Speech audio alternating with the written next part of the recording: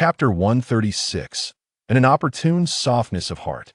The three of them resumed their seats on the sofa. This time, Slughorn seemed to have shed some pretense, slumping into his chair with a lack of decorum, his voice laced with discontent towards Dumbledore.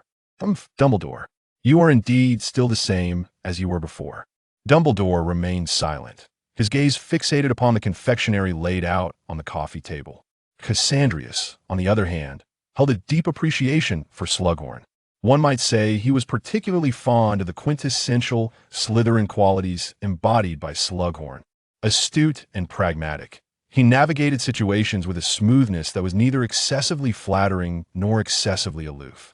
Mr. Slughorn, perhaps it won't be long before I must address you as Professor Slughorn. Would you be so kind as to enlighten me about the Slug Club? Slughorn straightened his posture, a hint of pride illuminating his countenance. The Slug Club is my most cherished achievement. It is a place where everyone can find their rightful position, he said, lifting his chin slightly, revealing a trace of Slytherin arrogance, regardless of bloodline. He squinted cautiously at Cassandrius, who, well aware of his expression, responded with a smile. Fortune has favored you once again. Hogwarts is currently home to many remarkable talents. Cassandrius shed his pretentious pride, allowing a smile to surface. Gryffindor boasts a student named Hermione Granger, an exceptional witch. I believe there is a significant chance she will graduate with 12 OWLs. Slughorn grunted in acknowledgement, understanding Cassandrius's stance. Although the Wizarding World's news seldom mentioned the head of the Gunner family, who could guarantee that he was a paragon of virtue entirely distinct from Voldemort. Upon departing from Slughorn's current residence, Dumbledore felt a wave of relief wash over him. How splendid, Cassius! I am grateful for your presence. Otherwise, I might have spent considerably more time here. Cassandrius raised his chin, arms crossed. Well then, Headmaster Dumbledore, the potion's master has been located, so I shall take my leave. Slughorn was indeed a person worth cultivating and utilizing. He resembled a talent scout. Cassandrius could already envision the joy awaiting him in selecting individuals for the Slug Club. No, you cannot leave. Dumbledore's voice called out from behind, prompting Cassandrius to turn around in perplexity. Now, the young man glanced at the darkening sky, where the dimness obscured his vision entirely. Had it not been for Cassandrius's unique sight, he would have likely found himself in complete darkness. Of course not. Dumbledore chuckled good-naturedly. The situation is that Professor Kettleburn of the Care of Magical Creatures has lost far too many body parts during his tenure, and the faculty unanimously believes he can no longer continue in that position. Therefore, the school now lacks not only a defense against the dark arts professor, but also a professor for care of magical creatures. Is that correct?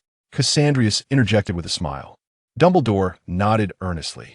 That is indeed the case. Cassandrius fell silent, gazing up at Dumbledore, who treated him as if he were not an outsider. Is it possible that there are numerous candidates for the position of care of magical creatures professor, and that seeking your assistance is merely a matter of a letter? Why must you turn to me? Dumbledore scratched his cheek, revealing that the candidates he had in mind were unlikely to be approved by the Board of Governors. The gesture betrayed his inner thoughts, prompting Cassandrius to ponder. Oh, his tone was rather peculiar. Are you suggesting I recommend Hagrid, the keeper of keys and grounds, for the position of care of magical creatures professor? Is that what you mean? Cassandrius's voice was now filled with genuine curiosity. Dumbledore was rendered utterly speechless. Cassandrius was aware of Dumbledore's compassionate nature, yet he was astonished by the extent of his softness. He cast a glance at Dumbledore that could be deemed somewhat offensive, his expression a perplexing tapestry of emotions that defied articulation. Headmaster Dumbledore, you are well aware that this is an impossibility. Should I propose this matter, my reputation would suffer irreparable damage. Dumbledore touched his nose, remaining silent. In truth, he recognized that his request was exceedingly unreasonable, but ever since Aragog's demise, Hagrid had been engulfed in melancholy, and even Harry and his friends seldom spent time with him. Confronted with the student who had been expelled due to that incident, Dumbledore harbored a lingering sense of guilt in his heart. Cassandrius scoffed without reservation. Headmaster Dumbledore, your guilt bears no relevance to me. Kindly reserve your misplaced goodwill for those deserving of it, such as Numungard. Cassandrius, uncharacteristically somber, turned on his heel and departed. His disapparition was executed with finesse, landing him near Little Hangleton, a quaint town of little renown. Cassandrius employed a confundus charm, his spirits less than buoyant. It was late at night, and Little Hangleton was shrouded in darkness, devoid of any illumination, the pitch-black veil concealing all. Cassandrius's gaze involuntarily drifted towards the Riddle House. This family, once vibrant, had been reduced to death and injury. Now, only an elderly housekeeper remained to guard the fallen estate. Cassandrius had concealed the gaunt residence remarkably well. Apart from Dumbledore, Snape, and Draco, no one else had ventured into this place. Traversing through the seemingly desolate woods, Cassandrius materialized within the confines of the manor. The gaunt manor was vast, encompassing an entire forest to the rear and fields stretching far beyond its borders. In the distance, a cluster of architecturally diverse buildings could be discerned. At its heart lay an expansive paddock, farmland, and vineyards. These areas were tended to by house elves. Over time, Cassandrius had gradually acquired and merged these regions, and with the assistance of Silas and his companions, the gaunt estate had finally taken on the semblance of a true manor. After all, it had once been merely a dilapidated old house. Cassandrius had contemplated relocating the gaunt residence, but the basement was immovable. The portraits of Omenes and the others had been enchanted with a permanent sticking charm, encompassing the entire basement. The past few days had been exceptionally hectic. Cassandrius had initially intended to freshen up and rest. However, Draco sent him a message.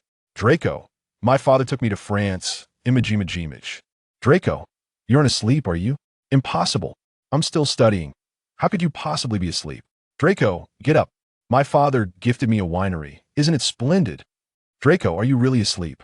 Draco had inundated him with numerous messages, and Cassandrius surmised that he was not sending them solely to him. Perhaps it was a group message. After a few taps on the screen, Cassandrius hesitated over the send button. Draco's messages had been sent 3 hours prior, and now the hour was rather late. Perhaps it would be better to send it tomorrow. With a few clicks, he deleted the messages in the dialog box and closed his eyes, succumbing to slumber. Far away in France, Draco watched as the notification, "The other party is typing," gradually transformed into a name. Draco. Chapter 137. The New Professor of Defense Against the Dark Arts. Albus Dumbledore's quest for a new professor of defense against the dark arts has proven to be rather tumultuous. Although he had selected a candidate early on and dispatched a letter, he has yet to receive a response from the individual. In the Glenmore Valley of Scotland, at a potion cultivation estate known as Slant, a robust man with a prominent nose gazes joyfully at a multitude of crates filled with materials, unabashedly praising the young man beside him. "Well done. The quantity of steel-toothed ferns is even greater than last month." The man referred to as Lames is somewhat slender, appearing rather haggard, with tousled gray-brown hair that, while disheveled, does not seem chaotic. He appears to be in his 30s, sporting faint wrinkles and scars on his pallid complexion. Clad in a gray-orange employee uniform, he stands with a straight back, though his fingers tremble slightly at his sides. "I must express my gratitude to you, Massimo. If it weren't for your offer of employment, I might still be wandering aimlessly," Lames acknowledges. The individual named Massimo, whose full name is Massimo Frank, is the overseer of the potion estate, responsible for all operations within the grounds, which cultivate only a few select plants. "Lames, you are far too kind, truthfully. It is you who has aided me," Massimo replies, donning gloves as he approaches the stacks of crates to begin his inventory. With his head bowed, his expression serious yet relieved, he continues, "Honestly, without your presence, I would have been uncertain whether this estate could remain operational." As he tallies the quantity of steel-toothed ferns, Massimo flicks his wand, and all the crates magically repack themselves and float away. "We had an agreement." Looking at Lupin's perpetually calm demeanor, Massimo sidles up to him, gesturing with his fingers. "For this batch, I shall share 500 galleons with you. How does that sound?" Lupin is momentarily taken aback, but more so by a sense of guilt. He shakes his head in refusal. "Perhaps not. My presence here incurs too many losses each month." Massimo claps Lupin on the shoulder, startling him.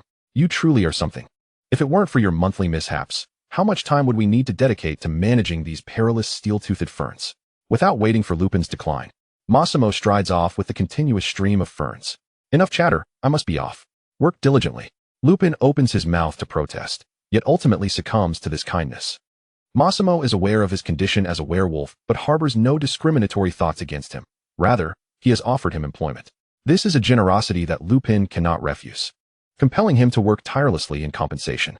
Who could have anticipated that on a moonlit night, while handling the steel-toothed ferns, he would inadvertently shred them into fragments? Lupin feared he would be burdened with insurmountable debt, destined to be dismissed once more in disgrace.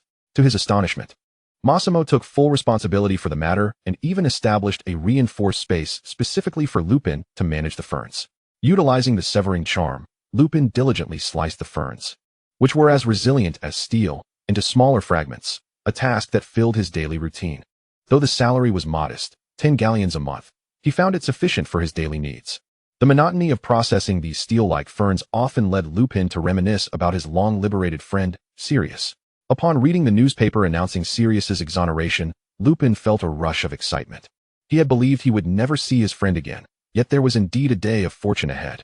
Thoughts of Sirius inevitably conjured images of Harry, the son of James, and Lily. He wondered how the child was faring, as his hands continued to work. A large steel-toothed fern was soon reduced to strips. Suddenly, a voice called out from a distance. "Lupin, Lames Lupin, there is a letter for you." Lupin quickly removed his gloves and dashed outside. Several fellow workers, clad in identical uniforms, were tending to various plants. Upon spotting Lupin, they merely smiled without further reaction. Lupin ventured further out. Though this potion estate was somewhat isolated, it did possess communication means, relying on owls to navigate the mountains. In the olery outside the estate, an employee dressed in gray stood before a towering pile of letters. Upon seeing Lupin approach, he quickly rose. "Lupin, come quickly, you've received quite a few letters." Sensing something significant, Lupin's heart raced as he gazed at the envelopes on the table, already aware of their sender. "Dear Lames, it has been far too long since we last met." As he opened the envelope, the familiar handwriting brought tears to his eyes, blinking to clear his blurred vision. Lupin crouched down, poring over the letters sent by Sirius. He meticulously recounted his recent experiences, from initial resentment to the calm following the Regulus incident, and ultimately to a sense of helplessness paired with resolve. Wiping his tears, Lupin opened another letter, only to find it was not signed by Sirius, but by Dumbledore. "I sincerely invite you to assume the position of Professor of Defense against the Dark Arts at Hogwarts. Yours faithfully, Albus Percival Wulfric Brian Dumbledore." Lupin stood frozen, a sense of disbelief washing over him as he rose to read the letter once more. Regardless of the circumstances, this was indeed an invitation from Dumbledore to serve as a professor at Hogwarts. Truth be told, Lupin yearned to accept. Returning to Hogwarts would mean reuniting with Sirius and Harry. Yet, he felt a pang of guilt at the thought of leaving Massimo, who had supported him so much. Perhaps his inner turmoil was all too evident. That evening during dinner, Massimo noticed Lupin's unease. "Lames, do you have something to say?" Massimo, a large man, smiled broadly, causing his cheeks to quiver. "No worries, speak your mind, as long as it's not bad news." Conflicted and frustrated, Lupin finally voiced his thoughts. "I've been offered a position at Hogwarts." Massimo stared at Lupin in astonishment, causing him to feel somewhat embarrassed. He leapt to his feet, his eyes sparkling with enthusiasm. "This is splendid news," Massimo exclaimed, drawing the attention of everyone in the dining hall. Known for his amiable nature, he bellowed to share this joy with all. "Behold, our very own Mr. Lupin has received an invitation from Dumbledore to become a professor at Hogwarts. Truly, Hogwarts, how marvelous. Lupin, you've made us proud." The jubilant cheers erupted in that moment. No one harbored jealousy over Lupin's newfound opportunity, only elation. On the day of his departure, all wished him well, hoping for his prosperous future. As he watched the man's figure fade away, Massimo's warm smile vanished instantaneously, his lips straightening into a flat line, replaced by slightly arched eyebrows and a defiant demeanor. He wearily stretched, the muscles in his body tensing with the movement. "Brothers, the performance has concluded. Let us get to work." With Lupin's departure, the grand gates of the expansive botanical garden witnessed the inscription of several characters from the Slant Potion Plantation gradually morph into that of the Black Falcon Plantation, while a small line of text graced the lower right corner of the sign. OUG. Chapter 138, One Professor Short. Lupin received a swift response upon his resignation. Massimo had settled his wages, and with his accumulated savings, Lupin now found himself with nearly 200 galleons in his pocket. This was indeed a substantial sum for him. On the third day after receiving a letter from Dumbledore, the day he departed from the potion plantation, Lupin penned his reply. At that time, Dumbledore was in search of a suitable candidate to assume the position of Professor of Care of Magical Creatures. However, due to the incidents involving Lockhart, many were hesitant to accept Dumbledore's generous offer, despite the allure of Hogwarts. It was at this juncture that Lupin's letter was delivered to Dumbledore by an owl. Knock, knock. To be frank, upon seeing the owl, Dumbledore initially thought someone had sent him a parcel. After all, since the advent of the Omnigrove Magical Company's Resonance Compass, most owls had ceased their letter delivery services in favor of transportation. Ah, a letter from Remus, Dumbledore said as he tore open the parchment, his mood lightening considerably. It seems we must pay a visit to the Leaky Cauldron. Rising from his chair, he gently stroked the sleeping fox beside him before vanishing from his office. Within the Leaky Cauldron, the proprietor was engaged in casual conversation with Lupin. The owner, an elderly gentleman named Tom, was slender, bald, and sharp-eyed. Having witnessed the transformations of the magical world, he was a man of profound insight. Long time no see, Lupin. You appear to be faring much better than before. Is that so? Lupin replied, unable to conceal his joy, yet opting for a mug of butterbeer, mindful of his forthcoming meeting with Dumbledore, which called for a less stimulating beverage. My eyes are sharper than an eagle's. I can tell you've been doing well lately. Have you found a good job? Tom busied himself preparing Lupin's butterbeer while keeping a keen gaze upon him. Accepting the frothy mug, Lupin felt his spirits lift. The fine bubbles mingled with the sweet aroma of butter and malt, filling his mouth with a delightful flavor, enhancing his mood further. Yes, I recently secured an excellent position. Tom's ears perked up. As the Leaky Cauldron served as a gateway for muggles into Diagon Alley, it bustled with patrons, and as both owner and bartender, Tom was privy to much information. May I be so fortunate as to learn more? He inquired, unabashedly curious. Of course, this butterbeer is on me. Lupin took a hearty sip and set down his cup, the lines on his face smoothing slightly. We'll have to wait a moment. Just as he spoke, a figure with a white beard entered from outside the pub. Oh, long time no see, Remus. Lupin looked up, his expression a mix of surprise and nostalgia as he stood to embrace Dumbledore. Long time no see, Albus. After greeting Tom, Dumbledore joined Lupin at a table by the window. Observing the healthy glow on Lupin's face, Dumbledore felt a sense of relief. It seems you've been doing well. Lupin clasped his hands, lowering his gaze with a smile. He reminisced about the past year at the Slant Plantation, recalling the kindness of Massimo and the others. Yes, quite well. That is good to hear. Dumbledore sighed, a smile returning as he looked at Lupin. Are you now willing to accept the position of defense against the dark arts professor? The cacophony of Diagon Alley was strikingly clear in Lupin's ears as he gazed at his hands. They were no longer the thin, frail hands of yore. After a year of normalcy, he had shed the pallor and weakness of his past. I believe that as I sit here, I am indeed willing. Lupin responded with a smile, his eyes still free of any shadows. That is splendid news, Remus. Perhaps I should share with you the recent changes at Hogwarts. Dumbledore was evidently eager for a lengthy discussion with Lupin, yet a shout from outside interrupted him. Dumbledore? The voice was familiar, its clear tone rising slightly at the end, filled with a sense of amusement. In response to Lupin's questioning gaze, Dumbledore chuckled and turned to wink at Cassandrius outside the window. This was Lupin's first encounter with the renowned Mr. Gunter of the magical world. Clearly, the accolades from the Prophet and the Daily Magical were not exaggerated. Tall and slender, his figure was elegantly outlined by a well-fitted shirt and trousers, and his waist, merely encased in a double-breasted waistcoat, was strikingly slim. His long legs were clad in black trousers, and his shoes were made of an inscrutable material. Lupin's initial impression of Cassandrius was that he hailed from an affluent family. As the young man entered, Lupin noticed that he was accompanied by a blonde girl, seemingly of similar age. As they drew closer, Lupin became aware of Cassandrius's remarkably striking appearance. His distinctive black and white hair was a hallmark, complemented by finely chiseled features, and his long eyelashes veiled his silver-gray eyes, obscuring their unusual focus. Silver-rimmed glasses perched on his nose lent him an air of genteel sophistication. His posture was impeccable, with a graceful neck and a straight back, reminiscent of the Slytherins Lupin had known during his school days. However, he lacked their characteristic arrogance. You must be Mr. Lupin. I am aware of you. Frank has spoken of you. The Slant Plantation yields the highest profits among all my steel-toothed fern plantations, thanks to your contributions. Cassandrius's eyes narrowed with a smile, seemingly oblivious to Lupin's momentary pallor. Cough, cough. Dumbledore's cough redirected Cassandrius's attention, and facing the young man's smile, he deftly changed the subject. What brings you to Diagon Alley? And with Miss Duke, no less. The blonde girl greeted the two elders, and her brief presence managed to restore Lupin's complexion. Good day, Professor Dumbledore. Good day, sir. Her poise was evident, and Dumbledore recognized it as a result of formal training, reminiscent of Vespera. Cassandrius took a seat beside Lupin, producing the wand he had acquired from Ollivander's wand shop. He opened the exquisitely wrapped box, revealing a wand that was entirely black and devoid of embellishments. I had a wand customized at Ollivander's, and I came to collect it today. Barbara similarly produced a box, her wand being quite unique. entwined with deep mahogany and pale yellow wood grains, presenting a peculiar spiral pattern. Dumbledore immediately recognized the materials of this wand, holly and purple wood. What an intriguing young girl she is. After securing her wand, Cassandrius pushed a package of honeydew sweets toward Dumbledore, successfully eliciting a genuine smile from the elder. Turning his gaze to Lupin, Cassandrius unabashedly displayed his astonishment. Is this Mr. Lupin, the newly appointed Defense Against the Dark Arts professor that Dumbledore has recently found?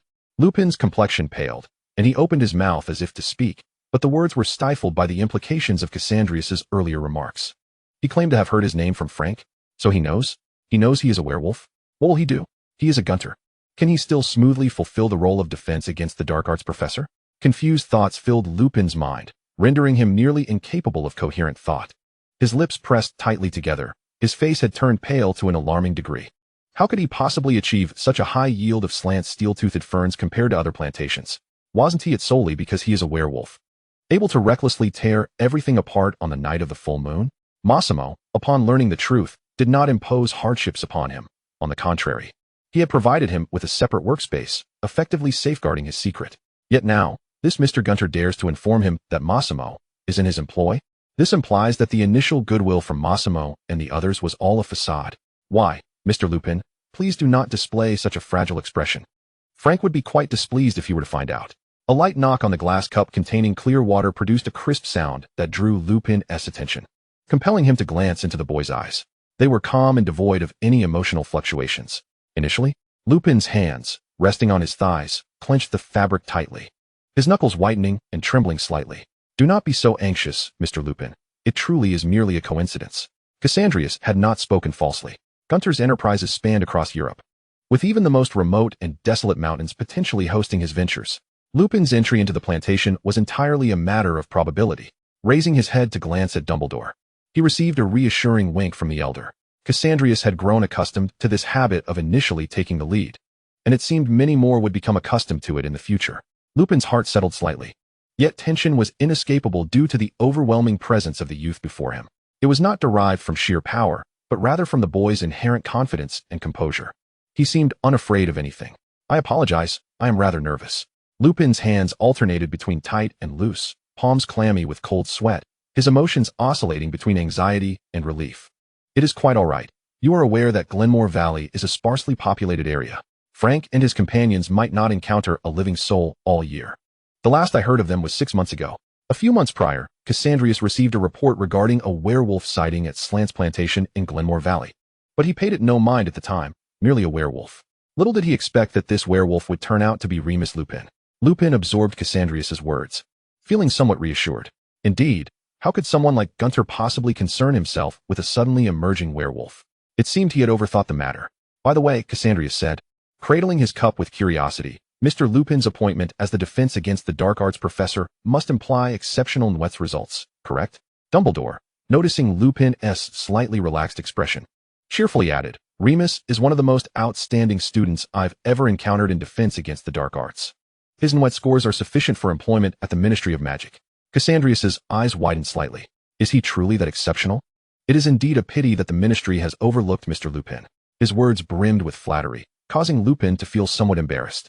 Dumbledore shot a discreet glare at the troublesome youth. Probing was one thing, but frightening away his Defense Against the Dark Arts professor would not bode well. Cassandrius shared a cheerful glance in return. Pray, I am merely considering the safety of Hogwarts' students. Merlin knows how tumultuous his emotions were when he discovered that Dumbledore had invited a werewolf to serve as a Hogwarts professor. Dumbledore truly does not speak unless he has something astonishing to reveal. Each professor he has recruited could easily be deemed extraordinary, even in Florida, USA. Having labeled Lupin as qualified, Cassandrius departed with Barbara. Their exit was swift, leaving Lupin's expression a complex mixture of astonishment and disbelief as he turned to Dumbledore. His eyes filled with wonder. Hogwarts has indeed undergone significant changes. Ultimately, Lupin managed to utter only this sentiment.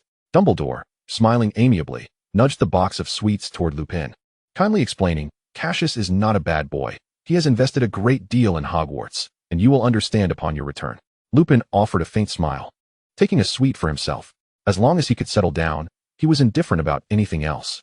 Cassandrius did not return to Gunter Manor, but instead accompanied Barbara to another mysterious gathering, Aurora Grand. This hotel brand was established in recent years by the Omni Grove United Group. emphasizing high-end international standards. Although it is currently only developing in the UK, its luxurious hotel facilities have already set a benchmark in the industry. The hotel, a standalone structure situated not far from Big Ben, is enveloped in marble, with every inch of its flowing texture shimmering under the sun like the luster of mother-of-pearl. The lowest steps consist of 3 tiers, leading directly to an automatic sliding door made of amber-colored glass, glistening with a honey-like sheen. The 12-meter-high entrance swings open, revealing a magnificent lobby adorned with a handcrafted 3-ton crystal chandelier. The fragmented light refracts from 2,000 prism crystals, casting a starry mosaic of shadows upon the ground. Looking down, one sees a floor adorned with tiny gemstones, reflecting the golden sheen of molten metal, as if walking upon a grand palace. Riding an elevator that showcases the entire night view of London, the two ascended to the 28th floor of the hotel. The spacious hallway had been cleared of all idle individuals. Walking upon the cashmere carpet, they proceeded toward the distance, until the expansive nightscape unfolded before them at the end of the carpet. The city, twinkling with stars, mirrored in their eyes, while various flowers on either side released enchanting fragrances into the night breeze, sending floral scents wafting into everyone's nostrils, mingling with the clamor of voices. The soft carpet muffled all footsteps, while the shimmering pool beside them reflected the newcomers. A gaze was cast towards the entrance. Others, emulating the individual, turned to look as well. They were adorned in elegant attire. Some donned suits, others wore exquisite dresses, while a few opted for casual clothing. Yet, they all instinctively directed their attention to the newcomer. The tall youth, with an air of grace, delicately adjusted his cuff, and the combination of his shirt and waistcoat seemed perpetually dignified upon him. A faint smile graced his youthful visage, and his striking black and white hair signified his lineage. "Good evening, Mr. Gunter," a voice resonated from the crowd, accompanied by the rhythmic click of high heels against the floor. It was a young lady in a black mermaid gown, her dazzling golden locks cascading beside her, curling into enchanting waves. "Good evening, Talia." Talia Ziegler, head girl of Slytherin. "I never expected the Muggle world to be so intriguing." Everyone appears quite joyful. Talia's radiant smile bore no semblance to the cautious demeanor she exhibited during her time at Hogwarts. With the arrival of Cassandrius, the atmosphere within the venue grew more vibrant. Talia timely offered Cassandrius a non-alcoholic drink from a nearby server's tray.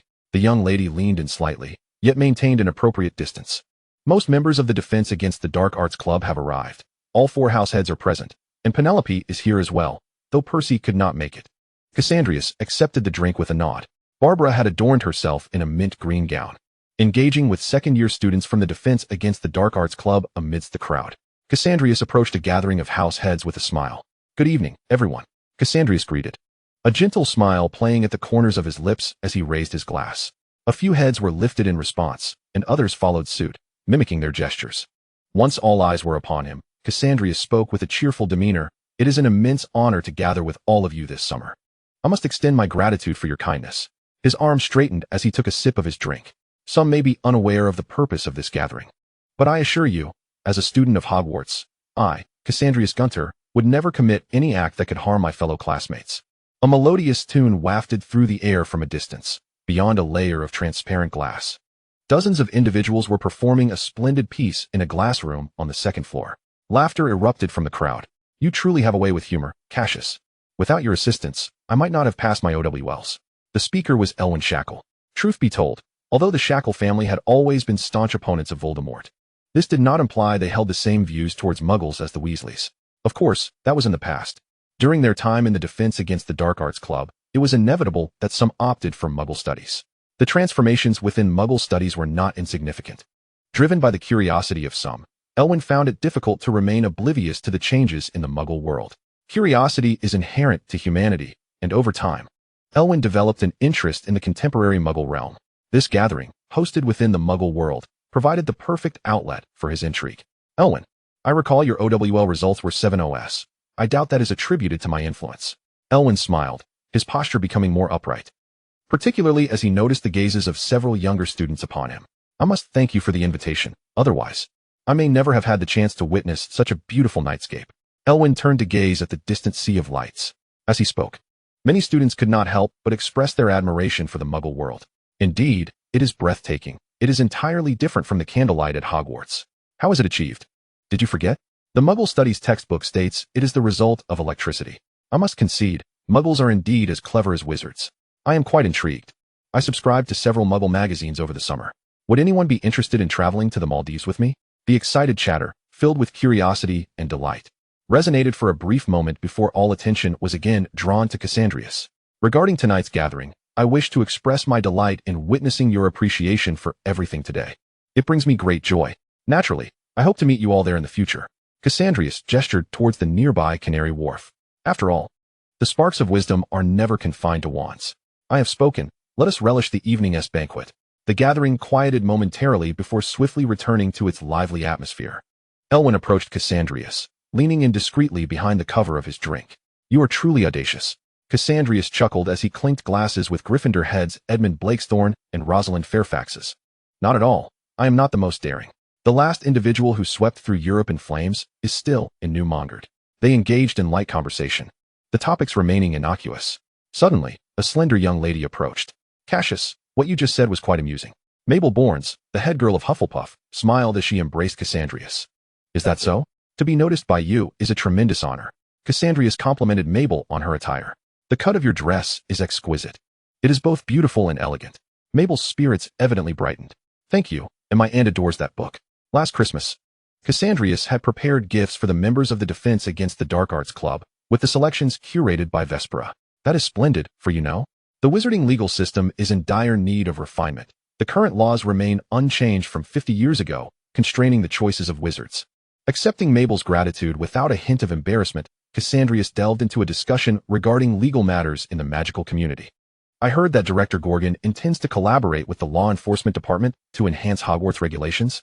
Elwyn, who had been listening, leaned closer to the two and posed a sudden inquiry. Mabel's eyes flickered momentarily to Elwyn before her smile remained unfaltering. Yes, after the incident with the Acromantula, my aunt identified loopholes in Hogwarts regulatory management. Elwyn's uncle, Kingsley, was one of the Aurors at the Ministry of Magic and planned to assume the position of director of the Auror office after Scrimgeour's promotion. Mabel was well informed about these matters and did not hesitate to sell a favorable narrative.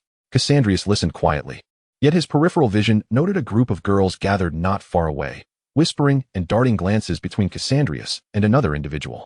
Following their gaze, Cassandrius beheld a striking figure. Cedric Diggory, the renowned star student of Hufflepuff and one of their Quidditch seekers, was currently engaged in conversation with the male head of Hufflepuff.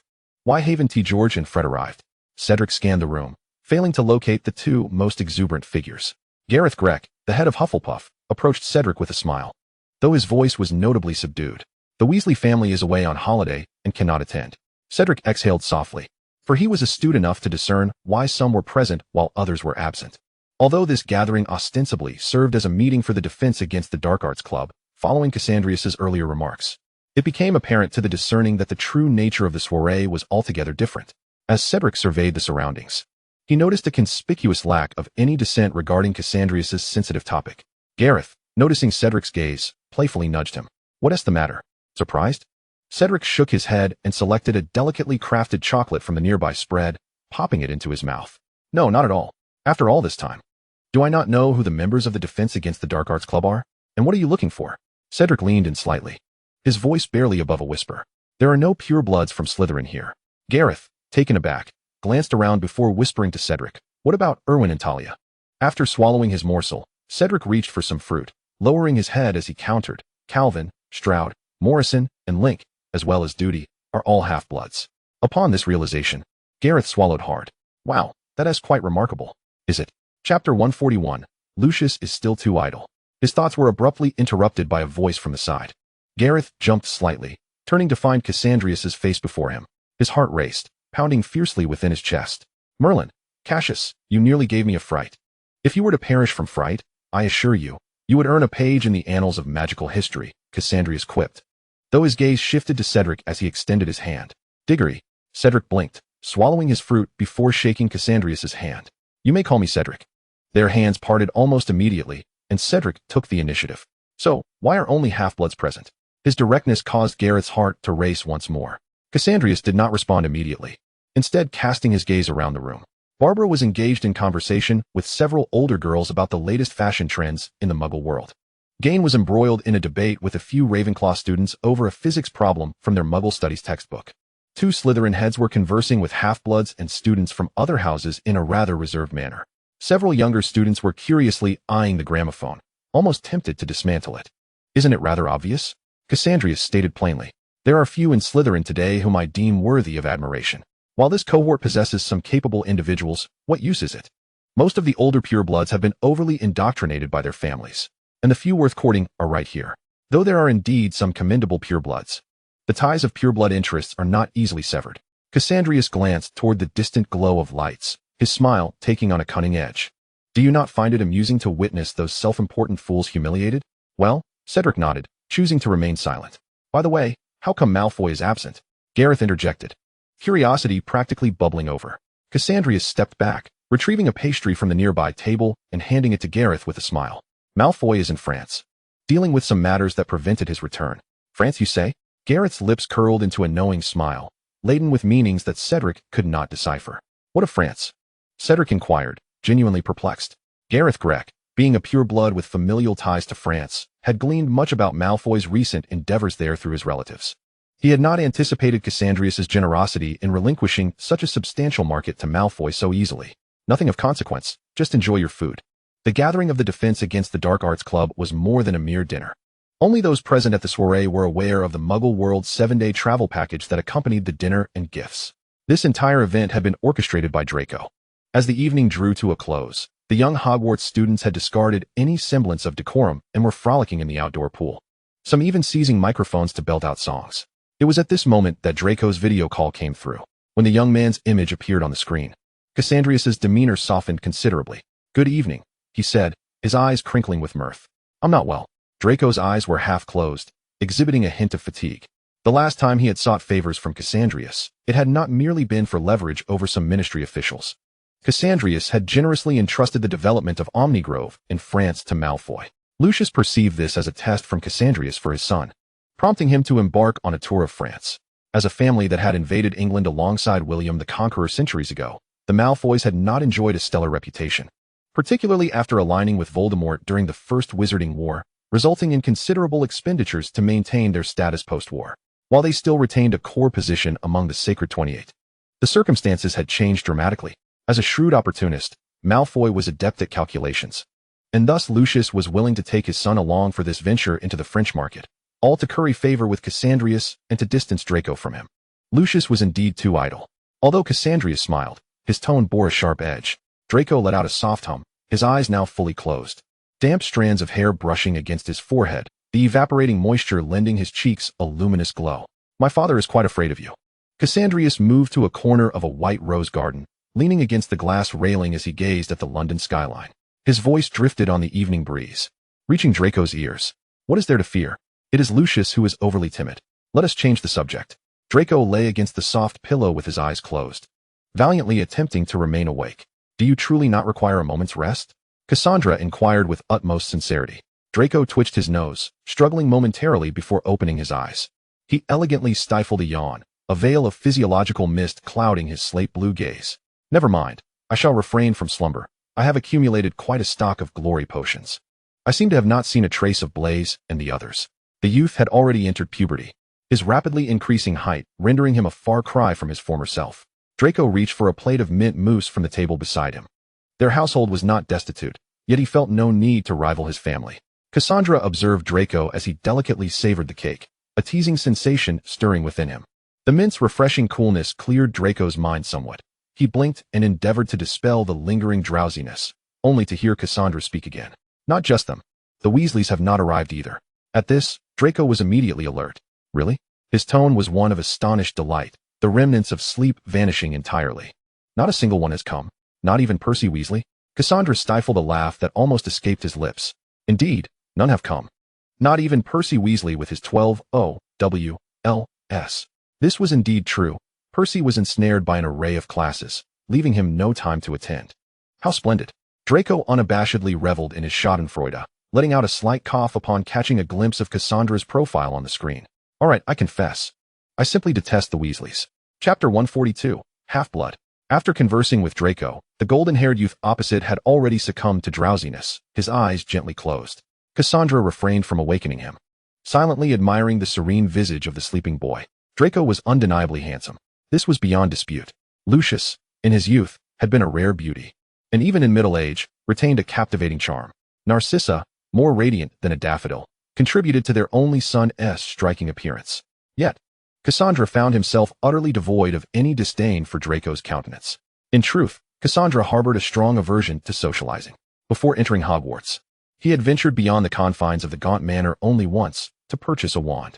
While his childhood affliction had been manageable, as he encountered more individuals, a growing agitation took root within him, the minutiae of social interaction accumulating like dust, inevitably leading to a sense of disquiet, especially as he was, at heart, a patient. However, all of this subsided upon seeing Draco. Despite the mounting inconveniences, there was always someone awaiting him, was there not? Draco's breathing was deep and rhythmic.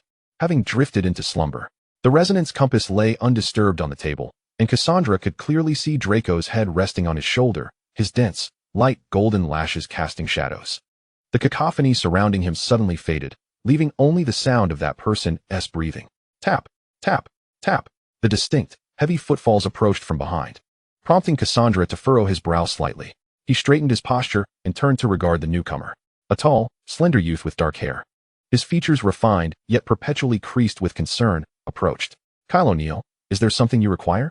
Kyle bit down on his lip, swallowing hard, and, under Cassandra's slightly lowered gaze, spoke solemnly. "I wish to become your follower." A flicker of irritation crossed Cassandra's mind. He set down the compass, rubbed his fingertips together, and regarded Kyle with unabashed scrutiny. Kyle stood motionless, fixated on the patterned tiles beneath his feet, wordlessly enduring Cassandra's appraisal. He clenched his teeth until he heard Cassandra emit a soft chuckle. "You? I am aware of you, Kyle O'Neill, a third-year student from Slytherin, a half-blood. Your mother, a descendant of a minor pureblood family, was compelled to elope with your father, an old man, only to lose him prematurely, leaving you and your mother to rely on one another. Is that not so?" Cassandra continued, observing the gradual pallor of the youth's complexion. "Yet, curiously, your mother violated the Ministry's prohibition against using magic on muggles when you were 10, resulting in her imprisonment in Azkaban. Is that correct?" Kyle gritted his teeth, his head bowed low. The sensation of having his painful past laid bare was far from pleasant. A tumult of sorrow and rage intertwined within him, igniting a resolute fire in his eyes. "Yes, I seek vengeance, and thus desire to become your hound."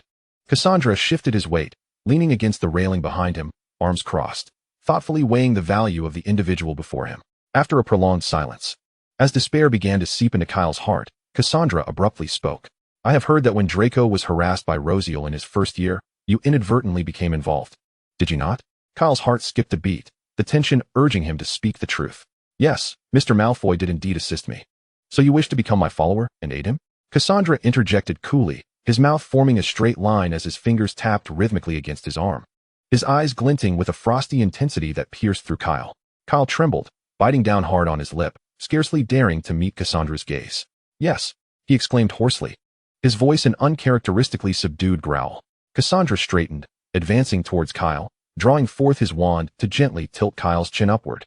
Despite being nearly half a year older, Kyle appeared somewhat malnourished, standing a head shorter than Cassandra, who had recently surpassed the height of 170 centimeters. Feeling the pressure beneath his chin, Kyle dared not resist, yielding to the wand's guidance as their eyes locked. He was unable to defy the gaze, fear and anxiety causing his facial muscles to quiver. After a brief pause, Cassandra retreated a couple of steps, a false smile forming on his lips. "Very well, I shall grant you an opportunity." Cassandra passed by Kyle, striding purposefully in a particular direction. Uncertain yet instinctively compelled, Kyle followed closely behind. They traversed a subtly opulent corridor until the plush carpet beneath their feet vanished. Coming to a halt before a door, Cassandra paused, glancing back at Kyle, who trailed 2 meters behind. The facade of his smile diminished slightly. Pushing the door open, Cassandra entered. "Come in." Kyle stepped in, mirroring Cassandra's movements. The room was shrouded in darkness, but the shadows dissipated almost instantaneously as an overwhelming light burst forth, momentarily blinding him. As his eyes adjusted, he began to discern the surroundings. The room was vast and expansive, surrounded by glass on all sides, encased within a railing. Although the purpose of this space remained a mystery, Kyle felt a twinge of anxiety as he caught sight of his own reflection through the crystalline panes. Cassandrius stepped to the center, turning to brandish his wand at Kyle. "Since you expressed the desire to become my acolyte, I am indifferent to your motives or objectives," he declared, each word resonating with gravity. The essence of his message, however, transformed in Kyle's ears into a different sentiment. "Exhibit your full potential before me. Grant yourself an opportunity."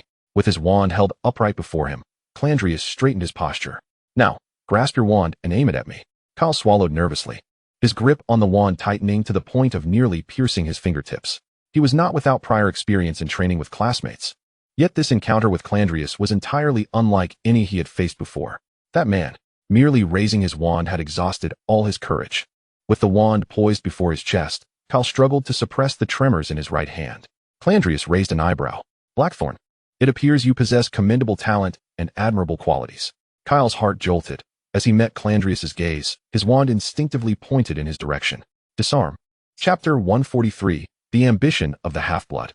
A vivid crimson beam erupted from Kyle's wand, yet Cassandrius remained unmoving, effortlessly deflecting the disarming spell with a slight flick of his own wand. Your disarming charm lacks vigor. Is it a sign of weakness? Kyle's hand quivered, yet his movements did not falter. Shatter into pieces. Cassandrius continued to stand his ground, casually swaying his wand to the left, transforming the spell into a fluffy dandelion that settled gently on the ground. The spell itself was adequate, but your execution was sluggish, your gaze uncertain, and your heart misaligned. It is truly unfathomable how you have survived in Slytherin. He advanced toward Kyle, causing him to involuntarily step back in alarm. The dark-haired youth hastily cast another spell. Yet this attempt appeared particularly clumsy. Quickly bind. Again, Cassandrius refrained from uttering an incantation, this time evading the spell merely by tilting his head to the side, sidestepping the clearly feeble magic. Pausing for a moment, Cassandrius sighed. Your greatest asset is your courage. He raised his hand, thrusting his wand forward. Shatter into pieces. A bolt of blue-white light surged forth from his wand like a lightning strike, reaching Kyle in an instant. With no means of escape, Kyle swung his wand with all his might, a luminous barrier enveloping him in an instant. Armor of protection. Bang. Crack. The shield endured for but a heartbeat before shattering, the relentless blue-white magic surging toward Kyle's face. His pupils constricted, every hair on his body standing on end. Crack. A blue-white firework exploded before him, causing Kyle's hands to tremble helplessly.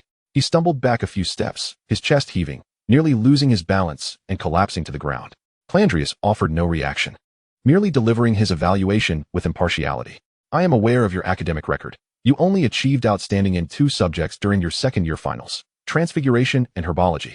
Kyle opened his mouth, his eyes brimming with terror and anxiety, desperately suppressing the tears that threatened to spill. How shall I put it? Cassandrius sighed, locking eyes with the stubborn yet insecure youth. You are not lacking, but neither are you exceptional. You are merely mediocre. His tone was calm and devoid of mockery.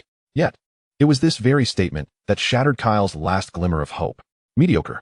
He was all too aware of his mediocrity, yet he could not quell the resentment within.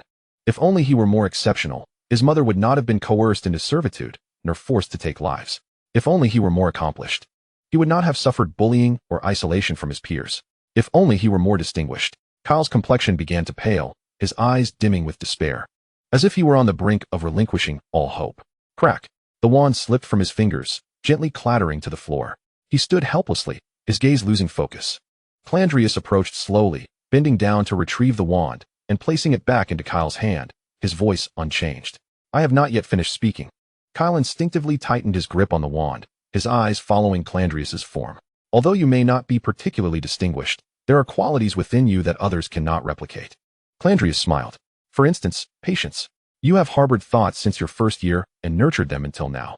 How can that not be considered a form of patience? Kyle's eyes reddened, his understanding of Cassandrius's meaning slipping away. He stood there, dazed, seemingly lost and bewildered. Cassandrius placed the wand back into his hands, the smile on his lips unwavering. Feeling lost? Fear not, for someone will come to seek you out. I must take my leave now. Remember to strive diligently. With that, Cassandrius paid no further heed to Kyle's reaction, leaving him standing in a state of confusion. Kyle stared blankly at the wand in his hand, suddenly noticing a minuscule mark etched onto the end, reminiscent of an ant. That was OUG. Kyle was perplexed, but soon, someone arrived. A woman clad in a form-fitting dress approached, her red lips and cascading waves exuding a sultry allure that drew the eye irresistibly. She carried a handbag and approached Kyle with a light step, unabashedly scrutinizing him from head to toe, leaving him feeling both embarrassed and furious. Relatively composed, she remarked, her demeanor inscrutable, neither revealing satisfaction nor disappointment. She produced a sheet of white paper from her bag and extended it toward Kyle, her smile distinctly formulaic. Greetings. I am Faye Evans, HR of the Omnigrove United Group. This is an employment application form. Please complete it and mail it to the address above. Someone will reach out to you thereafter. Kyle recognized the implication, and though his expression remained dazed, his body swiftly accepted the paper she offered. It was an employment registration form. Simultaneously, after the banquet concluded and all guests returned to their rooms, many found a similar employment application form within their quarters. As the festivities drew to a close, fatigue had driven many to seek rest, leaving only a handful near the pool when Cassandrius made his entrance. Yet, the Slytherins remained. They raised their glasses in unison, greeting Cassandrius as he approached. "Ah, Cassandrius," he said with a smile, taking a glass of wine from a nearby server's tray. "It seems I have arrived just in time." Talia sat nearby, her legs elegantly crossed. The 16 or 17-year-old girl had developed quite splendidly. Her complexion flushed with the rosy hue imparted by the intoxicating beverages, exuding the charm that is quintessentially youthful. "Not just by chance. We have all been awaiting your arrival," she remarked. Taking a sip of her drink, Talia gently assisted Elwyn to his feet. "We are all waiting for you, Mr. Gunter." Cassandrius merely held his champagne flute, showing no inclination to drink, and tilted his head, feigning confusion as he inquired, "Waiting for me? What purpose do I serve?" Elwyn shook his head in resignation, grasping Talia's hand, which had become impulsive under the influence of alcohol. "Gunter, we both know the gravity of the situation. Change is imminent, and Slytherin cannot withstand another schism." Standing by the pool, Cassandrius gazed quietly at the tranquil azure surface of the water.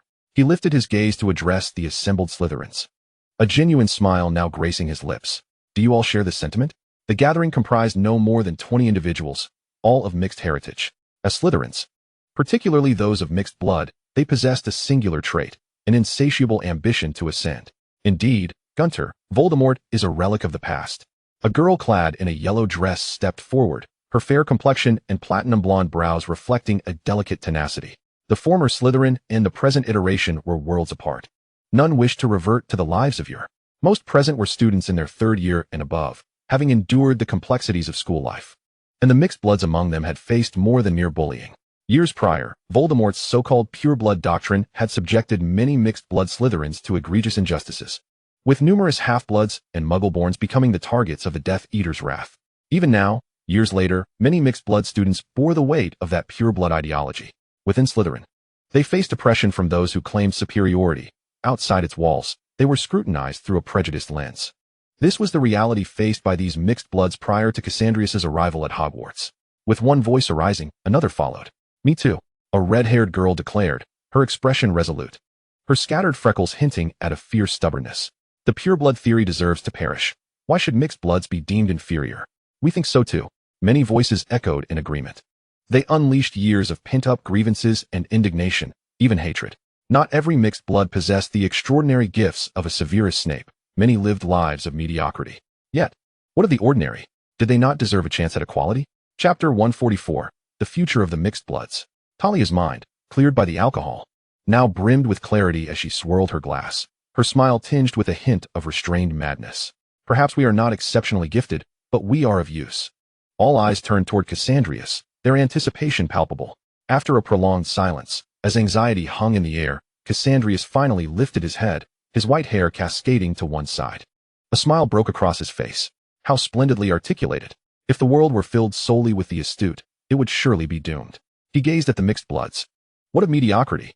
It is these 80 ordinary souls who have shaped this world. Cassandrius exhaled deeply, his smile fading as he placed his glass heavily upon the nearby table. The sound of the pure-blood glass colliding with the marble surface resonated. Beyond the remnants of their ancestral glory, they possessed nothing. They looked down upon us from their lofty heights, defining one's worth through the lens of pure-blood lineage, attributing every achievement to their blood status. The voice of youth suddenly infused with a note of melancholy. How tragic.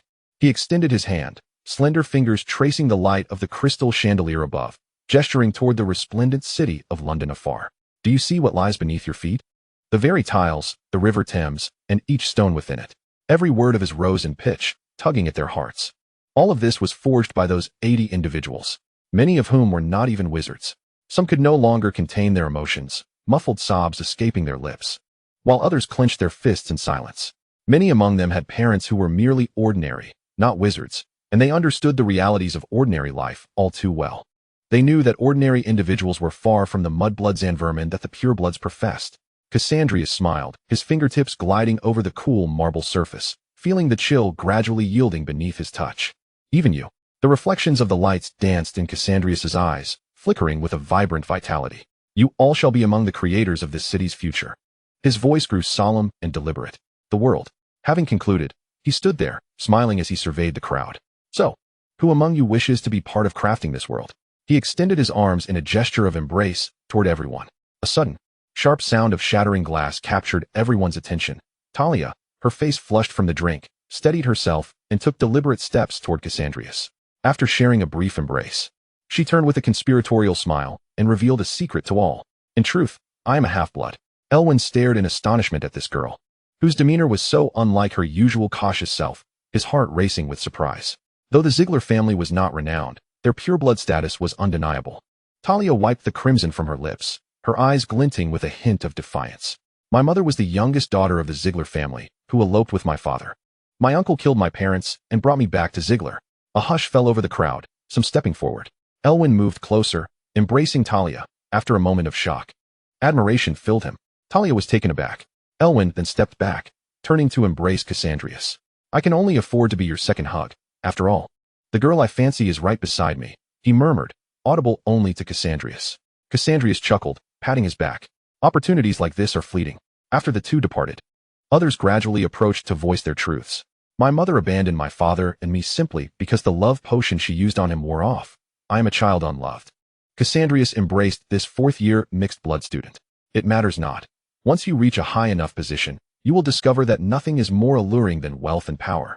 I bear no painful past. My parents were merely ordinary, lacking any remarkable talents or abilities, yet they perished at the hands of the Death Eaters solely for that reason. This was a fifth-year student, and Cassandrius embraced him as well. Mediocrity is not a fault. The true fault lies with those individuals who distort the world. I am distinctly different from them. My ambition is to ascend, for I refuse to be trampled underfoot. This is a third-grade student. Cassandrius did not embrace him, but offered a firm handshake instead. Ambition has never been a pejorative term. I hold in high regard those who fearlessly strive for greatness. I harbor a deep-seated resentment towards wizards. I also loathe muggles. My mother was scorned by muggles. My father was slain by wizards. I detest everything. This is a sixth-grade student, and Cassandrius did not correct his sentiments, but rather encouraged him. All emotions are valid. Love is magnificent. Yet hatred is not inherently wrong if it serves as the impetus for your ascent. While the ranks of Slytherin may be few, the thoughts of each member are wonderfully diverse. Some are warriors of pure hatred, resentful of everything. Others are ambitious or vengeful. Despite their differences, Cassandrius welcomed everyone equally. Only after the last individual had shared their innermost thoughts did he make subsequent arrangements. I am truly delighted to have encountered such like-minded friends. Cassandrius smiled, extending his finger towards the prominent edifice by the Canary's Wharf not far away. Perhaps you have noticed it in recent days, the building known as OUG. I can reveal to you that this edifice belongs to the Omni Grove United Group. Silence enveloped them as they loyally gazed at the young man. To aid you in achieving your aspirations, I shall provide a series of self-improvement courses over the summer, at no cost to you. Indeed, you will even receive monthly stipends. Such a surprising revelation left everyone somewhat bewildered. After all, as half-bloods, most of them did not hail from affluent backgrounds, and only those with some means could afford a resonance compass. Thus, in the face of Cassandrius's generosity, everyone felt elated. As for whether anyone suspected ulterior motives, it was laughable. They had already pledged their allegiance and had no fear of being exploited. This was, after all, a transaction of mutual benefit. No one felt discontent. And even as employees of the Omni Grove United Group came to register them and conduct physical assessments, they eagerly inquired about the curriculum. What will we learn? Is there much to study? Gemma, how wonderful it is to see you here. As one of the HR representatives, Gemma Farley was naturally one of the employees registering this batch of Slytherin students. It has been a long time. My suggestion is to complete the forms swiftly. Gemma was all business, seated gracefully in her chair, having completely shed her former youthful demeanor. In truth, she could already foresee the future lives of these younger students. In Cassandrius's vision, the Omni Grove United Group represented the initial step in merging the magical realm with human society, necessitating that all employees possess a certain standard of competence. Therefore, the newcomer's first lesson would be etiquette. Chapter 145, Numengard. Following this, Cassandrius remained in London for 3 days. During this time, he worked and studied by day, attended soirees by night, and occasionally communicated with a few friends to maintain contact. As the 3 days drew to a close, Cassandrius returned to Gunner Manor. This time, he intended to formally visit Numengard with Dumbledore. After a restful 8 hours at the manor, Cassandrius awoke precisely at 7 in the morning, clad in a white robe. He half closed his eyes, savoring the morning breeze in the garden. During breakfast, Dumbledore arrived. "Headmaster Dumbledore, it is quite commendable of you to wait here so early." Swallowing the last bite of bread, Cassandrius wiped his hands with a cloth, unreservedly teasing the elderly gentleman. Dumbledore chuckled, seated not far away, relishing a syrup-filled pastry. Silas wandered through the villa, preparing items for their journey, while Vespera arranged the clothing Cassandrius would need for the upcoming days. Lilith presented a lengthy list of personnel and their backgrounds before Cassandrius. Each individual operated with impeccable order, devoid of any chaos. Numengard is nestled near the Austrian Alps, the birthplace of Grindelwald and the origin of his initial power. Cassandrius chose not to utilize apparition. Instead, they first took a plane to Austria, where they spent a few days exploring. Shortly after settling at a bar near the Danube River, they were met by individuals arranged by Grindelwald. This was Cassandrius's first venture abroad. Being quite young and having previously shunned travel, it was his inaugural encounter with landscapes beyond England. The region of Wachau, through which the Danube flows in Austria, is renowned as a World Heritage Site. Nearby, blue and white monasteries stand tall, and Baroque spires rise majestically along the riverbanks, while the crystalline emerald waters of the river captivate the attention of visitors. In August, the Wachau Valley had shed the springtime blush of apricot blossoms, replaced by the lush green of summer, drawing them towards expansive fields of golden sunflowers. They chased the sun along terraced riverbanks, creating a magnificent oil painting against the backdrop of the azure sky, the emerald waters, and the gray castles. Upon their arrival, several shopkeepers lamented their missed opportunity to partake in the grand festival of apricot brandy brewing held in March. However, this did not hinder their enjoyment of the Danube. Now in the throes of summer, due to its geographical position, the residents of the Wachau Valley are particularly fond of winemaking. So the area is famed not only for the castle that imprisoned Richard the Lionheart, but also for the rich aromas of wine from the town of Spitz. As the morning sun poured forth, a delicate mist enveloped the spires of the monasteries, and the vineyards bore fruit that was soon to transition from green to purple. Occasionally, birds would soar above the water, leaving long trails across the surface of the Danube, their calls melding with the whistles of passing boats. "What can I get for you, esteemed guests?" The bartender, clad in a white linen shirt and deep brown suspenders, wore a leather wristband and a suede apron adorned with grape motifs. His brown hair danced in the breeze, and his handsome, chiseled features bore the hallmarks of an Austrian. "Do you have any recommendations?" Silas casually inquired. Glancing at the array of beverages depicted on the wall, the bartender surveyed the 4 individuals seated by the window, 2 adult women, an elderly gentleman, a seemingly underage boy, and the adult male present. With a smile, the bartender gestured towards a selection on the bar. "You might consider trying the Gruner Veltliner white wine, a pride of the Wachau Valley, with its refreshing notes of apricot and citrus. Alternatively," he pointed to an image of vineyards on the wall, "you could sample ice wine, crafted from grapes frozen in winter, offering a unique flavor profile. As for the elderly gentleman, I would recommend the locally crafted apricot brandy, although the brewing festival has passed. Last year's vintage boasts remarkable depth. For the minor, we also have a non-alcoholic apricot sparkling drink. What do you think?" Sellers accepted with delight, each ordering a drink, while he himself chose a glass of Styria cucumber liqueur. Only Cassandrius gazed in bemusement at the effervescent beverage before him. They watched the gentle ripples of the Danube, listening to the troubadours serenading an Austrian melody outside the tavern, until an unexpected guest arrived. Albus Dumbledore, after many years, has finally set foot upon this land. She was an elderly woman of striking presence, her pure white hair meticulously coiffed atop her head, and her deep blue wizarding robe remained as elegant as ever. Though time had taken much from her, it had only enhanced her composure. Dumbledore sighed, a smile gradually blossoming upon his face. "The vineyards by the Danube remain unchanged, do they not?" Vinderakel let out a soft huff, choosing to disregard this uninvited guest. She turned her attention to Cassandrius.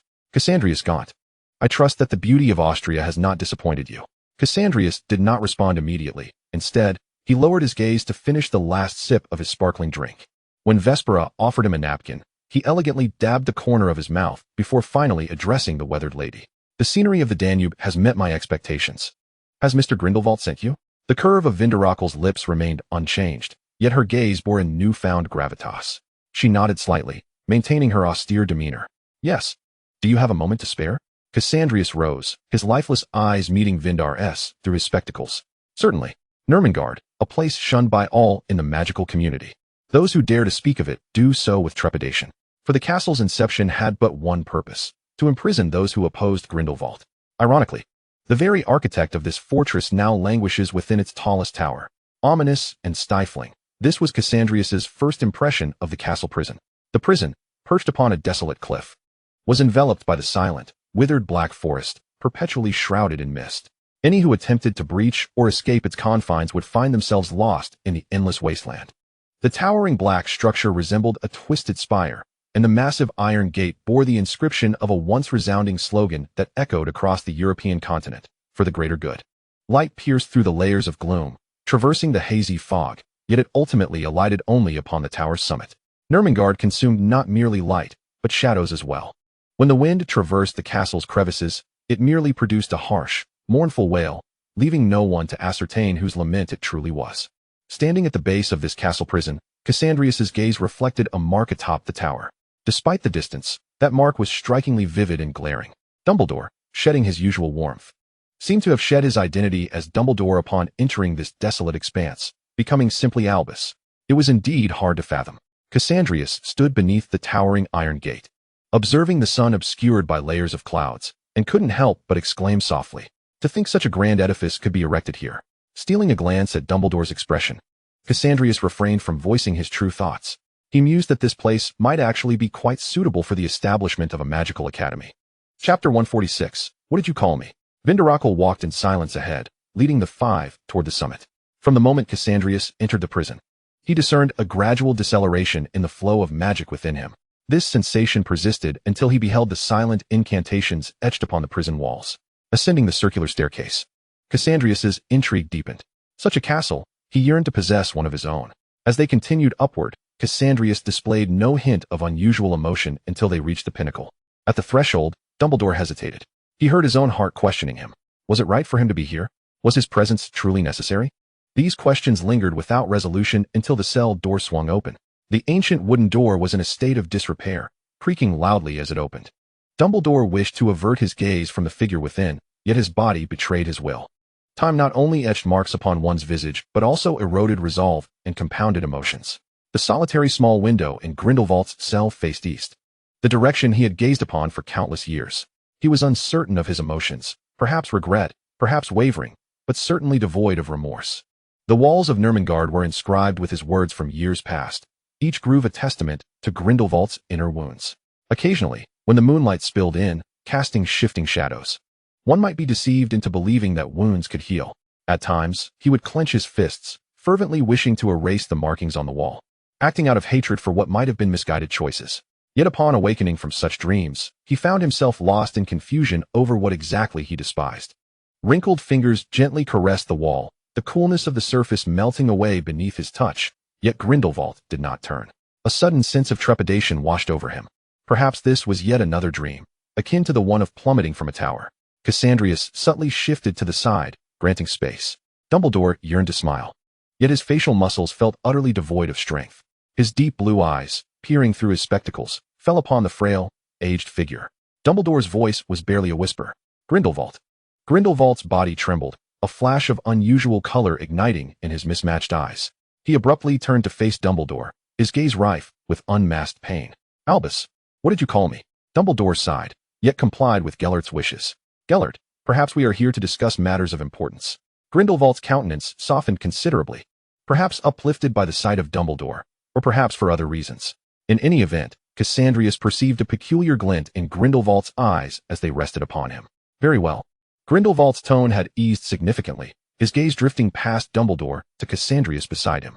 Ah, Cassandrius Ominis Moffengot. The elder, who nearly dominated all of Europe in his youth, spoke with a languid cadence. Germans tend to articulate English with a robust clarity, their W resembling a resounding battle cry, consonants ringing like steel, vowels standing as straight as the Berlin Wall. Cassandrius inclined his head slightly, his right hand gently resting over his heart. I extend my greetings to you, Mr. Grindelwald. As he moved, the three behind him, including Celis, mirrored his actions. Grindelwald displayed no expression, emitting a chuckle from his chest. Come in and have a seat. One must extend the hospitality of a host. Dumbledore cast a glance at Cassandrius, who offered a reassuring smile to the kind-hearted elder. Grindelwald, observing this scene, felt a twinge of displeasure. He knew very well why Albus would suddenly seek him out. The dimensions of Grindelwald's cell were rather modest, stretching barely 300 square feet, with scarce room to sit. Cassandrius turned to Grindelwald, who was leisurely regarding him. Well then, the young man sighed, extending his hand towards a few thumbtacks on the wall. In an instant, a surge of white magic sent the tacks to the ground, distorting them until they transformed into 7 plush chairs upholstered in green velvet. Grindelwald unceremoniously occupied one. Impressive transfiguration, he remarked. Cassandrius took a seat beside Dumbledore and gestured towards the scattered pebbles on the floor. A small piece of paper instantly elongated and morphed into a marble side table. Cassandrius smiled at Grindelwald, his slightly squinted eyes brimming with mirth. All thanks to Headmaster Dumbledore's excellent teaching. Observing the facade of gentleness from the young man across from him, Grindelwald felt an unexpected itch of irritation. Cassandrius continued to produce various items, a silver tea set in the style of the Georgian era, complete with steaming porcelain teapot. He first turned to the woman seated to Grindelwald's right. Mrs. Rogier, would you care for a drink? After a glance at Grindelwald, Vinda softly stated her preference. Red tea. Please. The teapot, floating in midair, performed a lively jig, delivering teacups to each guest. The rising steam from the deep red infusion wafted fragrant notes and bitter undertones toward everyone's nostrils. Grasping the cup by its handle, Grindelwald took a delicate sip of the red tea, his brow furrowing slightly. Darjeeling or Chiemon? Cassandrius, cradling his cup and savoring its warmth, maintained his unchanging smile. Your palate is remarkably discerning. Grindelwald responded with a feigned smile. Not to be outdone by you, youth, who treats the statute of secrecy with such disregard, far bolder than I ever was. Sipping the slightly bitter brew, Cassandrius felt the steam dampening his eyelashes. He tilted his head slightly, seemingly puzzled. Bold. I am merely advancing with the tide of the times. Is your notion of advancing with the times to become the wealthiest muggle? Grindelwald tapped his teacup, his peripheral vision keenly noting Dumbledore's distraction. What is so wrong with becoming the wealthiest? Cassandrius replied earnestly. Anything on this planet, if I desire it, could be on my desk by tomorrow morning at the latest. And look at this tea. It is not something that can be achieved solely with wealth. The old man's knuckles curled slightly, his voice tinged with noticeable displeasure. So, are you implying that I have erred? Not at all, Cassandrius firmly countered. Their objectives were fundamentally the same, merely approached through slightly varied methods due to the differing eras. After all, Grindelwald's active period coincided with the World Wars. Chapter 147. It is quite simple. Do you then believe my actions to be correct? Grindelwald did not afford Cassandrius a moment's respite, swiftly posing another question. Correct or incorrect? Cassandrius offered a nuanced response. I learned a saying from the ancient lands next door. Those not of my kind will inevitably harbor different intentions. The wars between disparate races are far from mere conclusions. They concern the very survival of those races. Just as Americans treated the Native Americans, once interests collide, one party is bound to suffer. Then why do you endeavor to unify muggles and wizards? Are you not aware of this principle? Or do you plan to emulate those Americans and enact a species massacre? Grindelwald's tone was unyielding, his piercing gaze almost penetrating Cassandrius's very soul. Certainly not. I desire all people, Cassandrius asserted. Wizards are few in number, and humanity's technological prowess is advancing exponentially. Just this year, the sophisticated surveillance devices developed far surpass those of decades past. Should the magical realm be fully exposed to humanity, wizards would face a fate even more uncontrollable than that of the Native Americans. His expression unwavering, Cassandrius met Grindelwald's heterochromatic eyes with clarity and speed. Grindelwald remained silent this time, merely smiling. Huh, he scoffed dismissively, directing his gaze at Cassandrius's spectacles. I begrudgingly acknowledge your audacity and capability, but given your current state, how do you intend to foster understanding between muggles and wizards? Cassandrius's fingers gently rested upon his teacup. The cold climate of Nurmengard had caused the once steaming tea to cool in mere moments. Stray strands of black hair draped across his smooth forehead, yet could not conceal the upward curve of his lips or the confidence radiating from him. It is simple, let everyone become wizards. Grindelwald's smile faltered slightly as he scrutinized this audacious Gunter. I know of the Gunter family, a lineage so recklessly entwined through generations of consanguinity that it has nearly reached its end. I just never expected you to appear so normal while harboring such madness within. Cassandrius chose not to respond, allowing his hand to linger over the teapot. Watching the white steam billow forth before he smiled and replied, there is no other way. If one were to be more rational, one might well perish. He personally refilled Grindelwald's cup with hot tea. Observing the young man bending gracefully, Grindelwald's fingers lightly tapped the armrest as he accepted the cup, blowing gently over its surface. He then posed a pivotal question to Cassandrius. So how do you intend to transform everyone into wizards? Cassandrius smiled and extended his hand. And before the eyes of the assembled company, a vial of potion materialized upon the table. the moment the vial appeared. Even Grindelwald and Dumbledore could not resist being drawn to it. The bottle contained a swirling, silver-blue liquid, which could scarcely be defined as liquid at all, existing in a state between fluid and mist.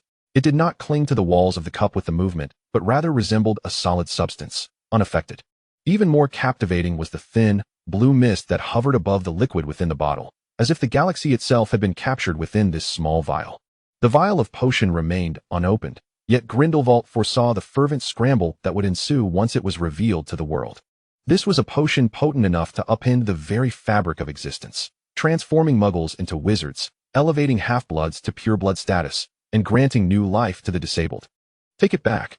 I cannot abide such a thing," he declared, closing his eyes momentarily, his tone dripping with disdain. However, when he opened them again, the scrutiny had entirely vanished. The power derived from beyond this world was not to be trifled with. His blue and silver gaze bore into Cassandrius. Yet the youth across from him exhibited not a trace of trepidation or fear, nor even the slightest tremor. Securing the potion, Cassandrius avoided meeting Grindelwald's eyes, instead focusing on the ring adorning his left hand. "You saw it too?" Grindelwald arched an eyebrow. "Indeed." Cassandrius straightened his posture, a smile gracing his lips as he adjusted his glasses. A seer from an ancient nation foresaw that future many years ago. His laughter was sincere, as if the mockery within his voice was but a facade, though he pondered whether Grindelwald's vision of the future bore any resemblance to that one. If Tali were to learn of this, he would surely be driven mad. His great-grandfather remains gravely injured due to that prophecy, yet some can gaze into the future unscathed. "Humph," Grindelwald scoffed, casting a displeased glance at Dumbledore, who had remained silent, absorbed in his tea. A shadow of melancholy flickered in his eyes. In truth, all the futures he envisioned were fraught with calamity for Albus. He saw him fall from the tower, perish in the world, and meet his demise at Hogwarts. His foretellings were ominous, yet in every prophecy, Albus was ever present. Thus, he recklessly sought out the anomalies in this world, ultimately leading him to discover the existence of a person absent from that prophecy. Regret welled within him, but when it came to Dumbledore, such feelings mattered little. At the very least, he wished for his survival. "There is nothing more to discuss. Let us talk of you instead. Since you aspire to achieve that goal, when do you intend to deal with Voldemort?" Cassandrius fiddled with the ear of his cup, glancing at Dumbledore. "Indeed, when will Voldemort be dealt with? And why has Sirius Black yet to discover a method to enter Lestrange's vault?" Noticing Cassandrius's gaze shift to Dumbledore, Grindelwald followed suit. "Oh," he raised an eyebrow, feigning surprise. "Is it true? Albus, at his advanced age, must still lend you his aid?" His tone rose slightly, betraying his evident displeasure. Cassandrius feigned a smile. "How could that be? You should inquire why his members of the Order of the Phoenix have yet to uncover the next clue." Suddenly, under the scrutiny of several pairs of eyes, Dumbledore found himself at a loss for words. "Why are they all looking at me?" Chapter 148. Faced with Grindelwald's skeptical gaze, Dumbledore could only offer an explanation. Upon hearing it, Grindelwald's disdain deepened. "The vault is trivial, simply breach it." Dumbledore's fingers twitched momentarily, soon followed by Cassandrius's agreement. "Yes, that was my thought as well. But the subsequent ramifications are far too troublesome. We must contend with goblins, address the concerns of wizards who have deposited their fortunes in Gringotts, and face the Ministry's accountability and reparations. It's all quite a hassle." With that, Cassandrius sighed heavily. He had already resolved that once he fully grasped the power of minting currency, he would deal with the goblins. Afterward, turning his attention back to Grindelwald, Cassandrius, with feigned interest, propped his chin on his hand and inquired, "So, Mr. Grindelwald, do you have any brilliant ideas?" After all, Dumbledore has been troubled by this for quite some time. The clarity in the youth's voice drew Grindelwald's gaze back to Dumbledore. Time had stripped away much, yet Dumbledore retained the gentleness reminiscent of their first encounter. At that moment, as their eyes met across the expanse of half a century, both men felt a compulsion to look away. Cassandrius unabashedly picked up a compass, tapping it lightly. Grindelwald, suddenly intrigued by the sound, frowned and remarked, "Hey, kid, that's rather disrespectful."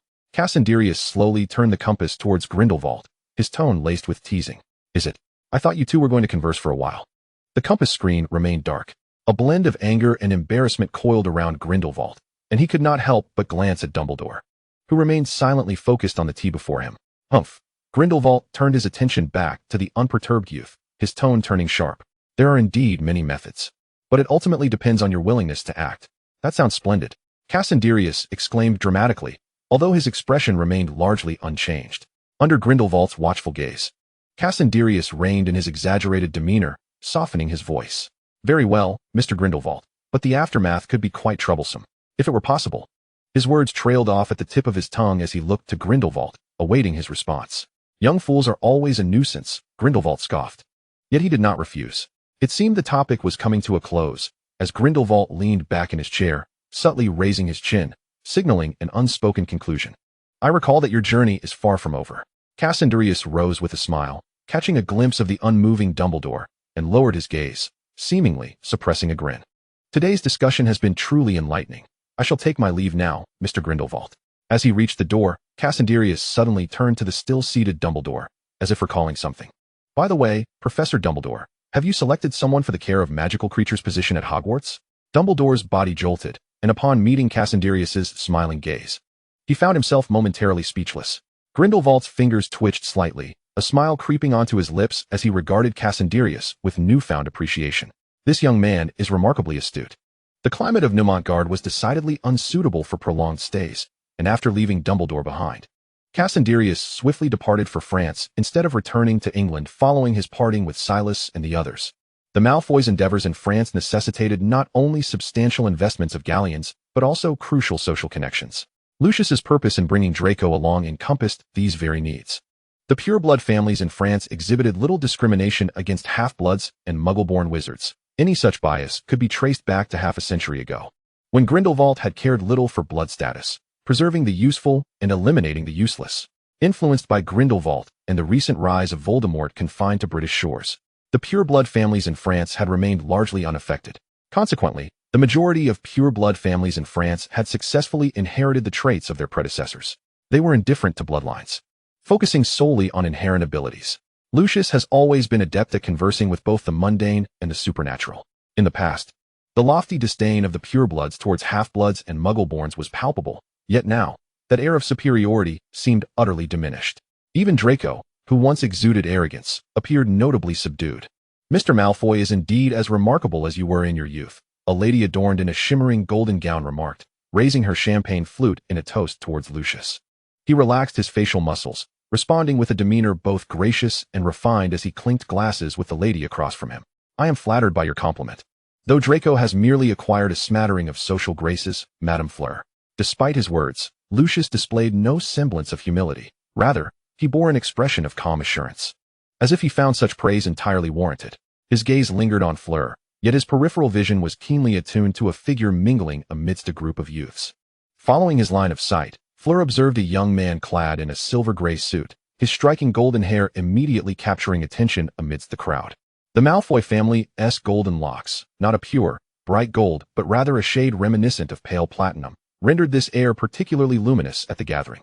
At that moment, the typically proud young Malfoy was effortlessly engaged in conversation with his peers, a juice glass in hand. I hear your potions professor has resigned. Would it be possible for him to teach at Beauxbatons? I find myself utterly lacking in patience for the current Professor Chateaubriand. The topics of discussion among his contemporaries revolved around the familiar trifles of study and amusement.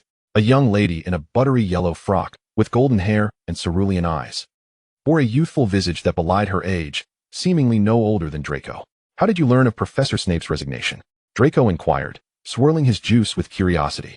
After all, he had received this news from Cassandrius, and it was surprising that the French purebloods were privy to such information even before their British counterparts. The girl, a descendant of the St. Clair family, smiled at him, her eyes narrowing slightly as she leaned closer. It was Mr. Slughorn. My mother is also a Hogwarts alumna. Draco smiled knowingly. He recognized the name Slughorn, a man he had previously looked down upon for his unabashed eagerness to cultivate talent, regardless of blood status. For a long time, Draco harbored little regard for him. However, it seemed that now he was indeed a remarkably talented wizard, Draco mused. I concur, St. Clair added. Mr. Slughorn even provided me with his contact information. By the way, Malfoy, may I keep one of your golden snitches? The shift in the conversation caught Draco off guard. Yet he calmly retrieved his resonance compass to exchange contact details with St. Clair. Her smile grew even brighter. To be honest, you are quite striking. Let us take a picture together. My friends will be utterly envious. Draco did not refuse her request. To decline an invitation from a lady would be most unchivalrous. Just as they drew closer for the photograph, a commotion erupted from the center of the gathering. Curious, St. Clair turned to see what was amiss. Following her gaze, Draco spotted a familiar figure at the heart of the crowd. Chapter 149. The overtures of French purebloods, the individual surrounded by admirers was a tall young man, whose handsome features evoked immediate admiration, and his air of noble aloofness rendered him utterly captivating. "Wow, who is that? He is so handsome," St. Clair exclaimed, her attention fixated on the striking youth, momentarily forgetting her previous conversation. Draco's lips curled into a slight smile. "It's Gunter." St. Clair's eyes sparkled with excitement as she turned to him. "Is it that Gunter?" "It truly is him." Upon uttering those words, she quickly adjusted her appearance in a nearby mirror, donning a gentle smile. She leaned in to inquire quietly, "Do I look all right?" Draco carefully brushed a stray golden hair from behind her shoulder, complimenting her with a warm smile. "You are flawless." "Thank goodness," St. Clair sighed, her gaze catching sight of Gunter approaching their direction. "He is coming over here," she gasped, wide-eyed, before turning to Draco. "He must be here to find you." "You are correct," Draco replied, suppressing a smile as he met the eyes of Cassandrius. "What brings you to France?" Cassandrius, along with St. Clair, nodded and naturally adjusted Draco's crooked bow tie while explaining, "I was in Austria and happened to pass through France." St. Clair, sensing the moment, gracefully made her exit, but not before pulling out her compass to gossip with her friends about the strange occurrence of a wizard traveling from England to Austria via France. "Are you having fun?" Cassandrius asked quietly, lifting a glass of juice from a nearby server's tray. Perhaps Cassandrius's presence alleviated some of Draco's tension, for he appeared much more at ease in his company. "Enjoying myself? I feel utterly exhausted. I can't fathom why my father insisted I come to France during my holiday." Inspecting this and that, Draco grumbled, his back to the crowd as he approached the buffet to poke at a piece of cake in frustration. "Not at all," Cassandrius observed, glancing thoughtfully toward Lucius, perhaps sensing an overabundance of worry. Lucius, engrossed in conversation, suddenly felt a chill run down his spine. "Let us not dwell on that. Today marks the final soiree. I must return by tomorrow at the latest. What about you?" Draco looked past the squished cake and directed his gaze toward Cassandrius. "I will return with you," Cassandrius replied without hesitation. Though Draco said nothing, his expression revealed his delight. As the two conversed in their secluded corner, their camaraderie captured the attention of others at the gathering. "Mr. Gunter and young Mr. Malfoy appear to have a rather amiable relationship," a gentleman remarked with a smile. Lucius, raising his glass, returned the smile with a measured politeness. "They are both students of Slytherin and entered the school in the same year, naturally fostering a close bond." "How splendid. Mr. Gunter is exceptionally gifted. Had I known, I would have sent my child to Hogwarts as well." While such words were spoken, many held a deeper, unspoken thought. The proximity of the Malfoys to the Gunter family could yield significant advantages. It had not been long since the Malfoy family had taken charge of all the Gunter estates across France. If their relationship deepened, what opportunities might arise? Soon, a number of young individuals, influenced by their elders' ambitions, gravitated toward the two. "Good day, Mr. Gunter. I am Fleur Delacour. May I inquire your name?" The first to speak was a silver-haired young lady. Were it not for the appearance of Cassandrius, the esteemed Lady Draco would have remained the undisputed center of attention at this soiree. "Of course, my lady," Cassandrius replied with a smile. "Cassandrius is my name. You may simply call me Cassius." The young woman, Ferong, was extraordinarily beautiful, perhaps due to her lineage linked to the enchanting nymphs, rendering her allure far more captivating than that of her peers. It was evident that the majority of the young men present were entranced by her. "Cassandrius?" Ferong mused, a smile breaking upon her lips. "What a splendid name. I have heard my grandmother speak of the legend of Cassandra." Cassandrius chuckled and clinked glasses with Ferong. "Indeed. My mother once remarked that had I been a girl, I might have been named Cassandra." Cassandra, the prophetess of Greek mythology and a princess of Troy, was endowed with the gift of foresight by Apollo himself due to her unparalleled beauty. Yet, after spurning his advances, she was cursed to utter prophecies that would forever go unheeded. While I am aware of Cassandra's prophetic abilities, I am left to ponder whether Mr. Gunter possesses a similar gift as that of the Trojan princess. As their conversation flowed, a somewhat gravelly voice interjected, disrupting the otherwise lively exchange. Ferong cast a glance towards the source, her expression darkening. Cassandrius followed her gaze to see a boy with dark curls, slightly taller than him. A handsome visage adorned with a smug smile that suggested he was relishing the unfolding drama. "Oh, Mr. Montmorency, what is it you wish to know? Perhaps, with your blessing, I too might acquire the ability to foresee the future." Montmorency, a name synonymous with alchemical prowess in France, was historically known for concocting potions for the royal family, with disastrous consequences that ultimately led to a curse upon his lineage, dooming them to eternal impurity. Kronos Montmorency leaned closer to the group, his body brushing against Ferong's. She recoiled in disgust. Unfazed, Montmorency cavalierly addressed her. "Let us peer into the future of Miss Draco and unveil what fate holds for the so-called enchanting nymph. An abrupt silence enveloped the gathering. Some could not suppress their laughter, directed at the audacious Montmorency, who appeared blissfully ignorant of his own folly. Perhaps the family curse had fostered a lineage abundant in progeny, yet the repercussions rendered them notably lacking in intellect, alongside a proclivity for promiscuity. Farong's ire flared. Yet in the presence of so many, she found herself unable to articulate her indignation, resorting instead to casting a withering glare at the insufferable Montmorency. Draco observed the scene, sipping his juice, secretly entertained by the unfolding drama. Truth be told, he held little regard for any of those present, but he maintained a facade that went unnoticed. Leaning closer to Cassandrius, Draco prodded his side and whispered, "Come on, retort him. I want to see Montmorency scurry away in disgrace." Chapter 150.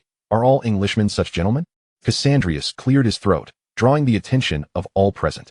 Some were unable to restrain their eagerness for the spectacle, even sharing the unfolding drama with distant friends. Cassandrius did not conceal his disdain directed at Montmorency.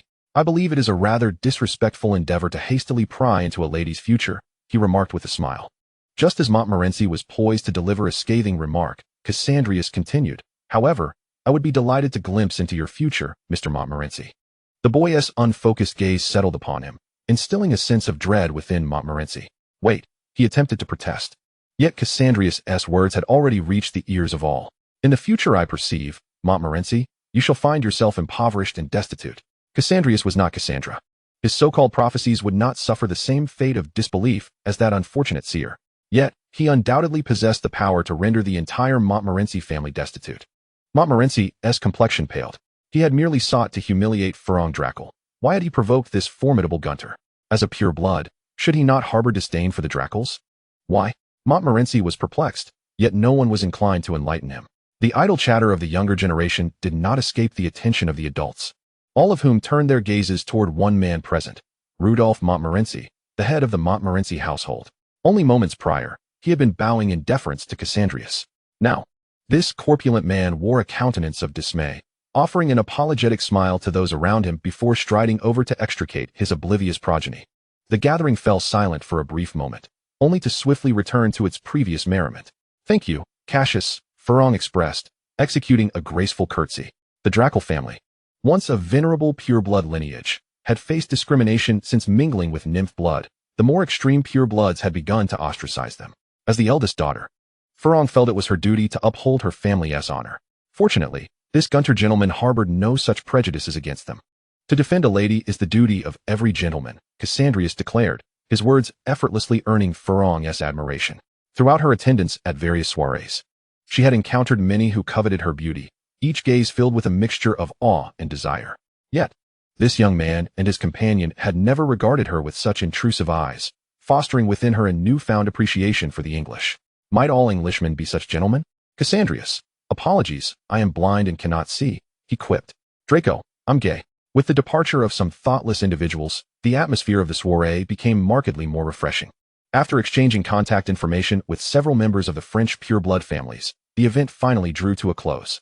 Draco scarcely had time to bid Lucius farewell before Cassandrius whisked him away. "Lucius, by Merlin."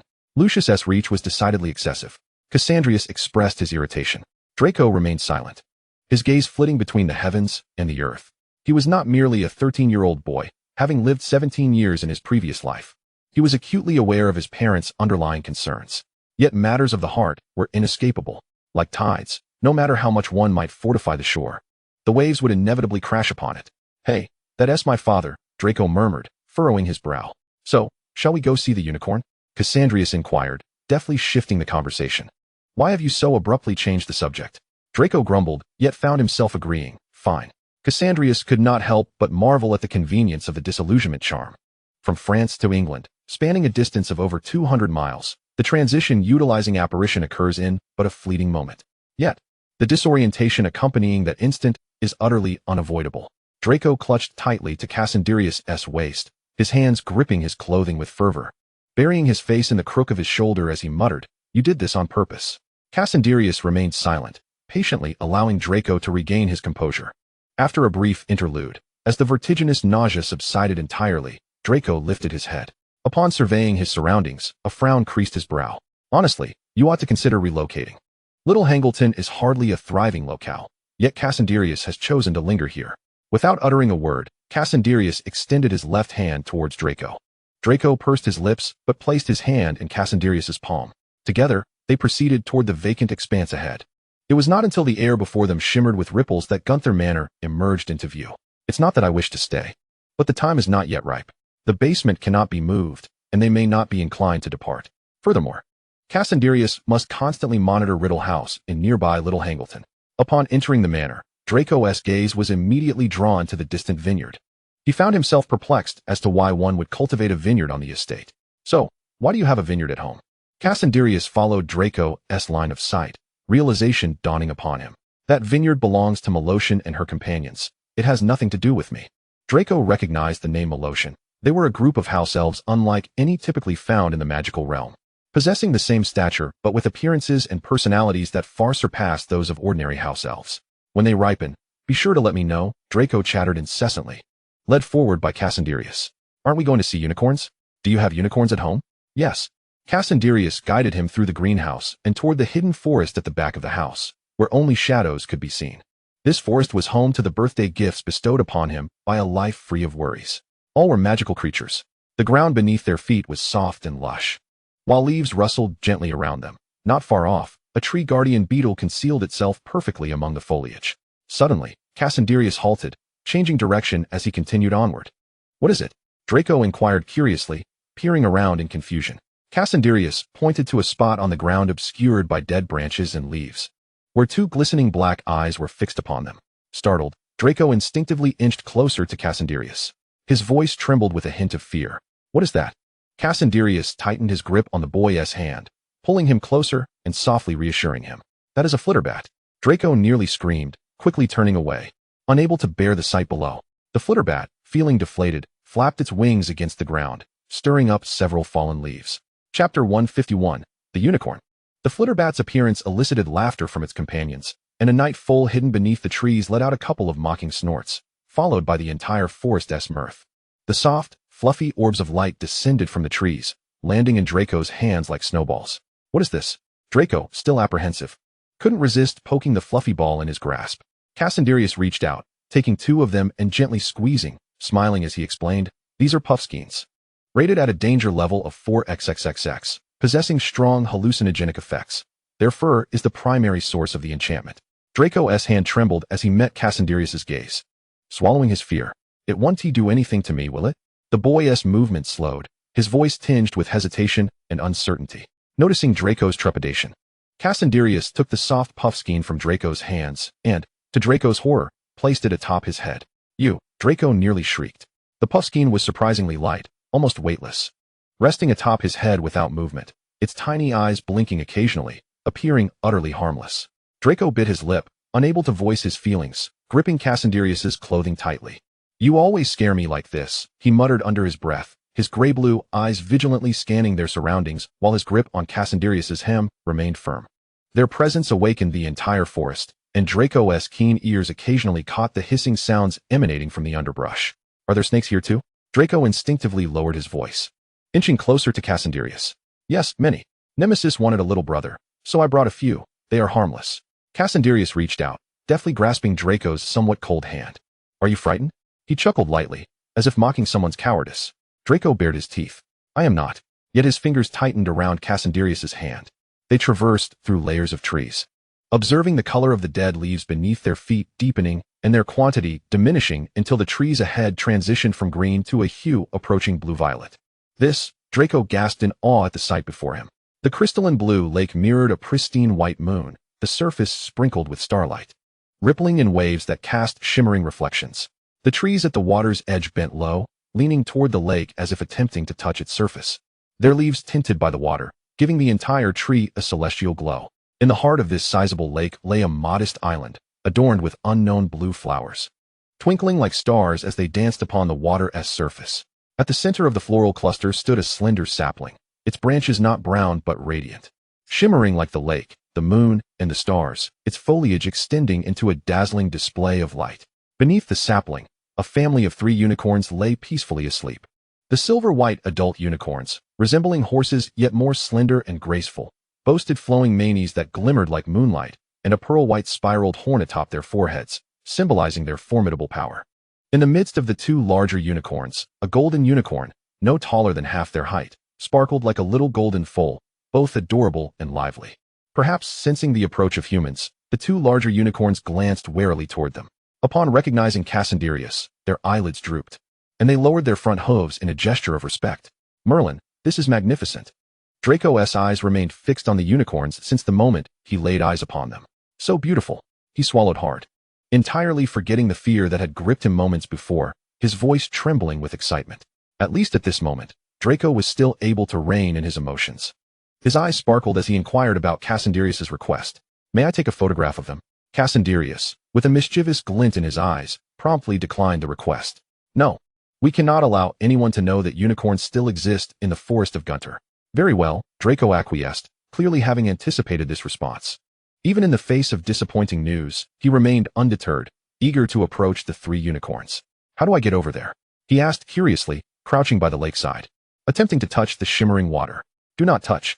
Cassandrius swiftly grasped his hand. What is it? Draco looked up, puzzled. Cassandrius stood him up, explaining in a measured tone. This is no ordinary lake. It harbors immense energy. Originally, this lake was merely a repository of waste infused with the potion of eternal dawn.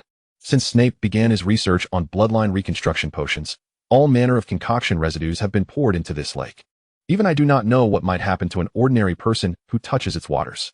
At the very least, no creatures other than unicorns venture near this place. All right. Draco conceded, albeit with a hint of regret, rising to his feet. His safety was of paramount importance. So how do we get across? He inquired. Cassandrius smiled. We simply walk. Draco was taken aback. In the next instant, Cassandrius stepped forward, his feet landing steadily upon the surface of the lake, causing only the faintest ripples to shimmer outward. Wow. Draco's eyes widened, a mixture of curiosity and joy flooding his heart. As he eagerly prepared to step forward, Cassandrius extended his hand. Observing the elegant, pale hand, Draco reluctantly placed his own within it. All right, he relented, mimicking Cassandrius, stepping onto the lake's surface. It felt soft beneath his feet, like stepping on a cushion of air, yet his balance remained unwavering, producing only the gentle ripples below. Draco was eager to run across the lake, but the hand that Cassandrius held restrained that impulse. The distance from the shore to the island in the center of the lake was merely 60 feet, and before long, the sensation beneath his feet altered. The surface became firm, yet retained a softness reminiscent of flowers and grass, snapping Draco back to reality. At that moment, a small unicorn on the island awakened.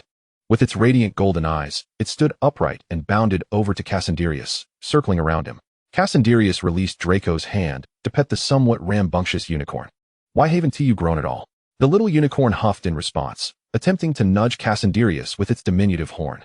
Amused, Cassandrius playfully grasped its ear, ruffling its fur until its tufted mane became tousled.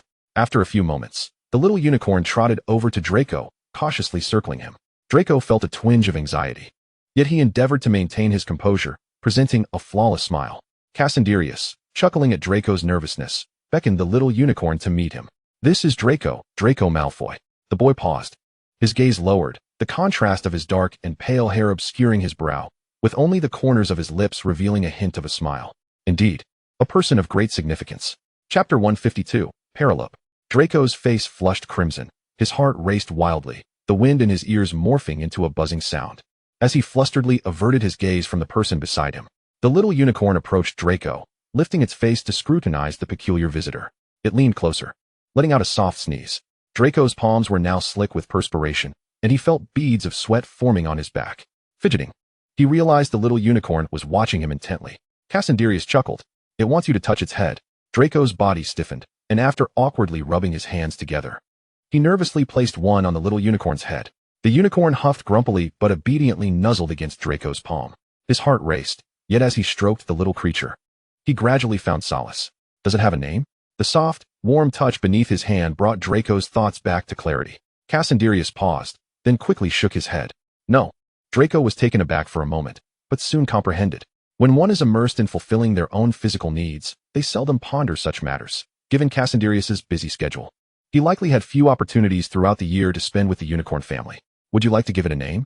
Cassandrius slowly sat down beside a small sapling, leaning against the mother unicorn, while the little unicorn eagerly settled next to him at the base of the tree. He extended his hand toward Draco. Draco slightly lifted his chin and smiled as he sat beside him. Do you really want me to name it? I might not be very good at it. The mother unicorn's tail gently brushed against Draco's back, soothing the boy's slight unease. Watching the little unicorn playfully tugging at the tail of the father unicorn, Cassandrius's eyes seemed to sparkle with a touch of light. I have heard that the Black family names their children after constellations. Perhaps that would simplify things? Draco pondered for a moment. That does sound quite fitting. He then turned to the lively little unicorn, grasping Cassandrius's hand, and slowly inscribed a word in his palm. Perseus. How does Perseus sound? Cassandrius gazed at the whirl of hair atop Draco's head, gently responding, yes, splendid. The name of the hero Perseus is indeed suitable for him. The rhythm of the mother unicorn's tail against Draco's back quickened, and he couldn't help but chuckle. Then let the mother unicorn be named Cassiopeia, after the constellation, symbolizing protection. The little unicorn halted, lifting its head proudly as it pranced before the father unicorn. The larger unicorn stomped its hooves in displeasure, and Cassandrius gently tugged at Perseus's tail. Too mischievous. Perseus let out a joyous whinny, circling ecstatically around its father. Orion, representing strength and loyalty. Sounds good, doesn't it? The father unicorn swished its tail and let out a loud call, raising its hooves to playfully knock Perseus down. Unperturbed, Perseus rolled over onto its back, wagging its tail, and soon drifted off to sleep. Orion sauntered over to Perseus, kneeling beside it and shielding it with his body. Draco could not suppress his laughter, leaning sideways and collapsing onto Cassiopeia. You seldom find yourself with such leisure. And is it truly just to bring me to see the unicorn? The heads of the two youths collided, their light golden and black and white hues intertwining, creating a tableau that was both jarring and harmonious. Cassandra looked up at the sky above. The daylight quickly dimmed, and the overcast heavens rendered the surrounding starlight even more resplendent, accentuating the presence of the person beside him. Yet, it wasn't he entirely so, Cassandra readily acknowledged. Humph. Draco emitted a sound, a knowing indication. His tone was muffled, revealing neither joy nor displeasure. It was evident that after spending so much time with Cassandra, Draco had learned to mask his emotions. Then what is your reason? Draco ultimately could not suppress his curiosity, knowing well that Cassandra would not refuse him. Cassandra extended his hand, his fingers brushing against Draco's right hand, his voice soft, as if recounting a long-forgotten tale. To make you cherish me a bit more. Draco responded, taken aback. Cherish? I thought you did not require such emotions. How could that be? Cassandra pinched Draco's fingertips gently, his voice barely above a whisper. I am human, and as a human, I experience the full spectrum of emotions, desire, anger, ignorance, and resentment. He smiled, a hint of melancholy lacing his laughter. Do you know? My mother is buried on this island. Draco suddenly sat up, his eyes wide with shock. Why did you not tell me sooner? This is rather disrespectful. Cassandra's brow furrowed slightly, his gaze lowering as he pulled Draco closer against his side. His voice was soft, as though he were gently reciting a story from long ago. My mother would not think so. Cassandra's enunciation was typically clear, yet today, the mention of mother felt foreign on his tongue. I have never even called her mother. The voice of the person beside him fell unexpectedly, and Draco instinctively tightened his grip on Cassandra's hand, their fingers entwined. You may be aware of the Gunter tradition. This infamous mad family that descends into madness with inbreeding, all for the sake of producing pure bloodlines. The night descended. A cool evening breeze brushed against their cheeks, raising the fine hairs on their arms. In truth, my father and mother were biological siblings, and my grandfather had only these two children. After my grandfather was imprisoned in Azkaban, they relied on each other, hiding in a valley to escape possible persecution, and later gave birth to me. A chill seemed to settle in, yet Draco was unconcerned by such matters. He simply held on to Cassandra's hand tightly. But when I was nearly 2, upon realizing I was blind and foolish, my father sought to kill me, to rid the Gunter family of its disgrace. My mother, Perilous, a woman who did not even possess her own wand, and could only wield her brother's second-hand one, cast the killing curse without a wand and killed my father. She fled with me from that suffocating home, and returned to the place where she had grown up. I understand her reasoning. Even if Small Hang Dun had seen better days, there would still be people around, and should she die, perhaps someone might see me, giving me a chance to survive. Cassandra's voice was remarkably calm. To be honest, he was uncertain of his own emotions at that moment. Was it sorrow? Perhaps, but there was also a deeper sense of regret and lamentation. He had never spent a single day with the woman who had given him life before his soul returned to his body. Yet, the stability of his remaining life was built upon the foundation of that woman's existence. Cassandra wished to say more, but Draco turned and embraced him. Do not speak. Just hold me tightly. His tone was unexpectedly assertive, firm in its delivery. Cassandra was momentarily taken aback, his pupils trembling slightly, yet his arms instinctively encircled Draco's waist. The embrace of the golden-haired youth was cool, a blend of the evening breeze and a touch of warmth. Cassandra realized his arms were tightly holding onto him. Chapter 153, A Vacation for Two Stubborn Souls. With 2 weeks remaining before school commenced, Harry and Sirius finally concluded their journey in France. When Harry, dressed in ragged attire and carrying a large black dog, appeared at number 12, Grimmauld Place, both Creature and the portrait of Walburga Black screamed in unison. "Ah, Merlin. Sirius Black. What on earth have you been doing?" The woman's shrill voice echoed throughout the house, while Creature cautiously and disdainfully accepted the backpack Harry offered, hastily making his way to the bathroom to run the water. The large black dog rolled on the floor, indifferent to the dirt it was spreading, before sauntering toward the bathroom. "All right, Mother, wait for me to finish my bath, and I will tell you all about this thrilling journey." Harry tugged at his tattered garments, his glasses still framing those clear green eyes beneath the ragged lenses. "I apologize, Aunt Walburga." Despite Harry's bashful smile, it did little to conceal the black mud-soaked clothes he wore. Amidst Creature and Walburga's sharp exclamations, the vacation at Grimmauld Place came to an end. "So, you and Sirius spent your time in France and America?" Ron exclaimed, his mouth agape in astonishment. Harry's demeanor turned serious. "No, it was not America." His voice rose and fell, filled with trepidation and reverence for the journey. "That was hell." "Well, then, it was hell," Ron shrugged. Hermione, meanwhile, was scrutinizing the summer assignments of the two boys. She frowned, her wand tapping rhythmically against their unfinished work. "Ron, Harry, have you touched your assignments at all?" Harry and Ron simultaneously lifted their heads, revealing faces stuffed with sandwiches. After exchanging glances, they both became alarmed. "Oh no, I had too much fun and forgot." The two hurriedly began to catch up on their assignments, their hands moving frantically as they shared tales of their summer escapades. "Sirius and I ran into a local gang fight as soon as we left the airport, and that female boss took a liking to Sirius. He almost became the little darling of a gang leader. Thankfully, they got into a conflict with another gang. Otherwise, Sirius would have truly vanished without a trace." "That sounds fantastic. I mean, the feeling of being a gang leader," Ron exclaimed, his mouth full of chocolate biscuits, his face brimming with uncontainable excitement. "My entire family went to Africa, you know? Wizards in Africa do not use wands. They are so cool. They cast spells through hand gestures." As he spoke, Ron could not resist putting down his quill to demonstrate some of the hand signs he had learned during the holiday to Harry and Hermione. Hermione shot him a glare, and Ron subdued his antics, but only slightly. He gestured with his mouth before picking up his quill again, lowering his voice. "And some can even breathe fire." "I know that." Harry lowered his voice, though even this could not suppress the excitement bubbling within him. "During my time in America, I encountered numerous wands that bore a striking resemblance to handguns. With just a pull of the trigger, one could cast spells." "How splendid." Oh. The two adolescent dreamers had already embarked on a wild flight of fancy. Hermione sighed in exasperation, returning to her hefty tome for further research. Not far from them, in a private compartment, Cassandrius had amassed a towering stack of Transfiguration Today journals to his right. These included every publication on animagi since the inception of Transfiguration Today in the 1800s, all meticulously collected for his own studies on animagi. In truth, he had already delved into many of them before the holiday's end. It was only now that he was focusing on the animagi series. Before the conclusion of his second year, Cassandrius had discussed the influence of the soul on animagi with Professor McGonagall. However, at that time, Professor McGonagall had not explored the topic in depth due to various reasons. Instead, upon returning to the manor, Cassandrius sought insights from Liz, which sparked a flicker of inspiration. That seemingly gentle which had been diligently researching dark magic with Gwendolen, dismissing Cassandrius's inquiries with a smirk. "All right, I admit, those were indeed my doing," the witch chuckled, her smile unwavering. "In truth, I must inform you that while I am proficient in transfiguration, I am not an animagus." This seemingly gentle yet profoundly proud, which took great pride in her lineage and surname. Despite having reached the level necessary to study animagi, someone as haughty as Liz would never deign to take on a beastly form as a gunter. While observing others transforming between human and animal was undeniably fascinating, she could offer only a modicum of insight. After all, few managed to survive within her soul studies.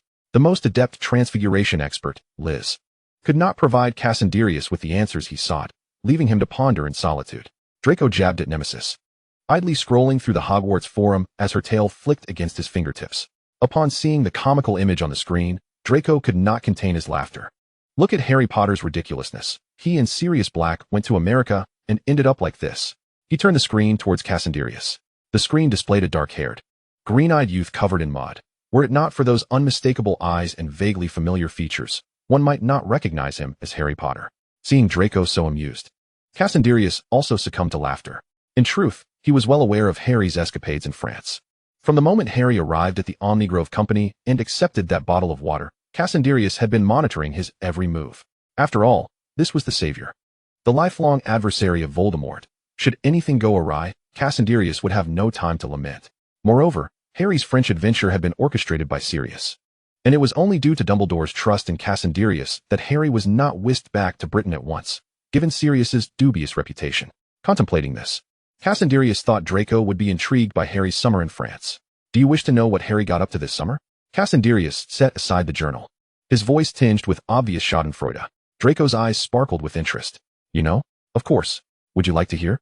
Draco interrupted Cassandrius, quickly tapping a few buttons on his compass to engage the recording function, eagerly awaiting Cassandrius's tale. I'm ready, do tell. The youthful anticipation on his face was utterly charming, his gray-blue eyes shimmering with excitement. Harry's summer journey was rather straightforward. After an incident involving a stolen wallet at a London Underground station, he and Sirius seemed cursed by a debuff. Their flight was rescheduled due to extreme weather, and mid-flight, they encountered an accident necessitating an emergency landing at a nearby airport. They were unfamiliar with the area, and despite their shared adventurous spirit, neither suggested returning home. Ultimately, they disembarked in Florida, USA. Upon their arrival, they witnessed a young man being struck down by a speeding car, only to subsequently encounter an escaped wizard who shot a muggle and was apprehended by an Auror. After sharing a cup of tea with the American Ministry's Aurors, they finally departed. Just when they thought they could relax, they found a hotel in the bustling Blind Pig Bar of the Muggle black market. But soon after, a dispute over dragon blood sales nearby escalated into a wizarding duel, putting their lives in peril. After narrowly escaping, Sirius's apparition took them to the vicinity of the Great Lakes, where they were pursued by merfolk for a week and nearly discovered by stationed American soldiers. Feeling that their journey had been fraught with too many trials, they resolved to return home, but the weather changed unexpectedly, plunging them into a storm that struck while they were operating, leaving them in an unknown mountainous area. Their luck worsened as they encountered a werewolf in its transformation phase. As Cassandrius recounted the tale in meticulous detail, Draco could hardly contain his laughter, collapsing onto the table in fits of giggles. Ha ha ha. His hands pounded the table, his body shaking with mirth. This is too funny. I've never heard anything so hilarious. I swear if Harry's story were published, it would fly off the shelves. I even have a title in mind. Draco straightened up, his face flushed with laughter. Let's call it The Survival Guide for the Accident Prone. Ha ha ha. Chapter 154, The Three New Professors. Once Draco had finally managed to contain his laughter, he was eager to share this amusing tale with his companions.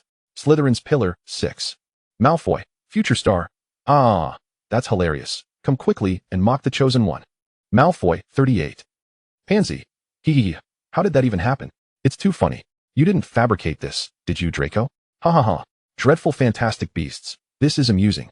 So the dark figure on the forum really is Potter? Unparalleled handsome. Can we share this? Malfoy, not a chance. Unparalleled handsome. What a pity. Theo, hilarious. Draco and Blaise were well aware of the boundaries, and this joke circulated only among their small circle. Nevertheless, the tale of the savior was too entertaining. Even as they boarded the night bus, Blaise and the others struggled to suppress their laughter. Hey, Harry, did you see your dashing appearance on the forum? As they entered the Great Hall, Draco seized a moment to raise his compass and flashed an impish grin at Harry.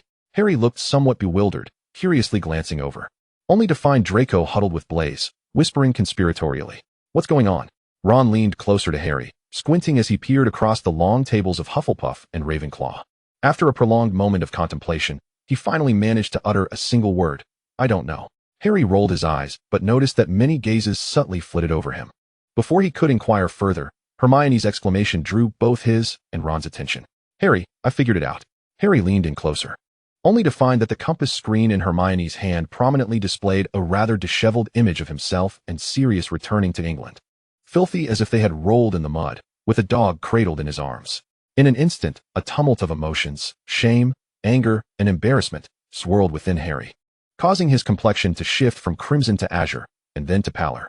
Merlin, strike me down with lightning, Harry exclaimed in despair. Ron bit his lip, stifling his laughter, while Hermione, though smiling, gently patted Harry on the shoulder. Don't be disheartened, Harry. After a lengthy contemplation, Hermione struggled to discern how best to comfort Harry. After all, in this age, one's Black history was rendered in high definition. Harry's despondency lingered until the new students were sorted into houses. Cassandrius occupied the foremost position at the Slytherin table, flanked by Talia and Erwin, who were now in their 7th year. I heard Hogwarts is welcoming 3 new professors this year. Erwin quietly inquired of Cassandrius, who was intently examining the palm of his right hand, responding without lifting his gaze. Indeed, Erwin's mood evidently soured. Without Professor Snape, who will deduct points from Gryffindor, he muttered, his voice barely audible to those nearby.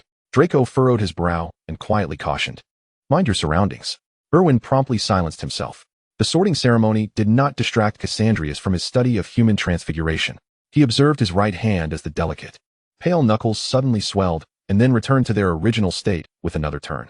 Gently flexing his fingers, the neatly trimmed nails slowly elongated and curved under Cassandrius's watchful eyes, while the skin at his fingertips cracked and yellowed, transforming in mere moments into something akin to desiccated twigs. Draco, seated beside him, immediately noticed the changes in Cassandrius's palm. "You've made progress again," he remarked, his tone a mixture of complexity and admiration. This individual's aptitude was remarkable, no matter how hard he tried. He could only aspire to match him. Even now, with such adeptness in human transfiguration, Cassandrius seemed indifferent to the competition for top grades. "Would you like to learn?" Cassandrius inquired, placing his right hand on the table, and with a gesture, the previously ghastly hand returned to its original state. "Forget it," Draco replied, shaking his head. He was self-aware enough to recognize that while he might possess some talent, he still paled in comparison to true geniuses. Besides, he had numerous courses to manage. Proficiency in transfiguration sufficed. "By the way, weren't you planning to practice becoming an animagus? When will you begin?" Draco recalled Cassandrius's summer plans with curiosity. Cassandrius idly regarded the tall man seated closest to Dumbledore at the staff table, his tone enigmatic. "Perhaps later, after all. Who in Hogwarts can rival Dumbledore's mastery of transfiguration?" Noticing Cassandrius's gaze, the tall man beside Dumbledore returned a knowing smile. Draco, following Cassandrius's line of sight, suddenly locked eyes with the stranger. The gaze was icy, scrutinizing, and probing. In that fleeting moment, Draco felt as though his heart had momentarily halted. Trembling slightly, he quickly turned away and whispered, "Who is that?" Cassandrius soothingly pinched his fingertips, remaining silent as he inscribed a few letters in Draco's palm. "GG." Initially perplexed, Draco soon comprehended, his body jolting and his pupils quivering. "Really?" His voice trembled subtly, the breathless tone betraying his unease. "Of course," Cassandrius smirked, casting a warning glance toward Grindelwald's direction. Grindelwald chuckled mischievously, turning to report to Dumbledore, "It's so delightful to tease the children. I must do this again." Dumbledore sipped his pumpkin juice, feigning ignorance of the unfolding events. For a fleeting moment, Draco's heart raced, but tranquility soon returned. Yet he could not suppress his desire for sarcasm. "Is it true that Grindelwald is teaching us?" "Which subject?" "It can't be defense against the dark arts, can it?" he muttered, his voice barely audible between them. "He wouldn't teach us the unforgivable curses, right?" "He is not moody," Cassandrius quietly reassured Draco, while internally questioning the peculiarities surrounding Draco's 4th-year professor, Moody. Mainly, this unique targeting of Malfoy felt oddly familiar. As Draco murmured, the sorting ceremony concluded. Dumbledore cleared his throat and stood. He surveyed the assembled children, feeling an overwhelming sense of nostalgia. "It is the best of times, yet the worst of times. I am delighted to see so many new faces this academic year." Following a customary discourse of warnings and reminders for students eager to challenge Hogwarts, it was time to introduce the new professors. Regrettably, over the past year, we bid farewell to 3 professors. First, Gilderoy Lockhart. Well, you all know the story. As Dumbledore's words trailed off, laughter erupted from the Gryffindor table, quickly spreading throughout the hall. With a resigned gesture to quell the noise, he awaited the hall's return to silence before turning his attention to the professors seated at the staff table. First, we have Professor Ketterburn, who has taught care of magical creatures but has lost his limbs over the years. Henceforth, Professor Ettery Oliveira will take over the care of magical creatures course. Professor Ettery Oliveira was the current guise of Grindelwald. He gracefully rose from his seat, exuding elegance and poise as he addressed the assembly. "Good evening, everyone." The tall, handsome middle-aged man, with his dignified demeanor, instantly garnered the affection of numerous students. Grindelwald surveyed the room, his gaze landing on Harry Potter. "Is this the child that Albus has been so concerned about?" Dumbledore smiled broadly, betraying no other emotion. Harry, amidst applause from his companions, suddenly felt a chill behind him, followed by an intense throbbing in his forehead. He felt unwell, yet the atmosphere around him was so vibrant that he hesitated to disrupt it. As Dumbledore interrupted the clamor of the Great Hall, He announced that this year we would welcome a new professor for the Defense Against the Dark Arts course, Remus Lupin, a distinguished alumnus of Hogwarts. The tall, slender man rose from the faculty table, exuding a gentle demeanor, though his face bore the marks of age. It was devoid of any gloom. The applause this time was noticeably subdued compared to the previous occasion. Next came the professor most eagerly anticipated by all Slytherins. As the start of the school year approached, they learned that a new professor would be taking over their potions class, as well as the role of head of Slytherin House. Everyone awaited this with great anticipation. And then, Professor Slughorn. Dumbledore winked at the crowd. Perhaps some of you are familiar with him. He was once the potions master and head of Slytherin House here at Hogwarts. I trust you will get along splendidly. Won't you? A somewhat stout, genial-looking man rose from the faculty table to greet everyone. It is truly a pleasure to see you all. Slughorn and his colleagues exchanged smiles, inviting the students in the hall to join in. Of course, my dear children, my Slug Club continues to welcome everyone. Chapter 155, The Truth. What is the Slug Club? After the feast, the two Slytherin prefects escorted the first years to the Slytherin common room, while the older students engaged in discussions about Professor Slughorn's Slug Club. I know. Blaise was evidently well acquainted with this Slug Club. My mother was once a member as well. Furthermore, Blaise's mother met his father through this very club. Pansy nudged Blaise in the ribs, cautioning him. Speak up. All right. Good lady, be gentle, you'll hurt me. Blaise pleaded, and soon, under Pansy's threat, began to elaborate on the club. It is a small circle founded by Professor Slughorn, centered around the exchange of connections and resources. Generally, those who receive his invitations are all from prestigious families, exceptionally gifted, or possess some unique talents. Daphne nodded knowingly, tossing her hair nonchalantly. So, it would be quite embarrassing for anyone in Slytherin not to receive an invitation. Pansy unreservedly mocked. If one lacks a particular skill or a sufficiently illustrious surname, it's likely that even receiving an invitation would lead to a mortified withdrawal. They regarded the Slug Club with little concern, as they were well aware that, given their backgrounds, it would be strange not to have received an invitation. They continued their casual banter, while Theodore silently clenched his fists. As Slytherin discussed the Slug Club, Gryffindor was engaged in the same conversation. Wow, the twins cheerfully leaned against Ron's shoulder, nearly suffocating him. Ronnie, do you want to join the Slug Club? Be careful not to turn into a sticky slug. Ron, infuriated, felt the urge to retaliate, but the two brothers swiftly darted away like the wind. Honestly, how annoying. After fuming for a moment, Ron looked at Harry, who appeared deep in thought. What is on your mind, Harry? You haven't said a word all evening. Oh, really? Harry absently fumbled with his wand, his response laced with confusion. Hey, Ron halted Harry's steps, scrutinizing his brother closely. Honestly, you're acting a bit odd tonight. Harry was at a loss for how to explain. His forehead had been throbbing throughout the evening. Unable to resist, he touched his forehead, his fingers brushing against the very spot of his scar. I don't know, Harry replied, shaking his head in bewilderment, yet pondering within. Is it the scar? It was only upon entering the magical world that he learned it was a mark left by Voldemort. Now, the pain emanating from it, was it a warning? And what of that Professor Ollivander? This discomfort began just moments ago. Who is he? Harry's heart sank, yet his expression bore no trace of anxiety. He offered Ron a smile. It's nothing, perhaps just the anguish of knowing my dark history will forever be recounted at Hogwarts. Upon hearing this, Ron's initial worry dissipated, replaced by gleeful schadenfreude. Ha ha ha. He laughed heartily. How pitiful. Just think, decades from now, my children and your children will be reading about your dark past at school. Ron's laughter elicited chuckles from the surrounding Gryffindors, all of whom were doubled over in mirth. Harry shrugged in exasperation. All right, spare me. Look, Hermione has already walked away. Speaking of Hermione, Ron couldn't help but sigh.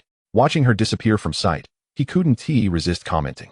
Harry, do you think she can truly manage 12 subjects? Harry swatted Ron's hand off his shoulder, maintaining a straight face. We didn't choose 12 subjects. Fine, Ron relented, spreading his hands. I heard Barbara and Garen are also taking 5. Do you think Draco will too? Of course, a somewhat haughty voice interrupted. Ron turned to see Draco, accompanied by Cassandrius. After the summer break, the heights of the group had noticeably increased, giving them a more adult appearance. Ronald, I hear you've only chosen 2 subjects? Even Harry has opted for 3, yet you've chosen but 2. Ron incredulously glanced at his best friend. Harry awkwardly scratched his face, unable to meet Ron's gaze. Sorry, mate, I heard the Muggle Studies class is quite fascinating, you know. Ron's face was one of disbelief. He slowly shook his head, reminiscent of characters he had seen on television during the summer in the Muggle world. No, my good brother. Harry, how could you betray me? Betray our friendship? Draco chuckled, unabashedly capturing the spectacle of the two. All right, I've had enough of this farce. Let us be on our way. Cassandrius remained silent throughout, casually glancing at Harry's forehead scar as they departed. Grindelwald was audacious, testing Voldemort's soul with dark magic right under Dumbledore's nose. As night descended and the Gryffindor Tower fell into a tranquil slumber, Harry quietly donned his invisibility cloak and ventured alone to the room of requirement on the 8th floor. He had expected to find only Cassandrius there, but when the door opened, he was surprised to find not one, not two, but 5 people within. Cassandrius, Draco, Garen, Barbara, and a girl named Raquel, whom Harry had only met a few times. Upon seeing Harry, a triumphant grin spread across Draco's face. He extended his hand towards Raquel. I won, pay up. Raquel, visibly disgruntled, retrieved a crystal-clear token from her pocket and handed it to Draco. As expected, my luck in gambling is perpetually in the negatives. Cassandrius was absorbed in studying Dumbledore's handwritten notes and seemed unfazed by Harry's arrival. You've come. Harry removed the invisibility cloak and surveyed the calm faces surrounding him, unable to suppress a sigh. How did you know I was coming? Garn, engrossed in a potions textbook, meticulously examined the various ingredients before him and replied without lifting his gaze. Your actions are rather conspicuous, especially when you touch the scar on your forehead. To a discerning observer, it's as noticeable as a 10,000-volt light bulb. All right. Harry sighed in resignation and settled onto a nearby sofa. So, can someone tell me why? No one acknowledged him. After a momentary silence, he called out, hello? Can anyone hear me? Draco, flipping through several elective course texts, responded without looking up. Who are you asking? After yet another sigh, Harry helplessly shouted, sorry, could you tell me Cassandrius? Cassandrius raised his head, narrowing his eyes slightly. This may not be the answer you wish to hear. His words floated lightly, yet they bore a weight that pressed heavily on Harry's ears. For reasons unknown, Harry felt a tightening in his chest, a surge of an indescribable emotion beginning to envelop him, perhaps anxiety, perhaps fear. His heart trembled, but he still yearned to uncover the truth. I can handle it. Harry's gaze was resolute. No matter what the truth was, he would have to embrace it eventually. Wouldn't he? Rather than endure the torment of forced revelation in the future, it would be wiser to compose himself now and prepare for whatever lay ahead. Very well. Cassandrius set aside his book, rising to approach Harry. His gaze lacked focus, yet the coldness in his eyes as they met Harry's was unmistakable. Before I reveal the truth, I must take certain precautions, he said, smiling down at Harry. You wouldn't mind, would you, Harry? Harry swallowed hard. For some inexplicable reason, he found Cassandrius in this state somewhat intimidating. Draco shivered, and upon hearing that familiar line, couldn't help but shoot an irritated glare at both Cassandrius and the bewildered Harry. I wouldn't mind, he said, his voice dry as dust. In the next moment, Harry felt a chill at his forehead. Cassandrius, wielding his wand, lifted the stray hairs from Harry's brow and began to trace several silvery runes in the air with his fingertips. This is the origin of the alchemical circle, the very first alchemical array. By invoking the essence of these runes, we awaken the power of magic. The silvery script slowly descended onto the scar on Harry's forehead. A gentle coolness enveloped his entire mind. Suddenly, Harry felt an unprecedented clarity and liberation wash over him, awakening his senses. What is this? He couldn't help but inquire. Cassandrius smiled faintly. It is a simple isolation array, capable of severing your connection to Voldemort, while also shielding him from perceiving you. Harry pondered this. So the truth is. Cassandrius met those green eyes and, without hesitation, revealed the harsh reality. You are a Horcrux, Harry, one of Voldemort's instruments for immortality. Chapter 156, The One Who Must Be Killed. Harry was taken aback. A Horcrux? What is a Horcrux? Draco's eyes reflected a hint of sympathy.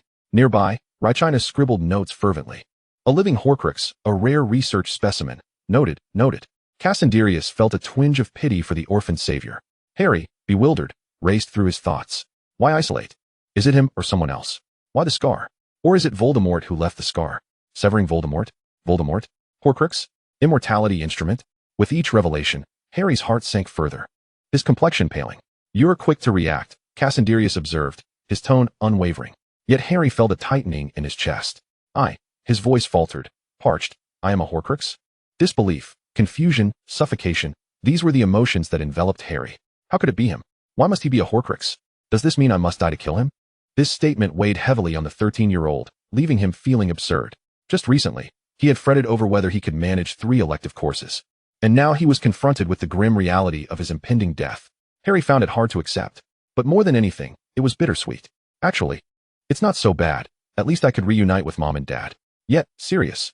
They had promised to travel the world together after graduating from Hogwarts. And Ron, Hermione, They would surely be heartbroken if he were gone. Uff! Draco couldn't stifle a laugh. Lost in his sadness and confusion, Harry was startled awake by the sound. He realized a tear had slipped from his eye without his notice. Cassandrius had returned to his seat. Draco reclined in his chair, exuding an air of casual ease. Don't worry, Savior. This is Hogwarts, the safest place in all of Britain. If all else fails, there's always Professor Dumbledore. Harry looked around, bewildered and anxious. He noted that not a single person exhibited any excess emotion regarding this revelation. You all knew already. Harry felt a surge of anxiety. Not exactly. Draco replied, brushing dust off his book, his tone teasing. I knew, but they only just found out. Then what should I do? Harry's green eyes brimmed with panic, leaving him feeling lost. He racked his brain for solutions drawn from the knowledge he had accumulated over the years, but no matter how he pondered, he could only awkwardly acknowledge that he was still just a third-year student, among the least accomplished in this group. However, as his gaze fell upon Cassandrius, still immersed in his notes, Harry suddenly felt a rush of calm. Cassandrius, you know what to do, right? Harry's rapid return to composure left Draco somewhat deflated as he set down the compass hidden behind his book. What a shame. Cassandrius lifted his head from Dumbledore's notes, his understanding of transfiguration having reached a new level. He turned to the now composed boy and praised. Dumbledore's choice to leave you at your aunt's was indeed the right one. Harry's face darkened at this remark, yet reason told him it might actually be true. Having endured an abnormal childhood, Harry had developed a keen sense of observation. He possessed a maturity that surpassed that of his peers, even if he appeared to be just another ordinary Hogwarts student among those around him. Harry suddenly felt a peculiar itch in his teeth. You indeed wished to witness my folly, did you not? Cassandrius did not deny it. After all, I too am curious to see how long it takes for Dumbledore's golden boy to regain his composure, he mused. You truly are the chosen one handpicked by Voldemort himself. He couldn't help but exclaim. A shiver ran down Harry's spine. Enough of this. It is rather nauseating. What am I to do? At that moment, he became aware of his uncharacteristic calmness and rationality. Yet after much contemplation, the only solution he could conceive was the isolation spell Cassandrius had inscribed for him earlier. It is a simple matter. Cassandrius replied with a smile and a shrug. Voldemort had fractured his soul across Horcruxes to achieve immortality. You too are a Horcrux, which signifies that a fragment of Voldemort's soul resides within you. So, my ability to speak Parseltongue is indeed a consequence of his soul? Harry astutely identified the blind spot. Precisely. Cassandrius now held a greater admiration for Harry. Who is to say that as the vessel of a Horcrux, Harry was not influenced by Voldemort's soul? Harry felt a wave of revulsion. The very soul of the fiend who murdered his parents dwelled within him. There could be nothing more repugnant in existence. Now that he grasped the principle, the resolution seemed straightforward. Cassandrius traced several patterns in the air, a ring, a locket, a crown, a diary. He was unreserved in sharing the progress of his current Horcrux purification with Harry, just like the Slytherin locket found in the Black family manor. The universal solution to Horcruxes lies in confronting the soul contained within. Harry furrowed his brow, his emotions intricately tangled. So, I must be subjected to fiend fire? His words were rather amusing, and Cassandrius had no qualms about jesting with him. If you so desire. Never mind. Harry resolutely declined. I believe, if possible, I would prefer a less painful resolution. There is indeed. Cassandrius snapped his fingers. The sooner you resolve this, the greater the benefit for you. He was utterly indifferent. However, there is currently a pressing concern. His words piqued Harry's interest. What concern? Harry's green eyes followed Cassandrius, fervently hoping to obtain from him the solution he sought. You know, when you were but a year old, Voldemort chose to kill you due to a prophecy. Harry's pupils constricted slightly, and his hands instinctively clenched. It was a prophecy made by Sybil Trelawney, who possessed the blood of a seer, foretelling that the one with the power to vanquish the Dark Lord approaches from a family that has triumphed over him thrice, born at the end of July, marked by the Dark Lord as his equal, yet possessing a power unknown to Voldemort, a power that necessitates one to perish at the hands of the other. For both cannot survive, only one can prevail. His voice resonated deeply, echoing heavily in Harry's heart. Gradually, Harry began to comprehend everything. He rose, his chest heaving. The isolation spell cast by Cassandrius struggled to contain the tumult of his emotions. So, the soul of Voldemort within me must be vanquished by Voldemort himself? Chapter 157, A Decade-Long Contract. Indeed. Cassandrius chuckled. He gestured towards the patterns in the air engulfed in fiendfire, asking, how do you intend to proceed? When anger is expunged, one often finds themselves in a state of bewilderment. When reason surpasses all emotion, one becomes indifferent. Harry felt a slight warmth in his fingers, his palms ablaze. He sensed his chest ablaze, as if a fire were incessantly consuming his reason, yet an unknown magic continually elevated his threshold of calmness. Caught in the throes of anger and composure, Harry felt a terrifying strength surging within him. I presume you are telling me this because the day of reckoning draws near. Pressing his lips together, Harry clenched his hands and inquired. Cassandrius shifted his stance, crossing his legs as he faced Harry. He wore glasses, and through the lens, Harry could not discern the expression in Cassandrius's eyes, yet he could detect the tone of admiration in his voice. Many within Slytherin claim that Harry is a spoiled darling of Dumbledore, but now, it appears otherwise. Harry clenched his teeth, taking deep breaths to suppress the discomfort in his throat. He closed his eyes, and, upon reopening them, found himself enveloped in tranquility. Very well. I am indeed a good boy. At least at this moment, I cannot confront Voldemort directly. That is of no consequence. Cassandrius shrugged, tapping the table twice. Garen intuitively brought over a crate of potions. Harry glanced over and recognized the restorative potions he often consumed during training. With these, Harry was aware of their effects. But they were only somewhat effective against ordinary wizards. They were woefully inadequate for confronting one of Voldemort's caliber. Certainly not. Take a closer look. Harry obediently lowered his gaze to the crate, discovering that the potions within were markedly different in hue and luminance from the restorative potions. A gradient of silver and blue intertwined with deep golden and violet concoctions. Cassandrius pointed to the table, introducing, these potions possess effects several times greater than the restorative potions, and their production cost is quite substantial. However, that is not an issue. From this moment forth, Gunter will unconditionally provide you with these resources, including but not limited to restorative potions, practical training and guidance, tailored combat optimization plans, specialized apparition training schemes, cerebral shielding techniques, soul stabilizers, and counter training against the Dementor's Kiss. Additionally, I will share intelligence with you and craft alchemical tools to mitigate harm, assist you in mastering the Patronus charm, and arrange for a dedicated nutritionist and psychologist, along with a specialized training team. He elaborated extensively until Harry's eyes glazed over, at which point Cassandrius ceased his discourse. Of course, they both understood that this was merely the tip of the iceberg. You wish for me to sell my soul to you? Harry swallowed hard, voicing the suspicion that lingered in his mind. The smile on Cassandrius's face morphed into a forced grin. He retrieved a piece of parchment from a nearby table, lightly tapping it, and the parchment fluttered to Harry's side. This is a collaboration contract. I recommend you examine it thoroughly, as it pertains to your future endeavors. Cassandrius was far from a philanthropist. Given that Harry was to defeat Voldemort within 2 years to successfully navigate his death, the costs of his training were unavoidable. And who in the entire British wizarding community would altruistically contribute to Harry's quest to vanquish the Dark Lord? Only Gunter. Only Gunter. While Potter was not lacking in wealth, some things could not be procured merely with money. Harry's eyes rapidly scanned the parchment, and the more he read, the more complex his expression became. He could not fully comprehend it, yet he discerned the generous terms within. Indeed, this was not a contract of servitude. A closer inspection revealed Gunter's benevolence. Gunter offered an abundance of resources, while Harry was merely required to commit 10 years of work post-graduation. Over the course of these 10 years, the endeavor has proven to be far from fruitless. Not only does it offer an impressive annual salary of 50,000 galleons, but it also encompasses an array of performance bonuses and corporate-level benefits. Whether it be housing allowances, potion consumption subsidies, or fieldwork allowances, Harry firmly believed that the remuneration outlined in this contract would attract a multitude of eager candidates if presented to the outside world. Yet, he could not help but ponder the significance of a decade. It represents more than half of his current life, a considerable segment of his existence. To commit 10 years to working for Gunter, was he truly willing to do so? Harry remained silent for an extended period. Draco, puzzled, leaned closer to inspect the document, and his expression soured in an instant. Surely, the savior could not genuinely believe he was a savior, could he?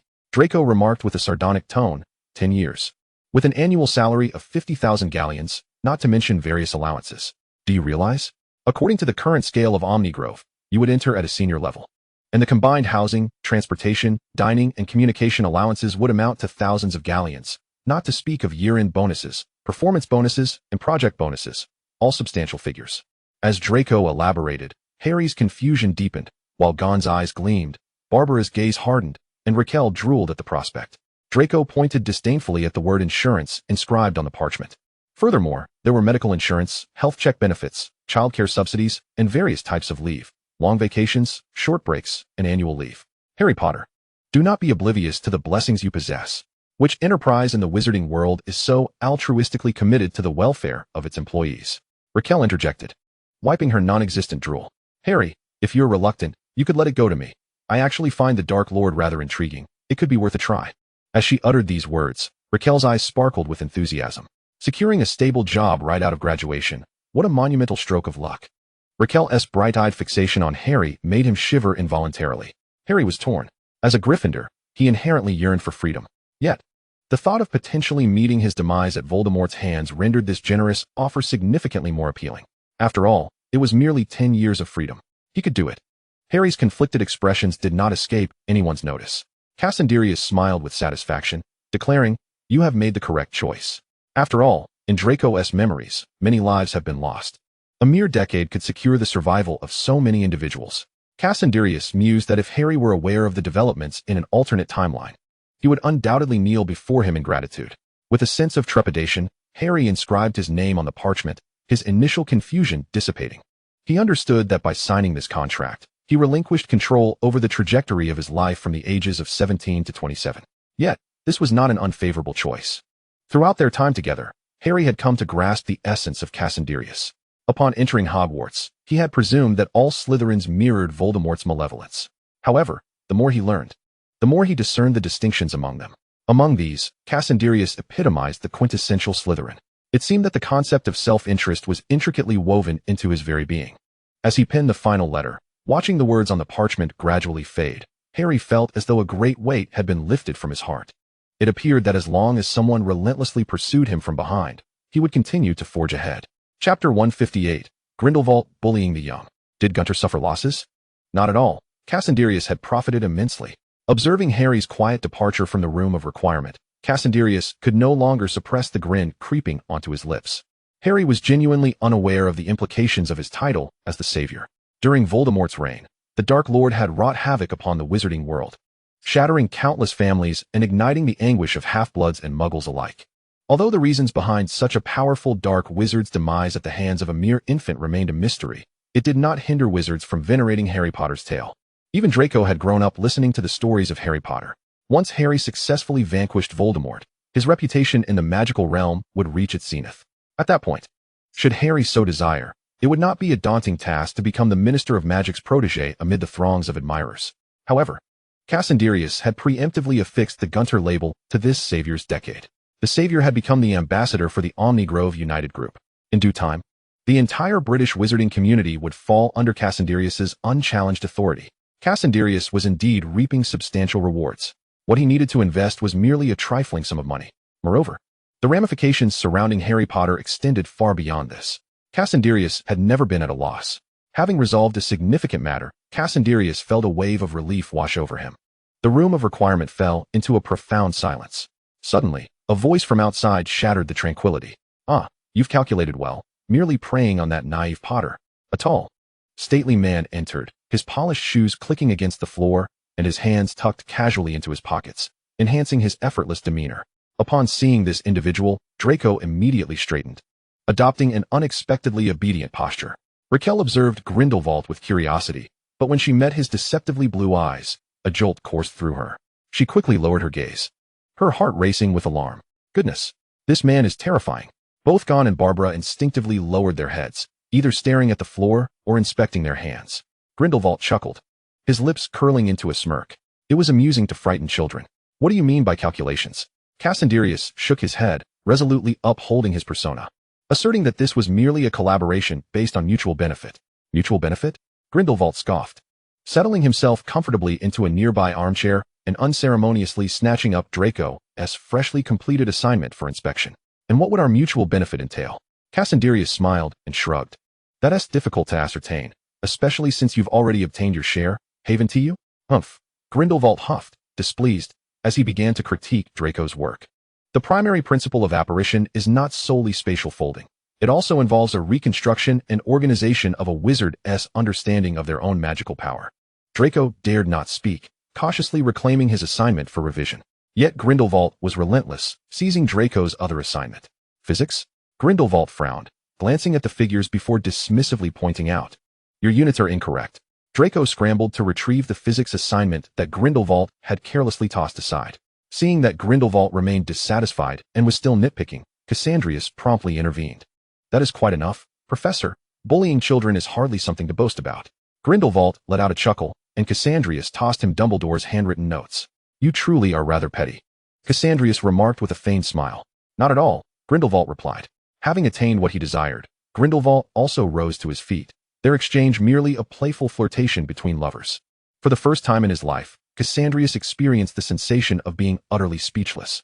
As he watched Grindelwald vanish into the room of requirement, Draco finally relaxed.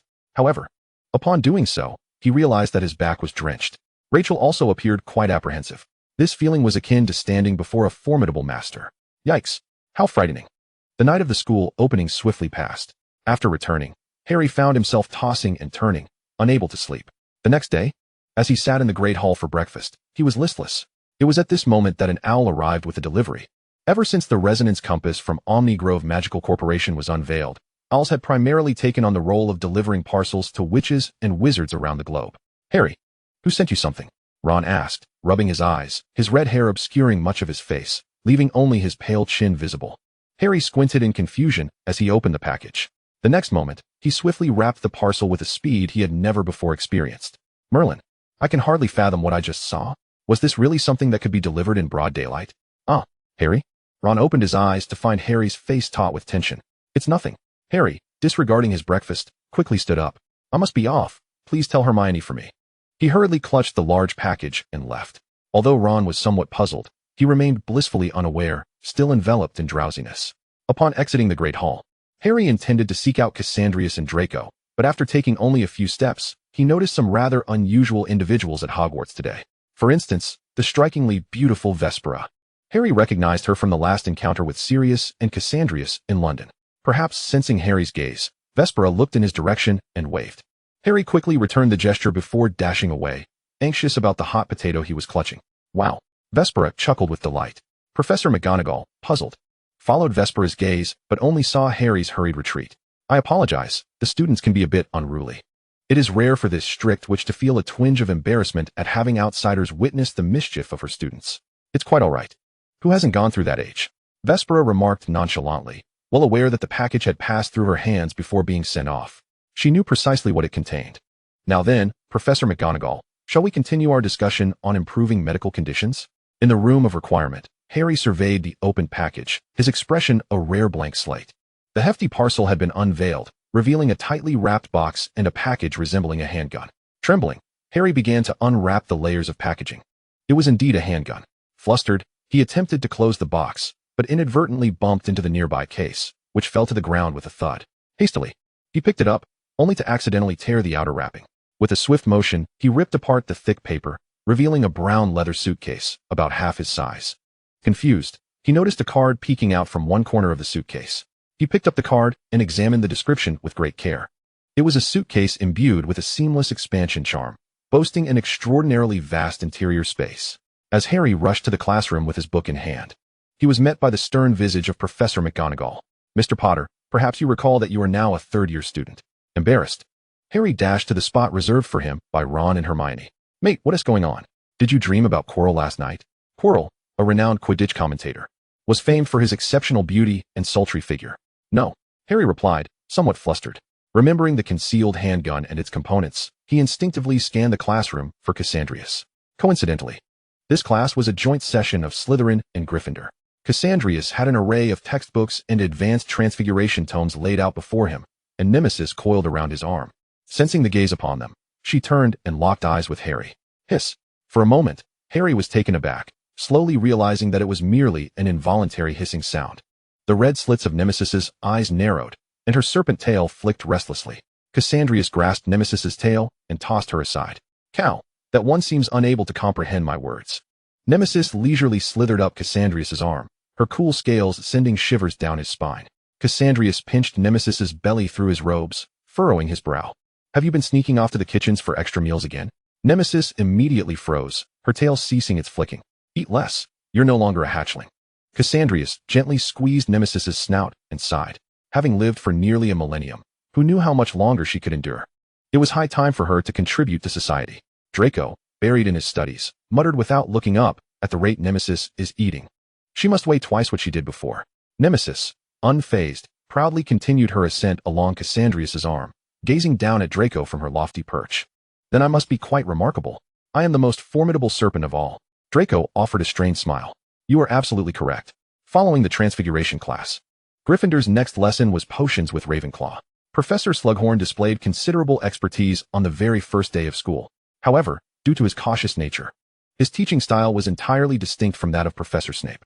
Ah, Miss Granger, your shrinking solution has turned out excellently. Just look at this hue. Slughorn unabashedly expressed his admiration for Hermione, raising the bottle of bright blue viscous liquid for all to see. Look, everyone, this is a remarkably perfect potion. Because of your excellence, I shall award Gryffindor 10 points. Hermione smiled coyly, only to hear Slughorn continue speaking. Clever girl, if you so wish, this Saturday evening. In the second classroom on the right-hand corridor of the third floor, the Slug Club warmly welcomes you and your friends. Slughorn winked, and Harry realized with clarity that it was directed at him. Mr. Potter? Splendid. Harry hastily replied, I suppose so. I'll be there, sir. With a smile, Slughorn departed. Oh, my good man, extinguish the flame quickly. Add the ginger root powder and extinguish it immediately. What a pity, this is quite a disastrous potion. And you, my dear, I suspect you neglected to remove the membrane from the rat's spleen, did you not? Goyle? Excellent. May I keep your potion? I believe it deserves a place in a frame for all to admire. Miss Barbara, truly remarkable healing magic. For your kindness in aiding your classmates, Gryffindor earns 5 points. Ron stared blankly at the fluttering figure of Slughorn in the classroom, his stirring rod slipping from his grasp. By Merlin's socks, he truly can talk. Hermione nodded in agreement, then turned to Harry. So, will you be attending on Saturday, Harry? Attending what? Harry responded, somewhat bewildered. Hermione pushed the ginger powder towards Ron, gesturing at the text in the book while answering Harry. Of course, the Slug Club. Ron's expression suddenly soured, his actions becoming noticeably heavier. Hermione remained oblivious to this, her gaze fixed on Harry. I've heard that many famous individuals in Britain have attended Slug Club gatherings. I'm rather curious. Perhaps, Harry replied absently, his words vague. Hermione appeared disheartened, and Ron remained silent. Meanwhile, Slytherin was engaged in a divination class with Hufflepuff, perhaps due to a significant investment in Hogwarts. Professor Trelawney had abandoned the stifling attic at the top of the North Tower in favor of a classroom on the 6th floor of the North Wing. However, when Draco and his companions arrived at the classroom, they could not help but drop their jaws at the sight before them, perhaps due to the ample funding. This divination classroom was markedly different from others. The floor was covered in a thick, plush purple cashmere carpet that made Draco involuntarily remark on its extravagance. The curtains were drawn tightly, the heavy, oppressive deep purple intermingled with gold red, creating an even more stifling atmosphere under the flickering light of the fireplace torches. Especially striking were the crystal chandeliers adorning the walls, casting countless shimmering reflections from the flickering candlelight. The podium, by the fireplace, and beneath the tables were cluttered with crystal balls, playing cards, and teacups, while the books on the shelves were haphazardly stuffed. As Cassander stepped over a crystal ball that had rolled to the ground, he suddenly questioned Hogwarts' financial management. This can't possibly be funded by my money, can it? Draco chuckled, picking up the crystal ball and inspecting it closely, then mockingly remarked, Congratulations, you've guessed correctly. It's a Hungarian horntail multifaceted crystal, not particularly expensive, yet with so many. It must have cost quite a bit. Draco held the crystal ball up to the candlelight, his eyes brimming with curiosity. They had arrived early, and the classroom was still relatively empty. Just as Cassander was about to say something, a figure suddenly sprang forth from the side. Chapter 160, A Dire Prophecy. It was a remarkably gaunt woman, wearing glasses thicker than the bottom of a beer bottle, her gaze vacant and hollow. Her mouth twisted into a stiff smile that seemed to oscillate between laughter and tears. Oh, Professor Trelawney. Cassander retreated a couple of steps. Narrowly avoiding the finger, she almost jabbed at him. Yet Trelawney fixated intently on Cassander, her sanity nearly slipping away, her eyes pale, her body twitching, as if something other than herself controlled it. I see it. The crystal ball is gripped tightly in her frail hand, cracks splintering across its surface unnoticed. The twin destinies devouring each other's tails. Her hoarse, dry voice seemed to tear through the air, the once quiet classroom now resonating with Trelawney's labored breaths. Cassander's pupils trembled, and he swiftly pulled Draco back a couple of steps. However, Trelawney's rigid gaze slowly descended upon Cassander, resembling a corpse. Cassander keenly sensed Trelawney's abnormality at that moment. He wanted to pull Draco away from this place of turmoil, but Trelawney's voice pierced through the air, invading his ears. Silver eyes bleed in the mirror. The woman's parched voice seemed to be torn into 3 tones, a song, a lament. When the boggart tears aside the veil of lies. The woman's frizzy, yellowed hair seemed to nearly detach her head, while the weighty, peculiar crystal necklace hunched her frame. The shattered lens severs the umbilical cord between reality and madness. Trelawney's sharp voice threatened to shatter the entire classroom. Students had begun to trickle into the divination classroom, all witnessing this bizarre scene. Trelawney extended her frail hand toward Cassander, the jangling accessories on her person clinking sharply with her frenzied movements. Draco wanted to step forward but was firmly pulled back by Cassander. Her bony fingers, like the claws of death, lunged toward Cassander. His soul is an overturned hourglass, the upper half filled with the stars of heaven, the lower half flowing with the sulfur of hell. When the soul is wholly filled, both sides of the scale shall plummet simultaneously. Trelawney's grayish-white eyes had nearly lost their luster, her incoherent screams echoing. Either let all beings sprout scales of the Ouroboros, or let the world drown in his rotting wounds. Rachel observed this scene with a composed expression, while the students behind her gathered, watching this inexplicable occurrence. Some had already gone to fetch a professor. Trelawney stood panting in place, her gaze still vacant. She looked again into Cassander's eyes and at his glasses, suddenly emitting a non-human shriek from her throat. At last, in a frenzy, she clawed at the cracked crystal ball, her piercing voice attracting the attention of the hurriedly arriving Professor McGonagall. The final scene. Ouroboros devours its own entrails.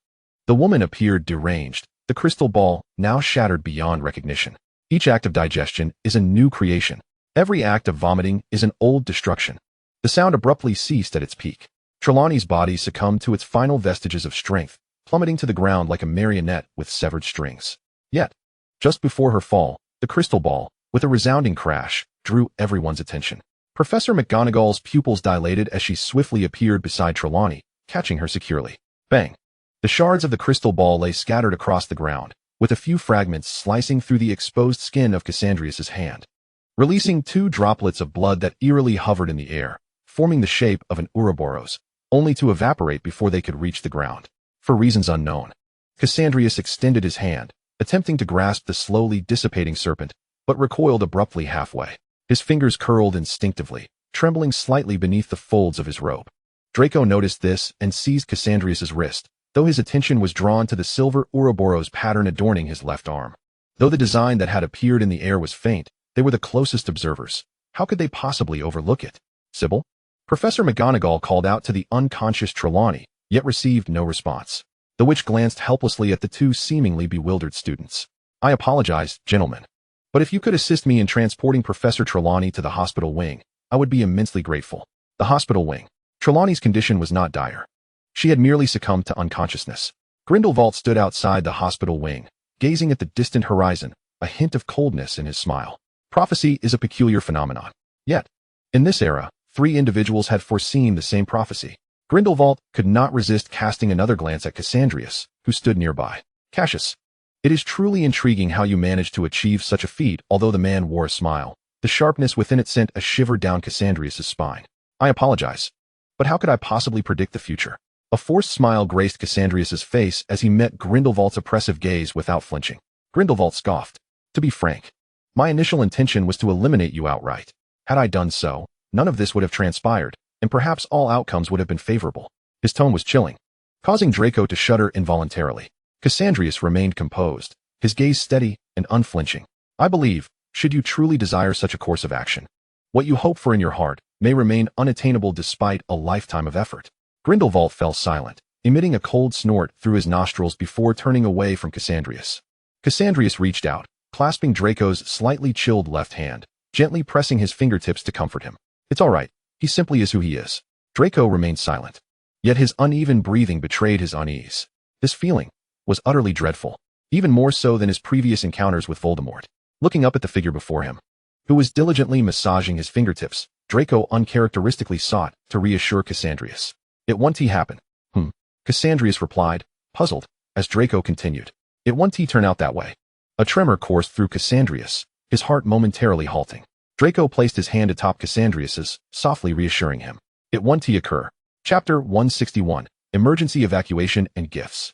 In due course, Dumbledore learned of Trelawney's prophecy. The elderly man appeared to have gleaned nothing regarding the prophecy from Grindelwald. He simply engaged in playful banter with Fawkes, concealing all emotion behind his crescent-shaped spectacles. Naturally, this divination class was cancelled. Hogwarts did not stir in response to Trelawney's unfortunate incident, likely due to the fact that the eccentric professor was not particularly favored by the students. Undoubtedly, the absence of a class was a boon for the third-year students, who were still struggling to adapt to the rigorous curriculum. especially since they discovered that their new defense against the dark arts professor was no mere figurehead. Lupin's excellence was evident. During his time at Hogwarts, he had served as a prefect and was praised by Dumbledore for his potential to work at the Ministry of Magic. Even snippets of hearsay from other students indicated that Professor Lupin was indeed remarkable. Ha ha ha. That was utterly hilarious. Too bad they didn't get to witness that moment. In the Great Hall, the third-year Gryffindors animatedly discussed the morning's defense against the dark arts class. Even Hermione bore a smile. Neville, his cheeks flushed, sat quietly at the side, his head bowed as he focused intently on his plate. Hey, Neville, Hermione kindly consoled the perpetually shy boy. It's just fear of your family. It's perfectly all right. She too would feel trepidation, for instance, when caught sneaking sweets before bedtime. With his head down, Neville's voice was barely audible. The surrounding noise was overwhelming, especially the laughter that seemed to drown out his words. It was only after a considerable time that Hermione discerned Neville's quiet gratitude. The Gryffindor excitement and exuberance caught the attention of Slytherin from afar. Blaise and others were somewhat intrigued, yet their extensive connections had already informed them of Gryffindor's elation. It was a boggart. A younger wizard could not contain his excitement and exclaimed, "How cool. I want to see it too." The older student beside him shoved a pie into the boy's mouth, chuckling as he urged him to quiet down. "All right, Dwyer, you're only in first year. You've got plenty of time." "Boggart?" Draco murmured, the word lingering on his lips, his utensils halting mid-motion. He turned to glance at Cassandrius, who sat silently to his right. The boy's black hair fell gracefully beside his ear, partially obscuring his cheek, the delicate strands framing his face, yet failing to conceal his exquisite profile. With a full forehead, a strong nose, and slightly pursed lips, he was captivating. "Shall we take a day off?" Draco's instinct prompted him to voice this thought.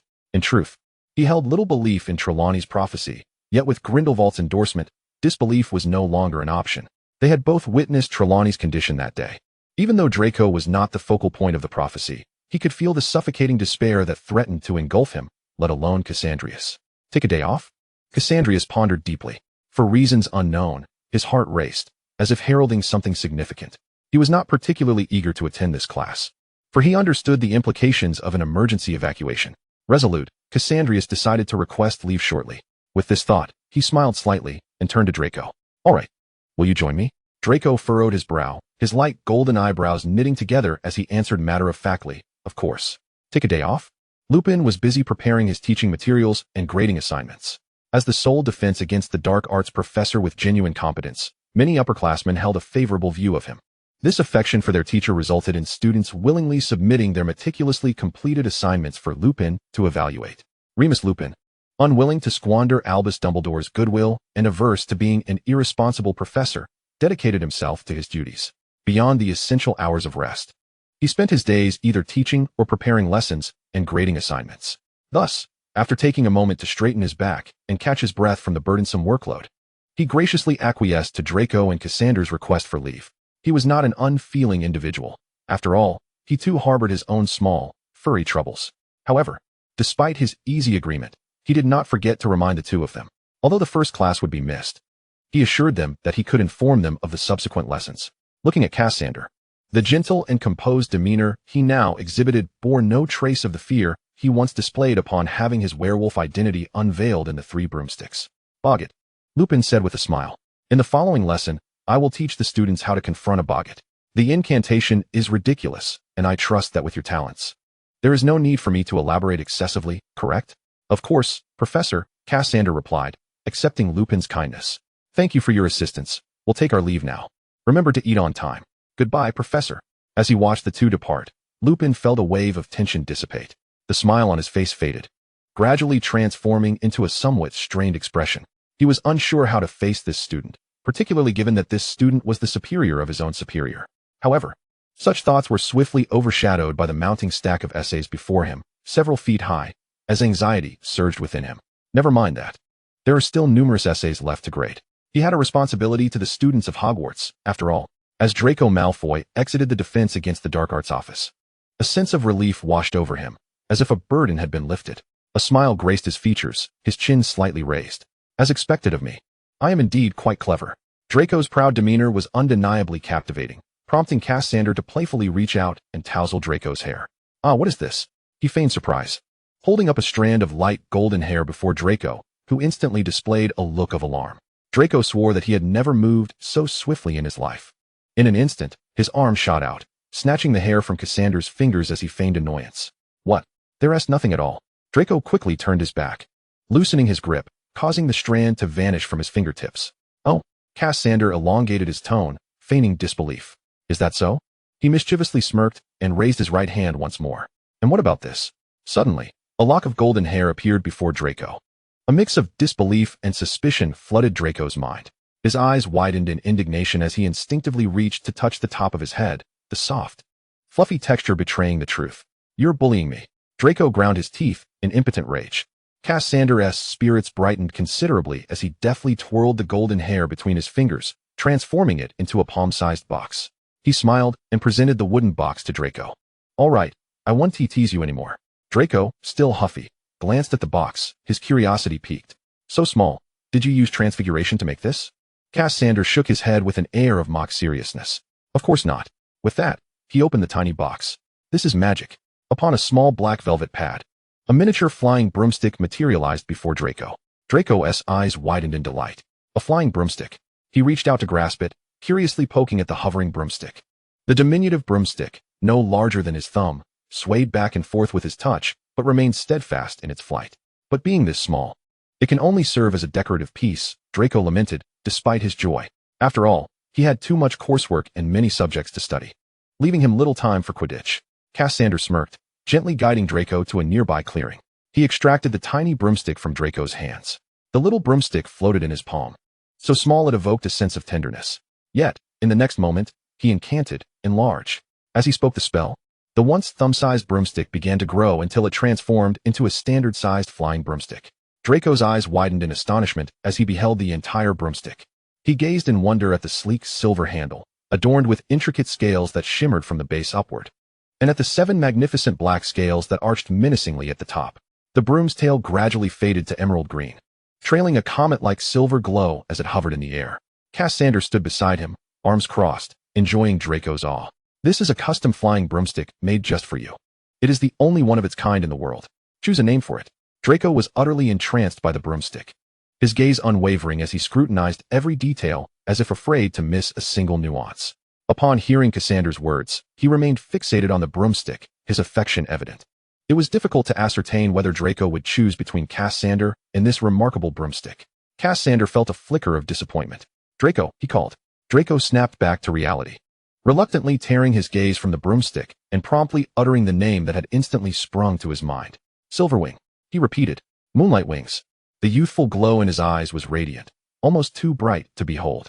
Cassandra lowered his head slightly to avoid Draco's gaze, redirecting his attention to the broomstick. Moonlight wings? He mused, rolling the name over his tongue before looking up at Draco with a gentle smile. A splendid name. He stepped forward, placing his hand upon the broomstick. A cascade of silver magical energy began to descend from his palm, gradually enveloping the broomstick. The silver magic coalesced into several shimmering threads, intricate symbols swirling within, encircling the broomstick. Argentivolence. The clear incantation flowed from the young man's lips, and an extraordinary wave of magical energy surged forth. The broomstick trembled violently as the surrounding magic intensified, and the shaking soon ceased. When silence fell and the luminous points began to fade, Cassandra withdrew his hand and turned to face Draco, who had been watching him intently. Argentivolence. This is the incantation to summon Silverwing. As long as it is within a 500-meter radius, it will promptly arrive at your side at any time, in any place, under any circumstance. At the utterance of your spell, Draco eagerly mounted Silverwing. Cassandrius sat on the ground, his eyes fixated on Draco soaring through the sky. The horizon was an endless azure, and the sunlight was warm and gentle. The golden-haired youth flew with abandon. It was indeed the most splendid of times. In the defense against the dark arts classroom at Hogwarts, the Slytherin students had initially welcomed the so-called boggart with excitement. However, as each classmate took their turn revealing their fears, the atmosphere shifted. Pansy's face flushed with shame, mixed with an overwhelming anger. Just moments ago, she had confronted the boggart, only to see herself stripped of all possessions, her beauty gone, reduced to poverty and despair. How appalling it was that everyone had witnessed such a grotesque vision.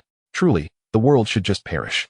In contrast, Daphne, seated beside Pansy, maintained a remarkable composure.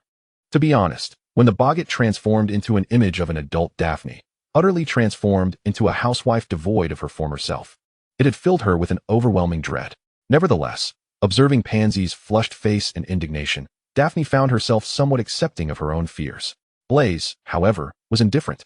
He too had his fears, but they revolved solely around the abandonment by his mother. Only Theodore sat silently nearby, his expression devoid of emotion. The departure of his mother was his greatest anguish, and how dare the boggart? How dare it desecrate the memory of the deceased? There were not many Slytherin students, and the practical session concluded swiftly. Well, now that you all have learned how to deal with the boggart, let us repeat the incantation once more. Lupin secured the boggart back into the wardrobe and opened the textbook to continue the lesson. Yet, he failed to notice that the once-locked wardrobe door was trembling violently. The Slytherin students did not find the lesson enjoyable. They were not Gryffindors, and revealing their fears before classmates felt like exposing their vulnerabilities, especially when such humiliating visions were laid bare for all to see. Blaise could already envision the awkward expressions on the faces of his fellow Slytherins in the days to come. As he cast a glance to the side, he suddenly noticed the wardrobe shaking more violently. Frowning, he raised his hand. Lupin immediately took notice. Zabini, is there a problem? Blaise pointed at the increasingly agitated wardrobe. Professor, it seems the boggart is rather anxious. Lupin exhaled in relief, smiling to reassure Blaise. No worries. I've placed enchantments on the wardrobe. Nothing will go awry. However, just to be safe, I shall add another layer of protection. As he approached the wardrobe, just as he was about to extend his hand, the wardrobe abruptly ceased its tremors. Everyone assumed it was due to Lupin's spell, but the very next moment, boom. A tremendous wave erupted from the wardrobe, shattering it into pieces, sending debris flying in all directions, and wreaking havoc throughout the classroom. Lupin reacted swiftly, casting a shield charm to protect himself. Yet, the other students, caught off guard, lacked his reaction speed. Some were grazed by splintered wood, while others were unfortunate enough to be struck on the head. Blaise kept his gaze fixed on Lupin, timely pulling several classmates to safety beneath a desk. Once the chorus of anguished cries filled the air, Blaise cautiously emerged from his refuge. Merlin. He was taken aback by the scene that unfolded around the classroom. Papers scattered everywhere, splintered wood littering the ground, and students with bloodied faces. This was indeed a catastrophic teaching incident. Daphne lamented as she held the frightened Pansy. Theodore even scoffed. At least no one cares about what our boggart is now. Pansy, still shaken, patted her chest and gasped in agreement. That's a relief. Speaking of which, where's the boggart? Blaise was the first to sense something amiss. Lupin also realized the boggart's absence, and his expression tightened. At this moment, he had no choice but to reluctantly use the Patronus charm to inform Dumbledore. The boggart was a XXX level magical creature, while not inherently dangerous. It could wreak significant havoc within the school. After all, not everyone possessed the Gryffindor's indomitable courage. Lupin anxiously searched for the boggart, first taking a moment to comfort a few injured students before hastily exiting the classroom.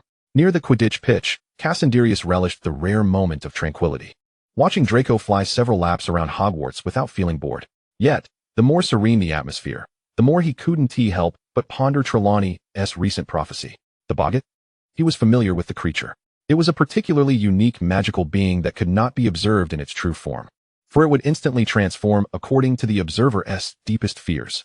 Such an amorphous entity typically lurked in dark, confined spaces, rarely appearing under the sun. With the vast, azure sky above, Cassandrius silently reassured himself that such a situation would not witness the boggart's presence. However, in the blink of an eye, all color drained from his vision. Chapter 163, The Delayed Surge of Magic.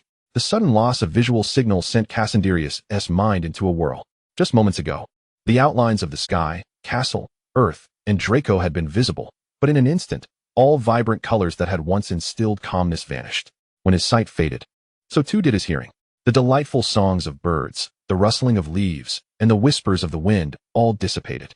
It was as if a deafening hum enveloped him, a cacophony muffled by a thick veil of water. Those within could not hear the outside world, and those outside could not discern the figures within. The boy sat rigidly, his silver-gray eyes completely devoid of light. An all-consuming dread resurfaced after a decade's absence. Since the age of 1, the endless darkness and panic once again engulfed Cassandrius. This suffocating sensation was far more persistent and eternal than before. Draco keenly sensed something amiss and quickly turned his gaze towards Cassandrius, only to find him motionless, seemingly devoid of consciousness. A stark contrast to the vibrant youth who had once followed him. Draco deftly maneuvered the silver wings towards Cassandrius. However, in the next moment, the boy's silhouette, astride his flying broom, froze midair. A flash of white light enveloped him, and Draco found himself within the hallowed halls of Hogwarts. Just as he began to comprehend his surroundings, a towering black light suddenly obscured the entire sky above Hogwarts. What is the sensation of blindness? When all colors vanish from view, the heart races and blood courses through the veins, infused with an overwhelming sense of dread and unease that fills one to the brim. At that moment, his limbs seemed to lose all sensation. Cassandrius sat rigidly in place, his breath quickening, his mouth slightly agape, his lips quivered, and a fine sheen of perspiration had inexplicably covered his pale cheeks. Trembling at his fingertips, Cassandrius slowly raised his hand to where he presumed his face to be. Darkness, darkness, and yet more darkness. He had once beheld colors, the sky, the sea, and the land. He was also aware of the hue of darkness. Memories from years past had etched signals of darkness into his cerebral cortex, which at this moment became the very weapon that threatened to extinguish Cassandrius's life. Unable to see? This thought surfaced unconsciously in his mind. Cassandrius found it hard to believe. He trembled as his hand brushed against the contours of his cheek, cautiously touching the frame of his glasses. The real I still remained. Why can I not see? A silent scream spread through his heart. Yet, what resonated more clearly in his ears was a crisp sound, a crack. The tumultuous emotions collided with his magical essence, and the surging sea roared in response. Cassandrius distinctly heard that crack. His fingertips grazed the icy lens. But what was more pronounced was the sensation of minute particles within the cracks. Even in the absence of sight, Cassandrius's pupils constricted to pinpricks at that moment. The real eye shattered. Snap. The glasses fell to the ground, producing a sharp sound. In the following instant, a colossal wave of black magical energy erupted violently from within Cassandrius's being. Boom. The torrent of magic surged through the entire Quidditch pitch, uprooting grass, trees, and earth in its wake, creating a cacophony of destruction. The howling wind echoed the immense power of this magic, transforming into a black serpent with the intent to obliterate all of Hogwarts. The towering serpent bared its fangs as the tempest lifted the trees, flowers, and soil of Hogwarts, the wind wreaking havoc and harshly scraping against the faces of all present. Dumbledore appeared before Hogwarts, brandishing his wand and swiftly erecting a translucent protective barrier around the castle. The serpent hissed, flicking its forked tongue, its blood-red eyes glinting with a predatory hunger. It gradually lowered its body but halted 10 feet from the castle's threshold. The merciless gaze of the serpent fixed upon everything, yet it seemed constrained by some unseen force. Panic and screams reverberated through the corridors of Hogwarts. Dumbledore's expression grew grave as he observed the encroaching black serpent. This was not dark magic, nor the presence of a Dementor. This was merely a child's magical upheaval. However, this child harbored boundless magical power within. Dumbledore. This unprecedented occurrence drew the attention of all the professors, with Professor McGonagall being the first to arrive. Her expression severe as she regarded the looming serpent with an unprecedented gravity. Has Voldemort returned? No. Dumbledore tightened his grip on his wand, his gaze shifting to the heart of the tempest. He lowered his voice, filled with an unusual weight. It is a magical upheaval. The serpent before him lurked menacingly, yet remained immobilized by some force. Dumbledore was unaware of how long ago Cassandrius had taken the elixir of eternal dawn, nor did he know when its effects would cease. He also did not understand the cause of Cassandrius's current transformation, but recalling the boy's last words, Dumbledore surmised that the real eye, which had suppressed all of Gunter's emotions, had encountered a malfunction. However, to McGonagall, this notion seemed utterly absurd. A magical upheaval. The witch screamed in disbelief. Such a scale of magical upheaval. Would it ignite a second war with the goblins? Dumbledore wearily rubbed his forehead. Cassandrius's current predicament was indeed dire. A magical upheaval refers to the phenomenon where an underage wizard's magic erupts uncontrollably during extreme emotional fluctuations. Yet, this typically occurs in those aged 11 and under. Faced with this situation, Dumbledore could discern a crucial insight. The first time he had encountered Cassandrius was when he was 10. At that time, the child had brewed the real eye and glimpsed the world for the first time. Lying in a hospital bed and still managing to joke was Dumbledore's first impression of Cassandrius. Dumbledore had no knowledge of when Cassandrius began taking the elixir of eternal dawn, but it was clear that this had been ongoing for no less than 5 years. The real eye, by consuming the host's magical and life force, observed the world's truths. Yet for the growing Cassandrius, the constant ebb and flow of magical energy was undoubtedly a long-term suppression. The question was how to soothe Cassandrius. In the face of a magical upheaval, the use of violent means to suppress it is the gravest mistake, especially under intense emotional turmoil. With this thought in mind, Dumbledore glanced at Draco, who had collapsed to the ground, dazed. Draco's eyes were fixated on the heart of the black storm. The pitch-black serpent reared its head, poised to obliterate Hogwarts in the next heartbeat, its crimson eyes seemingly hungry for destruction. His heart raced, almost leaping from his throat. His chest heaved. Yet Draco's gaze remained locked on the center of the tempest. Gasping, Draco suddenly turned to Dumbledore. "Headmaster Dumbledore, was it you who saved me just now?" Dumbledore sighed and shook his head. "It was not I, nor anyone else."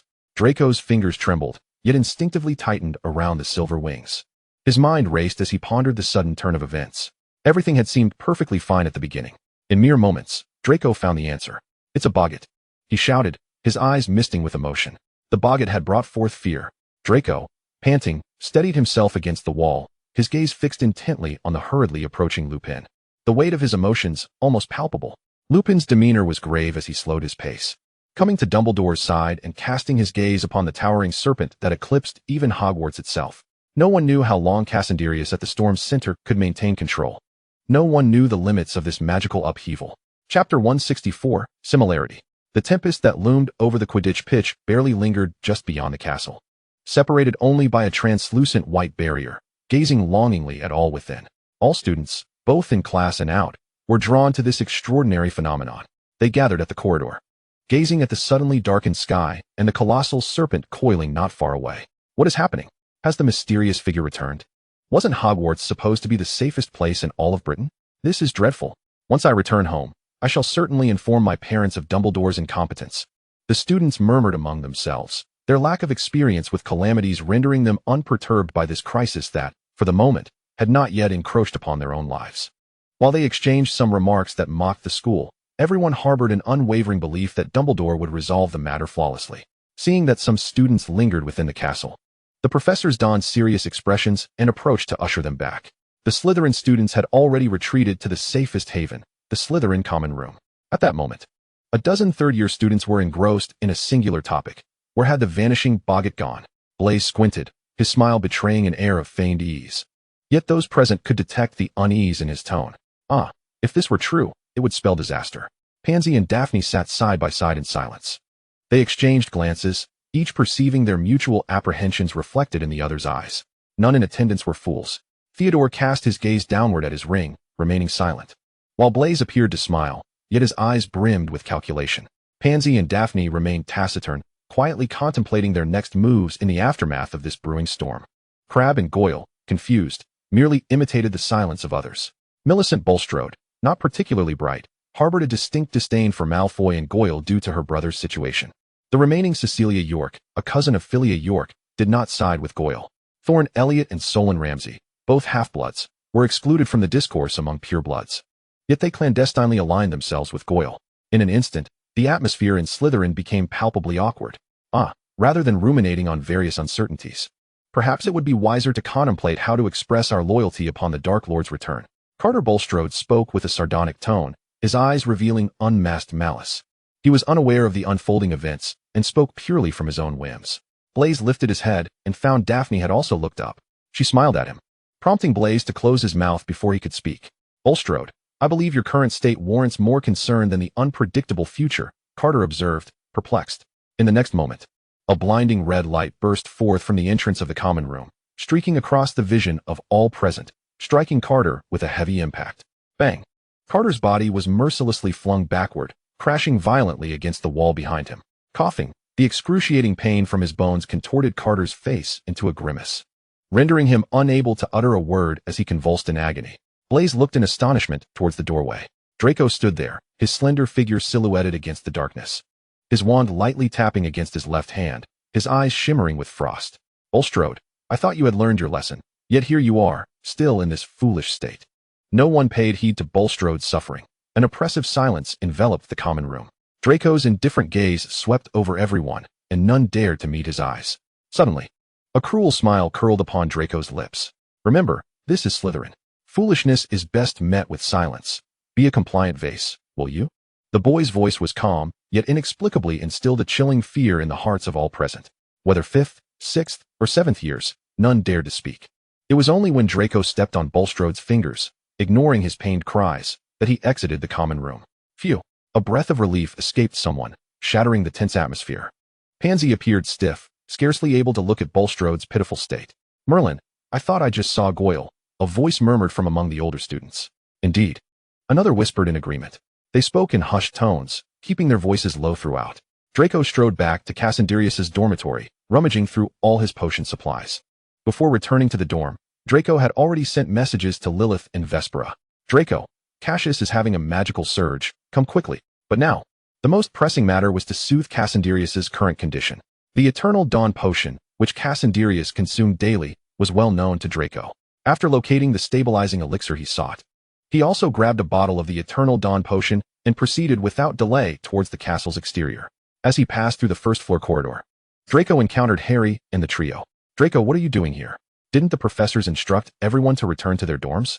Draco, rarely maintaining a stoic demeanor, ignored the three and hurried past them towards the Quidditch pitch. Wait, Draco, Harry called out, hastily following. Stop. The professor said we can't go there. Draco quickened his pace. Outside, the wild winds continued, mingling with thick, dark clouds, ominously suggesting a deluge could descend at any moment. The wind whipped Draco's robes, casting large shadows of black. Harry jogged behind, his confusion mounting. Earlier that afternoon, classes had been abruptly interrupted, with professors compelling all students to return to their dormitories for a rest. Sensing something amiss, Harry had dashed out with Hermione and Ron. Upon exiting the castle, they were startled by the howling winds and the black, serpentine magic that loomed before them. This was all wrong. Why was Draco alone? Where was Cassius?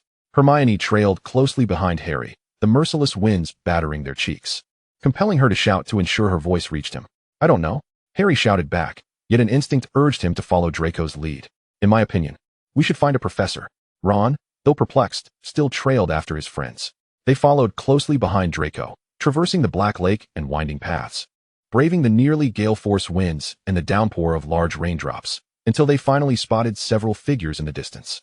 Lilith and Vespera, sheltered beneath satin umbrellas, wore grave expressions as they gazed toward the storm's epicenter, the source of the serpent's dark magic. The thick darkness almost rendered the entire Quidditch pitch invisible. As they approached, the trio could only hear the rustling of their garments and the wind battering their ears, leaving Harry utterly bewildered.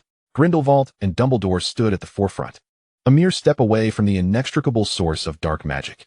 Dumbledore tentatively reached out to touch the dense, almost unyielding black magic before him, but was halted midway by Grindelwald. Ettery, Dumbledore furrowed his brow. Grindelwald extended his hand with a swift motion, and a stone roughly the size of a palm soared directly toward the epicenter of magic. Bang! In an instant, that palm-sized stone was obliterated by the fierce surge of magic, leaving not even a trace, dissolving into dust amidst the raindrops. The abyssal whirlpool of dark magic was so dense that not a glimmer of light could penetrate its depths. Beneath its seemingly tranquil surface lay a storm of unparalleled intensity. Chapter 165, The Torn Soul. At the moment the magic spiraled out of control, Cassandrius experienced an unprecedented sense of peace. He suddenly felt an illusion of eternal immersion. In truth, death seemed not so bad. Yet darkness still enveloped him. The light he envisioned was absent. He could see no hope, nor could he grasp any semblance of existence. The emptiness within him clung to Cassandrius's soul like a parasite. When the long-missing part of him surged forth from that void, it was met with a jarring pain. His body bore no scars, yet his soul cried out in agony. However, when he opened his mouth, no sound emerged. Invisible, inaudible. There was no presence, only an expanse of nothingness. At the center of the storm, the inky tendrils of dark magic ensnared the boy lying on the ground. Like a silkworm encased in a cocoon, he curled up, becoming the primary target of the raging tempest. Wounds were ceaselessly torn open, blood flowed relentlessly, and the injuries continuously healed. The boundless restoration of magic and vitality had now become a curse. Beside the boy lay a shattered pair of glasses. One lens was utterly annihilated, while the other remained, stripped down to its bare frame. The worst had come to pass. Lilith's tone was unprecedentedly grave. The magical upheaval not only caused Cassandrius's powers to spiral out of control, but also triggered a fragmentation of his soul. This was the most brutal aspect of Gabriel's blessing. Souls were more fragile than porcelain. Vespera held a complete box of soul stabilizers, the very potions Cassandrius typically kept on hand, having been used only a few times at the onset of the True Eye's appearance. Grindelwald observed the two solemn figures and the pitiful, rain-soaked Draco standing not far off. With an amused expression, the once tiny raindrops had transformed into a torrential downpour, yet despite the deluge, not a single drop touched Grindelwald or Dumbledore. Draco's gaze was fixed in silence upon the overwhelming black serpent that loomed before him. Hidden beneath his robes, he clutched a vial of silvery potion tightly. Grindelwald glanced at Dumbledore, who wore a frown of contemplation, and a sudden scheme sparked in his mind. He raised his chin and called out to the drenched Draco. Hey, Malfoy! Draco's eyelids fluttered, and rainwater mingled with an unknown liquid trickled from his lashes, landing on his equally wet cheek. He lifted his gaze to the man whose lips seemed to curve into a smirk. Grindelwald paid no mind to Draco's current expression. With arms crossed, he gestured toward the epicenter of the magical upheaval. Listen closely, lad. You might be the only one who can save him. Grindelwald was well acquainted with Cassandrius's lineage. He found it hard to fathom how a boy, orphaned and devoid of kin, surrounded only by 3 subordinates, could possess anyone close enough to believe in wholeheartedly. Yet, in truth, they were indeed kindred spirits. Even their orientations bore striking resemblance. While Grindelwald might not believe in the power of love, for Dumbledore's sake, he was willing to entertain the notion. Grindelwald's words jolted the grave-faced Lilith and Vespera back to reality. Vespera stepped through the rain to stand beside Draco, shielding him from the downpour. Her voice was slightly hoarse as she spoke. I apologize, Master Malfoy. It was my oversight. Draco, with little regard for appearances, wiped the rainwater from his face and shrugged it off. It's all right. He glanced at the vial in his hand, discarded it onto the ground, and retrieved a soul stabilizer from Vespera's box. The sweat on his body had combined with the rain, leaving Draco uncertain whether his feelings stemmed from anxiety, fear, or something else entirely. Yet one thought dominated his mind. Cassandrius must survive. For the sake of the Malfoys, for the future of the wizarding world, for a stable life. Even if it was, for him. Draco approached Dumbledore, with no other figures in sight. His left hand clutched the Eternal Dawn potion tightly, and with a swift motion, he uncorked the vial. Vespera shielded him from the rain, watching as the once pampered young master downed the entire contents of the potion. His pallid complexion was instantly replaced with a healthy flush. In that moment, the overflowing magic and vitality dispelled any remnants of tension and fear. Draco clenched the potion in his right hand and stepped forward. Draco, Dumbledore called out to him. Draco paused momentarily, but did not falter. They all understood that Cassandrius could not afford any missteps. Not until Voldemort was dealt with. The pitch-black barrier of magic obstructed everything, rain and the world alike. The oppressive darkness seemed poised to consume him. Draco slowly extended his hand. The raging magic ruthlessly sliced through all. As his fingertips barely grazed the edge of the magic barrier, the sharp, unforgiving torrent severed his fingertips into countless fragments. Yet in the next moment, a kaleidoscope of colors erupted from his fingertips, restoring them to their original state in mere moments. Draco's face remained flushed, but his lips trembled, and his left hand shook uncontrollably. Agony. It was a pain that struck deep into his very core. As the sole heir of the Malfoy name, Draco had never endured such suffering. Amidst the torment, he found himself contemplating whether he might be a bit lovesick. Yet that thought was swiftly severed by the relentless pain. Lovesick? He had yet to even experience love. The chaotic thoughts could not distract him from the excruciating pain coursing through his fingertips. Faced with such a violent maelstrom of magic, Draco felt a flicker of retreat. It was merely the innate helplessness of humanity confronted with a natural disaster. The rain washed over the magical barrier, diluting the scattered blood and cleansing the air of its metallic scent. Draco bit down hard on his lower lip, refusing to relent despite his left hand shaking uncontrollably. The large raindrops pelted his face with painful force. All sounds had faded, and the sights before him blurred into obscurity. The patter of rain against the ground and his hurried breaths became the only sounds in existence. The rain blurred Draco's vision. He closed his eyes and thrust his left hand forward with great fervor. Threads of pain shot through his arm. Draco's chest heaved with renewed intensity. He gazed at his arm, marred only by small wounds, as his entire being vanished into the obsidian barrier of dark magic. The rain cascaded down, accumulating beneath his feet and already seeping into the soles of his shoes. Harry and his companions looked on incredulously at the scene before them. The memory of the stone Gellert Grindelwald had hurled moments ago lingered vividly, yet Draco stepped into the abyss without a moment's hesitation. I shall never again refer to him as a mere child, Ron muttered. Malfoy is nothing short of a hero, within the confines of the black magical barrier. A tumultuous force of unbridled magic surged, pressing upon every corner. Boundless energy poured forth through the fractured soul of Cassandrius, wildly cascading without restraint. However, these forces could not mend wounds. They were merely subject to the whims of their magical master, wreaking havoc upon all in their path, be it a fragmented soul or a corporeal body. As Draco traversed through this tempest, it appeared that the raging magic intentionally dulled its lethal potency, for the magic that could sever bone and flesh only left a superficial cut upon encountering him. Yet, despite this, the tempest's relentless fury still inflicted numerous wounds upon Draco, a cycle of unending pain and healing, repeated countless times. He searched in vain for any sign of Cassandrius amidst the darkness, where the storm's interior mirrored its exterior, utterly devoid of light. In this pitch-black void, besieged by the storm, he sought a figure whose whereabouts were uncertain. Draco suddenly felt a pang of grievance. This person was insufferable, always tormenting him from the very beginning, intimidating him, teasing him, manipulating his emotions as though they were mere clay, with no regard for his feelings. It was always the same. He was perpetually the one to lower his gaze first. A tear, indistinguishable from rain, slipped from the corner of Draco's eye. At the heart of this turbulent storm, he found himself unable to conjure magic to seek out Cassandrius. After years of being a wizard, this was the first time Draco resorted to such primal means to locate someone. In the absence of light, swallowed by darkness, all emotions retreated in the face of fear. He struggled against his own terror, groping blindly in the void. Yet fate's guidance was exquisitely cruel. As Draco cautiously advanced, he stumbled over something and fell to the ground with a thud. The youth landed heavily, but his right hand clutched the vial of the soul stabilizer tightly. He should have been consumed by fear, yet the sensation at his fingertips quelled all his anxiety. As he fumbled through the fabric beneath him, he unexpectedly encountered a hand. Leaning down to investigate, the surrounding magic seemed to heed the deepest desires of its master, as the dense darkness gradually dissipated, revealing the unconscious figure before him. Chapter 165. I Shall Not Kiss You. Cassandrius seemed to be in the midst of a dream, yet he found it peculiar that amidst this dream, he could still feel pain. Why then did that person appear before him? A stern-faced woman stood not far from Cassandrius, her cold, unfeeling eyes scrutinizing the bloodied youth sprawled on the ground. You are utterly useless. The boy's fingers, soaked with rainwater and blood, twitched slightly. Unconsciously, he parted his lips, as long-buried memories surged forth. Who was it? Was it him? We granted you life. You should have no grievances. The woman's voice echoed nearby, but it awakened the boy's very soul instead. No. The feeble voice, like a whisper of a fly, failed to attract anyone's attention. The boy's frailty was powerless against the tide.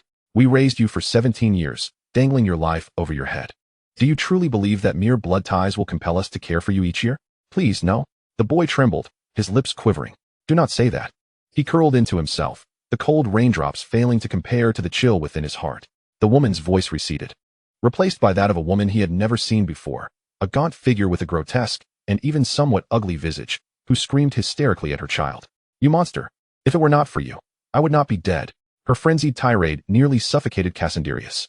His cheek pressed against the ground, his colorless eyes devoid of any spark.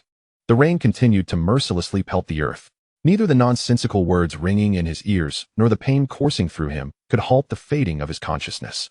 The storm raged on with increasing ferocity. Tendrils of black magic trembled violently, a colossal serpent howling into the sky. The very air trembled under the storm's wrath. The outer walls of Hogwarts beginning to shatter. Countless bricks, trees, and creatures were ruthlessly swept into the tempest. Beneath the oppressive dark clouds, a pair of scarlet slit pupils glowed ominously. The rain lashed down mercilessly against the ground. Grindelwald was prepared. Should Cassandrius lose control completely, he would show no mercy in extinguishing him. The heads of each house remained in their respective common rooms, poised to protect their students at all costs should calamity strike.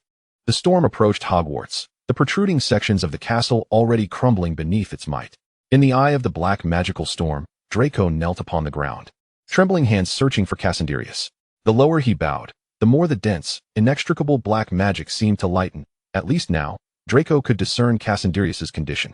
It was only at this moment that the heavy scent of blood assaulted Draco's nostrils. The boy lay with eyes tightly shut, rain-soaked and riddled with wounds that bled profusely. The ground beneath him transformed into a pool of crimson. The rain mingled with blood, trickling down Cassandrius's pale cheek, while his peculiar black and white hair became stained a deep red. Beside him lay a pair of disheveled glasses, drenched by the rain. Draco's heart jolted. He cautiously reached out, his hand coming to rest upon Cassandrius's neck. Feeling the faint warmth, he released a breath he hadn't realized he was holding. Cassandrius.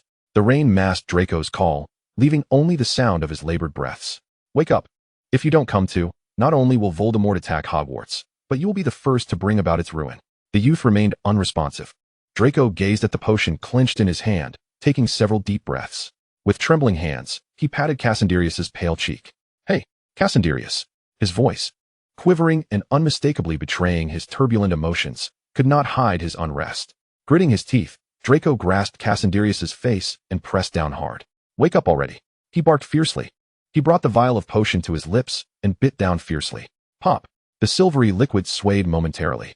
Draco clumsily forced Cassandrius's mouth open, despite the latter's incessant curses. You wouldn't want me to kiss you, would you? Draco remarked as he pressed the potion bottle to Cassandrius's lips, observing the once smiling face now marred by bruises and blood. Tears welled in Draco's eyes. Don't even think about it. His voice trembled, tinged with a hint of sobbing. Yet his grip remained steadfast as he carefully administered the stabilizing potion into Cassandrius's mouth.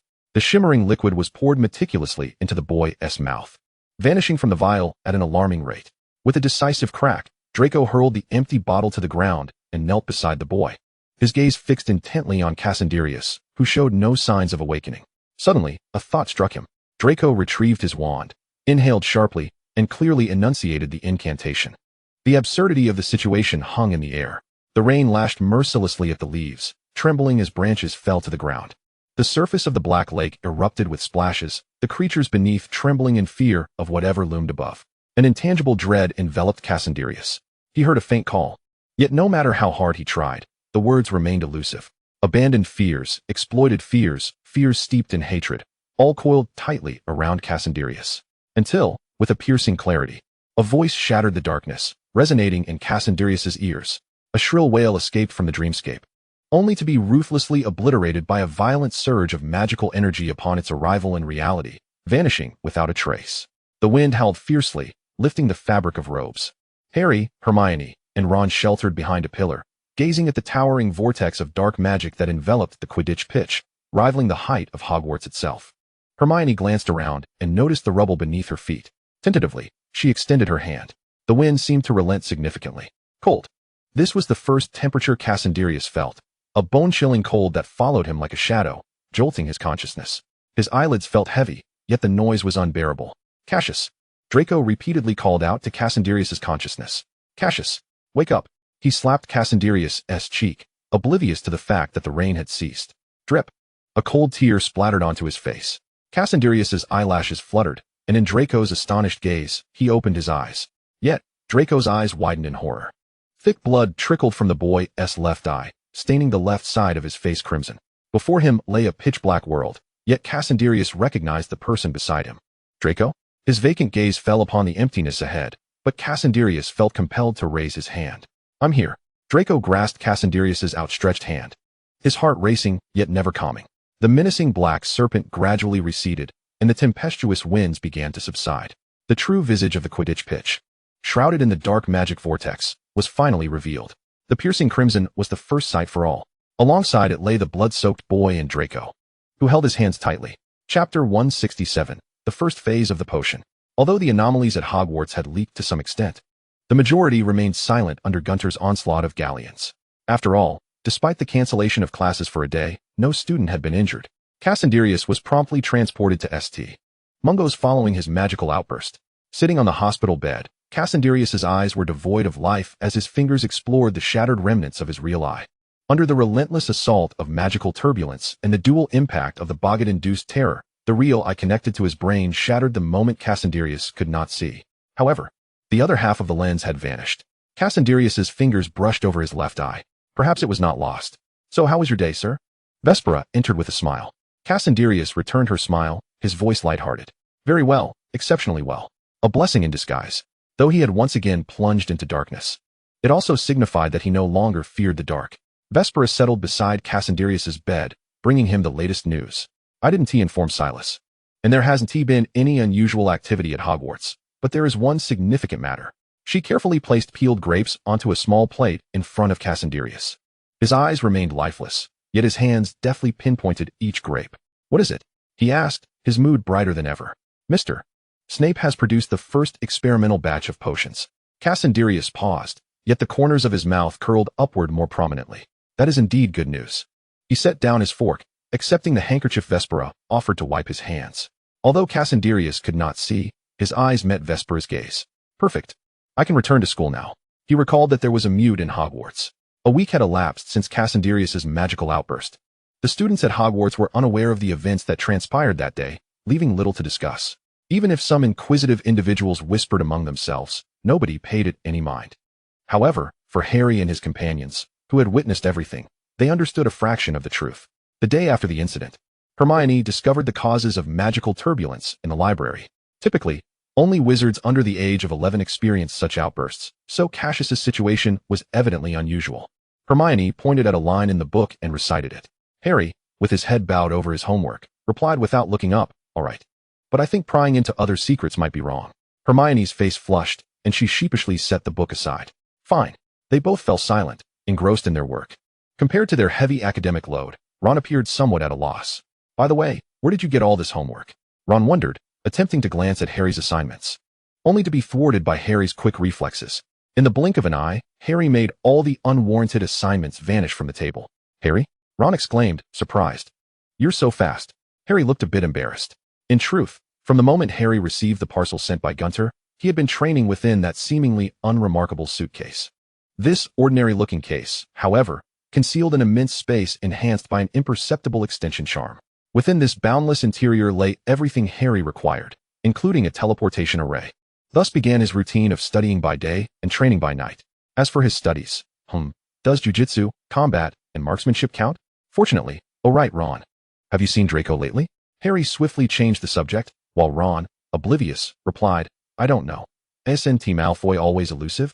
Since that day, after witnessing Cassandrius being taken away, Draco had matured noticeably, a transformation that was particularly palpable among the Slytherins. "Malfoy," a chilling voice interrupted the conversation, rendering the common room momentarily silent. "Buster, have I granted you permission to speak?" The boy, officially entering his teenage years, had grown taller, no longer appearing juvenile while seated. Buster knelt beside Draco, his head bowed, biting his lip in silence. Draco turned the page of the book he held, not allowing a single glance to linger on Carter. Those passing by or lingering offered no recognition to the foolhardy individual. "Oh, Draco, there you are?" Slughorn entered, his gaze briefly resting on Carter before swiftly diverting. "What is the matter, Headmaster?" Draco rose, smiling at Slughorn. The latter approached Draco from behind, giving him a gentle nudge toward the exit. "Have you forgotten? My slug club has a little soiree tonight waiting for you." Draco followed Slughorn's lead, glancing back at Carter, who was half kneeling on the floor. As Carter trembled and raised his head, he met Draco's icy stare and nearly stumbled. "Headmaster, you seem to have softened like Dumbledore." Once outside the common room, Draco crossed his arms and scoffed. Slughorn brushed off his sleeves with a tone of regret. "As one ages, one cannot help but soften. Especially since I truly have matters to discuss with you." Draco remained impassive, his expression sour. "What matters?" They paused in the corridor near the Great Hall. Not far away, a slender figure sat on a bench, head bowed, revealing only half of a striking profile.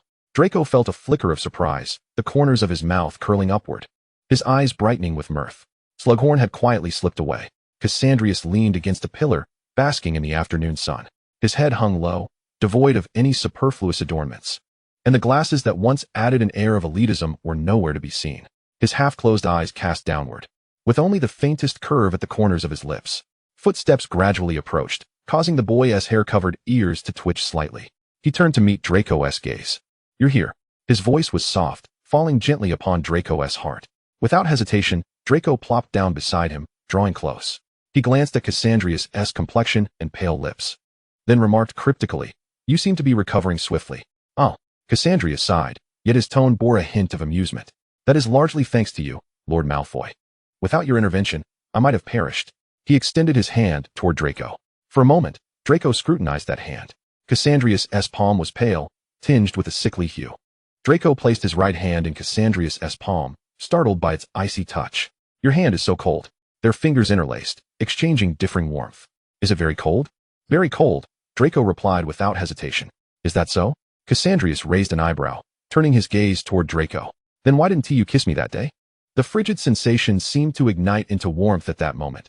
Draco attempted to withdraw his hand, but Cassandrius' icy fingers tightened unexpectedly, rendering him immobile. A slight heat began to suffuse Draco's breath, which now carried a hint of warmth as he gritted his teeth and managed to utter, "Because we aren't in a relationship yet." "Oh." Cassandrius elongated his response, a note of regret lacing his tone. "Very well then." He sighed, leaving Draco wide-eyed in surprise. "Why have you stopped speaking? Go on." Cassandrius, though unable to see, sensed Draco's heavy breaths. He couldn't restrain his laughter, successfully eliciting a disdainful huff from Draco. Chapter 168, The Soiree. Cassandrius' return did not stir significant upheaval at Hogwarts. The only alteration was the addition of a cane in his hand. "I must say, this cane is utterly useless, isn't it?" Draco bluntly critiqued. "No," Cassandrius replied, shaking his head as if in earnest. "This cane can serve as my weapon when necessary." He grasped the handle of the cane, gently tapping it against the ground. The sound, akin to metal striking stone, caused Draco to raise an eyebrow dismissively. Well then, whatever you say. The two ascended the staircase from the first-floor corridor. As they walked, Draco cast his gaze toward the distant Quidditch pitch. Had it not been for Cassandrius' subconscious control and Dumbledore's defensive spells, the magical upheaval that day might have left Hogwarts in ruins. Despite this, Draco vividly recalled the devastation that unfolded after Cassandrius' departure. Creatures from the Black Lake had been tossed about by the raging winds and violent magic, with even a professor discovering a mermaid in the Forbidden Forest. Uprooted trees, scattered debris, flying tiles, and a lawn stripped bare of grass remained as remnants of the chaos. Not to mention the Quidditch pitch, the epicenter of the storm, which even Wood from Gryffindor found overwhelming. Cassandrius keenly sensed Draco's distraction. He squinted. The scent of damp grass mingled with earth wafting through the air. Are you looking at the Quidditch pitch? Draco turned his head toward Cassandrius, standing to Cassandrius' right. He could only glimpse half of his white hair. The tousled strands obscured half of his ear, revealing only the smooth, pale earlobe and the outline of his face. Indeed, Draco's voice dripped with malicious amusement. It would surely be amusing if the Gryffindor Quidditch team knew how you ruined the pitch that day. Cassandrius couldn't help but chuckle, yet suddenly, he recalled the broomstick he had gifted to Draco. Cassandra pressed her lips together and softly inquired, "Do you not fancy the flying broomstick?" Draco paused momentarily, taken aback by the question. As Cassandra ascended the staircase, her cane lagged behind. "I prevented you from participating in Quidditch." Initially perplexed, Draco soon felt a surge of delight accompanied by an irrepressible smile. He bit his lip, striving to stifle his laughter. Cassandra furrowed her brow, halting in her steps, and turned her body towards Draco. "Are you upset?" Coughing lightly, Draco seized the moment to don a carefree grin that Cassandra could not see. Of course not. His azure gray eyes sparkled with mirth, yet this was hidden from Cassandra. Then, she only heard him speak, "I do indeed enjoy Quidditch." He bounded down the stairs, the flowing fabric of his robe billowing with his movements. However, it is merely a preference, not an obsession. If I must articulate it, there are many things that take precedence over Quidditch. The Slughorn's Slug Club gathering had invited a multitude of guests. The mingling aromas of various perfumes and delectable dishes caused Draco to frown slightly. Upon entering, he was greeted by numerous familiar faces: Harry, Hermione, Barbara, Garen, Talia, and Erwin. Harry spotted the duo entering through the back door and discreetly nudged Hermione, gesturing towards their position. The children's soiree held little allure for Draco. Yet, with Hogwarts' recent culinary advancements, he was inclined to sample the offerings at the feast. He disdainfully pushed the candied jackfruit from his cake onto Cassandra's plate, whispering to her, "Slughorn remains unchanged. He persists in sharing his candied jackfruit with others." Cassandra nonchalantly consumed the candied fruit, remarking, quite sweet. Sweet treats indeed have a way of uplifting one's spirits." Draco unceremoniously piled the sickeningly sweet confections onto Cassandra's plate. "Hey, Draco." Harry's voice called from nearby. Draco set down his plate and nodded towards Harry. "Good evening." "Harry."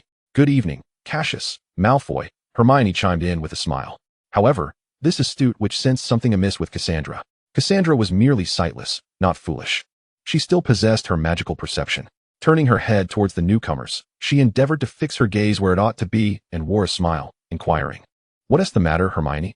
Hermione, holding a cup of juice, glanced briefly at Cassandra's eyes before quickly diverting her gaze, her expression betraying hesitation.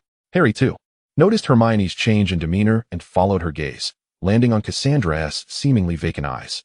At first glance, they appeared unremarkable, yet upon closer inspection, the left eye seemed a shade grayer than the right. Harry swallowed his words, casting a bewildered glance at Draco, whose reaction to Harry's surprise was one of astonishment. He scrutinized Harry from head to toe, unable to suppress his admiration. "Truly remarkable, Galleon. It feels as though you have transformed entirely." Harry merely smiled shyly at the compliment. Hermione, often in the company of Harry, did not readily discern his changes, particularly as she was more focused on Cassandra's eyes. "Cassius, your eyes, was it the incident from last time?" Hermione inquired, her voice tinged with worry, referencing the magical outburst from the previous week. Cassandra chuckled softly, lowering her gaze.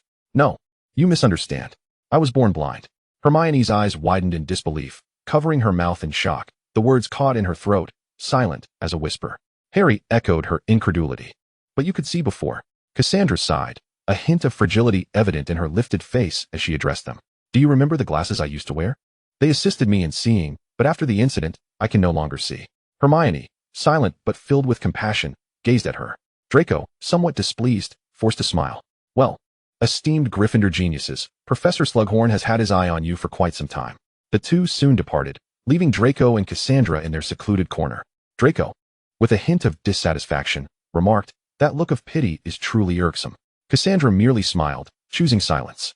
The Slug Club's gathering featured students of various ages, from 7th years to 1st years, with upperclassmen dominating the spotlight. Amidst the cacophony of voices, a pair of approaching footsteps drew Cassandra's attention, and she slowly smiled. Even without turning to face the newcomer, clearly calling out their name, Blaise Zabini. Chapter 169, The Wolf's Bane Potion. The footsteps halted not far from them. Blaise, one hand in his pocket and the other holding a cup, wore a somewhat resigned smile. All right, it's no surprise you guessed it just by my voice." Cassandra gestured to the vacant seat beside her, her downcast eyes revealing no inclination to lift them. It was merely intuition. Blaise shrugged nonchalantly and plopped down beside Cassandra. Swirling the remnants of champagne in his glass, his gaze fixated on Professor Slughorn, who was surrounded by several upperclassmen. Honestly, it's a rare sight to behold. Draco cast a glance at Blaise, who appeared to be engaged in idle chatter, snorting softly but remaining silent. Cassandra smiled and complimented Blaise, however. "I find it equally remarkable that you were the first to sense something amiss." Blaise closed his mouth, sipping his drink while contemplating the recent developments within the magical realm. The actions of Celius in pursuit of Voldemort were rather significant. Conversely, many of the pureblood families who once followed Voldemort were exhibiting peculiar behaviors. Yet under the warnings of various factions, they remained dormant. Blaise was unaware of Voldemort's current state, nor did he wish to know. As the heir of the Zabini family, his hope was for the family to navigate the forthcoming changes unscathed, avoiding excessive attention and remaining inconspicuous. This was also why he had relinquished the opportunity to reprimand Carter in favor of Daphne just a week prior. He was no fool. Gunter was a descendant of Slytherin. The original Hogwarts castle belonged to the Slytherin family. Who could say whether Gunter still had the means to surveil Hogwarts?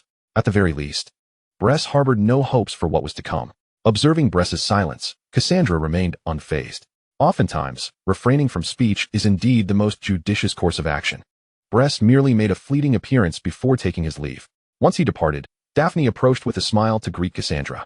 "Long time no see, Cassius," she remarked. Cassandra returned her greeting with a smile, recognizing that the current setting was not particularly formal, eliminating the need for a handshake. Daphne, devoid of any awkwardness, lowered her gaze, contemplating before articulating her purpose. "I heard that Omnigrove is currently recruiting?" Draco's smile dimmed slightly as he regarded Daphne with a hint of scrutiny. "Daphne, has Greengrass ceased to provide for you?" The inquiry was undeniably embarrassing, yet Daphne brushed it off, for she had already encountered far more troubling matters. "Something like that," she replied. The girl's smile remained radiant, yet a tinge of melancholy shadowed her features.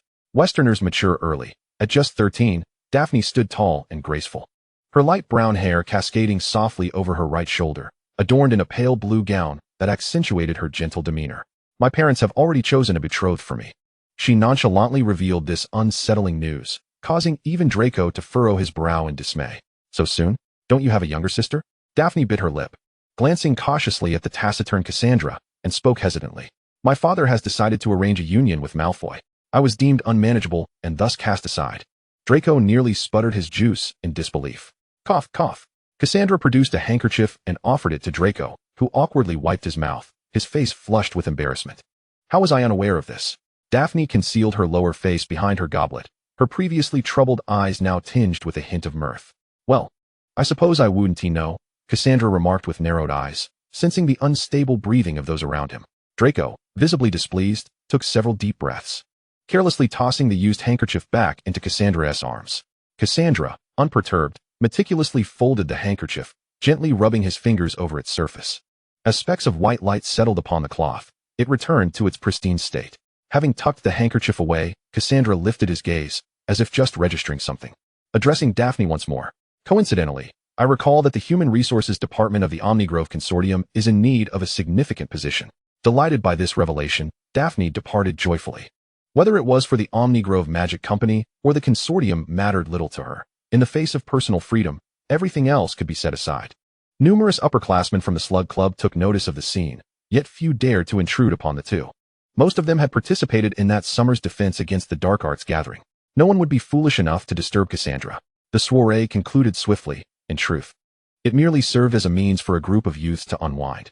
One by one, attendees began to leave, with Slughorn bidding farewell to each departing student. Eventually, the spacious venue was left with only Cassandra and Draco. "Cassius, you nearly jeopardized my slug club," Slughorn jested as he popped a piece of candied jackfruit into his mouth, squinting with delight. "I did not," Cassandra replied matter-of-factly, rising as he grasped Draco's hand. "I was merely sifting through talent for your slug club." Slughorn chuckled. Noticing Cassandra's intent to depart, he quickly called out, "Wait, is there something else?" Cassandra halted, turning to Slughorn. The latter rubbed his belly, squinting as he recounted Dumbledore's words. "Dumbledore asked me to brew some wolfsbane potion. Do you know why?"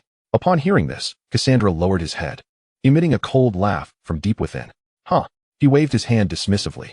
"It matters not. If he requests it, simply provide it. Why fret over materials that aren't yours to begin with?" Observing the two departing figures, Slughorn narrowed his eyes. "Wolfsbane potion? Who? The new defense against the dark arts professor, perhaps?" Though Slughorn found Dumbledore's decision perplexing, he was astute enough not to voice his confusion. However, the idea of a werewolf teaching at the school made him squint slightly. Dumbledore truly is growing old. Chapter 170, A Night of the Full Moon. "Did you visit Hogsmeade last week?" Cassandra suddenly posed this question while walking back to the dormitory after leaving the club. Draco snorted, remaining silent. Cassandra, aware of his guilt, felt a playful urge to tease Draco. "Lucius wants you to marry little Greengrass, would you?" The remark ignited a spark of fury within Draco, akin to oil igniting a flame. "What did you say?" he exclaimed incredulously, his brow furrowed, his expression darkening ominously. Unfortunately, Cassandra could not perceive Draco's anger. "You're asking if I would marry Greengrass?" Draco gasped, his breath quickening. The surge of anger overwhelmed him, igniting not only rage but also feelings of injustice and sorrow. He abruptly halted, forcefully grasping Cassandra's collar, pinning him against the wall, and demanded through clenched teeth, "What do you take me for?" The impact of Draco's shove caused Cassandra, who had already lost considerable weight, to collide painfully with the hard stone wall, prompting him to wince. His lips turned pale, slightly parted, his brows knitted, and his expression bore a tinge of pain and vulnerability. Indeed, Cassandra was undeniably handsome, even in this pitiable state. It was difficult for Draco to suppress a fleeting moment of softening. Yet, swiftly, Draco was engulfed anew by his rage. "Don't feign such a pitiful demeanor. I haven't bullied you." Cassandra lifted his gaze, meeting Draco's with his vacant eyes. He bit his lip, donning an expression of feigned vulnerability. Draco's breath hitched. Soon, he reacted by furiously ramming his head against Cassandra's chest, delivering a headbutt. "You're doing it again." Cassandra couldn't help but laugh. "Ha." He reached out, wrapping his arms around Draco's waist. Draco shivered slightly but did not resist. Instead, he silently embraced Cassandra in return.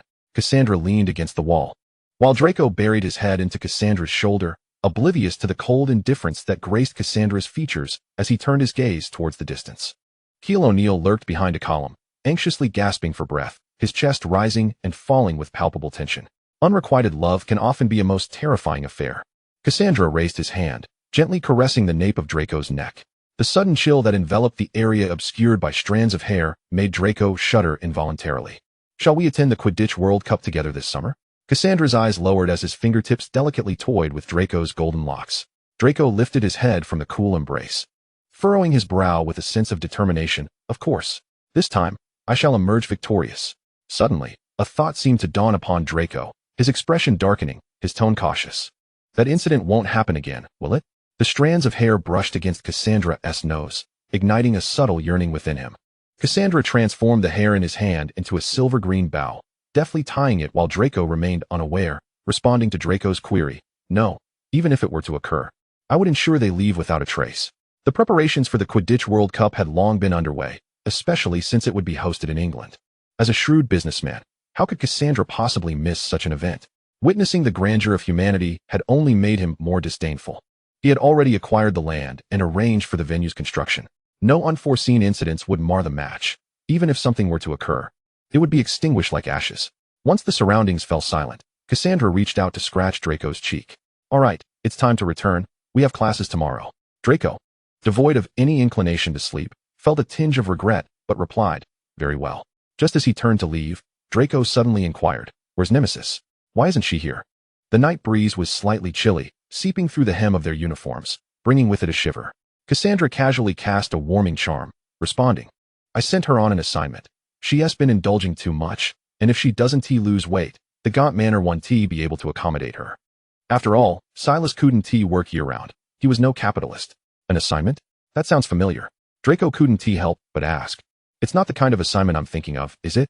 Cassandra pinched Draco's right fingertip, chuckling. Indeed, it is precisely that. With Silas's relentless pursuit and the basilisk's assistance, even Voldemort would find himself at a disadvantage. Draco no longer feared Voldemort. After all, hell was empty, and the devils were all around. A brief lament for Nemesis escaped Draco's lips as he sighed. He had only recently learned Parseltongue, and now he would lose an external tutor. As they approached the Slytherin common room, Cassandra seemed to recall something and inquired, "Is it a full moon tonight?" Draco, somewhat puzzled, looked up at the sky. A clear full moon hung in the heavens, its luminous glow dispelling the surrounding darkness and the evening chill. Yes, it is indeed a full moon, quite round. Cassandra raised an eyebrow, harboring an unsettling suspicion. He halted his steps, advising Draco, "You should return first. I have some matters to attend to before coming back." However, Draco was reluctant. "What are you up to? I want to go too." Anything that allowed Cassandra to venture out alone must surely be intriguing, and he did not wish to miss it. Cassandra contemplated for a moment. "All right, near the Shrieking Shack. George, is it truly haunted?" Fred and his brother George had silently approached the vicinity to observe their prank site. "It doesn't matter. We just need a bit of horror to serve as inspiration for our new toy." Fred crouched on the ground, gripping a palm-sized spherical object, his eyes fixed intently on the spot obscured by the Whomping Willow. George joined him, preparing to capture the impending fright. Yet, in the next moment, the sound that reached their ears was all too familiar. "Harry, I think we should find another location, don't you?" Ron scanned the surroundings warily, every hair on his body standing on end. Harry swallowed nervously, feeling a surge of excitement despite his anxiety. After all, he was eager to demonstrate his recent progress to Ron. They had deliberately not invited Hermione. Her schedule had been packed since third year, exhausting even to witness. So they had decided to keep their night outing a secret from her. "It should be fine. Sirius told me there's a great experimental site near the Whomping Willow." Ron tightened his grip on Harry's arm, his fear escalating. "Harry, don't lie to me." His voice trembled, yet his feet moved forward in earnest. The Whomping Willow stood quietly nearby, and as Harry pondered how to approach it, a voice from behind startled him. "Harry Potter." Harry flinched, turning to see Draco's unmistakable hair. "Draco, what are you doing here?" Draco crossed his arms, a smirk playing on his lips, remaining silent. Cassandra pulled out his retractable wand from his sleeve and carelessly swept it across the ground, inadvertently striking Harry's calf. Whack! Ouch! Cassandra's strength was considerable, causing Harry to yelp in surprise. Confused, Harry heard Cassandra's voice, calm yet laced with coldness. "Harry Potter." For reasons unknown, Harry shivered. Cassandra was genuinely angry. Sirius was indeed unreliable, having carelessly revealed the location of the Shrieking Shack to Harry. Taking a deep breath, Cassandra struck Harry's calf again without hesitation. Harry was now certain. Cassandra was truly upset, although Harry did not understand the reason for Cassandra's anger. The thought of the gun he had tucked away in his pocket made him feel inexplicably guilty. Although Cassandra could not see, his magical perception allowed him to sense everything in his vicinity. "Harry, do you know what day it is today?"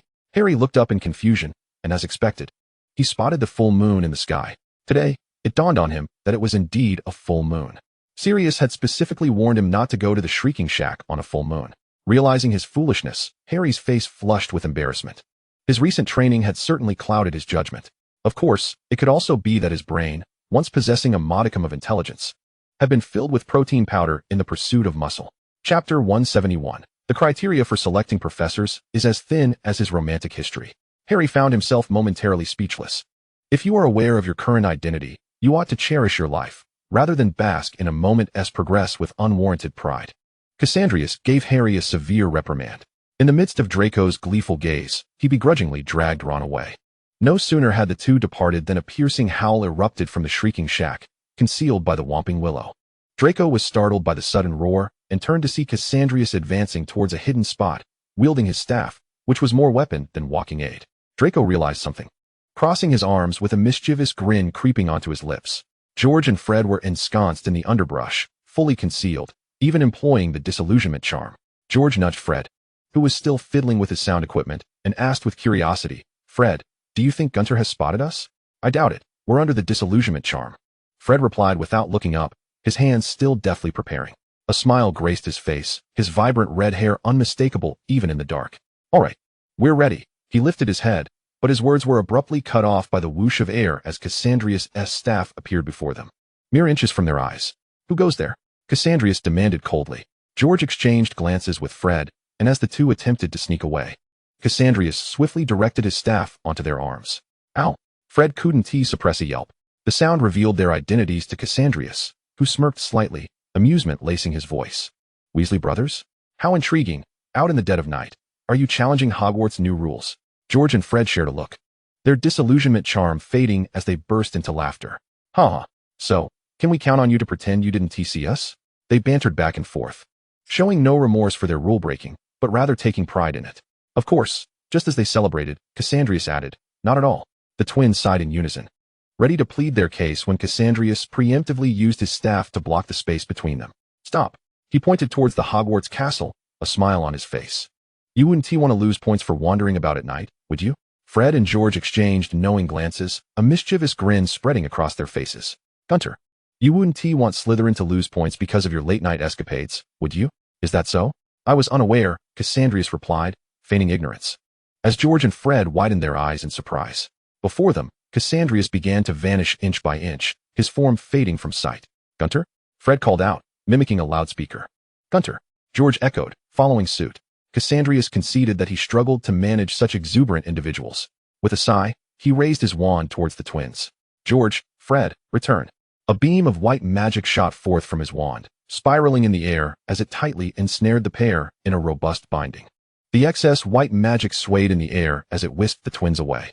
Delighted, Fred and George shouted, "We will definitely be back." The relentless howls of the werewolf in the shrieking shack continued, and as he watched the twins disappear, Cassandrius sighed.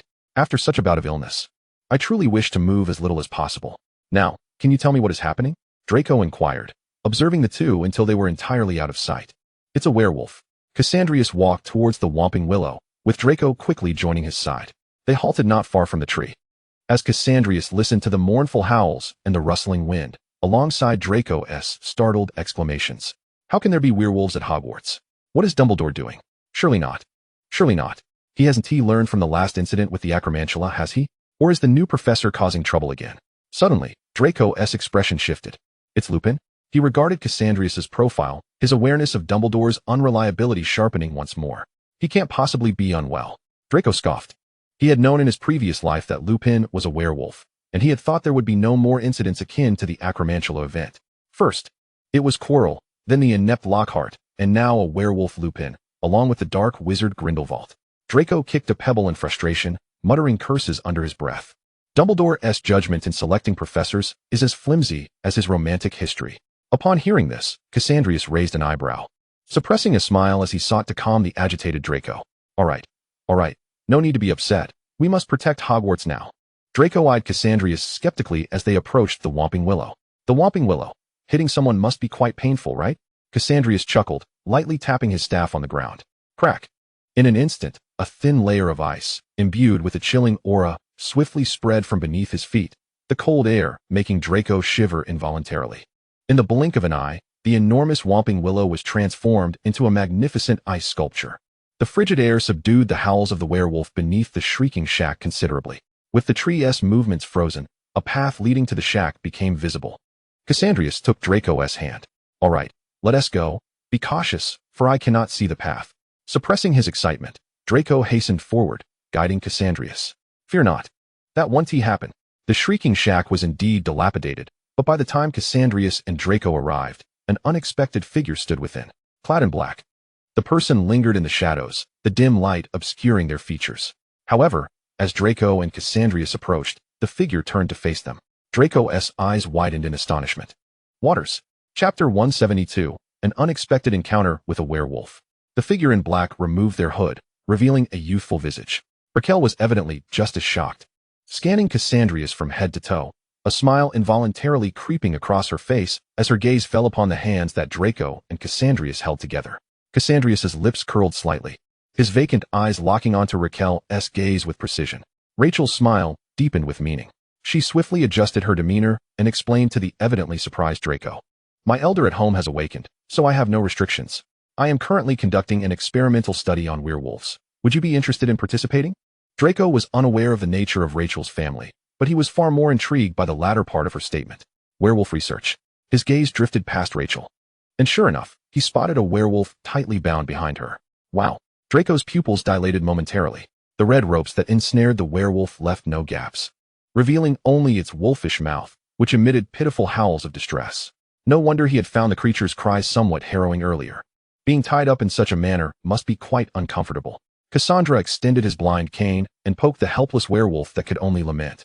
Rachel, it seems he might be a bit dead. What? Rachel turned around hastily, startled by the werewolf's miserable state. Oh dear. The girl rushed forward, drawing her wand to prod the werewolf, muttering, please don't die.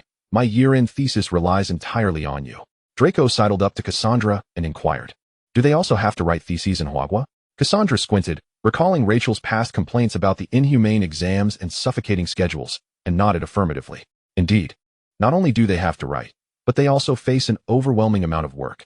I've heard that the magical schools in Hogwa have not only final exams, but also weekly, monthly, and midterm tests during regular days and holidays. They are burdened with heaps of assignments and endless papers. They rise at 6 in the morning and attend classes until 10 at night. It's said that wizards from Hogwa are all geniuses akin to Hermione. Just listening to this made Draco feel a chill of dread. Is that true? Rachel seized upon the key phrase. She whipped around, indignantly exclaiming, yes. It's that painful. If I hadn't come to Hogwarts with a purpose, I would probably be drowning in assignments right now. Moreover, my family hardly acknowledges my struggles. Why must I, an overseas student, still write assignments from home every year? Father, you don't love me at all. It is well known that happiness is sometimes built upon the suffering of others. Cassandra pondered the wizarding education system in Hogwa and suddenly realized that this method maximally cultivates talent. At least, he knew that the current Minister of Magic in Hogwa seemed to be named Zhang Tao, a contemporary of Dumbledore. Intriguing. What are you researching about werewolves? Draco asked abruptly, as a student coerced into learning. He was always averse to hearing the word study. Rachel squatted down to draw a vial of blood from the werewolf and administered some potions, responding without glancing up. It's likely about how to revert werewolves back to humans. We have similar research back home, akin to rabies, but there are few werewolf samples in our country, as most have been kept in research facilities.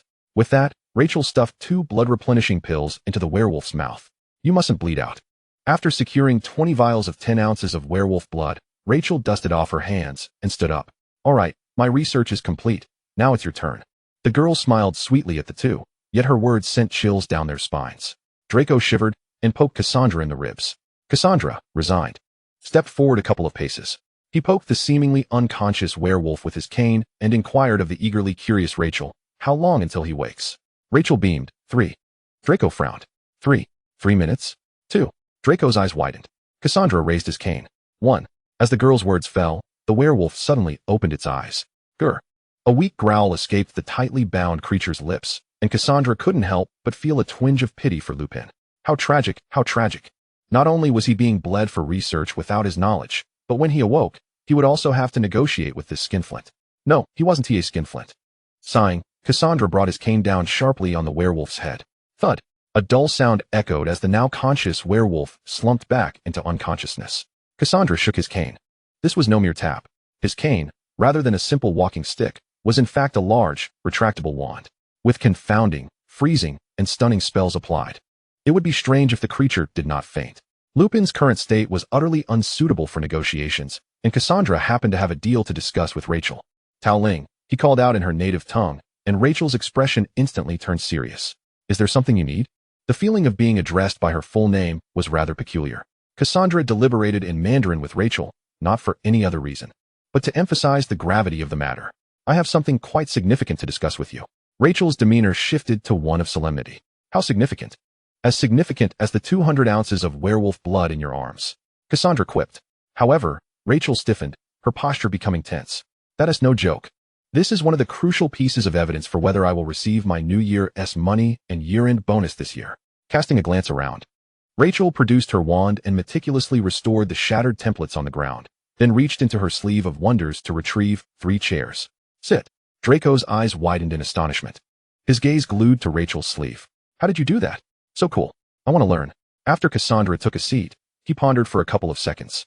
He felt that this setting might not be the most appropriate for starting a discussion, but since he was already there, and he might not have another opportunity to speak with Rachel about this matter, he decided to proceed.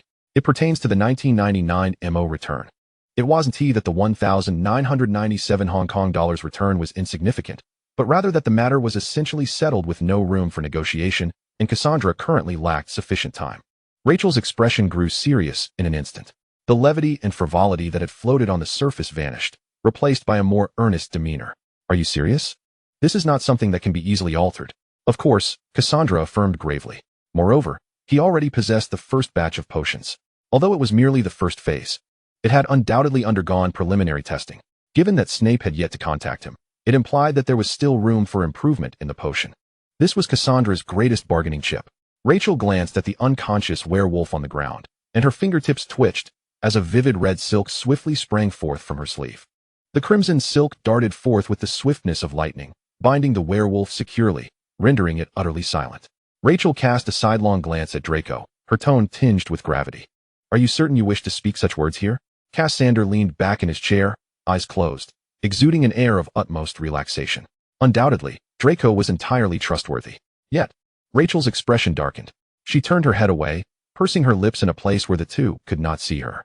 Oh, how impressive it is to be in love. 102-037-8817. A string of enigmatic numbers. Chapter 173, 3 Elixirs. Although she found the exhibition of affection rather irksome, Rachel understood the delicate balance of what ought to be said. She surveyed the surroundings and meticulously cast several protective spells against eavesdropping before taking a seat. Very well. Please succinctly convey your requests. I shall relay your intentions back home verbatim. However, Cassander posed an unexpectedly profound question. I wish to understand how the wizarding world of Hua balances wizards and ordinary people. Rachel was taken aback. Is that all? Her eyes widened in astonishment. Of course not. It is merely the foundation upon which my subsequent requests will be built. Rachel pondered deeply, her brow furrowed in contemplation for an extended period. The silence lingered so long that Cassander began to feel somewhat intrusive, prompting Rachel to finally speak. How to articulate this? I'm uncertain how to address you.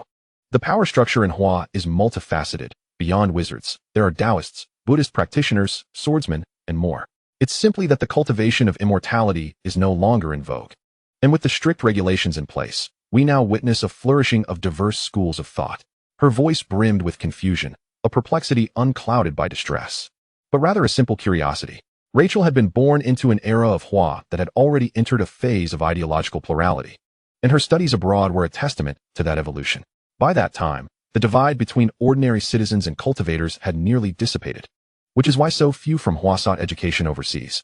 Rubbing her face, Rachel cautiously began. National circumstances differ. I cannot provide a direct answer. However, I can tell you that within Hua, there is no distinction between ordinary people and wizards. In fact, one might say there are scarcely any ordinary people left. Even the security guard in her community was a master of Bagua. Back when the Qing dynasty still reigned, to solidify its control, the Qing elevated Buddhism to a near-state religion. However, as the dynasty waned, instigators led various sects, which once eschewed worldly affairs, to throw caution to the wind. Were it not for a great leader who valiantly stepped forth to salvage the crumbling edifice, Hua would not possess its current stature. Rachel's straightforward remarks seemed deceptively simple. Yet Cassander felt an involuntary tightening in his chest. He was unfamiliar with the intricacies of Hua and could not form reasonable conjectures. However, if Hua truly wielded such formidable power, was his action not somewhat superfluous? Furthermore, as an Englishman, was it not somewhat inappropriate to curry favor with Hua? Yet, with no turning back, Cassander could only forge ahead into the unknown. That is sufficient. Even this much knowledge can greatly benefit a wizard. Cassander sighed, realizing that their conversation with Rachel should not continue. Rachel breathed a sigh of relief. Thank goodness. It's best not to discuss it further. I'm merely a young novice devoted to my training. Such grave matters should not involve me. Having concluded this serious topic, Rachel suddenly recalled something and produced several items from her sleeve, presenting them to the pensive Cassander. By the way, my great-grandfather has recovered. These are gifts he entrusted me to deliver to you. With a flourish of her sleeve, the 3 items soared toward Cassander's gaze. Though he could not see them, he sensed they were 3 small bottles. What are these? One of the diminutive bottles found its way into his hand, and Cassander marveled at the smoothness of its surface. His mind racing with speculation. Draco's eyes were glazed over. What are you babbling about? Why hasn't it ended yet? Rachel glanced at the dazed Draco, a mischievous smile curling her lips. She leaned close to Cassander's ear and whispered a few words. Cassander's pupils widened in shock. His fingers trembled, causing the 3 bottles to clatter to the ground. Hey!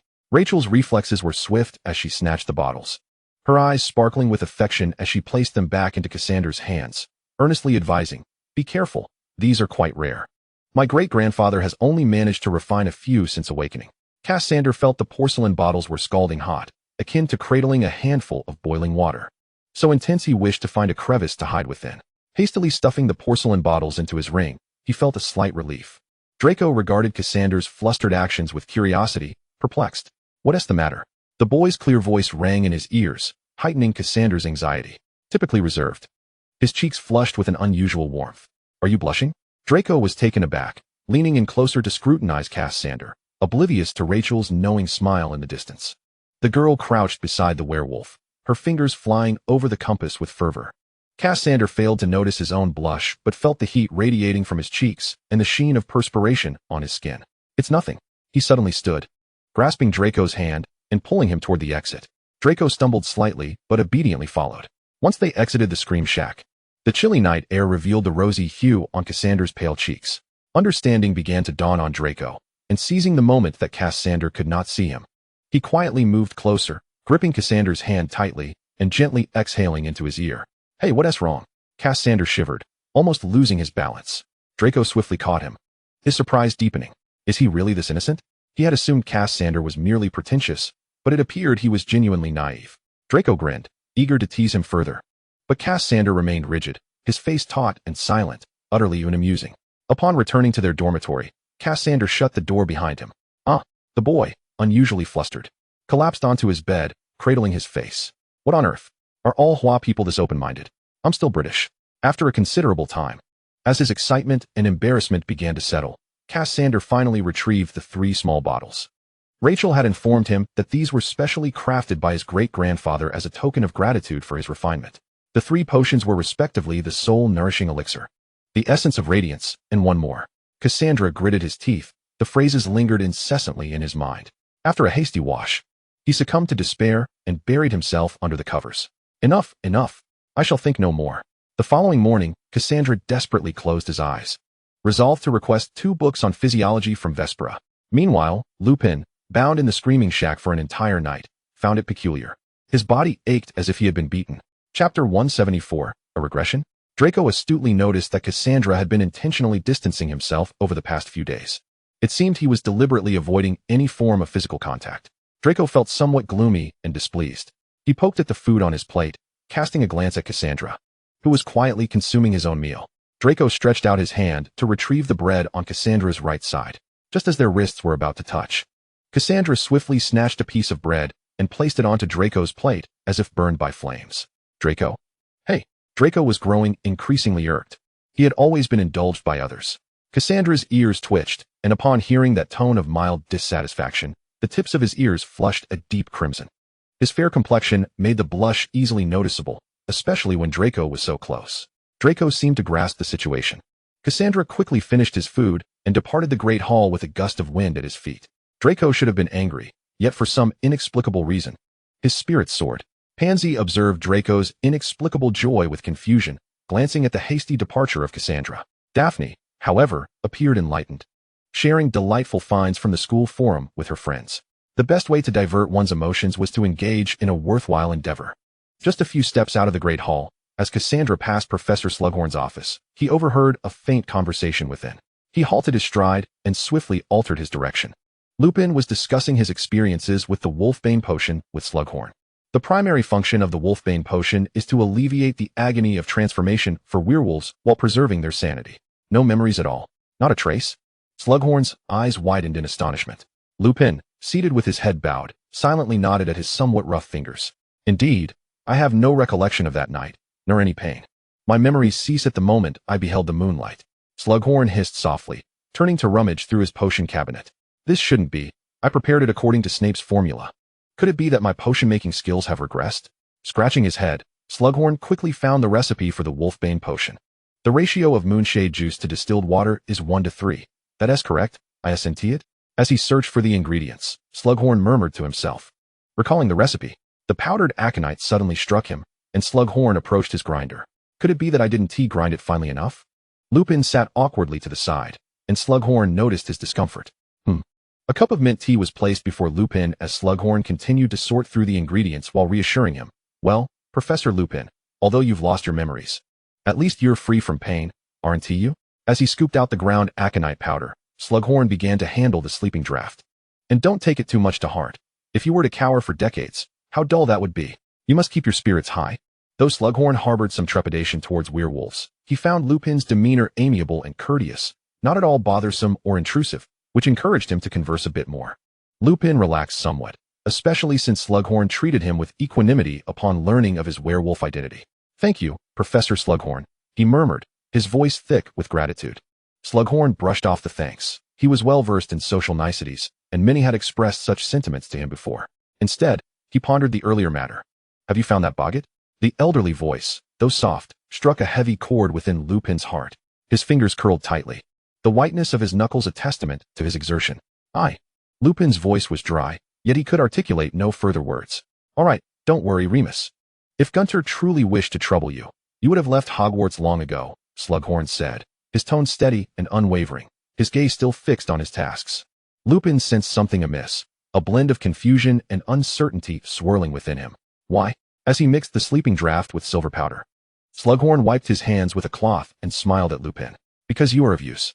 I suspect that it won't be long before that lad comes looking for you." Lupin wished to say more, but Slughorn waved him off, returning his focus to his work. "No need to say anything, Remus. My potion is impatient." Lupin could only depart the potions classroom in resignation. He kept his head bowed and walked straight to the Defense Against the Dark Arts office. Cassandra had been seated there for quite some time. He could not see, yet he recalled the scene from his first visit to this place. At that time, he had audaciously confronted Voldemort directly, even subjecting himself to a piercing pain to diminish Dumbledore's suspicions. In retrospect, Cassandra felt no regret. Rather, he believed he ought to have been even more meticulous. His fingers lightly tapped the armrest as he sat on the sofa, legs crossed, eyes closed in anticipation. Lupin closed the door, allowing darkness to envelop him, and sighed softly. "If only I were not a werewolf." Weakly waving his wand, as the candlelight illuminated the darkness, Lupin was startled by the figure on the nearby sofa. "You." The aloof youth sat with his legs crossed, gazing down at the hands resting on his knees, like a tranquil jade sculpture, silent and still. "When did you arrive?" The man's voice trembled imperceptibly as he moved behind the desk. Cassandra nodded at the armrest, and with two crisp sounds, 2 steaming cups of pumpkin soup appeared before them. "Professor Lupin, mint tea is harsh on the stomach. Let us have some pumpkin soup instead." Lupin's pupils dilated, his hand instinctively reaching for his wand. "Ah." Cassandra sighed, lowering his head and slightly raising his finger. With a swift motion, an irresistible force drew Lupin's wand toward Cassandra. Lupin's hand trembled. He attempted to grasp his wand, but could only watch helplessly as it fell into another's hand. With a decisive snap, Cassandra lifted his hand, seizing the flying wand. Gently caressing the smooth surface of the wand with his fingertips and sensing the subtle repulsion, Cassandrius cast the wand aside. Lupin's eyes widened in astonishment. With a sigh, Cassandrius remarked, "You and unicorn hair, what a most unfortunate combination." Lupin was taken aback by Cassandrius's extensive knowledge, yet he was even more perplexed by Cassandrius's actions. Perhaps sensing the awkward atmosphere, Cassandrius tapped the side of his cup, drawing Lupin's attention. "Fear not, Professor, I am not a villain. I merely wish to discuss a business proposition with you." A tremor coursed through Lupin, as feelings of reluctance and regret slowly ascended within him. "I know you are a Hogwarts governor. Are you here to dismiss me?" "Certainly not," Cassandrius interjected, interrupting Lupin's quavering tone. "Your excellence is widely acknowledged, at the very least. The students of Hogwarts would not wish for your departure. What I wish to propose is an entirely different transaction." The youth's voice was steady and resolute. Yet his words compelled Lupin to step forward in disbelief. For instance, regarding how werewolves can revert to their human forms. With a thud, a book fell to the ground. But Lupin paid it no mind. He was certain he must be hallucinating or perhaps suffering from some obscure mental affliction. How else could he have heard such a statement? It was utterly ludicrous. Lupin's expression froze, and the calm within him shattered into fragments with that singular utterance. Cassandrius allowed Lupin to remain stunned, taking a sip of warm pumpkin juice while his thoughts wandered to Draco. In his previous life, Draco had been 17. Had he ever been in love? There seemed to be someone he had grown close to. Regaining his composure, Lupin, usually the epitome of gentleness, could no longer maintain his demeanor. "Are you deceiving me?" Cassandrius relaxed his grip on the cup, lifting his gaze to meet Lupin's with a smile. "You know, I have no need to deceive you with unfounded claims." Cassandrius was never one to lie. Lupin often heard of Cassandrius from Dumbledore, mostly regarding Cassandrius's remarkable talents. It was evident that the youth before him wielded magic with finesse. Yet Dumbledore's vague praises of his excellence left Lupin perplexed. "What is it that you desire?" Having experienced much, Lupin could discern that Cassandrius spoke truthfully. Yet he was more concerned about Cassandrius's intentions. What did he want? Cassandrius blinked, alleviating the dryness in his eyes. How about in 2 years, you come work for me? The salary will be generous. You shall not be shortchanged. Work? Lupin was bewildered. Why? I am merely a werewolf. In response to Lupin's confusion, Cassandrius merely chuckled. And what of it? As long as one is useful, it matters not whether they are a vampire or a zombie. Lupin's abilities were commendable, being a moderate werewolf. He was not alone in his plight. The magical community had long harbored disdain for werewolves, and if a business were to emerge that was friendly to werewolves, it could potentially turn werewolves against werewolves. After all, vanquishing Voldemort was merely a part of what Cassandrius sought. He envisioned something grander, encompassing all of Europe. What of werewolves? What of wizards? These do not delineate a person's worth. To be frank, there is one reason I wish for you to work for me, Cassandrius expounded. The dim candlelight casting shadows that obscured his expression. Not all werewolves in the magical realm are as bloodthirsty and cruel as Greyback. Upon hearing this, Lupin instinctively tightened his grip on his clothing. Werewolves were a relatively small race, yet due to their unique nature on the night of the full moon, their formidable strength allowed them to withstand most magical attacks. For ordinary wizards, werewolves were exceedingly difficult adversaries. The number of werewolves in the magical community was not vast. Aside from a few born as werewolves, the majority had been transformed through bites. Among these, besides Lupin, who maintained his humanity, many others harbored extreme animosity towards wizards due to the prejudice surrounding their condition. Greyback epitomized such individuals, taking pride in his ability to bite others, reveling in a twisted sense of pleasure. Indeed, such individuals were not rare. Lupin murmured in acknowledgement, his heart wavering. Though Cassandrius had provided no tangible proof, and merely spoke, Lupin found himself believing. He had been a werewolf since the age of 4, leading a life of evasion. His once harmonious family had been shattered, forced to endure others' disdain, compelled to conceal his identity as a werewolf. All of this stemmed from the burden of being a werewolf. In the depths of night, Lupin had often fantasized about reclaiming his humanity, longing to be neither beast nor man. Yet, a question lingered within him. Do you not resent me? He inquired. Cassandrius appeared puzzled, tilting his head as he gazed into the darkness. What? Taking a deep breath, Lupin steadied his tumultuous emotions. Do you not resent me for bringing the boggart that triggered your magical outburst? Cassandrius found the notion amusing. Not at all, not in the slightest. He recalled Professor Trelawney's prophecy. Who could have anticipated that the prediction would come to fruition so swiftly, so quickly that no one had time to react? Perhaps you are unaware, but prior to my encounter with the boggart, Professor Trelawney had foretold that day's occurrence. Lupin's eyes widened in astonishment, and he heard Cassandrius's next words. Thus, the young man, with a smile that radiated warmth, spoke words that soothed Lupin's anxious heart. You need not feel guilty. Whether or not you brought the boggart, I would have encountered it eventually. At the very least, you helped me avert a future mishap. Cassandrius's smile bore a hint of sincerity. In fact, I should be thanking you. Lupin stood momentarily stunned, uncertain as he replied, No need. Cassandrius could not help but laugh. You are quite amusing. So, Professor, what say you? Lupin swallowed hard. Was there a lingering threat?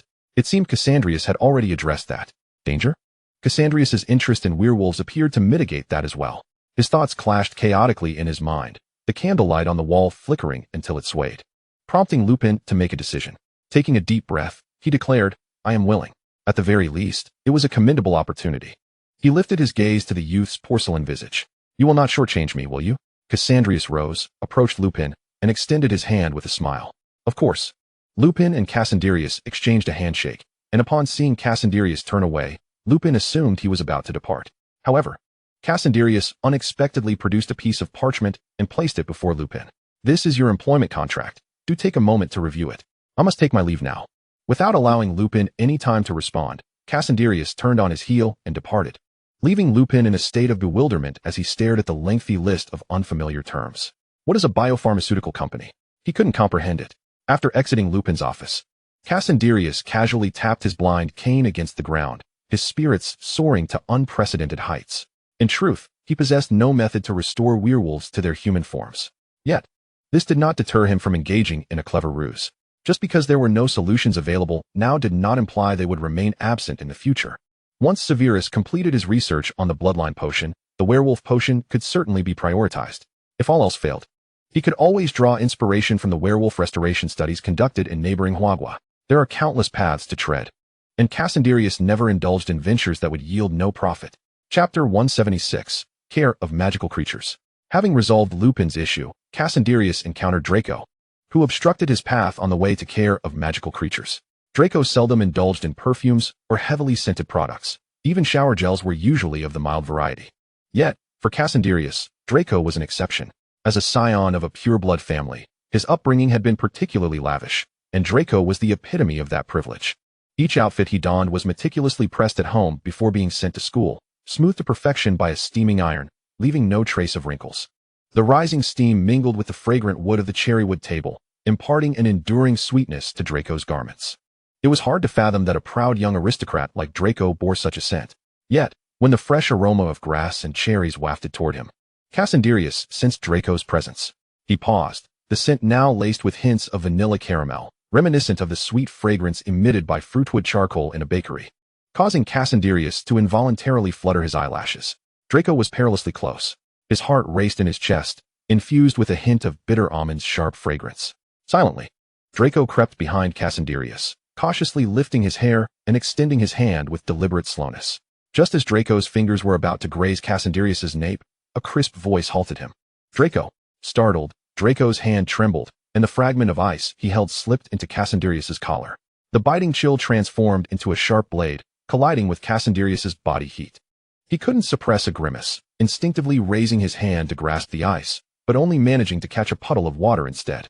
Draco had already dashed away, a triumphant grin on his face. Finally, it's my turn to tease Cassandrius. The coldness lingering on his back made Cassandrius arch an eyebrow, and with a sigh of exasperation, he turned to continue his journey to care of magical creatures. Play on, play on. One day Ettore Olio is an alias for Grindelwald. To be honest, he had felt elated when he first became the professor of care of magical creatures. Now, however, he felt even more delighted. Albus, the strikingly handsome man with golden hair and blue eyes, rested his head on his hand, exposing his flawless profile as he called out Albus Dumbledore's name in a melodramatic tone, without sparing him a glance. Dumbledore remained engrossed in a newly downloaded game on the Resonance Compass. Oh my, this match 3 game is truly engaging. Why is it so enjoyable? Grindelwald sighed, preparing to employ some charm, when he noticed Dumbledore lift his head. Ettore, you really ought to attend your class. Grindelwald's expression turned sulky. Did he genuinely wish to be this professor? Yet, he could only reluctantly rise, glancing back multiple times as he exited the headmaster's office. Everyone at Hogwarts knew that the new Professor Olio enjoyed a close rapport with Headmaster Dumbledore, so the students bore no doubts when they saw Grindelwald emerge from the office. In a slightly irritable mood, Grindelwald's demeanor during class was far from jovial, but his professional standards were impeccable, never indulging in any antics. However, today, he finally laid eyes on that young man. Ah, there he is, our illustrious Mr. Cassandrius Gaunt, emerging from his sickly state to grace us with his presence in class. Cassandrius forced a smile, rising to greet Grindelwald. Thanks to Professor Olio, I returned early to witness his elegance. Grindelwald scoffed, tilting his chin as he scrutinized Cassandrius. I heard you spent a week at St. Mungo's. I hope you haven't fallen behind in your lessons. His gaze lingered momentarily on Draco beside Cassandrius, a hint of a smirk playing at his lips. What are the steps to treat a wound inflicted by a venomous tentaculous thorns? Grindelwald's voice boomed. And just as everyone awaited Cassandrius's response, his gaze suddenly shifted to Draco, who was watching the scene unfold. Malfoy, you answer. Draco looked bewildered, his expression shifting through various emotions before he finally clenched his teeth and stood. First, use a chilling charm to reduce swelling, then administer an antidote, Professor. Grindelwald grunted, this time turning his attention back to Cassandrius. Gaunt, enlighten us on how to explain a phoenix's rebirth through the lens of charms. The entire class wore blank expressions. What on earth was he talking about? Cassandrius squeezed Draco's outstretched hand and calmly articulated his answer. This is a complex form of eternal magic, based on the hereditary magic of the phoenix's bloodline. Its internal structure theory bears resemblance to self-repair charms, molecular restructuring spells, and the synergistic effects of time magic. The magic core inherently present within the phoenix allows its bones to be enveloped in a non-consumable magical flame, which can be presumed to reside within the phoenix's soul. The molecular restructuring process is akin to the reverse of an animagus transformation, relying on the phoenix's biological instincts, thus demonstrating that human wizards can derive the principle of rejuvenation from the phoenix's rebirth. Enough. As Cassandrius's elaboration grew more extravagant, Grindelwald swiftly interrupted him. Your knowledge is commendable. It seems you have not neglected your studies, even while unwell. Well done. Grindelwald gritted his teeth as he uttered the last few words, successfully eliciting a smile from Cassandrius. All thanks to your excellent teaching, Professor. Grindelwald muttered a string of curses under his breath. You haven't even attended a single class since the term began, and yet you fell ill. What on earth did he teach you? Such a troublesome young man. With a stern face, Grindelwald instructed Cassandrius to sit down, and then commenced the lesson. Cassandrius felt in high spirits. Grindelwald threatens me with Draco, and I shall threaten Grindelwald with Dumbledore.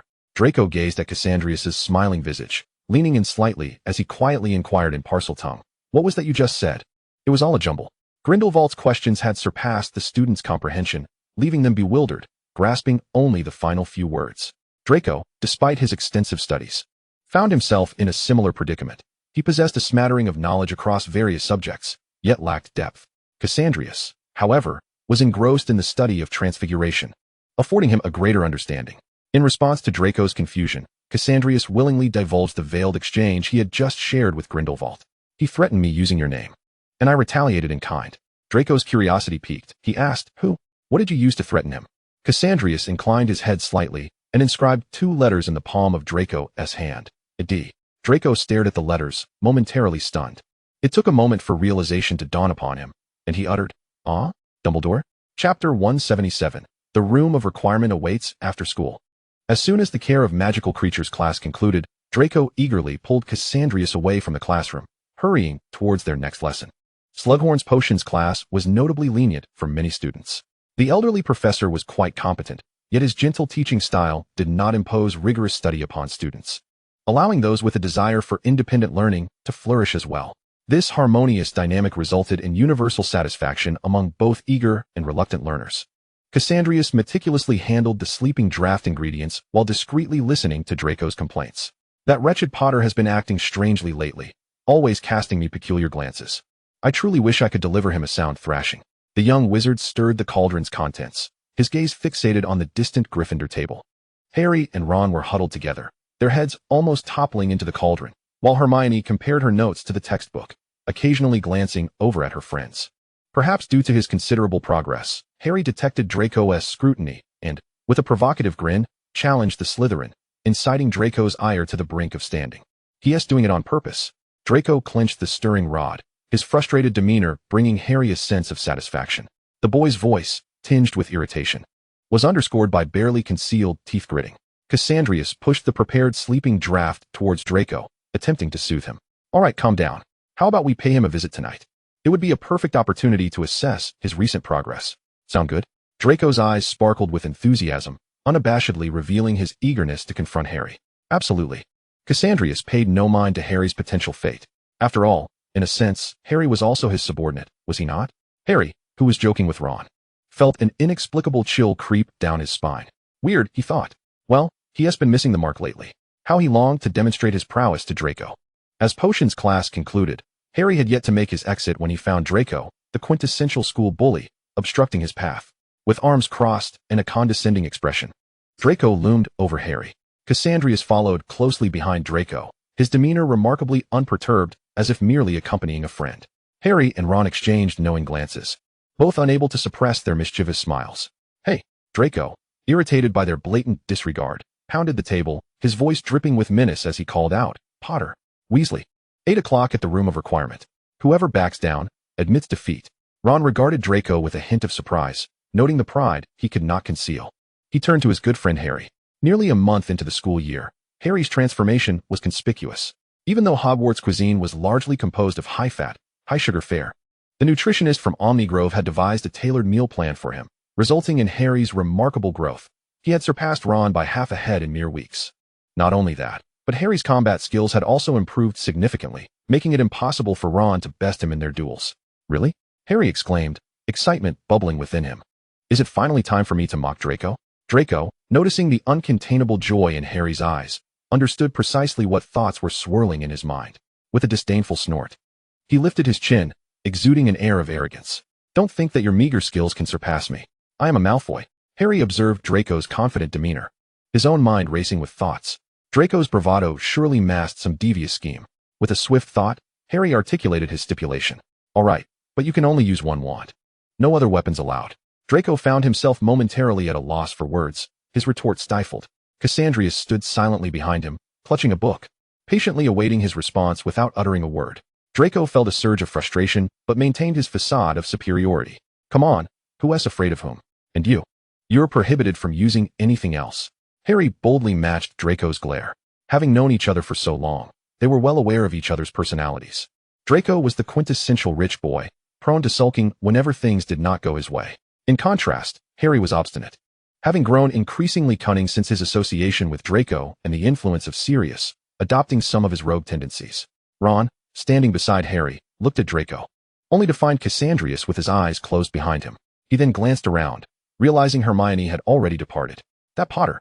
All day long, Draco had been fixated on Harry, scrutinizing every detail from his hairstyle to his attire, lamenting the Gryffindor lifestyle as he imagined storming into Gryffindor Tower to critique Harry's daily routine.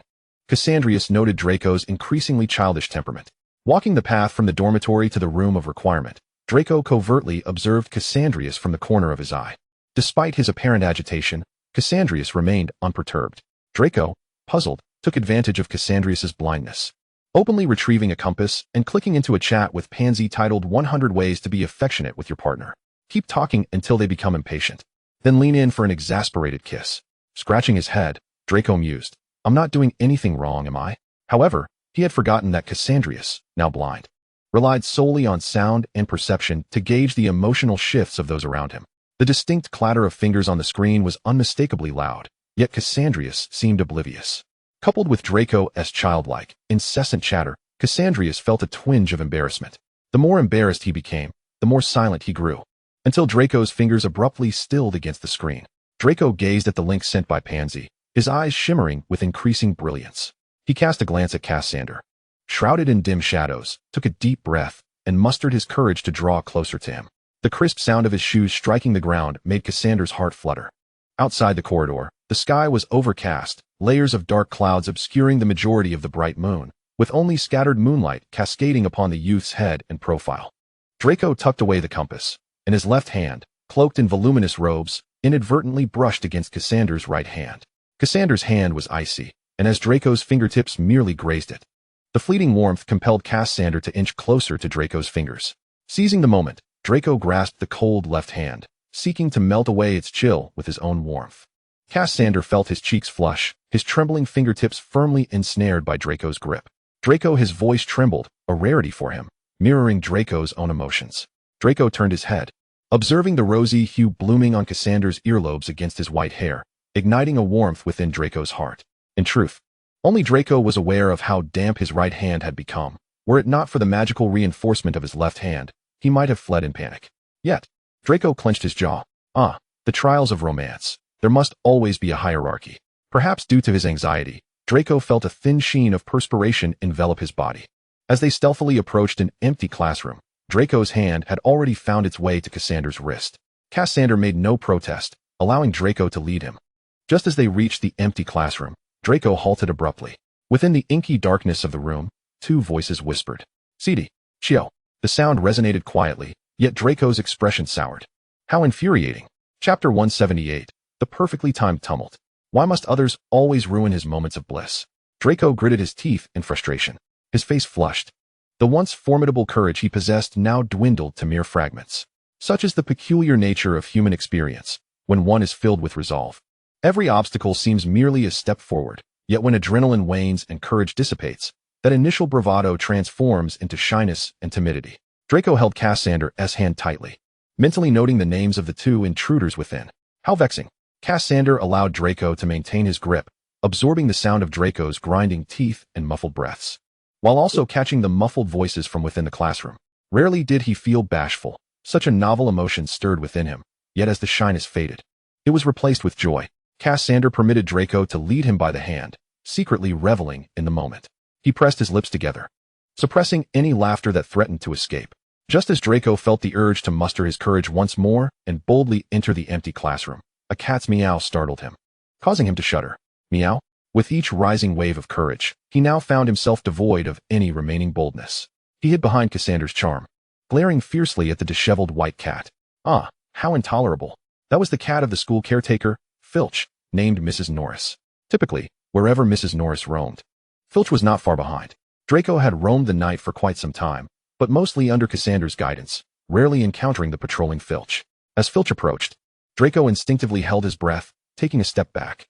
Cassandra naturally wrapped his arms around Draco's waist, feeling the rise and fall of Draco's abdomen.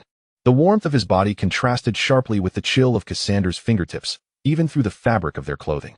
"Oh, Mrs. Norris, do you smell that?" The gaunt man with murky eyes gently scooped up the disheveled cat from the floor. "I smell the scent of students wandering at night, clad in a tattered tailcoat." The elderly man's sparse white hair fluttered as he fixed his gaze upon the end of the corridor. He passed by Cassandra and Draco without hesitation. As he did so, Mrs. Norris licked her paw and directed a meow towards Cassandra. Cassandra pressed his lips together, smiling at the direction of the cat's call. He genuinely had a fondness for such harmless creatures.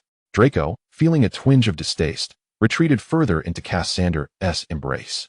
It was not until Filch departed that Draco exhaled deeply, releasing his pent-up irritation towards Filch. How revolting. I wonder what Dumbledore was thinking. Allowing a squib to serve as the school caretaker. What a foolish decision. Cassandra gently released his hold, patting Draco's back soothingly, intent on diverting his attention. This is Dumbledore's benevolence. As well as his political inclination, he is a quintessential leftist. Draco turned back, puzzled. Leftist? But Filch is merely a squib. And he never demonstrated Dumbledore's principles during his time at school. Cassandra grasped Draco's wrist, and together they ascended to the 8th floor. This was the current dilemma within the wizarding community. Whether half-blood or pureblood, both factions faced issues concerning the squib population. Draco shifted closer to Cassandra, finally voicing his curiosity. Half-blood? But don't many express sympathy towards squibs? What good is sympathy? Cassandra scoffed, continuing his explanation. Even half-bloods are wizards by nature, inherently distinct from squibs. If a half-blood wizard were to publicly advocate for squibs to possess equal rights as wizards, what would you think? That person would certainly be deemed insane, Draco replied candidly. The wizarding world already has scarce job opportunities. If a wizard were to suddenly emerge advocating for squibs, all those with vested interests would vehemently oppose him. Indeed, that individual would surely be seen as deranged. As they reached the 3rd floor, the two observed several students hiding in corners, indulging in their nocturnal escapades. Their voices lowered considerably. Once a squib is destined not to become a wizard, they cease to belong to the same community. A distinction akin to the early British colonizers in America and the indigenous inhabitants. Even as different races formed a single family over time, the differences persist. Draco pursed his lips. The Malfoys were not entirely pureblood. To prevent genetic mutation, their ancestors had also intermarried with half-bloods to preserve the family line. Nevertheless, Draco was acutely aware that, at its core, the distinction between a squib and a wizard was scarcely different from that between a wizard and a muggle. Some might even assert, in a more extreme view, that muggles were preferable to those squibs. You are correct. Are you attempting to win over the squibs? This is a venture with boundless profit. The smile at the corners of Cassandrius's lips never faded. He grasped Draco's wrist, his fingertips gliding over the soft skin. Draco's heart quivered in response to his touch. This man is truly something else. What do you intend to do? Draco inquired, curiosity piqued. Cassandrius leaned closer, whispering conspiratorially in Draco's ear, "Then let the squibs become wizards." The weight of this revelation left Draco momentarily speechless, rigidly following Cassandrius's lead as they moved forward. After a short distance, Draco's voice, barely contained, finally broke the silence. "You must be mad." His tone brimmed with incredulous confusion. This was an insurmountable challenge. Draco did not voice any objections, but merely expressed his perspective on the difficulty of the matter. "It may be arduous for others, yet for me, it is a trivial task." Cassandrius reveled in Draco's startled reactions, lightly patting the back of his hand, which elicited only a soft huff from Draco. "Humph." Draco withdrew his hand, casting a sardonic glance at Cassandrius. "You truly are the head of the Gunter family. Quite impressive. I concede my mistake. I shall certainly inform you next time." Cassandrius readily admitted his fault. Their previous relationship had always been somewhat lacking, preventing him from sharing many things with Draco. However, now, Cassandrius was willing to divulge pivotal information capable of altering the world to Draco. Draco did not disappoint his expectations. "What use is it to tell me?" Draco replied dismissively. He possessed a clear awareness of his own capabilities. Inheriting the Malfoy family was a foregone conclusion, and he might take a nominal position in the Ministry of Magic if time allowed. Beyond that, he understood the adage, one should not meddle in affairs outside one's jurisdiction. Draco's reaction was anticipated by Cassandrius. Though he harbored some ambition, all his desires remained within a reasonable scope, never entertaining fantasies beyond his abilities. This propensity for audacity within appropriate limits was precisely what Cassandrius admired. Chapter 179. Today's battle is Draco's defeat. Having evaded Filch's nocturnal patrol and passed by numerous night-wandering students, Cassandrius and Draco encountered Harry and his companions at the entrance to the room of requirement. Hermione sighed exasperatedly, lowering her voice upon seeing the two. Harry, I believe you are 13, not 3, correct? Harry and Ron, hidden beneath the invisibility cloak, exchanged awkward glances at Hermione's remark. Draco, catching sight of the concealed figures, smirked with satisfaction. Potter, I am delighted you did not flee at the last moment. Ron couldn't help but grin, leaning towards Harry. He's still as insufferable as ever. Harry tightened his grip on his wand, nodding vigorously. After so much time spent in study, his wand was eager for action. Inside the room of requirement, Barbara was suppressing her excitement while Garen took on the role of referee, with a spacious area cleared for the impending duel. Ron dragged Hermione to a side seat to watch, not forgetting to mock Harry and Draco. Those two. I bet in 2 months we'll witness a scene like this again. Hermione glanced at the snacks and drinks beside her, and at Ron, who was eagerly clutching his popcorn, and sighed resignedly. Cassandrius lounged on a nearby sofa, calmly listening as Draco began to exchange taunts with Harry before the match. Little Potter. How amusing. Draco raised his chin, embodying his usual haughtiness. However, his right hand, hanging at his side, had tightened around his wand, poised for action. Ha, Draco. I am no longer the Harry Potter of old. Nearly led astray by Draco's bravado, Harry gripped his wand tightly, feeling emboldened by Cassandrius's composed presence. Indeed, it was not confidence in himself, but rather the assurance that someone had his back. With Cassandrius nearby, he could engage Draco without restraint. With Halloween approaching, Harry reflected on how he had spent the last few months. Rising with the roosters and sleeping later than the dogs. Those instructors responsible for training my spells continuously mock me. Just the thought of showcasing his abilities soon made Harry want to laugh. As Barbara and Garen settled the match, the girl radiated joy as she approached the two. Harry and Draco exchanged forced smiles. Ready. They both raised their wands to their chests. Barbara left the arena, her voice slicing through the silence like lightning. Begin. Stupefy. The sudden thrust of Draco's wand aimed at Harry, the blinding silver light carrying the weight of personal vendettas. Charged toward him. Harry stood his ground, thrusting his left palm forward, and a translucent crystal barrier shattered into pieces. Simultaneously, his right hand hurled 3 chains toward Draco. Bind him swiftly.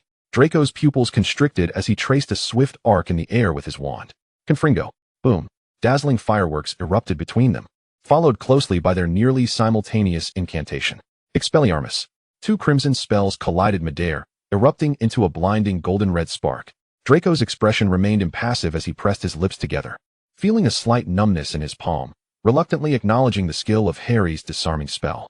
In the next moment, under Harry's vigilant gaze, Draco smirked. His figure vanished from sight. Apparate. Harry was taken aback, his pupils widening momentarily, before he whipped his wand toward the ground. Boom, boom, boom.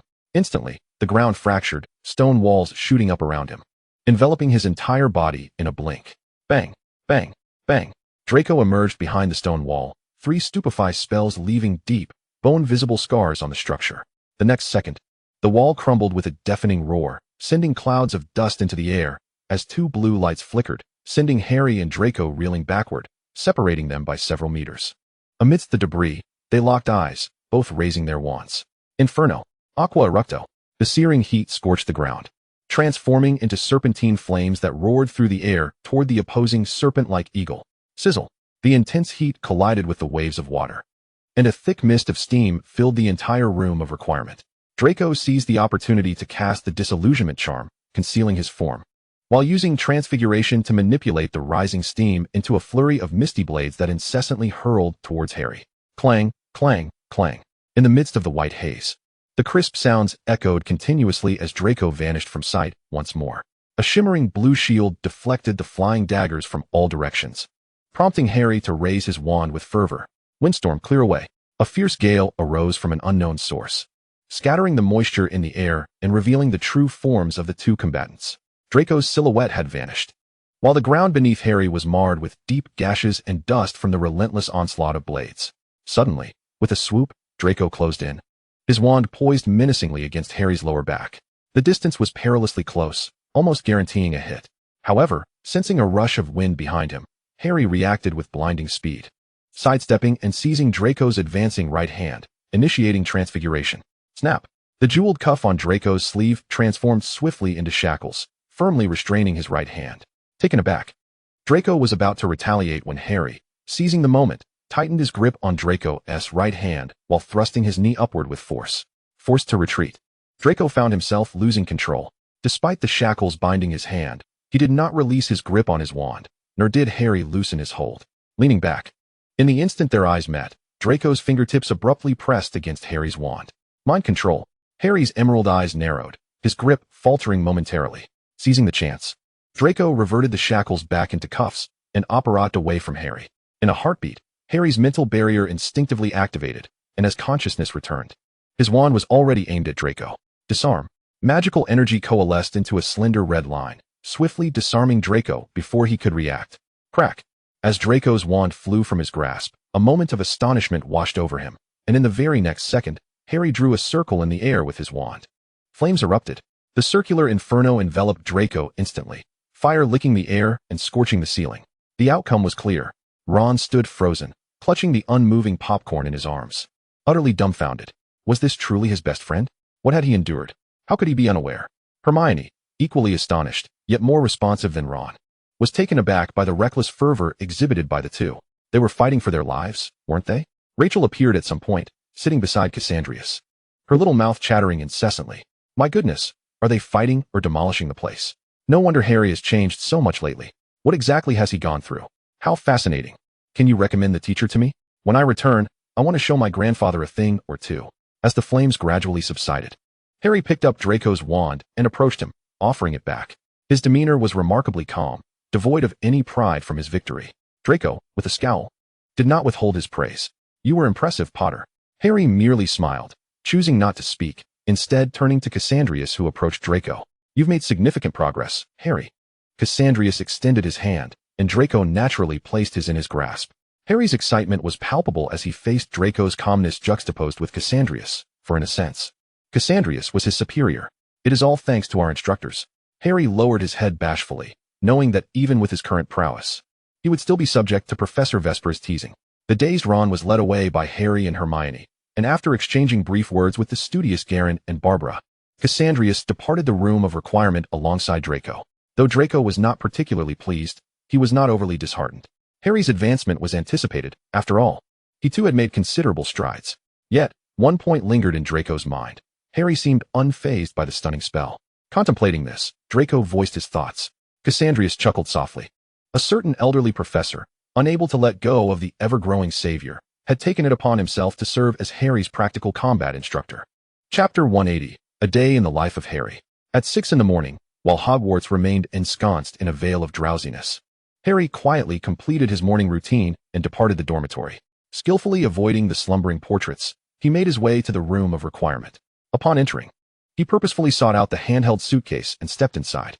This suitcase had been enchanted with the undetectable extension charm, concealing a portal that directly transported him to the depths of the Omnigrove Consortium.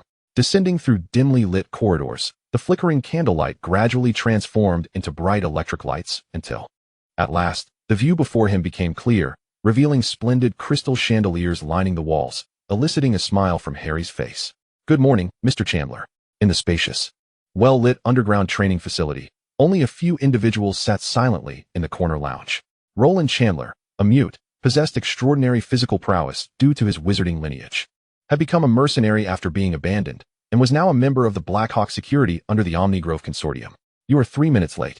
The man pursed his lips, holding a cup of pure black espresso. The dark circles under his eyes and slightly haggard appearance rendered him somewhat unapproachable. Roland, a stoic middle-aged man, had acquired a head of gray hair, which, along with his weathered eyes, made him appear even older, instilling a sense of intimidation. Apologies, Chandler. A pesky poltergeist spotted me this morning. Harry expressed his regret while proceeding to the changing room to don his training attire. Setting down his coffee cup, Roland slowly stood. Observing Harry warming up on the training field, his expression softened slightly. As he stretched his wrists, Roland issued today's punishment. 3 minutes late? Then today's training will be extended by 3 minutes. Harry braced himself, prepared for the towering figure of Roland, who was now approaching him with an unfriendly demeanor. Escape. That was Harry's first lesson. Roland was aware of Voldemort, and although he believed that Harry's current abilities were insufficient to confront him, it did not deter him from performing his duties. Controlling his strength, he delivered a punch that grazed Harry's cheek, observing with indifference as Harry tumbled and scrambled to evade. Run. Faster. Do you expect the Dark Lord to wait for you to get far enough away? The wind whipped around Harry's ears, while Roland's voice grew ever closer. Cold sweat trickled down Harry's back as he suddenly lunged forward. Bang! Roland's elbow brushed against Harry's cheek, leaving a pronounced red mark. 33 minutes later, Harry lay on the ground, drenched in sweat and flushed, gasping for breath. Roland, however, merely exhibited a hint of color in his face, his breath steady and untroubled. He approached Harry, kicked the boy's calf, and with a stern expression urged, "Get up. You haven't consumed your nutritional supplement, nor your breakfast." Grimacing, Harry nonetheless obediently scrambled to his feet. The so-called nutritional supplement was a concoction tailored by the nutritionists of the Omnigrove United Group's biopharmaceutical division, designed to replenish Harry's daily energy expenditure and continually enhance his physical capabilities. This potion was to be consumed daily, 7 times a week, with a new formula introduced each month. The small, palm-sized pouch before him bore the familiar initials OUG at its base. Initially puzzled, Harry realized the absurdity of his question when he noticed Roland's incredulous gaze. Omnigrove United Group. After 30 minutes of morning exercises, Harry proceeded to measure his physical metrics. A slender blonde woman was responsible for this task. "Harry, you've grown taller again," she remarked, diligently recording every inch of his changes. The employee, named Buford, regarded Harry with an amused gaze. Once he stepped down from the apparatus and donned his shoes, Harry shyly cast his eyes downward, avoiding the measurement personnel's gaze. "All right, Buford. Stop teasing him," another staff member interjected, timely intervening to escort Harry out of the laboratory. Harry exhaled in relief. Navigating the complexities of adolescence while encountering mature older sisters could prove quite daunting. After consuming his breakfast tailored to his physical needs, the chef responsible for Harry's nutritional meals handed him his lunch as well. Holding the hefty 3-tiered lunchbox, Harry felt a twinge of apprehension. Would he truly be able to finish it? Following breakfast, with an hour remaining until classes commenced, Harry embarked on the final half-hour of firearms training. "Honestly, Harry, you ought to toss those wretched glasses," remarked Gabby Hawkins, the androgynous and strikingly handsome woman overseeing his training. Fully equipped, even donning protective goggles, she was completely shrouded in silence save for her voice. Harry touched his eyes, seemingly recalling something, and lowered his head in embarrassment. Upon concluding the morning training session, with 20 minutes left before class, Harry downed a vial of dusk elixir and returned to the Gryffindor dormitory to rouse Ron. "Ron, wake up, it's time for class." Ron groggily opened his eyes, greeted by Harry's vibrant demeanor. "Oh, Merlin. Harry, how on earth do you manage to rise so early?" he mumbled, finally getting up and arriving at the classroom 10 minutes before it began. Cradling his somewhat grumbling stomach with one hand and clutching his history of magic textbook in the other, Ron's eyelids began to droop. Harry discreetly produced a wrapped sandwich from his robe, quietly offering it to Ron. Feeling the texture in his hand, Ron looked down and instantly beamed with delight. Curiously eyeing his best friend, he hastily stuffed the sandwich into his mouth, not forgetting to praise him. "You brought me breakfast, Harry. I love you for this." Harry merely smiled in response, maintaining his focus on the online lesson beneath Professor Spinett's watchful eye. By 5 o'clock that afternoon, Harry concluded his potions class. After bidding farewell to Ron, he exchanged glances with Hermione before returning to the room of requirement.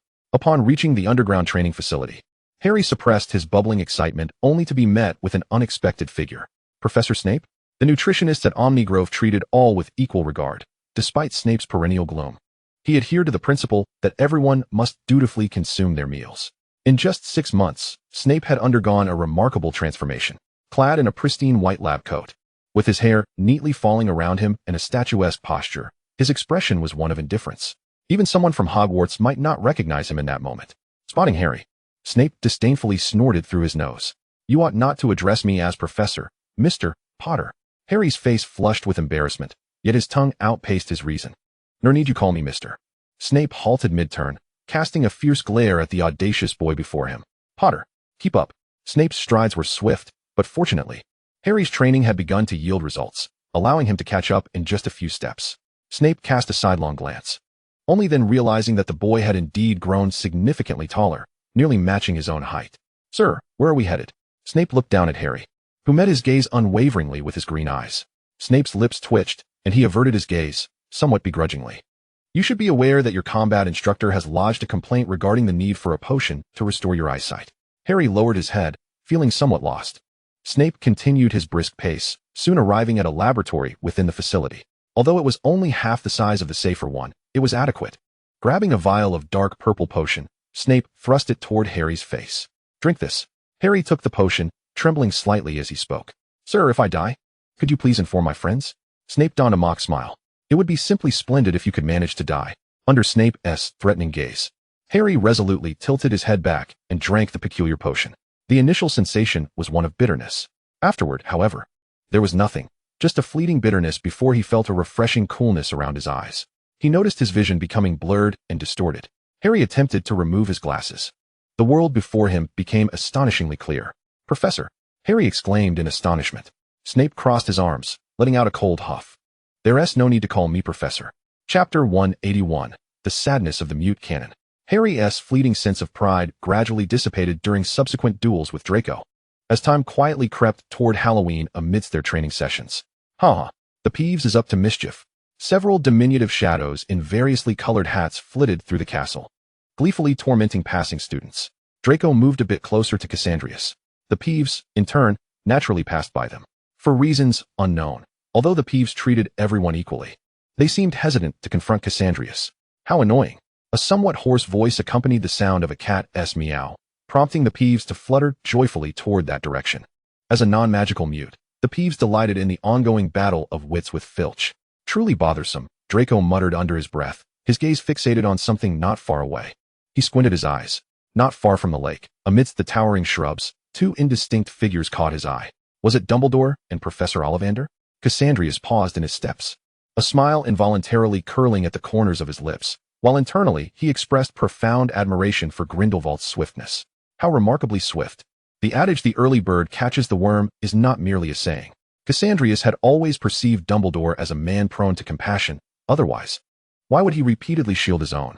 Although he was unaware of the history between Grindelwald and Dumbledore, he could easily surmise that someone who had led Dumbledore to vow never to see him again must hold significant weight in his heart. Hey, you little rascals. Do not let me encounter you tonight. Otherwise, I shall surely hang you up and whip you. Fred and George, each clutching an exploded box, dashed away with mischievous grins plastered on their faces. Soon, everyone could hear Filch's furious roar. "Weasley, that accursed red-haired mole." Filch's heavy footsteps echoed ominously within the castle, his sparse, disheveled hair crackling with sparks, smoke billowing from his ears and nostrils. PFF, Draco could not suppress a laugh. "Ha ha!" Many nearby echoed his mirth. Having witnessed Filch in such a ludicrous state, Cassandrius stood quietly, allowing the cacophony of laughter to gradually fade away. "Are you attending the Halloween feast tonight?" Cassandrius inquired softly. Draco shook his head. "Not on your life. I intend to settle the score with that Potter tonight." Cassandrius smiled gently. "Just a friendly reminder. You're currently 6 wins to 9 losses." The pride that had adorned Draco's face vanished instantly. He pouted, his demeanor exuding discontent. The atmosphere around them grew silent, and Cassandrius pressed his lips together, reaching out to tug at Draco's hand. Though Draco's expression was sour, his eyes sparkled with mirth. He realized that Cassandrius was astonishingly innocent. Intriguing. How delightfully amusing. Finally, it was Draco Malfoy's turn to take the initiative. "All right, enough chatter. I have matters to attend to. Are you all right on your own?" Draco's voice, strained in an attempt to sound less amiable, emerged stiffly. Cassandrius's fingertips trembled as the delicate wrist of the boy slipped from his grasp. Fine." Only when the sound of footsteps faded into the distance did Cassandrius allow his smile to dissipate. He turned and, keeping his head low, skillfully evaded every passerby as he exited. Coincidentally, he had no intention of participating in the Halloween feast either. Just a tad displeased. Filch's office was situated on the first floor of Hogwarts Castle, near the entrance hall and staircase, adjacent to the trophy room, where he often punished students caught wandering at night by having them clean the trophies without the use of magic. As the time for the feast approached, Filch himself attended the Hogwarts dinner. For this mute, it was a rare opportunity for leisurely enjoyment. Seizing this moment, Cassandrius made his way to Filch's lounge. Being on the first floor and close to the Black Lake, the room was perpetually dark and damp. Although there was a window, its narrowness failed to illuminate the shadowy recesses of the lounge. Upon entering, Cassandrius instinctively covered his mouth and nose. The moment he opened the door, the musty, moldy odor surged into his nostrils. Lacking electricity, his sensing magic allowed him to perceive every inch of the surroundings. The oil lamp, seemingly antiquated, remained in use despite Hogwarts having increased salaries for all professors and staff. It was puzzling why Filch clung to this relic. The lounge was modest, partitioned by screens into front and rear resting areas. The wall near the entrance was adorned with various chains and shackles. Cassandrius, unable to discern colors or the duration these items had been there, took a step back in mild distaste, disagreeing with Filch's aesthetic. Fortunately, his intent was not to linger. Extracting his wand, He rummaged through the soul table in the lounge and successfully unearthed correspondence between Filch and members of the Muggle Assistance League. A gentle tap of his wand on the parchment produced a faint sound that reached Cassandrius's ears. "Dear Argus, your loyal Fulazon." The letter, somewhat yellowed, appeared to have aged. Carefully nestled within a thick tome whose spine bore the title Jane Eyre. Astoundingly, it was a novel published outside the wizarding world. Cassandrius further examined the more orderly letters. The names varied, yet Fulazon's name did not reappear. In fact, the date on the most recent letter was October 30th. Such was the lament of the Muggle-born. The resonance compass produced by Omnigrove Magical Company had a fundamental prerequisite for use. One must be a wizard. Only a wizard could control the flow of magic within, enabling the activation of the compass. This was an impossibility for Muggles. Consequently, as owls gradually transitioned to courier services, Muggles capable of utilizing owls for message delivery became conspicuously rare. Cassandrius found himself momentarily flustered, having forgotten about the Muggle community. It seemed imperative to have the RD department optimize the compass. With that thought, he relaxed his grip, and the letters he'd perused sprouted wings. Returning to their rightful places, the evening sky still held some light, and Cassandrius prepared to depart. However, as he reached the corner of the first floor, a soft meow caught his attention. Meow? A disheveled white cat, looking quite unkempt, was cornered by two students. They crouched stealthily, one in front and one behind. And as the cat groomed itself, the one in front pounced. Thud! Ouch! Lady Loris deftly leaped aside, evading the boy's clumsy advance, but he collided with his companion. The meowing grew nearer. Cassandrius lowered his gaze. The scruffy little cat, sauntering gracefully, approached him, mewing softly. Meow? Thud! Lady Loris lost her balance and tumbled at Cassandrius's feet, falling delicately while sweetly calling out in a high-pitched voice. Unfortunately, Cassandrius could not see.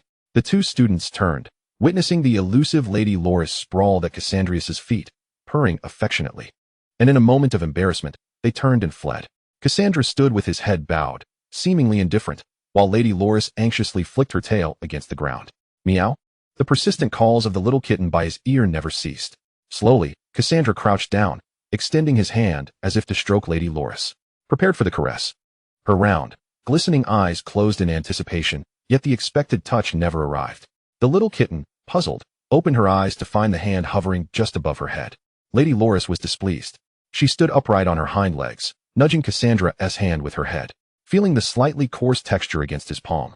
Cassandra unceremoniously gave her a couple of rubs. Lady Loris clearly relished the attention, squinting her eyes and collapsing softly at Cassandra's feet. The boy's black robe trailed on the ground, blending with his dark hair, as the kitten stretched out her claws, attempting to scratch at the fabric. However, Cassandra suddenly stood up, evading her playful swipes. The little kitten felt a twinge of annoyance, but in the next moment, her entire body was lifted into the air. Cassandra cradled Lady Loris in his arms.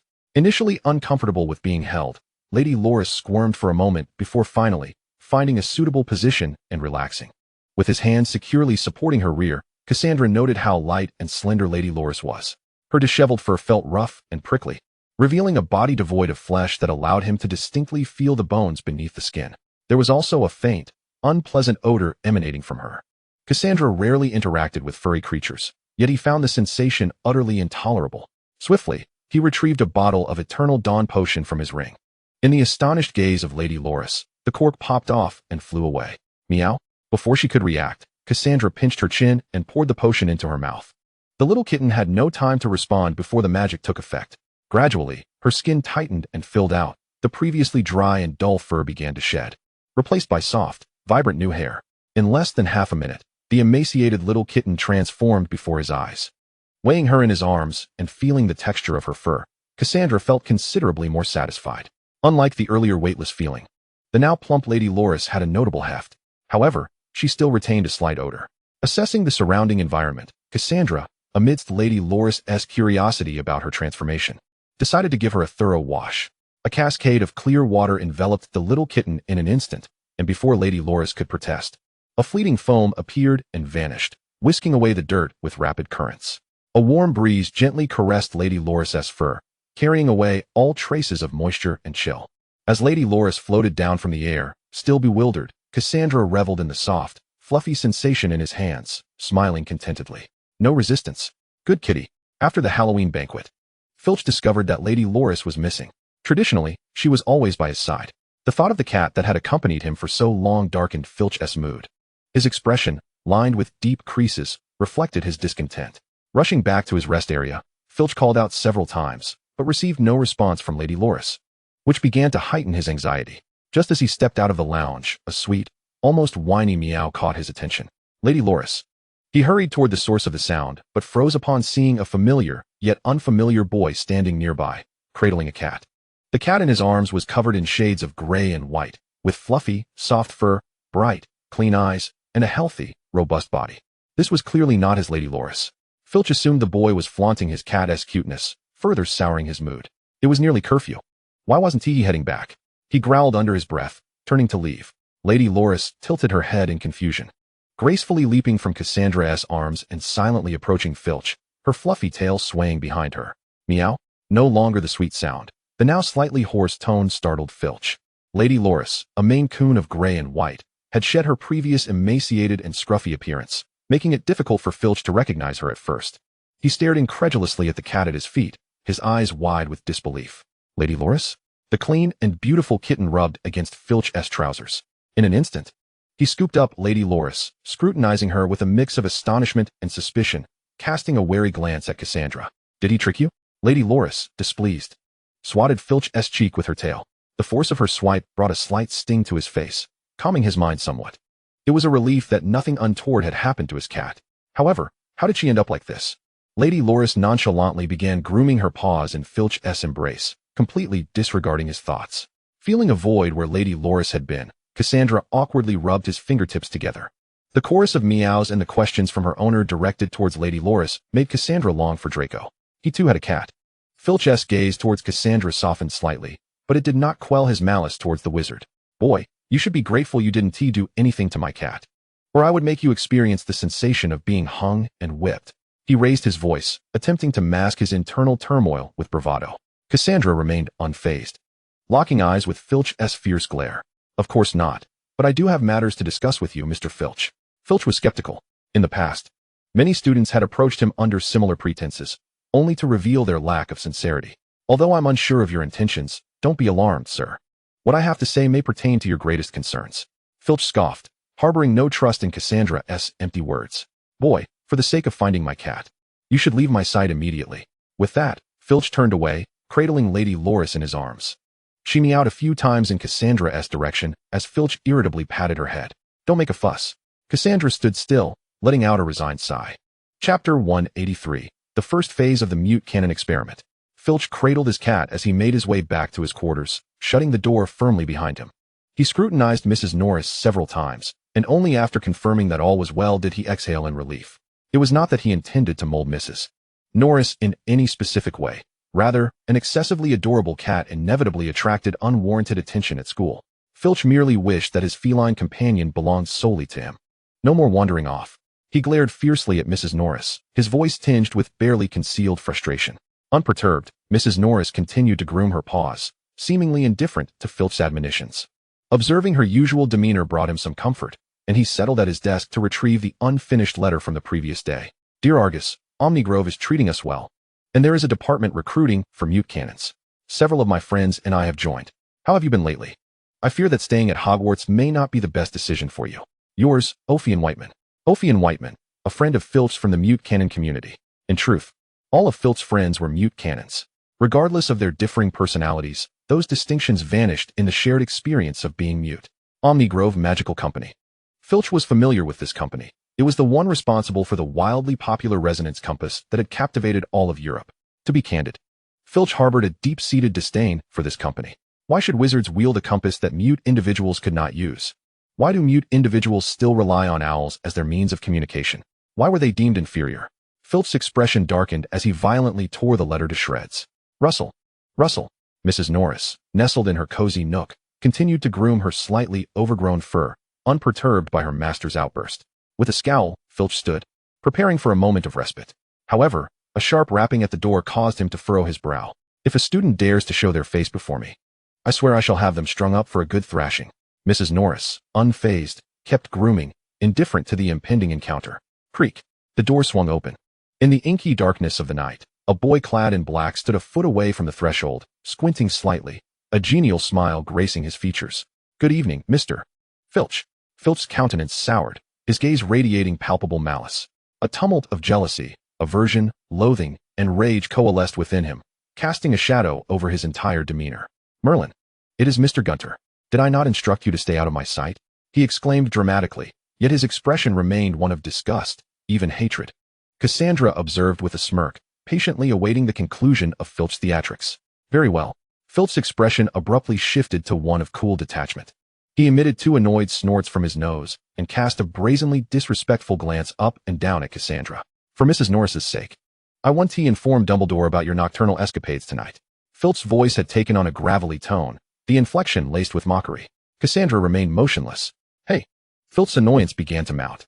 He stepped forward, glaring up at the wizard blocking his doorway, seething with indignation and a hint of pride as he attempted to shove him aside. "Enough!" His skeletal hand reached out halfway before he found himself halted mid-motion. Cassandra's wand pressed firmly against Filch's palm, exerting a cold and unyielding force. Filch winced in pain, instinctively attempting to withdraw, but in an instant, Cassandra delivered a swift kick to Filch's chest. Thud! Filch was propelled backward, crashing heavily to the ground with a resounding thud. "You!" The aging and frail Filch felt as if his very bones had shattered. He rolled on the floor, grimacing in unbearable agony. Cassandra, however, had no intention of watching this farcical display. Silencing charm. A white spell surged into Filch's body, and in an instant, he was rendered paralyzed with terror. At that moment, even the pain seemed to fade into the background. Mrs. Norris lay in a corner, her blue-slit pupils coldly observing the unfolding events. Stepping into Filch's quarters, Cassandra politely closed the door behind him and cast a silencing charm along with an anti-scrying spell. As the sounds around him gradually faded away, Cassandra produced a vial of potion from his robes, a potion as captivating as blood itself. This was the first phase of the bloodline reconstruction potion experiment. The specifics had already been tested by Snape. It was said to allow mute individuals to briefly sense magical fluctuations, though Snape had not disclosed the duration of this brief period to Cassandra. After all, it was merely an experimental reject. As the vial emerged, Filch's gaze was irresistibly drawn to it. Pop! The cork was deftly removed by Cassandra's hand. An unusual fragrance instantly filled the room. Filch's murky, rigid eyes shifted, ultimately fixating on the bottle emanating that alluring aroma. A subtle, almost intangible essence, reminiscent of a siren's hair, wafted forth with a sweet, intoxicating scent, compelling him to inch closer, yearning for more. Filch, dazed, began crawling on the ground, his limbs supporting his body as his reason crumbled under the influence of the fragrance. Cassandra strategically placed the vial on the floor. Filch lunged forward eagerly, his gaze vacant as he poured the potion into his mouth. The liquid, hot and searing like blood, flowed down his throat, the strange aroma permeating his very being. The scent intensified, becoming increasingly overwhelming and blazing, until Filch's eyes regained clarity from their stupor, and he finally noticed the peculiar sensations coursing through him. A scorching burn spread from his throat, chest, and limbs. Filch's features contorted in agony, collapsing to the ground as his body convulsed in spasms. His fingers, thighs, calves, and bones began to crackle ominously. Excruciating pain tortured him, yet the silencing charm rendered him incapable of voicing his silent cries. Gradually, the fragrance that had enveloped Filch's nostrils dissipated, giving way to the faint emergence of spiderweb-like patterns beneath his skin. The dark red markings mirrored the veins coursing through his body, and Filch found himself plunged into a new cycle of torment. The newly formed magical circuits were established, yet they came hand in hand with unending suffering. His bones twisted, his eyes reddened, veins bulged, and Filch's hands contorted as the muscles in his face cracked and healed in agonizing intervals, the crimson patterns intermittently flickering with a dazzling glow. As his body was inundated with overwhelming pain, the perceptual modules of his cerebral cortex became entangled in chaos. An unprecedented and peculiar sensation surged within him. The environment before him was engulfed in utter darkness. Pain seemed to morph into an odd form of solace, while the intangible magic in the air shimmered with an almost blinding brilliance. Each breath he took was accompanied by a soul-stirring sting and tingling numbness. Filch gaped, his yellowed teeth glistening with droplets of saliva. Accompanied by hallucinations, he beheld the despair of being discovered by his parents as a mute child, the sorrow of being mocked by peers, the anguish of not receiving an acceptance letter from Hogwarts, and the scorn from wizards, each memory gradually converging upon the countenance that materialized before him. That cold, indifferent smile. Chapter 184, Addiction. Approximately half an hour passed. Cassandrius cradled Madame Loris, his hand absently stroking the cat. Filch on the floor reached the zenith of his torment. The silencing spell rendered him voiceless, leaving him to writhe helplessly on the ground like a dying fish, his eyes rolling back, blood and saliva mingling as they flowed from his mouth. Yet, at that moment, the dark crimson magical veins began to awaken. The excruciating pain receded like a receding tide, followed by a liberation of the senses, and then, a beautiful sight unfolded before him. A gossamer veil, akin to silver silk, enveloped the entire room, while the boy before him radiated an unapproachable brilliance, akin to the sun itself. Filch slowly bowed his head, his eyes brimming with tears. Faint white lights flickered across his body, and an extraordinary instinct compelled him to raise his hands. The elderly man, now over 50, gazed around with tear-filled eyes. As he moved, the objects nearby began to tremble violently, until they quivered and ascended into the air. Magic! This was magic! Filch's eyes sparkled with fervor.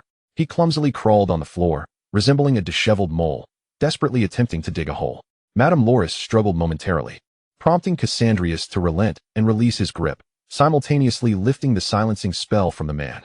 Immersed in the elation of sensing magic, Filch had nearly forsaken his dignity, scuttling about the room like an ugly rat in search of something, until Madame Loris approached him, clutching a dusty but remarkably shiny wand.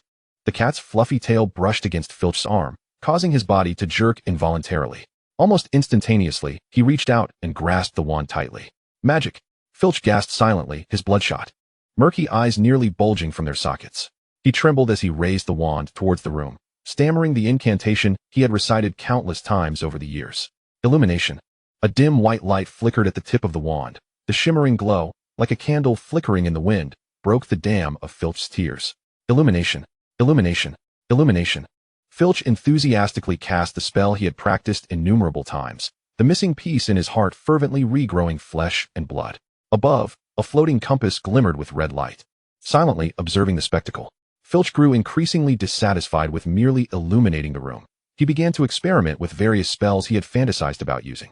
He frantically attempted basic spells, and even unearthed a long-forgotten beginner's spellbook from a corner of the room.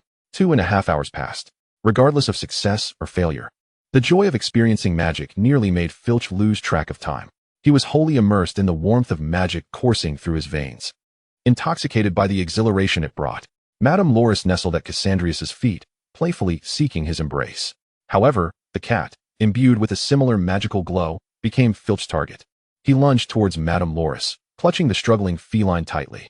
Madame Loris, look, I can do magic now, Filch exclaimed incoherently, his eyes, nearly bulging, locking onto hers. He knelt on the ground, eager to share his joy with this longtime companion. Look, let me show you. Filch rose, raising the wand, shouting, illumination. This time, the feeble glow flickered at the wand's tip for less than a second before vanishing. Filch remained undeterred, brimming with joy, and waved the wand again. Illumination. This time, no light appeared. The smile on Filch's face began to freeze, as if something had lodged in his throat. He waved the wand again, his voice becoming more desperate. Illumination. Still, nothing happened. Filch's fingertips began to tremble. The wand felt unbearably heavy in his hand.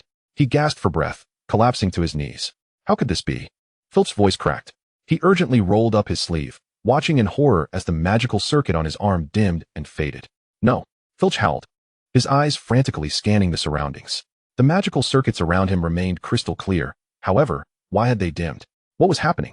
Filch screamed, unleashing chaos upon the room, smashing and destroying everything in sight.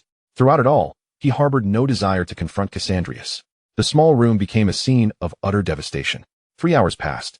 As the final grain of sand fell through the hourglass, Filch gazed at the surrounding chaos in despair, unable to find even a glimmer of hope.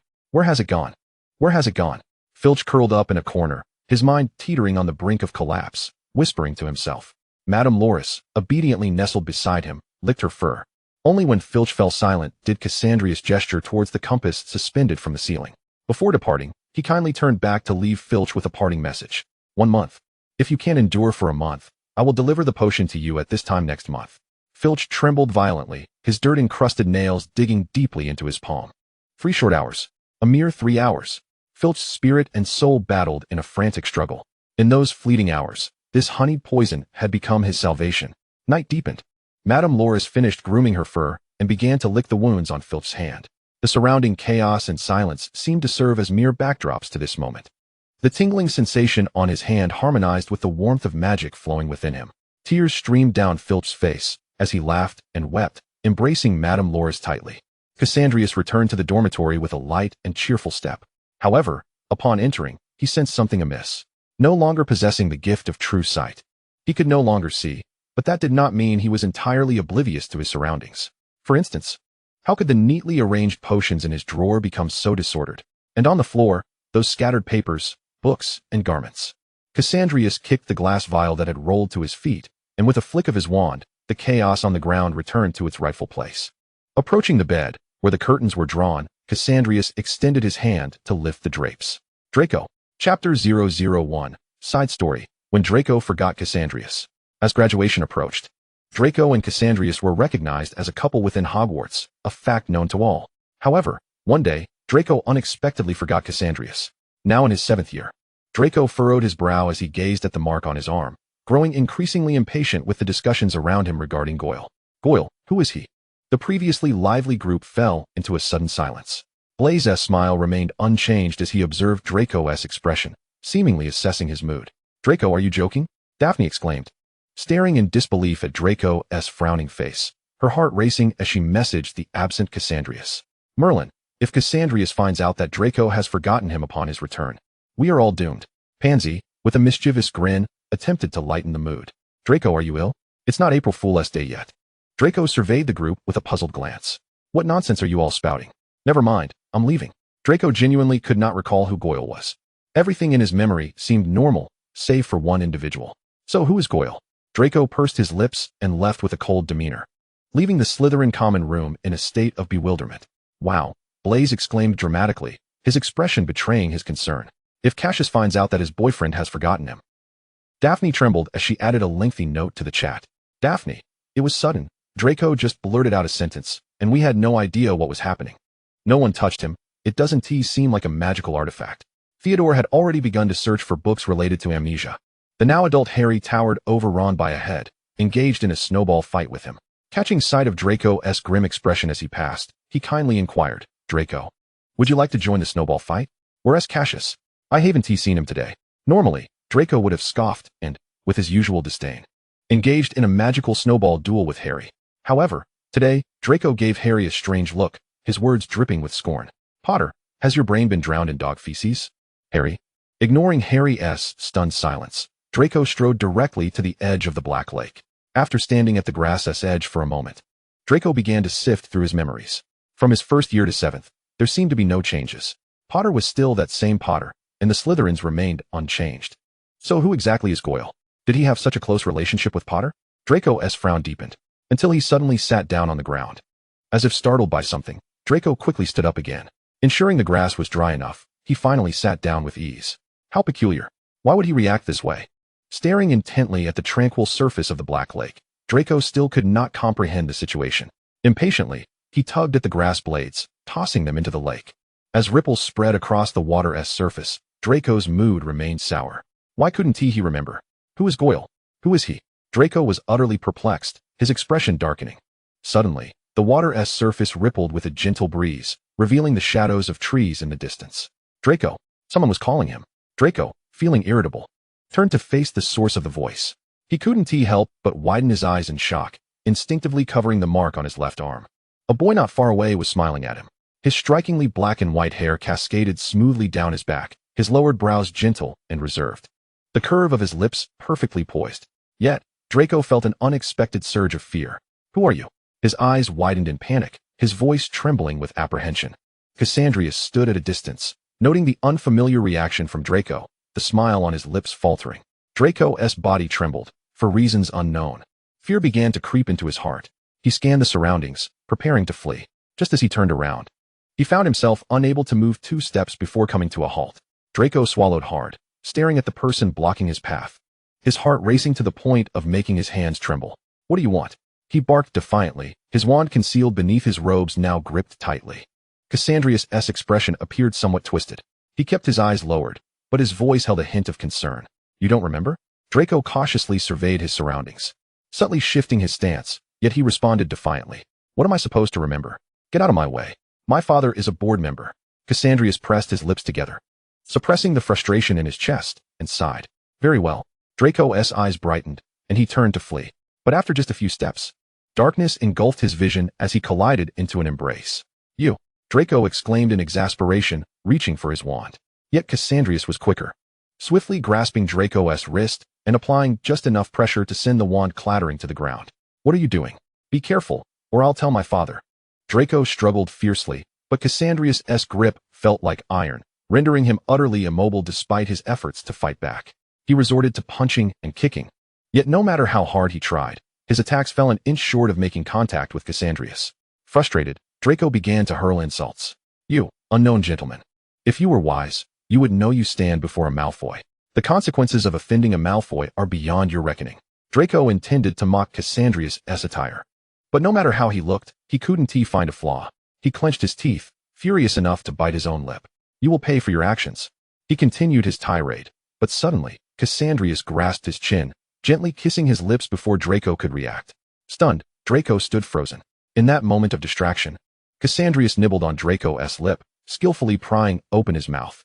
Draco erupted with a surge of strength, forcefully pushing Cassandrius away.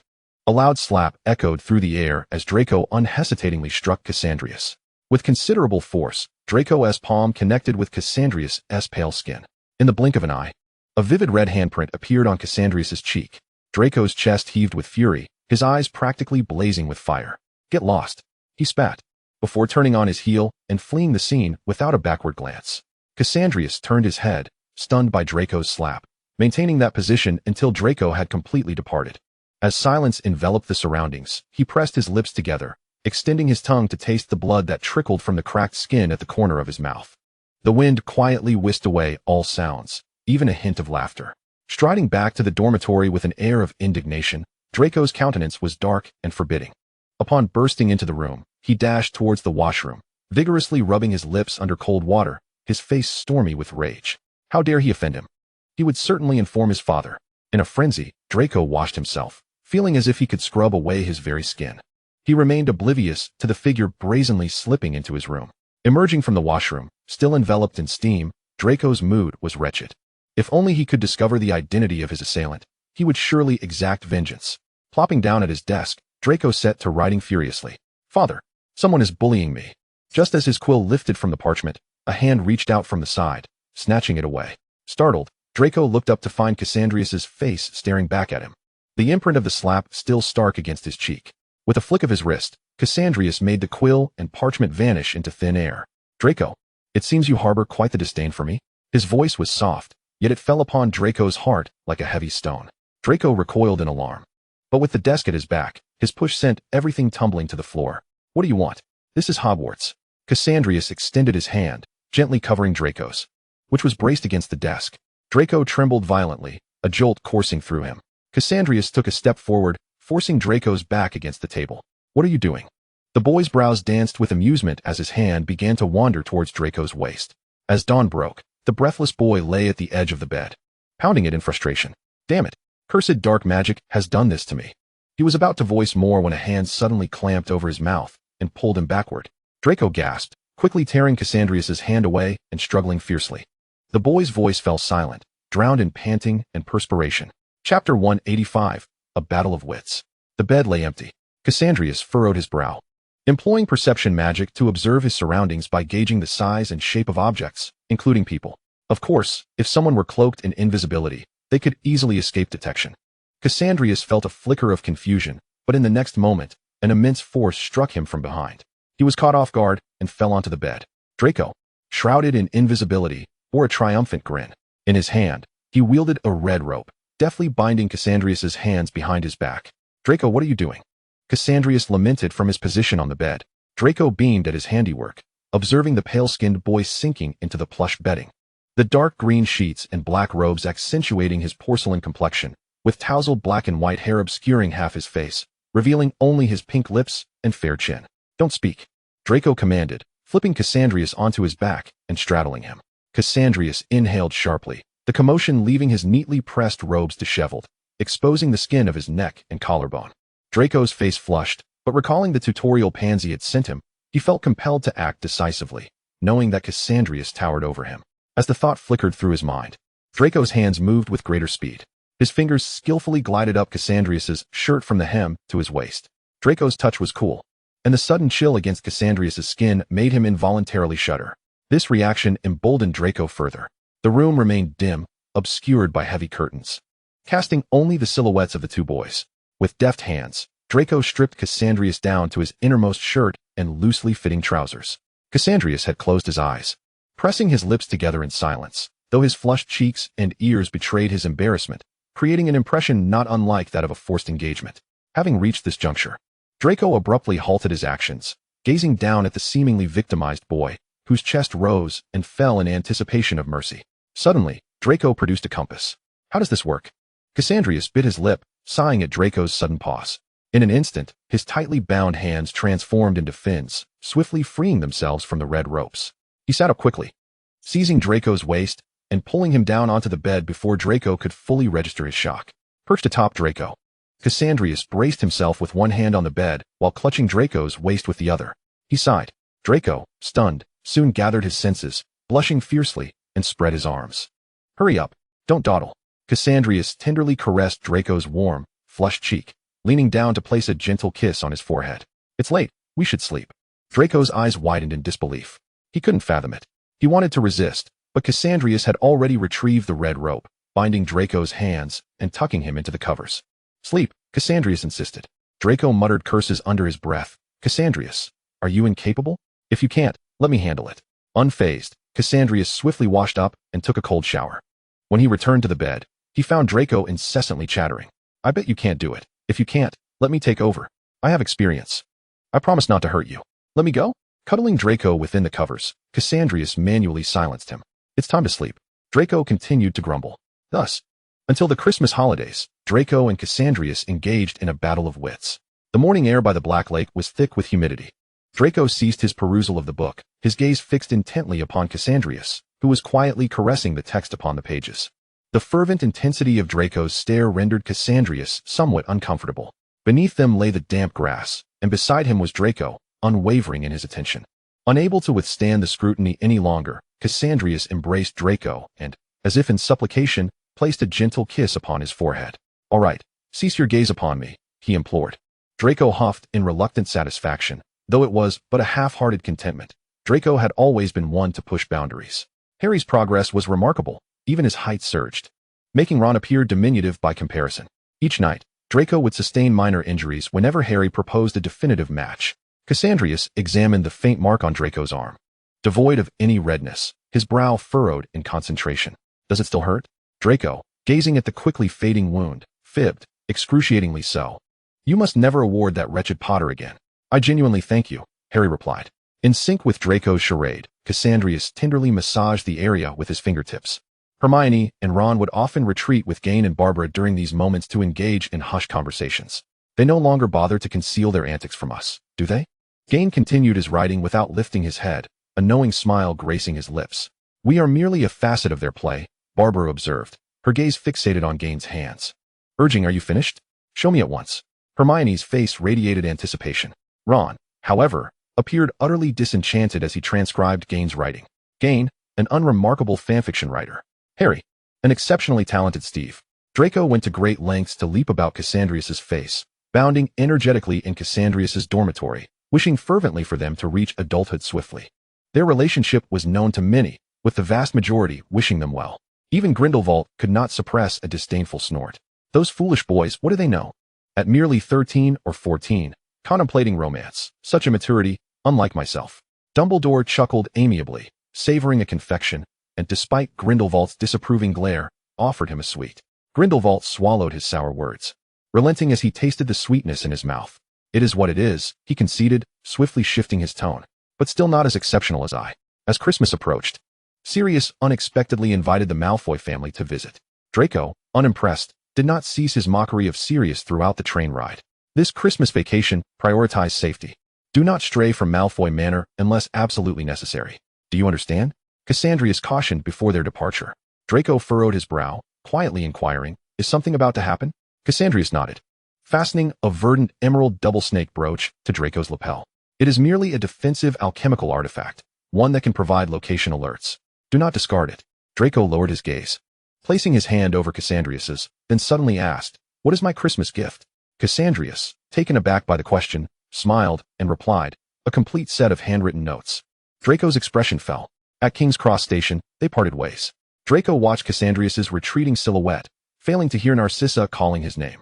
Draco? Narcissa repeated, puzzled. Only then did he snap back to reality. Ah, mother. Taking a deep breath, Narcissa sighed. The child has grown. We shall discuss this further at home. Upon arriving at Malfoy Manor, Narcissa appeared somewhat flustered and rushed. Draco, oblivious, was in high spirits, eager to read a short story Pansy had shared with him. Draco, I need to speak with you, Narcissa said, her tone unusually grave and serious. Draco felt a chill run down his spine and quickly wiped the smile from his face. Sitting up straight across from Narcissa, Mother, he responded, the obedient youth positioning himself on the sofa with his hands resting on his knees, a posture he had assumed since childhood whenever he faced reprimand. Narcissa, however, was not overly concerned with such details. The youth before her had grown tall, his light golden hair soft and tousled, his slender frame standing straight, his features increasingly resembling Lucius. She gazed at Draco's eyes, momentarily lost in thought. How swiftly time passes. Draco was but a child, barely reaching her waist. How had he grown so tall so quickly? Narcissa was momentarily bewildered, but her confusion dissipated when her gaze fell upon the brooch adorning Draco's chest. Draco, what is this? Draco followed his mother's gaze to the brooch, his voice inadvertently tinged with excitement as he replied, Mother, this is a gift from Cassius. He said it would protect me. Narcissa exhaled in relief, yet her heart tightened once more. Observing her son's unexpectedly joyful expression, she suddenly inquired, what is your relationship with that Gunter? Narcissa's directness rendered Draco speechless, his carefully constructed excuses caught in his throat. He stammered, casting his gaze downward. Feeling conflicted and fearful. Yet, after a moment's contemplation, he mustered the courage to meet Narcissa's concerned gaze. Mother, I am in love with Gunter. Narcissa's pupils contracted in shock. The most dreaded scenario had materialized. The sudden jolt was nearly suffocating for this woman accustomed to privilege. Draco, concerned, approached her side, gently patting her back. Mother? Narcissa took several deep breaths, her eyes reflecting anxiety as she looked at Draco. Little dragon, Gunter is not a good person. Draco's face flushed. He was acutely aware of Gunter's dubious character. Had Cassandrius been a good person, their relationship would have been inconceivable. Seeing her son not only unfazed but blushing deepened Narcissa's disquiet. Draco, please tell me that Gunter has not done anything to you. Her voice trembled, imbued with a resolute urgency. Draco felt embarrassed by her inquiry, scratching his face awkwardly. No, it's probably him who is doing something to Cassandrius. In truth, Draco harbored doubts about Cassandrius's innocence, yet he could not deny the sincerity of his morning reaction. It was all rather vexing. A mother knows her child best. How could Narcissa not comprehend what Draco's reaction signified? While a flicker of comfort warmed her heart, she remained deeply concerned for her son's well-being. Are you truly certain you wish to be with him? Though my understanding is limited, it is evident that Gunter is not a man of virtue. In fact, I do not perceive him as someone worthy of lifelong trust. Draco pondered intensely, striving to persuade Narcissa using the most straightforward arguments of self-interest. Mother, there are benefits. At least, Father is but one step below the highest in the Ministry of Magic, and the French enterprises have been entrusted to the Malfoys. There is no harm in this. Yet, Narcissa's concern lay with Draco. But I worry about you, my little dragon. Narcissa lifted her son's face, her eyes brimming with maternal anxiety. You are my child. Your happiness is what I value most. Draco's words were swallowed by the sight of his mother's tear-filled gaze. He embraced Narcissa. I am happy, mother. While he offered no tangible examples, his spirit was the finest testament to his contentment. As Narcissa enveloped Draco in her care, Cassandrius too found himself under the watchful gaze of his ancestors. Carl. Stephanie's shriek nearly ruptured the atmosphere of the basement. She was perched within the frame of the painting of Omenes, closest to Cassandrius, and screamed, Your eyes. Where's your true eye? Omenes was equally troubled. Though he could not see, he gleaned everything through the narratives provided by Gunter. The layout of the basement had long since been altered. Cassandrius sat on the sofa, tracing the raised letters on the pages of a book, his voice devoid of displeasure. It was ruined by a boggart. His tone even bore a hint of amusement. Yet the contents silenced the entire basement. Liz chuckled. Carl, I've been rather lazy lately. Could you help me find a body? I wish to take a stroll. Damn that boggart. If it doesn't face extinction, it isn't a Gunter. Magnus gasped for breath, while Bran's smile was tinged with a hint of crimson. Gwyneth's eyes burned with fury, yet she was the first to grasp the crux of the matter. How could there be a boggart at Hogwarts? Hephaestus scoffed, his disdain unmasked. It wouldn't be brought by some professor, would it? Gabriel regarded Cassandrius intently, deep in thought. Cassandrius paused in his reading, refraining from explanations, instead posing another query. I have been feeling rather peculiar lately. This statement captured the attention of the Gunter clan. Under their incessant urgings, Cassandrius unveiled the secret he had buried deep within. On the day the true eye shattered, Lilith informed me that only a shard of one lens was found. The other was missing. No one knows where that lens has gone. As the master of soul studies, Liz was the first to pinpoint the core of the issue. Carl, do you feel that your mental state has improved significantly of late? Chapter 187, The Vanished Goblet. Cassandrius nodded, his expression growing increasingly grave. Do you know why? Liz murmured, seemingly in contemplation. Under the scrutiny of all present, she confessed, I do not know. Gwyneth, infuriated, felt the urge to strike her. Liz fled into the painting, advising as she ran, Carl, I believe Muggles have done research in this area. You might consider visiting during the holidays and bring me back a couple of recent academic reports. Cassandrius agreed with a smile. It was the same psychologist as before. The same doctor. Observing the still handsome and charming young man across from him, Lawrence could not help but furrow his brow. He glanced at the diagnosis results in his hand, then back at the gentle visage of the man opposite him, realizing that appearances could be deceiving. Mr. Gunter, your diagnosis is not optimistic. Concerning the condition of dissociative identity disorder, my recommendation is that you temporarily set aside your current studies and work, take some time to rest, and enjoy this rare holiday with those close to you. Cassandrius's smile remained unchanged as he departed the clinic with Lilith. Listening to her recite the diagnosis report, he exhibited no notable emotional shift. Yet Lilith frowned, her fingers tightening around the diagnosis paper. Sir, will you need to take time off? Cassandrius resolutely declined. The critical moment is approaching. It is unnecessary. Please prepare several vials of soul stabilizers for me. Lilith opened her mouth to protest, but ultimately swallowed her words in the face of Cassandrius's unwavering resolve. The Christmas holiday presented a rare opportunity. Diagon Alley buzzed with life, with various workshops under the Omni Grove Magical Company bustling with activity, invigorating the surrounding businesses. Oh, Turnus, do you still have the compass you saved for me? A plainly dressed man wedged his way through the crowd to the forefront. Of course. Good thing you arrived early, or I would have had to give it to someone else. Quidditch. Quidditch squeezed through the throngs, compass in hand, only to collide with a shapely woman amidst the bustling crowd. Oof. He fell unceremoniously, scrambling to his feet, preparing to confront the individual. But his gaze fell upon the woman's retreating figure heading toward Gringotts. Who was that? Quidditch muttered a few curses before promptly exiting Diagon Alley. Gringotts. During the holiday rush, goblins busily assessed the value of various treasures. The goblins at the front desk wore unsmiling faces towards every passing wizard. Elevated upon their high chairs, they regarded each passerby with cold, watchful eyes. Until a hooded woman appeared, the goblins remained indifferent, yet when the woman unveiled her face, their pupils dilated in sudden alarm. She quickly donned her hood once more, extending a pale, emaciated hand from her dark robes, offering a circular golden coin. Lestrange's vault, take me there, quickly. Her voice was raspy and harsh, akin to a wretched spirit. The goblins dared not delay, hastily descending from their lofty perches. The woman hurried in and out, and aside from herself, no one knew what she had taken. Until, damn goblins. Several hooded wizards surged toward Gringotts, wreaking havoc as they smashed and disrupted. In the chaos that ensued, Gringotts descended into turmoil before anyone could react. The pandemonium at Gringotts swiftly made headlines across major wizarding newspapers, becoming the latest sensation. Meanwhile, Godric's Hollow fell into an eerie silence due to these events.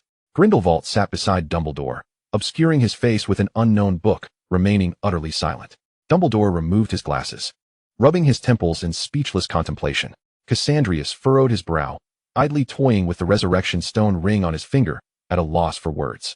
Nearby, Sirius scratched his head awkwardly, unsure of how to proceed. Grindelwald moved decisively, dispatching individuals to Gringotts for a significant operation on the second day of the Christmas holiday, with Sirius among them. Though he did not comprehend why Dumbledore would entangle himself with Grindelwald, this did not impede his contributions to the cause of vanquishing Voldemort. However, as Sirius arrived at the Lestrange vault with Grindelwald's lock-picking apparatus, dismay struck. The cup was missing. This was indeed a dreadful piece of news. With a sigh, Dumbledore adjusted his spectacles. Grindelwald remained silent, for after all, this task was assigned to his subordinates. Failure ensued, and silence prevailed. What should be done now? Unable to bear the palpable tension, Sirius spoke up, fidgeting. Neither Grindelwald nor Cassandrius acknowledged him, and it was Dumbledore who, with a smile, sought to alleviate Sirius's distress. Do not worry, Sirius. This is not your fault. You should return home to be with Harry. He has been through quite a lot lately. Relieved, Sirius hurriedly departed. The room was left with only two centenarians and a boy scarcely their fraction in age. As soon as Sirius exited, Grindelwald swiftly discarded the book covering his face and embarked on a tirade of mockery. This Voldemort truly excels in his craft. Do you know where he currently resides? Grindelwald's inquiry was directed at Cassandrius. Cassandrius furrowed his brow, providing a response that was not quite an answer. Cyrus and Nemesis are together. They can merely occasionally track down little Barty and Petir. Voldemort may lack in many areas, but his skill in evasion is unparalleled. Even if Nemesis can trace Voldemort's whereabouts through Parseltongue, the leads invariably falter midway. Observing Dumbledore's taciturn demeanor, Grindelwald suddenly had a flash of inspiration. Since we cannot find him, let us draw him out. As his words fell, Dumbledore abruptly raised his head, a frown creasing his brow in apparent disagreement. Hogwarts? That seems rather reckless. Yet Grindelwald merely shook his head, gesturing for Dumbledore to direct his gaze towards Cassandrius. Following Grindelwald's line of sight, Dumbledore found Cassandrius deep in thought, seemingly formulating an idea. Cassandrius, what is your perspective? Cassandrius smirked slightly, indeed harboring some thoughts. Voldemort cannot resurrect through Horcruxes before his confrontation with Harry, so Harry it is. Dumbledore adjusted his slipping glasses, a flicker of understanding illuminating his wise eyes. You mean the Triwizard Tournament? Cassandrius nodded. Barty Crouch has resurfaced. In an effort to restore his reputation, he is attempting to collaborate with the head of the Department of Magical Games and Sports to reinstate the Triwizard Tournament. In Draco's past memories, Voldemort had perceived the Triwizard Tournament as a symbol of his return. At that time, despite numerous failures, he still had unwaveringly loyal subordinates. And his condition was not so dire. However, the current Voldemort, unable to resurrect through Horcruxes and having been in hiding for a year, was in a far worse state than during Draco's previous life. It was uncertain whether Voldemort would follow the original path back to Hogwarts. But Cassandrius felt confident that he would. The Horcruxes were of paramount importance to Voldemort. He would stop at nothing to eliminate Harry. Grindelwald narrowed his eyes, unabashedly revealing his scheming intentions. You intend to use Potter to lure Voldemort out? No. Dumbledore interjected sharply, his brow deeply furrowed. Harry is only 14. He is not yet capable of confronting Voldemort. Grindelwald shrugged, while Cassandrius remained unfazed. It is not merely a lure. Voldemort has no choice but to come. He desires resurrection. And Harry is his nemesis. How could he possibly miss this opportunity? Moreover, while Harry may not be able to defeat Voldemort, that does not mean we cannot. Who says it must be a one-on-one duel? This is not a competitive game. Dumbledore's concerns were manifold, yet Cassandrius had already devised a plan. Unperturbed by the exposure of all their machinations, Crouch should pose no issue. The real concern lies with Ludo Bagman. He has amassed a colossal debt through gambling with the goblins, and yesterday, a woman entered the Lestrange vault. This individual could not possibly be Bellatrix. Dumbledore squinted, uttering the name, Little Barty Crouch. Although the means of his entry into the Lestrange vault remained a mystery, the only subordinate currently able to operate freely for Voldemort was indeed Little Barty. He had concealed himself exceptionally well. No one knew what he was up to. Thus, it would be prudent to turn the tables. Simply change the ultimate prize of the Triwizard Tournament to the Hufflepuff Cup. Even if Voldemort remains skeptical, he must come. Voldemort is capable of verifying the authenticity of the cup, but once he sees that the Triwizard Tournament's cup is identical to his Horcrux cup, and with Harry present, he will have no choice but to come in person to ascertain its legitimacy. Once Voldemort arrives at Hogwarts, it shall be his day of reckoning. Dumbledore furrowed his brow in contemplation. Utilizing the Triwizard Tournament as a guise entailed numerous complications. He could not guarantee that unforeseen events would not transpire. Tom is not a fool. He may choose not to come, and if he does, he will undoubtedly bring all his Death Eaters, complicating the situation further. Dumbledore expressed his concerns. However, Cassandrius merely smiled. I understand your apprehensions, but once Voldemort learns of the cup, he will certainly recognize it as a trap set for him. Yet, Headmaster Dumbledore Cassandrius paused, his voice tinged with the madness of a gambler. Voldemort is a madman, a gambler. Do you believe that he, upon realizing it is a trap, will hide away, or will he take a gamble? Especially knowing that he faces merely a teenager and a waning white wizard. Grindelwald raised an eyebrow. What are you implying? Cassandrius lifted his hand, revealing the Resurrection Stone ring. In truth, it is unnecessary to disseminate this information widely. It suffices for Voldemort's inner circle to be made aware, and he will come. What if he does not come? Grindelwald challenged. Cassandrius smiled shyly, pressing his lips together. He will come. As long as I am here, he will undoubtedly come. With no Horcruxes capable of resurrecting him. Voldemort now found himself ensnared in the same curse as Gabriel, reliant on blood and dark magic to sustain his life. Cassandrius, a distant relative of his, was the optimal vessel choice. You still cannot convince me. Tom is exceedingly cautious. He will gather all his Death Eaters nearby, and that will escalate the situation. From every angle, Dumbledore continued to shake his head. Grindelwald sighed, adopting the role of a silent observer. Yet Cassandrius laughed. At last, we have reached this point. Death Eaters? That is simple enough. He extended his left hand towards Dumbledore, rolling up his sleeve to reveal his smooth left arm. Dumbledore furrowed his brow. But as he beheld the pattern on Cassandrius's arm, his pupils dilated sharply. A serpent, coiling around the boy's fair arm, exuded an aura of darkness. The dark mark. In a flash, Dumbledore seized Cassandrius's hand, his gaze penetrating as if to discern the flesh beneath the intricate design. In the next moment, the ebony serpent writhed and shrieked. As a silvery light began to envelop it, transforming it into a silver Ouroboros. Dumbledore's wariness dissipated. He gazed at the beaming youth before him and inquired, "When did this happen?" "Last year," Cassandrius replied. Dumbledore's attention was drawn to the vacant expression in Cassandrius's eyes. Suddenly recalling something, he asked dryly, "The experiment you conducted on Lucius?" "Indeed," Cassandrius replied with a pleased hum. Faced with Cassandrius's candidness, Dumbledore exchanged a fleeting look with Grindelwald. Their eyes met for a brief moment before they hastily averted their gazes. Cassandrius was perplexed by Dumbledore's inner turmoil, yet he was acutely aware of the headmaster's concerns. Voldemort's caution could very well lead to futile endeavors. However, Cassandrius had witnessed the entirety of the Triwizard Tournament's progression through Draco's memories. Though the reasons eluded him, an instinct assured Cassandrius that events would unfold as anticipated. As twilight deepened, Grindelwald issued his dismissal. "Young man, it is quite late. You wouldn't wish to linger here, would you?" His countenance was stern, leaving no room for debate. With a sigh, Cassandrius rose and made his way towards the exit. Just as he reached the door, amidst Grindelwald's cheerful demeanor, he suddenly spoke. "Headmaster Dumbledore, please do consider Mr. Scamander for next year's care of magical creatures class." Grindelwald's expression soured, and he prepared to retaliate. Yet Cassandrius had already fled with remarkable speed. Dumbledore remained seated on the sofa, observing Grindelwald's disgruntled stance at the door.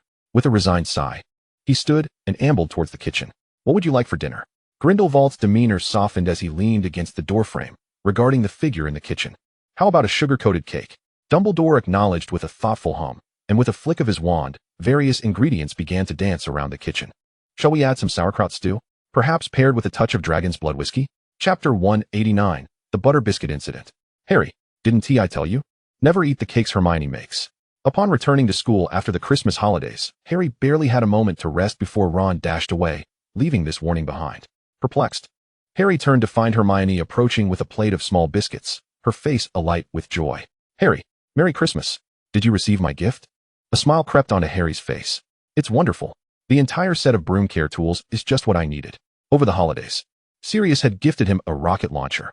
Harry excitedly shared his delight on the Golden Snitch social platform, inadvertently catching Hermione's attention, who had yet to decide on a gift for him.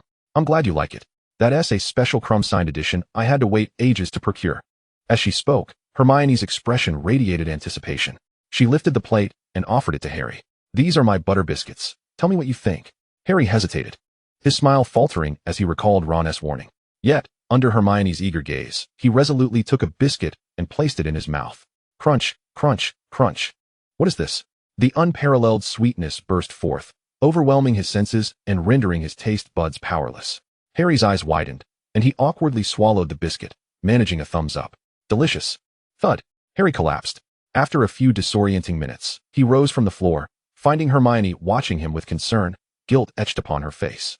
"Sorry, Harry. I shouldn't have let you eat that. I'll throw it away." As she spoke, Hermione prepared to use magic to obliterate the culinary disaster. Harry quickly intervened. "No." Seeing her puzzled expression, he offered a shy smile. "Perhaps some people might enjoy them." With the plate of biscuits in hand, Harry made his way towards the Slytherin common room. However, upon reaching the Quidditch pitch, he encountered Hagrid. "Harry." Hagrid beamed with his trademark innocence. Harry squinted back, greeting the half-giant who had introduced him to the magical world. Initially, Harry had harbored resentment due to Hagrid's indulgence of the acromantula, but over time, as Hagrid frequently offered gifts as apologies, Harry's feelings, though still tinged with ambivalence, had softened. "Hagrid, Merry Christmas. How is Fong doing?" Hagrid, pleased by Harry's demeanor, produced a box from behind him. "Merry Christmas, Harry. This is your Christmas gift." "Fong is doing splendidly, eating plenty." As Harry accepted the box, he opened his mouth to speak, but Hagrid hastily departed with a look of urgency. "Are you in such a hurry?" Harry wondered, unaware that soon he too would be caught up in the whirlwind of activity. Back in the dormitory, curiosity piqued. Harry opened the box to reveal a silvery cloak. Astonished, he marveled at the exquisite garment, recognizing it was crafted entirely from unicorn hair. Hagrid is quite wealthy. After admiring the cloak, Harry was summoned by Draco to the room of requirement. As he left, he glanced at the plate of Hermione's butter biscuits, hesitating before deciding to take them along. Just in case. "What is this?" Draco inquired, eyeing the plate of biscuits that Cassandrius had handed him after their duel with Gan. Suppressing a mischievous grin, Harry replied, "Those are Hermione's butter biscuits. I thought they were quite tasty and brought them for you all to try." Gan scrutinized the appealing biscuits, plucking one to sample. After a few chews, his facial muscles momentarily stiffened, yet he quickly broke into a surprised smile. "These are indeed delightful. Hermione has quite the talent." He then turned to Barbara, holding up the plate with a grin. "Care for a piece?" Barbara, unguarded, promptly took a biscuit without hesitation. As the cloying sweetness enveloped her senses, nearly overwhelming her taste buds, Barbara turned her gaze towards the beaming Garen. Indeed, it was delectable. A smile graced her countenance, mirroring Garen's as they both looked towards Draco. Draco, however, sensed something amiss. Yet, in the spirit of camaraderie, he extended his hand. Harry suppressed a laugh, his expression betraying only a faint smile. Draco scrutinized the cookie in his grasp before, under the expectant gazes of his companions, transferring it to Cassandrius's mouth. Cassandrius, taken aback by the sudden intrusion of the cookie, obediently parted his lips and bit down, his smile unwavering. He leisurely swallowed the morsel and remarked, "No wonder it's Hermione's." With that, Draco's doubts dissipated, and he seized a piece for himself. The next moment, yuck! Ha ha ha! Ha ha! Splutter! Draco's visage darkened considerably. His hand pressed against his mouth as he turned away from the group, retching. He shot a furious glare at Cassandrius, who, hearing Draco's labored breaths filled with indignation, kindly offered him a glass of water. After rinsing his mouth and regaining his composure, Draco glared menacingly at the instigator. "Garen, Davis." Harry stifled his laughter. Draco did not spare him either. "And you, Potter." The antics within the room of requirement continued until nightfall. One by one, they departed, leaving only Cassandrius and Draco behind. Draco lounged languidly on the sofa, carelessly muttering, "This is infuriating. That Potter, why has he become so difficult to defeat lately? And he's grown so tall." As of now, the tally between Draco and Harry stood at 33 wins to 47 losses. Cassandrius, fiddling with the leaves of mandrake in his hands, teased, "If you desire, you could train with Harry as well." Draco fell silent. In their encounters, he had come to realize Harry's skills were improving remarkably, sometimes even instinctively wielding no wand at all. A twinge of jealousy gnawed at Draco. It was one thing not to best Harry in their past life, but to still be outmatched in this one was vexing. That infuriating Potter had grown taller recently. Draco grumbled, harboring a deep envy for Harry's effortless excellence in all endeavors. Cassandrius, having sorted a box of mandrake leaves for use, stood and extended his hand towards Draco. "All right, consider this. Perhaps in the future, Harry will address you as Mr. Malfoy. Would that not bring you a modicum of joy?" Draco huffed as he placed his hand in Cassandrius's, yet he did not cease his tirade against Harry. "I am not pleased. As long as that Potter remains the celebrated savior, I will not be happy. He is far too conspicuous. It's utterly exasperating. I have lowered myself to befriend him, and he rejects me over a mere remark from Weasley." The more he spoke, the angrier he became, oblivious to the subtle smirk tugging at Cassandrius's lips. Chapter 190, A Rare Fit of Jealousy. The hour had grown late, and the Slytherin common room was nearly deserted. Cassandrius remained silent, allowing Draco to vent his frustrations about another individual, his mood dampening further. Perhaps returning to the Slytherin dormitory stoked Draco's venomous tongue, rendering him even more unrestrained. Thank Merlin that Potter wasn't raised in the Weasley household. I can hardly believe such a Potter exists. Draco grumbled as he pushed open the door to Cassandrius's dormitory. "I will never befriend him, no matter what. And as for Weasley, honestly, what is he thinking? Potter and Granger are both progressing, while he remains stagnant." Draco plopped down onto the soft bed, scarcely pausing to catch his breath. "Thank goodness Weasley is a Weasley, otherwise, I dread to think of his fate." January in England remained somewhat chilly, yet the fireplace in the dormitory burned steadily, creating a comfortable warmth that prompted Draco to shed his outerwear. Cassandrius picked up the discarded garment, listening to Draco's incessant complaints. And that burst. I have never encountered someone so foolish. Were it not for his esteemed surname, he would have long since been trampled underfoot. Cassandrius could no longer contain himself. He strode purposefully to Draco, grasping his chin as Draco regarded him with surprise and confusion. The adolescent had developed significantly, his once round eyes now exuding a newfound maturity. Filled with astonishment and delight, Draco's anticipation grew. 1 second, 2 seconds, 3 minutes passed. Draco's hopes dwindled. Hey, Cassius. Cassandrius, undeterred by Draco's irritation, let go as if nothing had transpired. This is my dormitory, Draco. Draco huffed twice, his gaze burning into Cassandrius as if he wished to consume him whole. Trying to ignore the heat radiating from behind him, Cassandrius made his way toward the bathroom. Just as he stepped inside, Draco nimbly followed, shutting the door behind him. He was always bold, rarely failing to obtain what he desired. Draco, Cassandrius called out, exasperated. Draco paid him no heed, the steam from the bathroom quickly enveloping the air, coloring his cheeks crimson. Taking a deep breath, Draco slapped his face and turned to Cassandrius. His expression fell. Where did he go? Having thoughtfully closed the bathroom door and tossed Draco's nightclothes inside, Cassandrius seated himself at the desk, intent on completing his studies on animagus transformation within the coming months. Striving for success before summer break, the sound of Draco's grumbling mingled with the running water, prompting Cassandrius to treat it as background music as he calculated the upcoming full moon date. Ah, how fortuitous, it's just 3 days away. However, the first month of studying animagus required one to hold an entire leaf of mandrake for the duration. Cassandrius mused that a month without conversing with Draco was an unrealistic endeavor. Just as he contemplated this, Draco emerged from the bathroom, his wet hair disheveled and his expression dark. You are insufferable, he gritted through clenched teeth. I've tried so hard, why won't you budge? Were they not supposed to be courting? In a fit of frustration, Draco's mood darkened further as he strode towards the dormitory door. Who would willingly share a room with him? Placing his hand on the doorknob, he snorted derisively. Even if called now, he would not relent. He applied pressure. No response. Draco glanced at the doorknob in confusion and pushed again. It wouldn't budge. Draco exhaled sharply, turning to glare at Cassandrius. You did that on purpose. Cassandrius lowered his head, feigning profundity. What did you say? I didn't hear you. Draco's irritation flared at Cassandrius' demeanor as he surveyed the area, his gaze landing on the cauldron not far off. Pressing his lips together, he broke into a mischievous smile. He approached the space where Cassandrius stored his potion ingredients, beginning to sift through them. Mother of pearl powder, rose essential oil, dragon heartstring, sun orchid rhizome, mermaid tears, moonstone powder.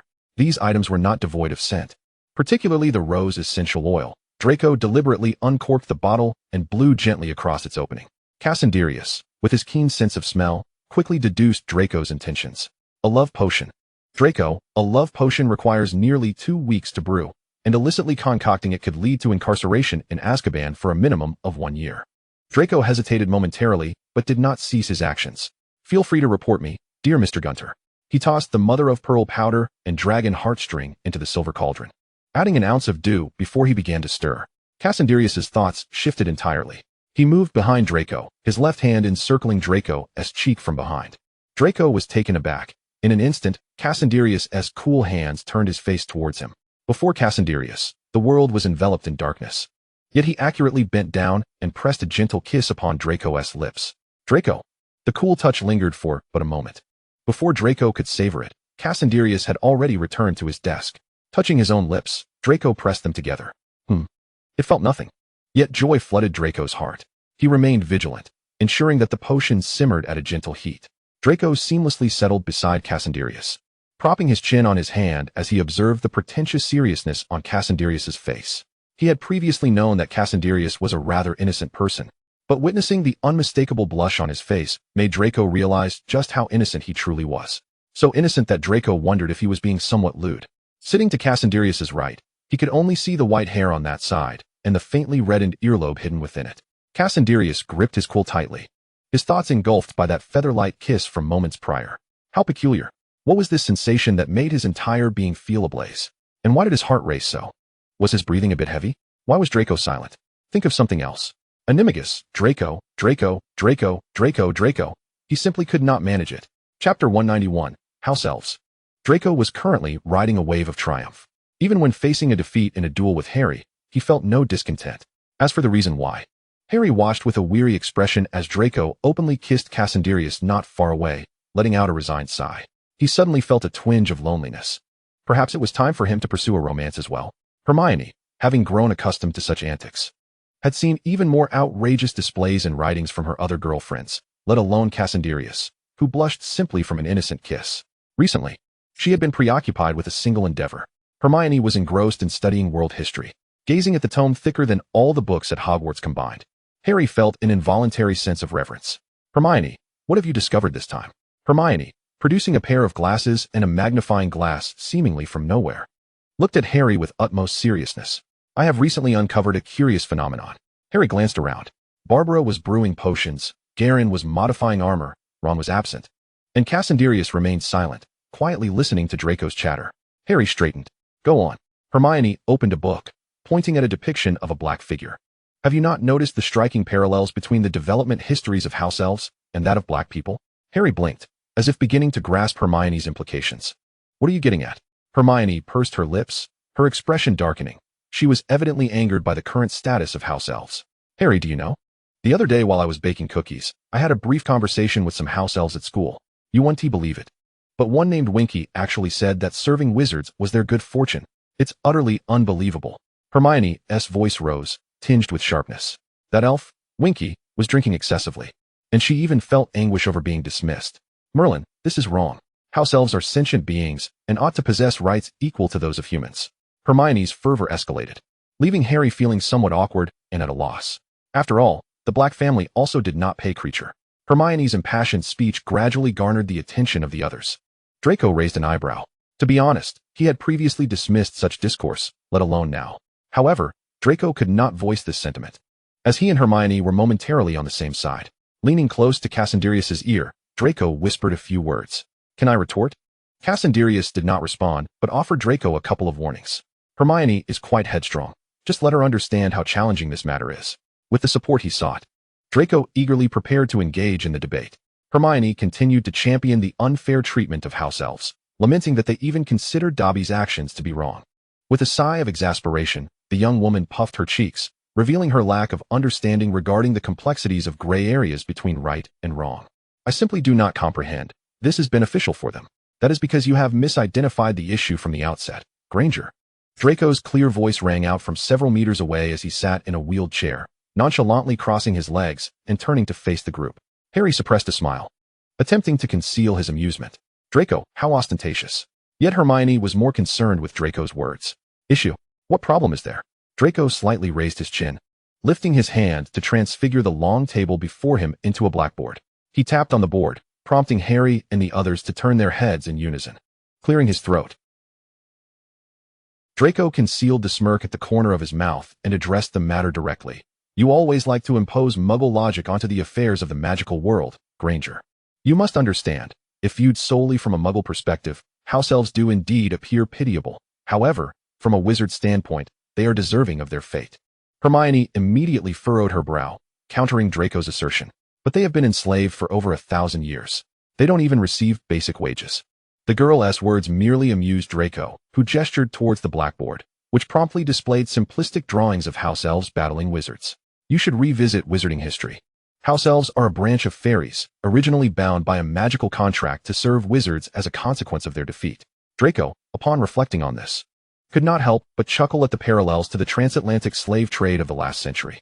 Moreover, he mused, the rationale of survival at least seems somewhat more favorable than that of those who were crammed into ship holds like mere cargo.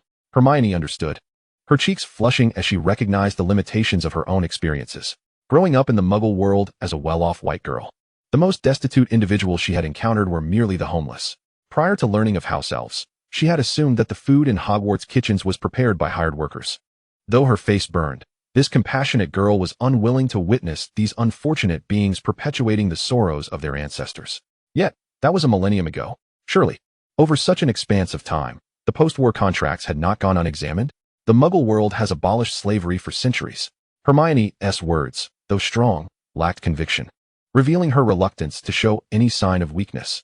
Draco refrained from pressing his advantage. Instead, he smiled and added a cutting remark. Well then, shall we discuss how to abolish these magical contracts? What steps should we take? Draco pondered, his smirk deepening with irony. Perhaps we could stage a civil war? A river of blood? Hermione's face grew even warmer, her grip on her book tightening in frustration. This was not an attack on Draco, but rather a manifestation of her own intellectual shortcomings and the embarrassment of her naive fantasies. Draco seized the opportunity to further punctuate her illusions. Of course, We could forcibly annul the magical contracts that flow through the veins of house elves. But who could achieve that? Draco surveyed the surroundings, appearing genuinely sorrowful for the plight of the house elves. Well then, let us set that issue aside. Granger, do you know what the consequences would be for a house elf forcibly released from their magical contract? Hermione's face was crimson, and in that moment, she fully recognized her ideological deficiencies and cognitive gaps. I know, she replied quietly. They would die in a magical surge. Bravo.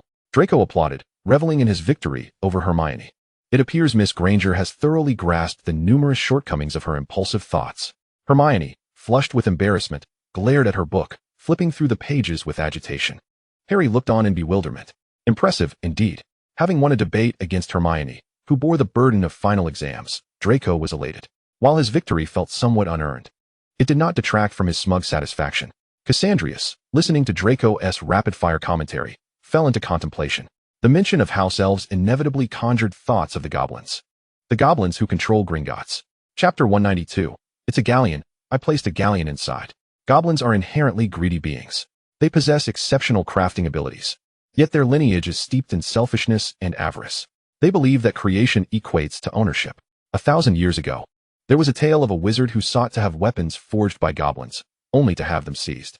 The root of the matter lies in the goblins' belief that any item they craft eternally belongs to them. Cassandrius harbored deep concerns.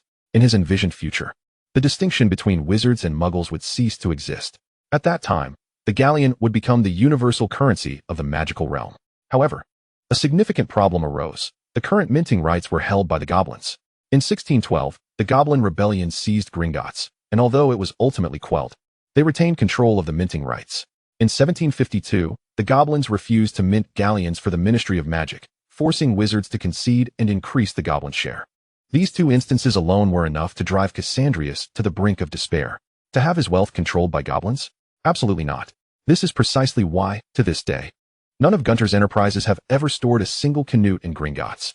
The significant outflow of galleons alerted the goblins to the anomaly. Perhaps the disappearance of the Hufflepuff Cup was also tied to them.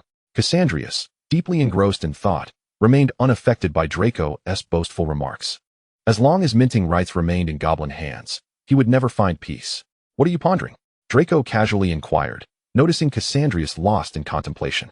He had not anticipated a response. However, Cassandrius spoke up. I was contemplating when I might eliminate the goblins. Draco's expression momentarily faltered in confusion before he quickly covered Cassandrius's mouth, chastising him for such reckless words. Is that something one can casually utter? The warmth of the boy's palm grazed Cassandrius's cool lips. After a brief hesitation, Cassandrius pried Draco's hand away, parting his lips slightly to speak in a hushed tone that only Draco could hear. I was wondering, what if we utilized house elves against the goblins? Draco furrowed his brow, his mind racing as he swiftly grasped Cassandrius's intent. You wish to bind the goblins with magical contracts? Cassandrius kissed Draco's hand, unabashed in his admiration. Draco is truly brilliant. Draco felt his ears redden, casting a glance at the others feigning ignorance, and whispered to Cassandrius. Isn't it a bit premature for that? Then we shall take our time. Cassandrius smiled, devoid of any shadow of doubt. After all, there just happens to be someone advocating for house elves' empowerment. Hermione hurriedly exited the room of requirement.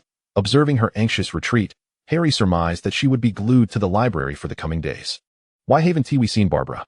During the rare joint potions class with Slytherin and Gryffindor, Ron noted Barbara's absence. Hermione, diligently comparing the potion recipes in her book to Slughorn's, replied without looking up. Isn't the Quidditch match approaching? Several players from various teams have been injured. So Madame Pomfrey borrowed Barbara. Ah, what a pity, Ron lamented. He glanced around. Hermione was intently studying her potion, while Harry seemed absorbed in a different text. I wonder? Ron mused. Why have you both been so industrious lately? Harry, mirroring Hermione's focus, did not raise his head. Because I have pressing matters awaiting my attention. Also Ron, you've been rather lackadaisical of late. Harry expressed his concern for his dear friend. Ron felt a twinge of embarrassment, lowering his gaze to conceal the bitterness at the corners of his mouth. How to articulate it? Since the beginning of their third year, after Harry received that peculiar package, Ron realized he could no longer keep pace with his best friend. He had been left far behind. Hermione noticed Ron's unease. Her writing faltered momentarily before she quickly returned to her task. Ron indeed possesses many admirable qualities, yet the current Hermione aspires to greater and more profound pursuits. Draco keenly observed Ron's helpless demeanor. They were seated towards the back, and Draco did not conceal the derision evident on his countenance. Slughorn's class was quite relaxed, allowing numerous Slytherin students to witness Draco's expression. Blaise appeared somewhat perplexed. Aren't you on good terms with him? Draco shot a curious glance at Blaise. What nonsense are you spouting? I am not befriending Weasley. Rather, I am cultivating a rapport with Granger.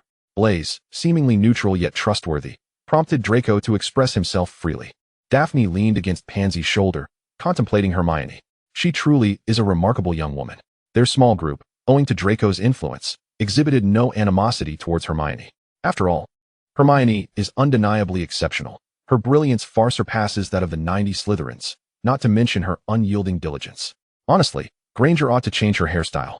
I suspect she hasn't perused many fashion magazines, Pansy remarked, eyeing Hermione's somewhat disheveled hair without reservation. Draco smirked and kindly suggested, unleash your aesthetic sense, Pansy. Perhaps you could become good friends with Granger. Slughorn had long noticed the group whispering, yet he remained indifferent. After all, they were members of the Slug Club. He ambled over to them, casting a glance, but was taken aback by the golden sheen emanating from Cassandra's cauldron. Cassander? I recall that the hair growth potion we concocted was meant to be a fluorescent green, yet yours is golden. Cassander paused in his stirring. Golden, you say? Draco, seated beside Cassander, sincerely praised, a splendid gold, tinged with a hint of agate. Feeling somewhat elated, Cassander smiled as he explained, you see, I substituted the porcupine quills with canary feathers, and instead of stirring clockwise 7 times, I went counterclockwise for 3.5 times. Of course, I also added 1 galleon. Slughorn, having studied potions for many years, pondered and indeed realized that such a change could render the hair growth potion golden, albeit at a slightly increased cost. As expected of you, I knew it all along, Cassander. With your brilliance, you are truly a prodigy in every regard. Slughorn generously showered him with praise, his eloquent compliments capturing everyone's attention. Cassander remained unresponsive, while Draco beamed with pride. After Slughorn departed, Draco leaned closer to Cassander. Did you leave something unsaid? Having known each other for so long, Draco immediately caught on to Cassander's little antics. This individual smiles when he lies. Cassander's grin became more genuine. It was the galleon. I added 1 galleon. However, upon saying this, Cassander's expression suddenly shifted. Draco, somewhat bewildered, noticed Cassander's Adam's apple bobbing. Uffed. Draco barely stifled his laughter, lowering his head to conceal his amusement from Cassander. Cassander chewed on the soft flesh of his cheek, letting out a resigned sigh. It seemed he would have to wait another month. Chapter 193, The Quidditch Substitute. With the Quidditch World Cup approaching during the summer holiday, disputes at Hogwarts Quidditch training grounds have increased significantly. In the infirmary, watching a teammate with a broken leg lying on the hospital bed, Erwin sighed. If they wished to clinch the House Cup this semester, he felt it prudent to recruit another seeker. Perhaps Draco. Draco raised his chin with an air of aloofness, exuding a certain arrogance. See, even though Draco Malfoy is not participating in Quidditch, there are still those eager for him to join. Thus, Malfoy, I, Erwin Ziegler, as the current captain of the Slytherin Quidditch team, sincerely invite you to participate in the Quidditch matches. Will you accept? Draco turned to Cassander. Cassander was meticulously examining 2 galleons. Noticing Draco's sidelong glance, Cassander set down the nearly identical coins and smiled at Draco. What are you looking at? Draco's face flushed slightly, and he hastily turned away to accept Erwin's invitation. Erwin quipped, So, am I merely a pawn in your play? Draco seamlessly joined the Quidditch team and began his daily training, especially when his unique broomstick made its appearance. The envious gazes from those around him became the very fuel for Draco's ambition. Whenever Draco trained, Cassander would remain nearby, sometimes by the Black Lake, other times in the stands beside the Quidditch pitch, or even atop the tower. The two were inseparable, almost achieving unanimous recognition among all of Hogwarts. Today, Slytherin is having a practice match against Gryffindor. Remember to come. With that, Draco hurriedly dashed off, leaving Cassander alone in solitude, clutching the 2 galleons in his hand. Cassander sighed. If only the Eye of Truth had not malfunctioned. His fingertips glided over the surfaces of the 2 coins. While they appeared identical, a closer inspection revealed that their magical circuits and crafting techniques were entirely different. Resigned, Cassander set the coins aside and followed suit out of the Slytherin common room. The practice match between Slytherin and Gryffindor was abuzz with excitement. Particularly with Draco on the Slytherin team, it was unprecedented. Draco perched upon his broomstick, proudly surveying Harry across the field. Potter, this is our 83rd match. This time, I shall win. Harry remained expressionless and unfazed. I believe I am already at 49 wins. Draco's face momentarily darkened. Gritting his teeth, he continued with bravado. Then today will surely mark your 34th defeat. Cassander leaned against the tower, the raucous sounds swirling around him. He strolled towards the Black Lake, deftly avoiding any collisions. In this rare post-class time, many gathered at the Quidditch pitch to watch the practice match. While the area by the Black Lake was relatively devoid of people, Cassander plopped down by the lakeside, reaching out to skim the cool water. The moment his fingertips grazed the surface, a soft, icy sensation brushed against them. Startled, Cassander quickly realized what it was. The giant squid. Although he was uncertain why this creature had taken such a liking to him from the outset, Cassander did not reject it. Gently pressing his fingertip against the giant squid's head, Cassander allowed himself a rare moment of relaxation, savoring this fleeting leisure time. Until Draco's arrival. The young boy still donned his green team uniform, the strands of hair at his temples dampened by sweat, clinging to the sides of his face. While his tousled golden locks bobbed with each stride he took, the boy exuded youthful exuberance. Though Cassandrius could not see him, he could hear Draco's voice echoing from afar. "Cassius, what are you doing here?" Draco panted slightly, feeling a twinge of disappointment at not spotting Cassandrius on the field. However, he understood that everyone had their own responsibilities, so he chose not to dwell on it. In any case, he would go find Cassandrius. Upon hearing Draco's voice, Cassandrius's mood brightened significantly, sparking a playful inclination within him. "Because I recalled some amusing things." Draco, puzzled, only realized the implication once he plopped down onto the grass. His face flushed crimson, and he felt a surge of indignation. "You were truly despicable back then. At first, I thought you were Voldemort." Cassandrius withdrew his hand, the lake's surface settling into ripples, quietly listening to Draco's ramblings. "Do you want to go to Hogsmeade this weekend?" Cassandrius's voice broke the moment, but Draco was no longer surprised. "Sure, but there's not much to do in Hogsmeade," he replied, a hint of disinterest creeping into his tone. Having visited the village numerous times in his past life, he had explored every shop, finding it rather mundane. Cassandrius's demeanor shifted, his expression dimming at Draco's lackluster attitude. "But I've never gone there with you." His striking features, usually so vibrant, were tinged with a hint of melancholy, causing even Draco to momentarily fall silent. "Let's go? We should visit every week from now on." Suddenly, an intrusive voice disrupted their conversation, causing Cassandrius's expression to darken. Draco, too, felt his enthusiasm wane as he turned to see a stranger approaching. Yet, Cassandrius recognized the voice. "Kyle O'Neill, do you require something?" The slender boy bore a somewhat brooding demeanor, which added to his melancholic charm.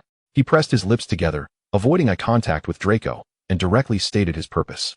"I happen to overhear that Garcia Avery intends to contact someone. It seems he is displeased with Malfoy's addition to the Quidditch team." Kyle's bluntness was almost startling, as if he were on the verge of revealing something more troubling about Avery. Draco scoffed dismissively. "Fool, who could he possibly contact? Can anyone mend his broken bones overnight?" Kyle departed swiftly, though his steps were somewhat unsteady. Cassandrius paid little mind to Avery's affairs, knowing that Kyle was not prone to idle gossip. His words indicated that he had acquired knowledge about the upheaval within the Avery family. Cassandrius supported his chin in contemplation. As summer approached, combined with Draco's recollections from his previous life, it was hard not to draw parallels. Chapter 194, Cassandrius. The Avery family, a pure-blood lineage that had once fervently followed Voldemort, was among the Sacred 28. "I am aware of that family," Draco remarked with disdain, curling his lip. "My father has said that the Averys excel at concealing themselves. After that, they disappeared without a trace, evading any retribution." Garcia Avery was the sole heir of the Avery family, and aside from his enthusiasm for Quidditch, he maintained a notably low profile at the academy, even avoiding participation in Slughorn's club. "He certainly knows how to hide," Cassandrius commented, though an instinctive wariness began to arise within him. Within the infirmary, a dark-haired boy sat hunched on the hospital bed, his gaunt features marked by indifference. He gazed down at his fractured right arm, his lips moving silently as he muttered a string of curses. "Damn it! Damn Malfoy! Go to hell!" The boy's voice was barely a whisper, laced with barely detectable malice, dissipating into the night air. The infirmary was eerily silent, the space saturated with an overwhelming sense of solitude. "Did I just hear Malfoy?" A faint, almost imperceptible female voice drifted into Garcia Avery's ears, instantly alerting him. He scanned his surroundings, finding nothing amiss. Grasping his wand from beneath his pillow, Garcia's breathing became more labored. The voice seemed to have noticed his subtle movements, now tinged with a hint of excitement. "Oh, you do have some vigilance. How commendable." Yet, Garcia did not lower his guard. He was prepared to flee at a moment's notice. However, the next moment, the woman's voice took on a more sinister tone. "But that is all there is to it." An invisible surge of magical energy abruptly invaded the boy's mind, causing his body to stiffen, and Garcia's eyes quickly dimmed of their light. A cascade of vibrant colors flashed before his vision, until they finally settled into a deep crimson hue. The night was dark and still. Hogwarts lay in hushed silence. Perhaps two elderly gentlemen engaged in philosophical musings under the stars, but a nearly imperceptible soul wandered brazenly beneath their very noses, meandering through the halls of Hogwarts. What dreary tomes! The spirit scoffed at the innocently malevolent dark magic books, then turned on its heel to leave. In the dead of night, a few students relished the thrill of nocturnal escapades.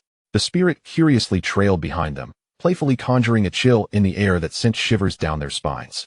Watching them panic brought forth a hearty laugh from the spirit, passing through stone walls, peering into the kitchens, and stealthily glancing at the world's most formidable wizard. The spirit eventually found its way to the Slytherin common room. Malfoy, Malfoy, Malfoy is here. It murmured inaudibly to itself, making its way to Draco's dormitory. Disregarding the walls, the spirit effortlessly traversed through them, approaching the bed draped in curtains to find the sleeping boy within. Soft golden hair lay tousled upon the pillow. Half of the boy's face obscured by the covers, the exposed skin glowing with a healthy rosy hue. Quite handsome, the spirit mused with satisfaction, nodding approvingly before gently pinching the boy's cheek. Though it touched nothing, the spirit felt a sense of fulfillment. Satisfied, it departed from Malfoy's chamber, suppressing its jubilant heart as it prepared to seek out Cassandrius. In the stillness of the night, as the giant squid beneath the black lake succumbed to slumber, Cassandrius suddenly opened his eyes. The boy, with his black and white hair, wore an expression of icy detachment, his already frigid features appearing even more unyielding. Puzzled, he lifted a hand to touch his eyes, curiously kneading his cheeks, as if to assure himself of his corporeal existence. As he lifted the covers and sat up in bed, Cassandrius explored the dormitory like a bewildered child. It was not until he settled before his desk and grasped the black walnut wand that a sudden smile blossomed upon his face. This expression, cold and rigid, seemed merely a mechanical response to the act of smiling. Gripping the wand, Cassandrius's demeanor grew increasingly indifferent, his lips barely stirring. In a moment of unexpected enchantment, a flicker of red light emanated from the wand's tip, and a jet-black python, flicking its tongue, materialized at his feet. The serpent gazed at this fellow creature with a perplexed air, as if questioning its existence. Yet in the next heartbeat, Cassandrius aimed his wand at the python with a smile. Avada Kedavra! A flash of emerald light swiftly extinguished the serpent's life. Carl, I'm here to see. The voice of a soul traversing walls abruptly ceased upon witnessing this scene. Cassandrius acutely sensed an anomaly nearby, tilting his head to direct his gaze toward it.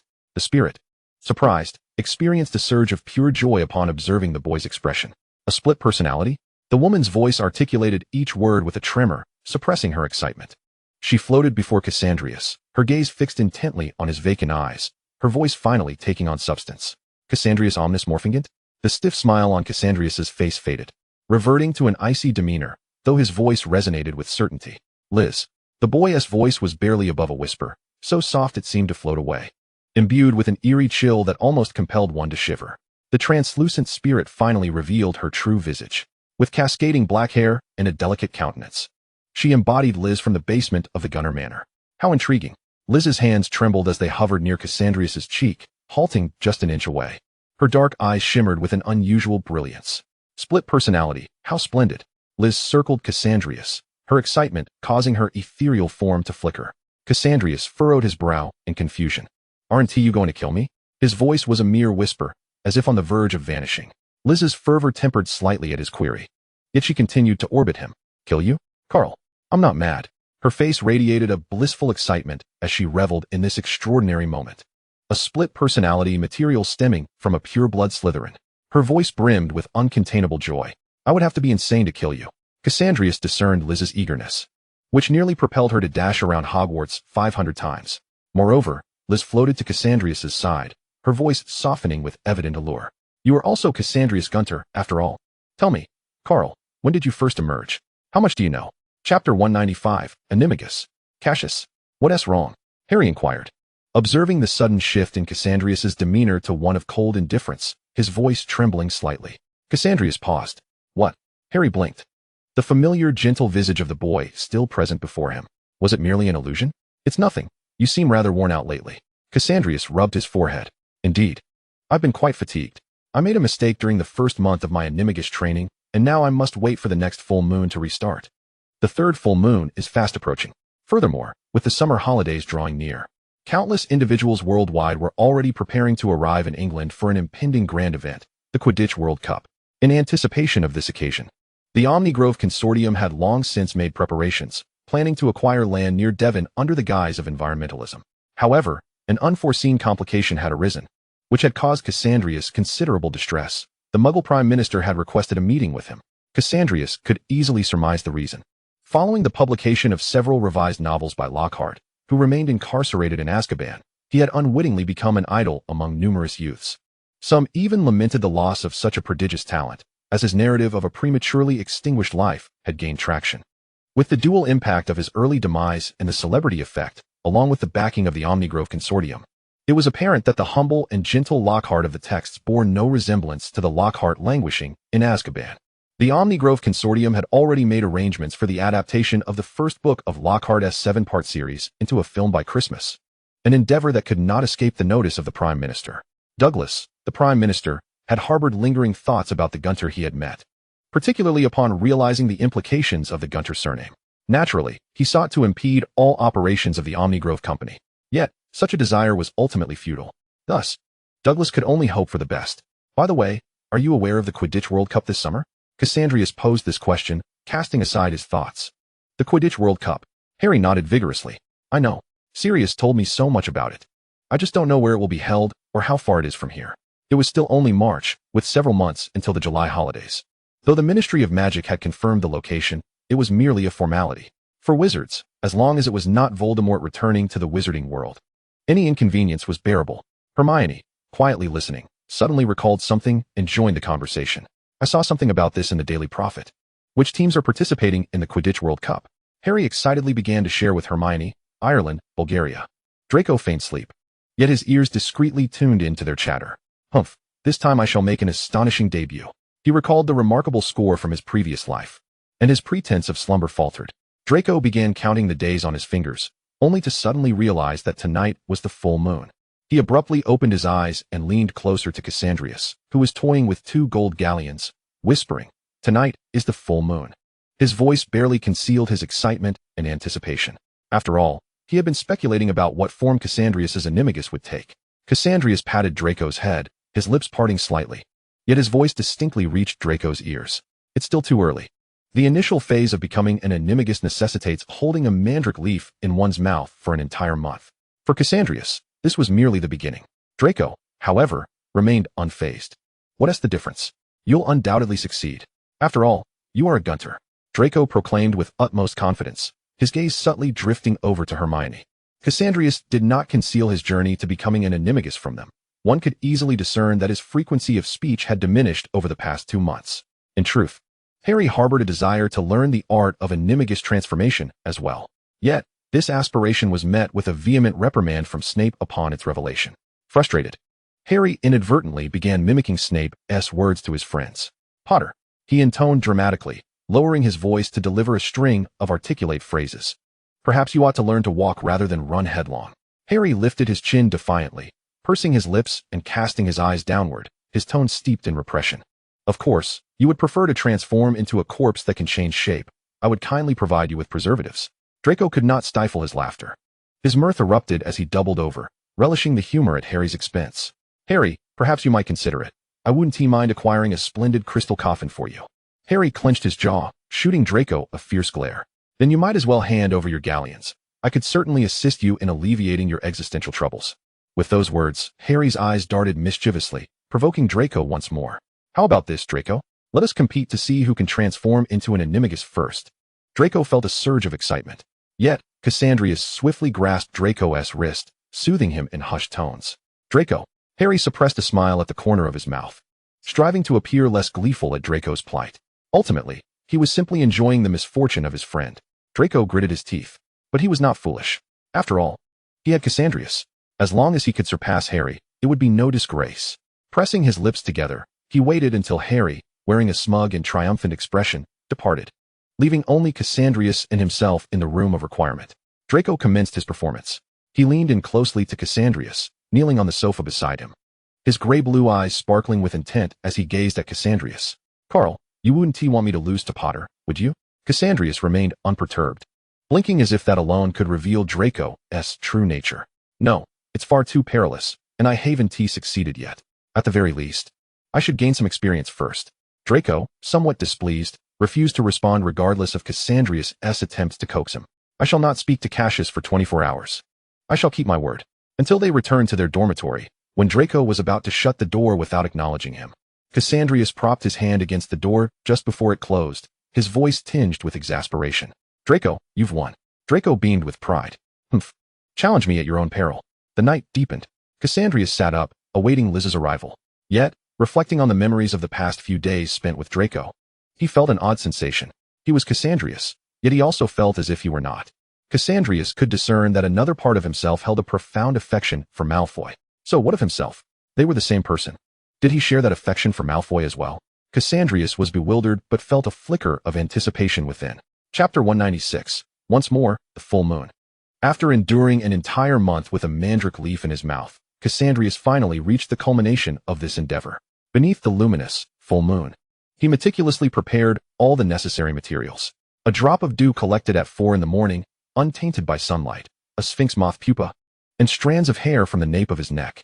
When it came time to retrieve his hair, Cassandrius hesitated for a moment, ultimately opting to pull a few strands of both black and white.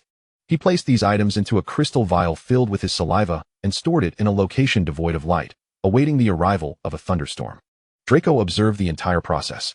His initial excitement and curiosity dissipated amid the somewhat rudimentary execution. Is this it? Draco could not help but scoff. Cassandrius had chosen a thoroughly dark space within a box lined with pure black velvet, enchanted to remain utterly silent until it was unlocked. Bearing the modest box, Cassandrius walked while explaining to Draco, for every sunrise and sunset thereafter, I must recite the incantation until the thunderstorm arrives. However, the timing of the storm was the greatest uncertainty. As night fell once more, Garcia Avery had recuperated but, naturally, withdrew from the Quidditch team. Many in Slytherin speculated about the matter, suggesting it was due to Malfoy's inclusion that he was ostracized. Others claimed it was a deliberate act by Gunter. Opinions varied, but none of it concerned Garcia any longer. For within Garcia's body resided not his own essence. Liz was not particularly satisfied with this vessel. It was merely a step above nothingness. Of course, Garcia was not dead. After all, Liz Gunter was no villain. He was merely manipulated by the eternal corridor. By day, Liz masqueraded as a student, experiencing life at Hogwarts, while by night, she instructed Cassandrius on how to grow stronger and conceal himself, simultaneously investigating Carl's soul. This routine began to enchant Liz in ways she hadn't anticipated. As per usual, Liz arrived at Cassandrius' dormitory to study the other Cassandrius. Upon entering, she found him silently facing a box. The boy squatted on the floor, his robe trailing onto the ground, his hair cascading down his back, creating a somewhat fragile silhouette. Carl, Liz called out. Cassandrius slowly turned his head, his gaze as unfocused as ever, avoiding Liz entirely. What are you looking at? Liz floated to the boy's side, peering at the box shrouded in black cloth. Upon seeing the box, Liz understood. She smirked, taking a moment to reassess this unexpected situation. What? Do you wish to destroy it? If you do, you may expose yourself to risks as well. Cassandrius' lips twitched, yet he ultimately failed to form a smile. Speaking coldly, I am Cassandrius. I am Cassandrius. There is no distinction. It was as though he was deceiving himself while attempting to convince his own psyche. Liz twirled in the air, laughing, refraining from shattering this fragile illusion, which was more delicate than a mere bubble. She chose to ignore the boy who concealed all his thoughts behind a facade of icy indifference and turned to leave. The youth's ears twitched, and suddenly, his rigid visage cracked open. The pent-up emotions surged forth in an overwhelming flood, akin to a dam bursting. Cassandrius abruptly reached out towards the box shrouded in black cloth. His lips pressed tightly together, forming a straight line. With a swift motion, the black cloth was lifted, yet his hand, grasping the fabric, hesitated in midair. Although his eyes beheld nothing, it seemed as if he could hear a cacophony of derisive laughter. Ha ha ha, merely a petty creature resorting to underhanded tactics in the shadows. An unrecognized existence.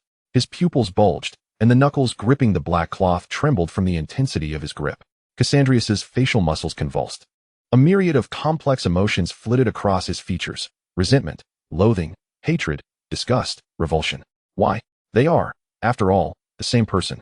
Yet one can stand resplendent in the sunlight, while he is relegated to gasping for breath under the cover of night.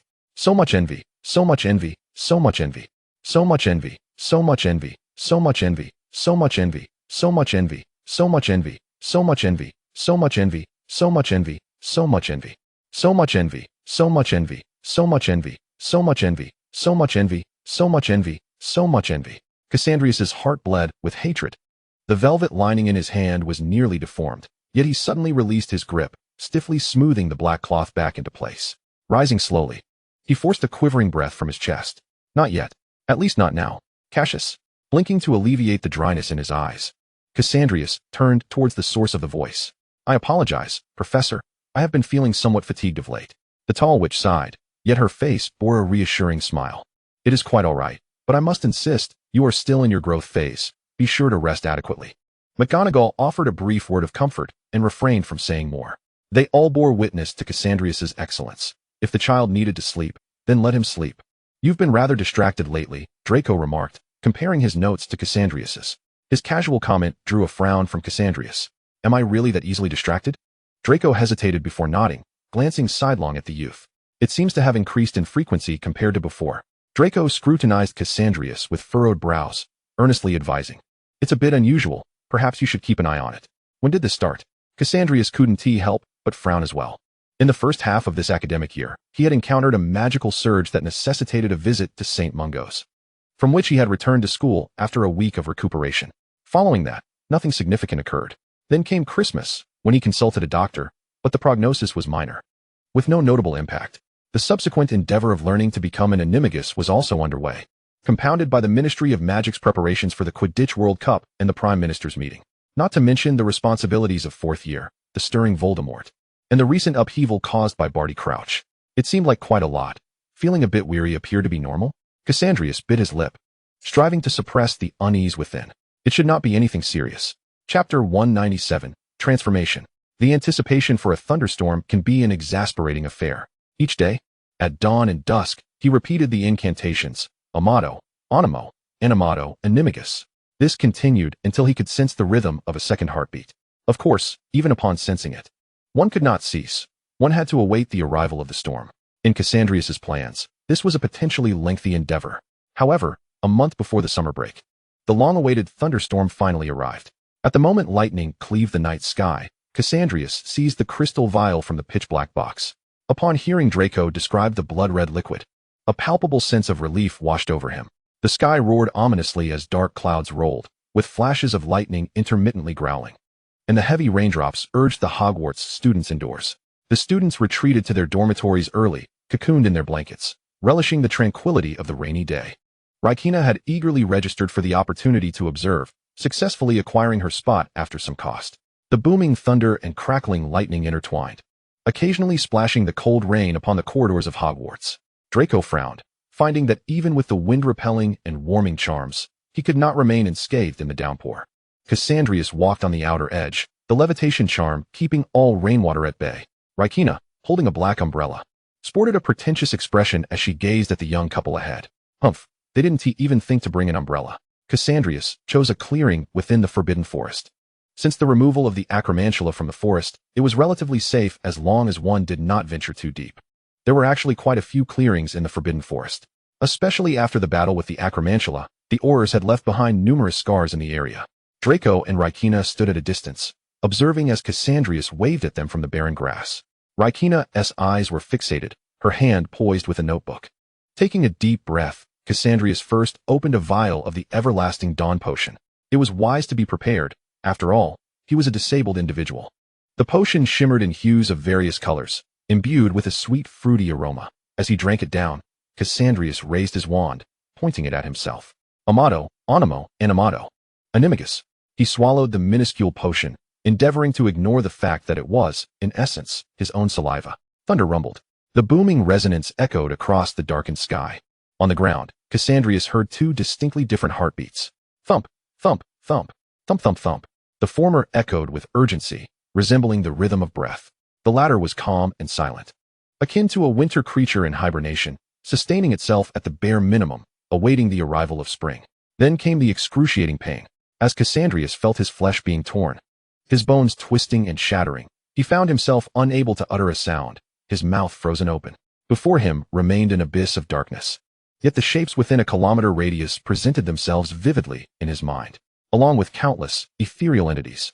Following that, a damp breeze, tinged with a briny scent, enveloped him, carrying the stench of decay and the earthy aroma of rain-soaked, withered grass. Wow! Rykina exclaimed with a long, drawn-out admiration.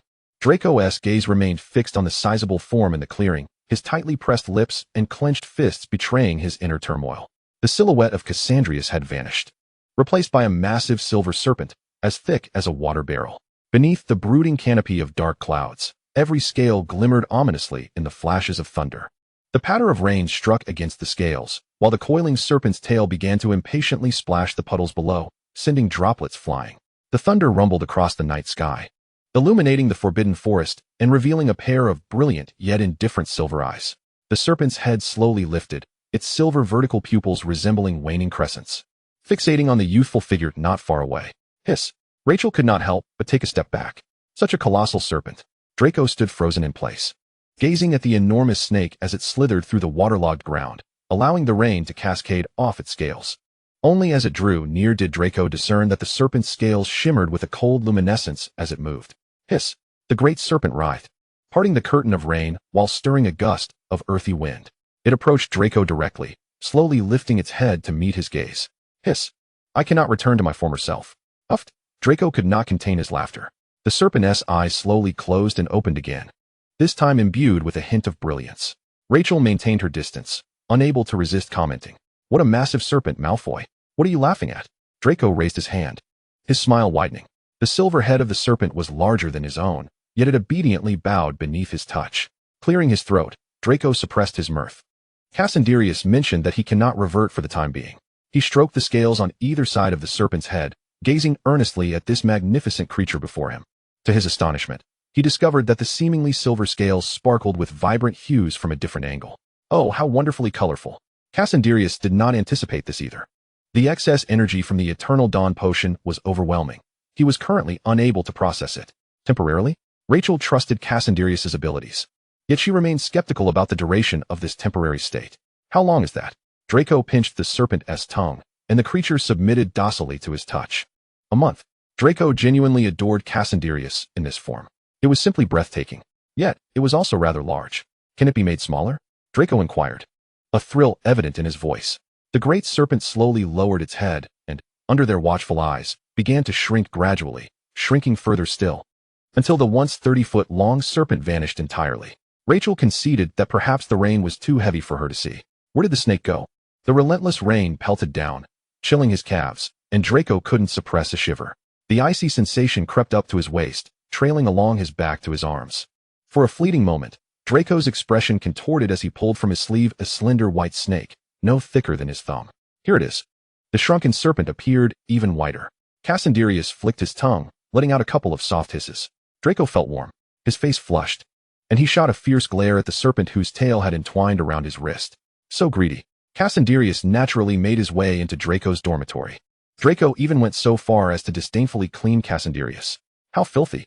Tossing the little snake onto the bed, Draco entered the bathroom alone. Cassandrius flicked his tail, suddenly empathizing with Nemesis. Well, he could now understand how she felt. He wondered how she would react upon seeing him like this. Surely, she would laugh so hard that her scales would flare up. Lying on the soft, comfortable bed, Draco closed his eyes, his hand continuing to caress the small snake's body. Until the night deepened. Cassandrius abruptly opened his vertical pupils. He moved his somewhat stiff and awkward body, slithering along Draco's arm, gradually making his way to the boy's neck. The vivid imagery in his mind was strikingly clear. The boy's pale, delicate neck lay so close before him.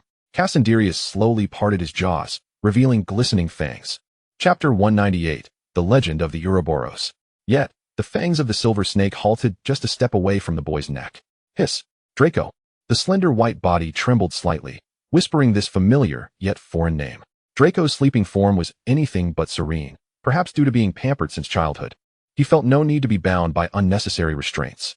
Casually, he rolled over, instinctively grasping the cool, comfortable snake in his hand as he slipped back into a deep slumber. The little snake's body stiffened noticeably. However, as the boy's breathing steadied, Cassandrius gradually relaxed. The night once again fell silent. Cassandrius's animagus form soon caught Dumbledore's attention. Ah, Mr. Malfoy, I wonder where that companion of yours, who is usually inseparable from you, has gone today? Grindelwald never missed an opportunity to provoke Cassandrius. Draco poked the Gunter snake, who was posing as a sculpture on the table, and was compelled to rise and respond to Grindelwald's inquiry. Regarding that matter, I believe you should direct your question to Professor Dumbledore. Grindelwald's eyes narrowed, taken aback by Draco's response. Dumbledore? What scheme is Albus concocting with that boy now? Why doesn't he inform him? Humph. As soon as class ended, Grindelwald hurriedly left the classroom, heading to the headmaster's office. Draco languidly lingered in his seat until Cassandrius, coiling around his wrist, flicked his tail in a display of discontent. Smirking with satisfaction, Draco comfortingly stroked Cassandrius's delicate, cool scales. All right, I shall go. It was rare for Cassandrius to be so wholly reliant on him. And Draco deliberately modulated his tone, provoking Cassandrius to gently nudge his fingers with his head each time. Draco's mood was visibly buoyant, especially with the addition of the bracelet-like creature adorning his wrist, making it hard to go unnoticed. Draco, what is that on your hand? Hermione inquired curiously, oblivious to the lowered heads and trembling shoulders of Garen and Barbara. Draco playfully pushed the white snake onto the table, teasingly rubbing its tail. It's a new pet I've acquired, rather disobedient, I must say. Hermione glanced at the limp, compliant white snake being playfully manipulated by Draco, a sense of speculation brewing within her. All right, you two lovebirds. Draco felt somewhat reluctant to part with Cassandrius, as he found this form still quite novel. However, at Cassandrius's persistent urging, Draco obediently escorted him to the headmaster's office. Dumbledore and Grindelwald had been waiting for quite some time. The two sat across from each other, engaged in a game of wizard's chess. Humph, Albus, that boy has indeed encountered another problem. Dumbledore, with a twinkle in his eye, devoured Grindelwald's queen, triumphantly claiming victory in this round. Just then, the door to the headmaster's office swung open. Lemon sherbet, cockroach clusters, exploding bonbons, mint toadstools, licorice wands, and cauldron cakes tumbled forth from the stone wall at the entrance. As the mention of cauldron cakes echoed, the door opened. Both Dumbledore and Grindelwald turned their attention to Draco. With a hint of stiffness, Draco unceremoniously tossed Cassandrius onto the table in front of them, before making a hasty retreat. Headmaster, I've brought you Cassius, he exclaimed. With a soft thud, the slender white snake was gently caught by Dumbledore. The kindly old man gazed at the little snake, which instinctively clutched its own tail, a glimmer of curiosity and excitement illuminating his face. Ah, Cassius, is this your animagus form? Grindelwald remarked, a smile gracing his features as he reached out to pinch the small, coiled serpent, jesting with Dumbledore. Albus, it seems our esteemed Mr. Gunter may be temporarily mute. The little snake released its tail and, with a hint of annoyance, nipped at Grindelwald's palm. The bite was gentle, more a playful prick of its fangs. Grindelwald quickly withdrew his hand, allowing Cassandrius to drop to the floor. Dumbledore, with quick reflexes, caught Cassandrius just before he hit the ground, casting a disapproving glance at Grindelwald. Gellert, Cassius is still but a child. Grindelwald huffed, his gaze fixed intently on Cassandrius. Dumbledore, intrigued, inquired, he cannot speak at the moment. Why are you so? Albus. Grindelwald interrupted, a meaningful smile playing on his lips, his eyes never leaving Cassandrius. That is not necessarily the case. Dumbledore's expression flickered with realization as both men leaned down to observe the little snake that was now inadvertently gnawing at its own tail. Cassandrius released his tail, tapping the table with his tiny body and hissing, yet producing a distinctly human voice. As expected of you, Mr. Grindelwald. The clear voice resonated in their ears, and Grindelwald's face shone with an unmasked sense of triumph. Dumbledore's curiosity deepened. How is this possible? Since records of animagi began, all wizards' animagus forms have been ordinary animals, unable to articulate human speech. Suppressing the urge to bite his own tail, Cassandrius flicked his bright red tongue in rhythm with his voice. I do not know, but I suspect it is because I am not an ordinary snake at this moment. Not an ordinary snake. Observing Cassandrius's slightly twitching tail as it rhythmically tapped the table, Dumbledore began to form a hypothesis. An Ouroboros? Cassandrius remained noncommittal. Since the previous night, he had felt an inexplicable desire to consume himself, though fortunately, this urge was not overpowering, merely a longing to grasp his own tail. Grindelwald's expression darkened slightly as he recalled the myths he had encountered. The Ouroboros? I remember. In the Book of the Dead, it is mentioned that the sun god Ra's nemesis, Apep, encircles the universe in the form of a great serpent, symbolizing the eternal struggle between chaos and order, with the point where the serpent closes forming the gateway to the underworld, do it. In Norse mythology, the Midgard serpent, Jormungandr, was cast into the sea by Odin, growing until it bit its own tail, encircling all of Midgard. When it releases its tail, its venom will inundate the 9 realms. Additionally, alchemical texts like the Emerald Tablet interpret the cycle of the Ouroboros as a self-consuming entity. Grindelwald's voice was clear and powerful, articulating each story with deliberate clarity. He continued, referencing the Nag Hammadi scriptures, which speak of the Ouroboros imprisoning human souls, and the eyeless Ouroboros depicted on ancient Chinese Zhou dynasty bronzes, alongside the serpentine Shisha in Indian Buddhist texts, supporting Vishnu with its 1,000 heads. After such a lengthy discourse, Grindelwald couldn't help but scrutinize this seemingly insignificant little snake once more. You must be more than just this small. Cassandrius flicked his tongue again, his silver vertical pupils slowly closing and reopening. Indeed, but this space is too confined. Perhaps due to some unknown reason, Cassandrius sensed that his true form had grown somewhat larger, a change that would persist for an entire month. Chapter 199, The Great Serpent Ouroboros. Just how immense Cassandrius's true form was remained a mystery to both Grindelwald and Dumbledore. This uncertainty arose as the director of the Department of Magical Sports had proposed the idea of reinstating the Triwizard Tournament, after being dismissed for negligence. Barty Crouch had returned to his position as the head of the sports office. As a direct subordinate to Ludo Bagman, Crouch was well aware of Bagman's financial troubles, and it was he who had encouraged Bagman to suggest the revival of the Triwizard Tournament.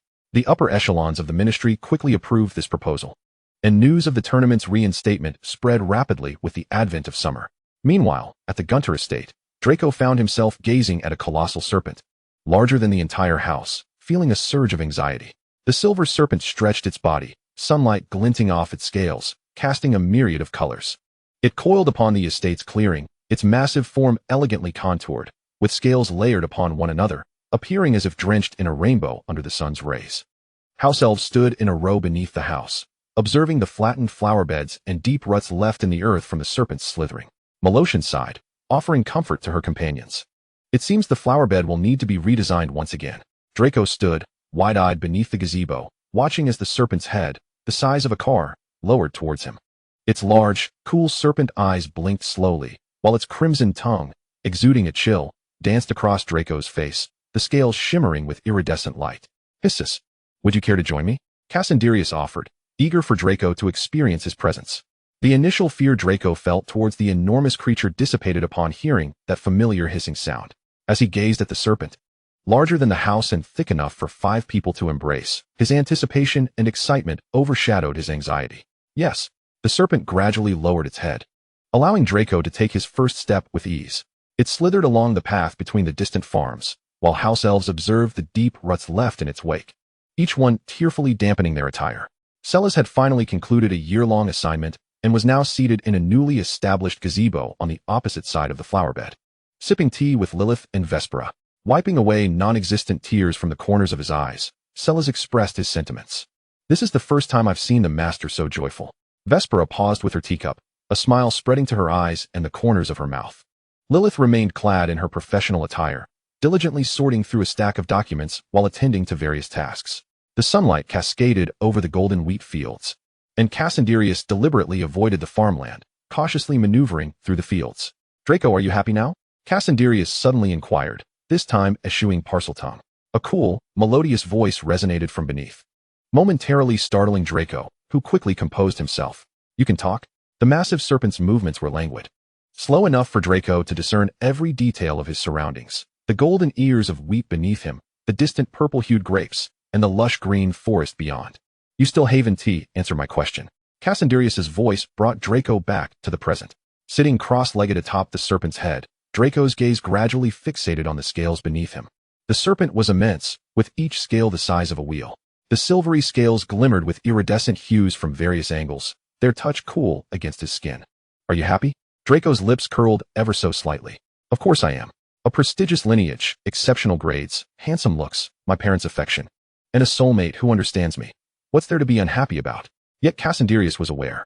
Draco was still afraid. Afraid of the impending 4th year. Afraid of the year that plunged his life into darkness. Draco, Cassandrius whispered. I'm here. Draco reclined, the serpent's massive head spacious enough for him to lie back and gaze at the sun above. This time, nothing will happen.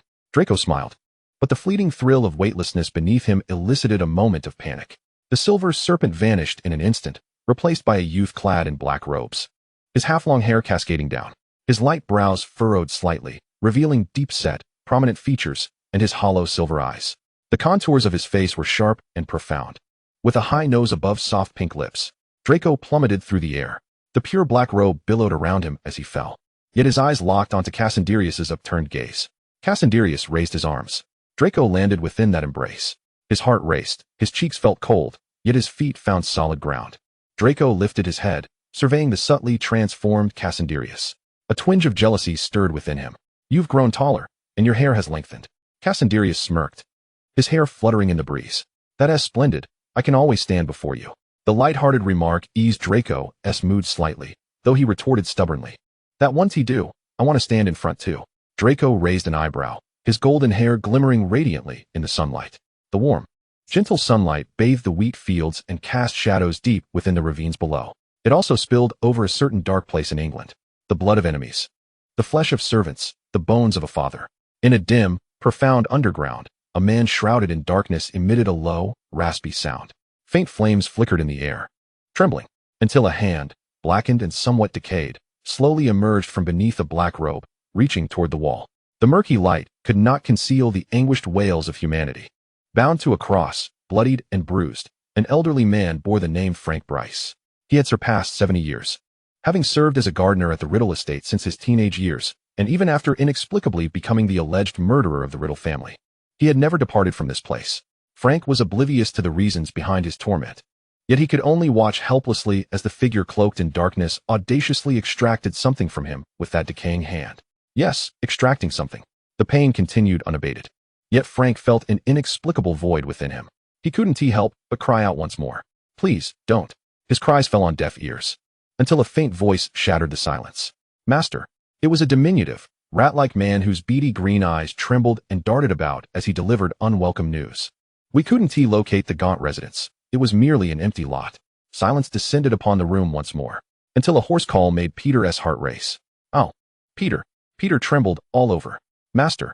He fell to his knees, engulfed in fear and trepidation. Voldemort paid no heed to this inconsequential servant, his blood-red eyes sweeping past Peter. How is Barty Crouch faring lately? Chapter 200, Umbridge. Young Barty Crouch was doing exceedingly well, remarkably so. He had managed to control his father with the Imperius curse. To mitigate any unforeseen complications, young Barty had also expelled the house elf, Winky, from their home. However, witnessing the rage and anguish in the old man's eyes was not as gratifying as he had envisioned. Never mind. Indifferently rising to his feet, young Barty didn't spare a glance at the bound and helpless old Barty. After all, it no longer mattered. Love, anticipation, hatred, none of it held any significance anymore. July 20th, 1994. This day fell on a Wednesday, conveniently avoiding the rainy season and the busiest days of work. The meeting between Cassandrius and Prime Minister Geodouglas was precisely scheduled for this day. Due to his status, Cassandrius' departure was from the Ministry of Magic. Not only that, but he also brought along Lucius Malfoy and Draco Malfoy. Draco! Lucius exclaimed in frustration, disregarding decorum as he paced the ministry office, muttering incessantly. This is not an occasion for you to attend. Draco sat with his back turned to Lucius, perched on a sofa with his legs crossed, eyes closed in feigned ignorance.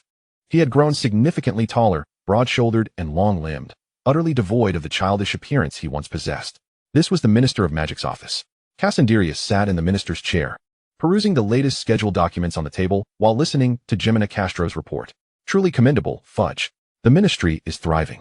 Fudge stood in the corner, his small eyes staring blankly at his toes. Jimena Castro, seemingly oblivious, stood beside Cassandrius, meticulously explaining the recent itinerary of the ministry. The Department of Magical Transportation recently encountered disputes with several pureblood families over financial matters, which remained unresolved. In France, individuals had been smuggling dark magical artifacts into Britain. Although the contraband had been recovered, the buyers had yet to be identified. Borgin and Burks had faced an excessive number of inspections lately, leading to considerable dissatisfaction. Jimena's competence is undeniably evident. Previously, she lacked the opportunity to shine, but now she is eager to showcase her abilities. Naturally, her exceptional talent has drawn the attention of Umbridge, which is also the reason for her ostracism. Umbridge has long harbored dissatisfaction regarding Jimena's rise to prominence. Although she has been promoted as a senior advisor to the Minister of Magic in the past 2 years, her frequent business trips have distanced her from the heart of power, something Umbridge has always resented. Upon returning from Africa, ostensibly for the Quidditch World Cup, Umbridge was taken aback to hear that Jimena had ascended to the position of deputy minister. What? Umbridge exclaimed in disbelief. The years spent in Africa had left her skin rough and her complexion several shades darker. Yet, even so, Umbridge remained unwilling to part with her vibrant pink attire. I must say, Umbridge forcefully pushed her way past several individuals waiting for the elevator, unceremoniously shoving them aside. Pardon me, as a senior advisor to the Minister of Magic. I believe I possess the right of precedence, ignoring the ire and discontent of those around her. The bright eyeshadow on Umbridge's face seemed to flutter with her forced smile. Once the elevator doors closed, her cheerful facade quickly vanished, replaced by a stream of curses. Damn it, if it weren't for my business trip, that wretched woman. The vitriol continued for mere moments until the elevator doors opened again, and Umbridge stormed towards the minister's office. However, it appeared that subtle changes had taken place within the minister's office. Celestis stood at the entrance, clad in a deep gray suit, casually inspecting the tips of his polished shoes until a sharp voice pierced the air. According to Clause 324 of the Ministry Staff Handbook, daydreaming during work hours is strictly prohibited. Umbridge regarded the tall man before her with malice, her gaze audaciously traveling up and down Celestis's form. Although she wore a smile, her words dripped with disdain. You are rather handsome, sir. However, if your dealings with Castro have reduced you to merely a doorman, I would suggest you seek a different branch. Celestis had never encountered someone quite so insufferable. Forgive him, it was difficult for someone of his caliber, Celestis Vexus, to utter anything out of line. Pressing his lips together, he found a peculiar satisfaction in witnessing Umbridge's downfall. He cleared his throat and slightly shifted aside. My apologies, Miss. Umbridge, please enter. Umbridge smirked triumphantly as she forcefully clicked her heels, pushing the office door open with great vigor. Bang! The sudden noise drew everyone's attention. Cassandra raised his head. Lucius's previously anxious expression transformed into an air of aloofness. Draco smirked with a derisive grin. Lilith sipped her coffee, and Jamina's gaze turned towards the entrance. The triumphant smile on Umbridge's face froze, bewilderment dawning as she surveyed the room. In the corner, she spotted the man she had flattered, Fudge. The woman, enveloped in pink, suddenly displayed signs of panic. She turned to flee, but before she could fully pivot, she was forcefully propelled into the office by a tremendous force behind her. Bang! Her body crashed heavily against the floor, emitting a loud thud that echoed through the room. Umbridge winced in pain, yet fear compelled her to suppress any sounds. Oh, Draco raised an eyebrow, unabashedly reveling in her misfortune. An old acquaintance, indeed. Out of respect for the assistance she had provided him in the past, Draco refrained from mocking her. Lilith smirked, glancing at the equally entering Celestis. Celestis, your taste for mischief appears to be growing more refined. Celestis chuckled nonchalantly. If you had spent a year in the field, you would seek some amusement as well. After saying this, Celestis awkwardly glanced at the silent Cassandra. My apologies, sir. This individual is rather repulsive, and I couldn't help myself. Cassandra was unconcerned about such trivial matters. His mind wandered to a fleeting name, a person that echoed in his memory. I recall. There seems to be someone with the surname Umbridge associated with the Black Falcon Security Services? Umbridge, frozen on the floor, trembled violently. A deep-seated secret suddenly surged to the forefront of her mind. Umbridge, Lilith replied. Yes, there is a man named Abandon, who bears the surname Umbridge, accompanied by his elderly mother. Umbridge's hand quivered violently. Cassandra could not see it, but he could hear her uneven breaths and racing heartbeat. I believe he was involved in the selection of the mute for the magical restoration experiment, wasn't he? That must be him. Umbridge shot her head up suddenly. Chapter 201. Paths diverged, no alliance to be found. Umbridge's little interlude did not significantly disrupt proceedings. Celestis cheerfully accepted the task of reforming Umbridge's character and happily led the group away. Lucius continued to ardently persuade his son. Draco, this is not a trivial matter. That is the Prime Minister of the Muggle world, and you are still too young. The usually authoritative Lucius even adopted a somewhat paternal tone. Draco lowered his gaze to inspect the cup of tea handed to him by Lilith, scrutinizing the intricate patterns on its surface. Ah, what a lovely design. Lucius, filled with frustration at his father's perceived ineptitude, cast a resentful glance at Cassandra. Cassandra remained oblivious, primarily focused on waiting, until exactly 9:59 a.m., when, with everyone in the office, they vanished from sight. Vespera was responsible for matters concerning Omnigrove, and the appointment with the Prime Minister fell well within her purview. Moreover, this time, it was not through portraits that they would converse. The basement of the Omnigrove United Group. This was an exceptionally spacious and bright area. Above, a cerulean ceiling masqueraded as the sky, while the pristine white floor tiles gleamed. The air was imbued with a faint scent of roses. The streets were wide, flanked by an array of shops, where pedestrians meandered leisurely. Some donned outdated wizarding robes, others sported trendy flared trousers, while some were clad in formal attire. Despite their diverse appearances, each bore a similar smile. Some lingered in cafes, where coffee floated merrily in their wake, while others comfortably sat outdoors, directing sugar cubes to leap into their tea. Such sights were entirely foreign to Gia Douglas. At the age of 51, having been born in 1943, He witnessed the global conflict that engulfed the world, worked as a vendor, and toiled as a laborer. He poured his heart and soul into his endeavors, carrying the hopes of countless individuals, step by step, until he reached his current position. Douglas was a member of the Conservative Party. They prefer to achieve their objectives within the confines of established rules. The wizard, who once stood apart from this group, has now entered their sphere of influence. Douglas has long held a sense of awe towards certain extraordinary entities, not belief, but reverence.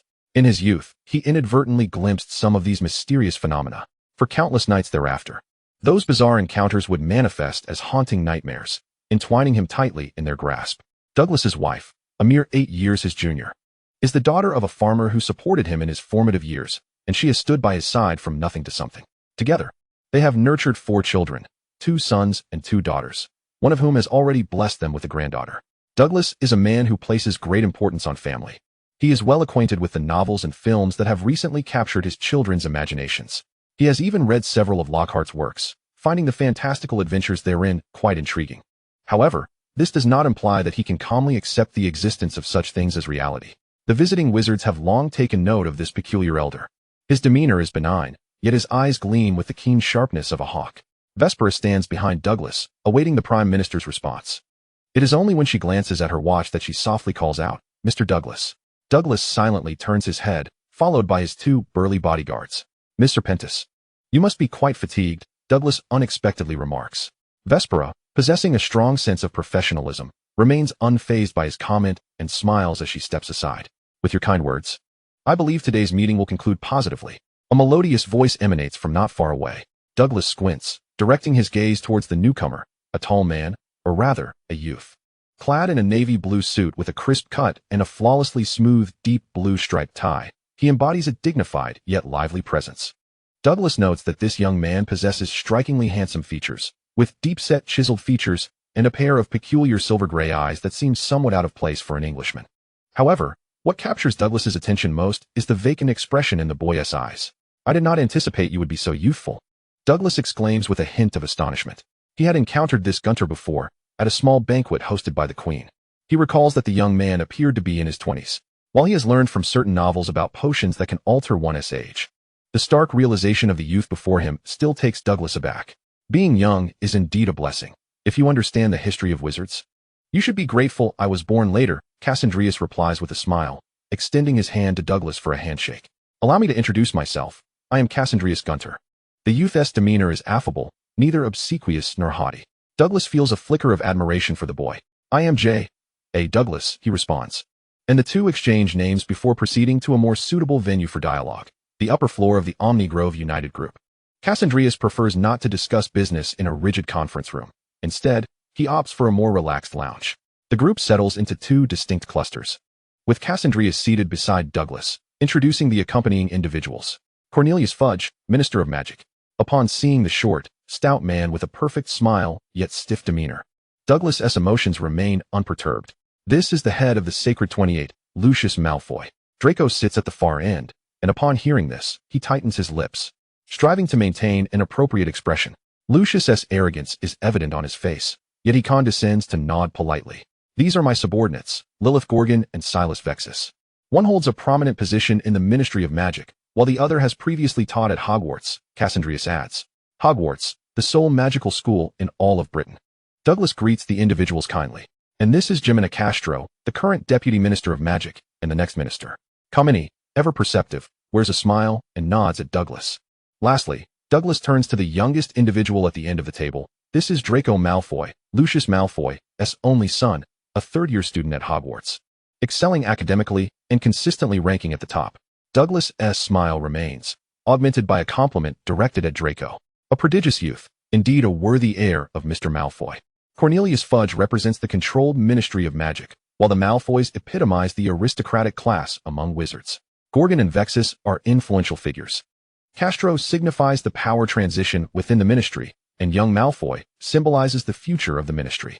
Douglas finds himself increasingly appreciative of the young Gunter, though regrettably, their paths diverge. Chapter 202, A Negotiation Failed. To cut to the chase, let us delve directly into the matter at hand. Without hesitation, Cassandrius chooses to broach today as topic. Douglas, with his hands clasped over the arms of his chair, places them atop his crossed legs, embodying an earnest listener. Lucius furrows his brow, visibly displeased by this overt display of arrogance. His lips move slightly, a barely audible murmur reaching Cassandrius' ears. Yet, the curve of Cassandrius' smile remains unchanged. He gestures, and several newspapers flutter from his pocket, landing with a rustle on the small table beside Douglas. Raising an eyebrow, Douglas retrieves one and glances at Cassandrius' expression. What is this? Cassandrius spreads his hands, a hint of exasperation crossing his features. I regret to inform you, Mr. Douglas, that this encapsulates the current predicament faced by the magical community. The Dark Lord has returned. A series of fabricated newspapers detailing the recent disturbances caused by Voldemort within the magical realm lay before him. Douglas's understanding of the magical world extends merely to its name, with little beyond that. He flips through the pages, casting cursory glances, revealing no sign of belief. Unfortunate times, Douglas remarks, sighing. Mr. Gunter, you are aware that the international landscape has been dreadfully bleak. Years of Cold War followed by economic crises have left me utterly beleaguered. Cassandrius nods in agreement, his expression mirroring anxiety. Indeed, the Dark Lord is ravaging the magical world, poised to seize control and dominate the globe. Despite the anxiety etched on his features, Cassandrius' voice unmistakably carries a hint of mirth. Douglas remains impassive, quietly absorbing Cassandrius' near-threatening words. Oh, I certainly do not mean to imply that the world is on the brink of annihilation, nor that the Dark Lord poses any real threat. Rather, there exists an urgent matter that must be addressed. Cassandrius extended his hand into the air, and a vial of blood-red potion materialized within his grasp. People are already preparing to transform ordinary individuals into wizards, Mr. Douglas. Douglas's pupils constricted momentarily, yet his expression and demeanor remained unchanged. Transforming ordinary people into wizards. What a madness. Who can fathom how many lives would be lost in such a venture? My God, it is truly unbelievable. With an exaggerated sigh, Douglas appeared deeply sympathetic. Draco curled his lip in disdain, the visage of a politician, while he was tempted to dismiss these issues with levity. The gravity of the topic concerning the metamorphosis of ordinary individuals into wizards was far too serious to overlook. So what do you imply? Cassandrius smiled, placing the vial of crimson liquid upon the table, subtly alluding to his previous remarks. I lament the loss of those innocent residents. But there is something I must convey to you. The Dark Lord seeks to plunge the world into chaos. He has even reached out to the leader of the werewolves. Greyback. Of course, you may be curious about what werewolves are. Cassandrius kindly elucidated. They are the creatures described in Mr. Lockhart's writings. Those that transform into wolves under the full moon, exhibiting extreme aggression, impervious even to missiles. A mere bite would suffice to transform one into a werewolf. Missiles? Douglas keenly seized upon this term. Indeed, Cassandrius chuckled. A normal werewolf possesses formidable combat prowess in its natural state, though it pales in comparison to Fenrir of myth. His exaggerated depiction of the werewolf's danger elicited suppressed laughter from the others present. Draco remained quietly seated, maintaining his composure, fully aware that this was not an appropriate moment for mirth.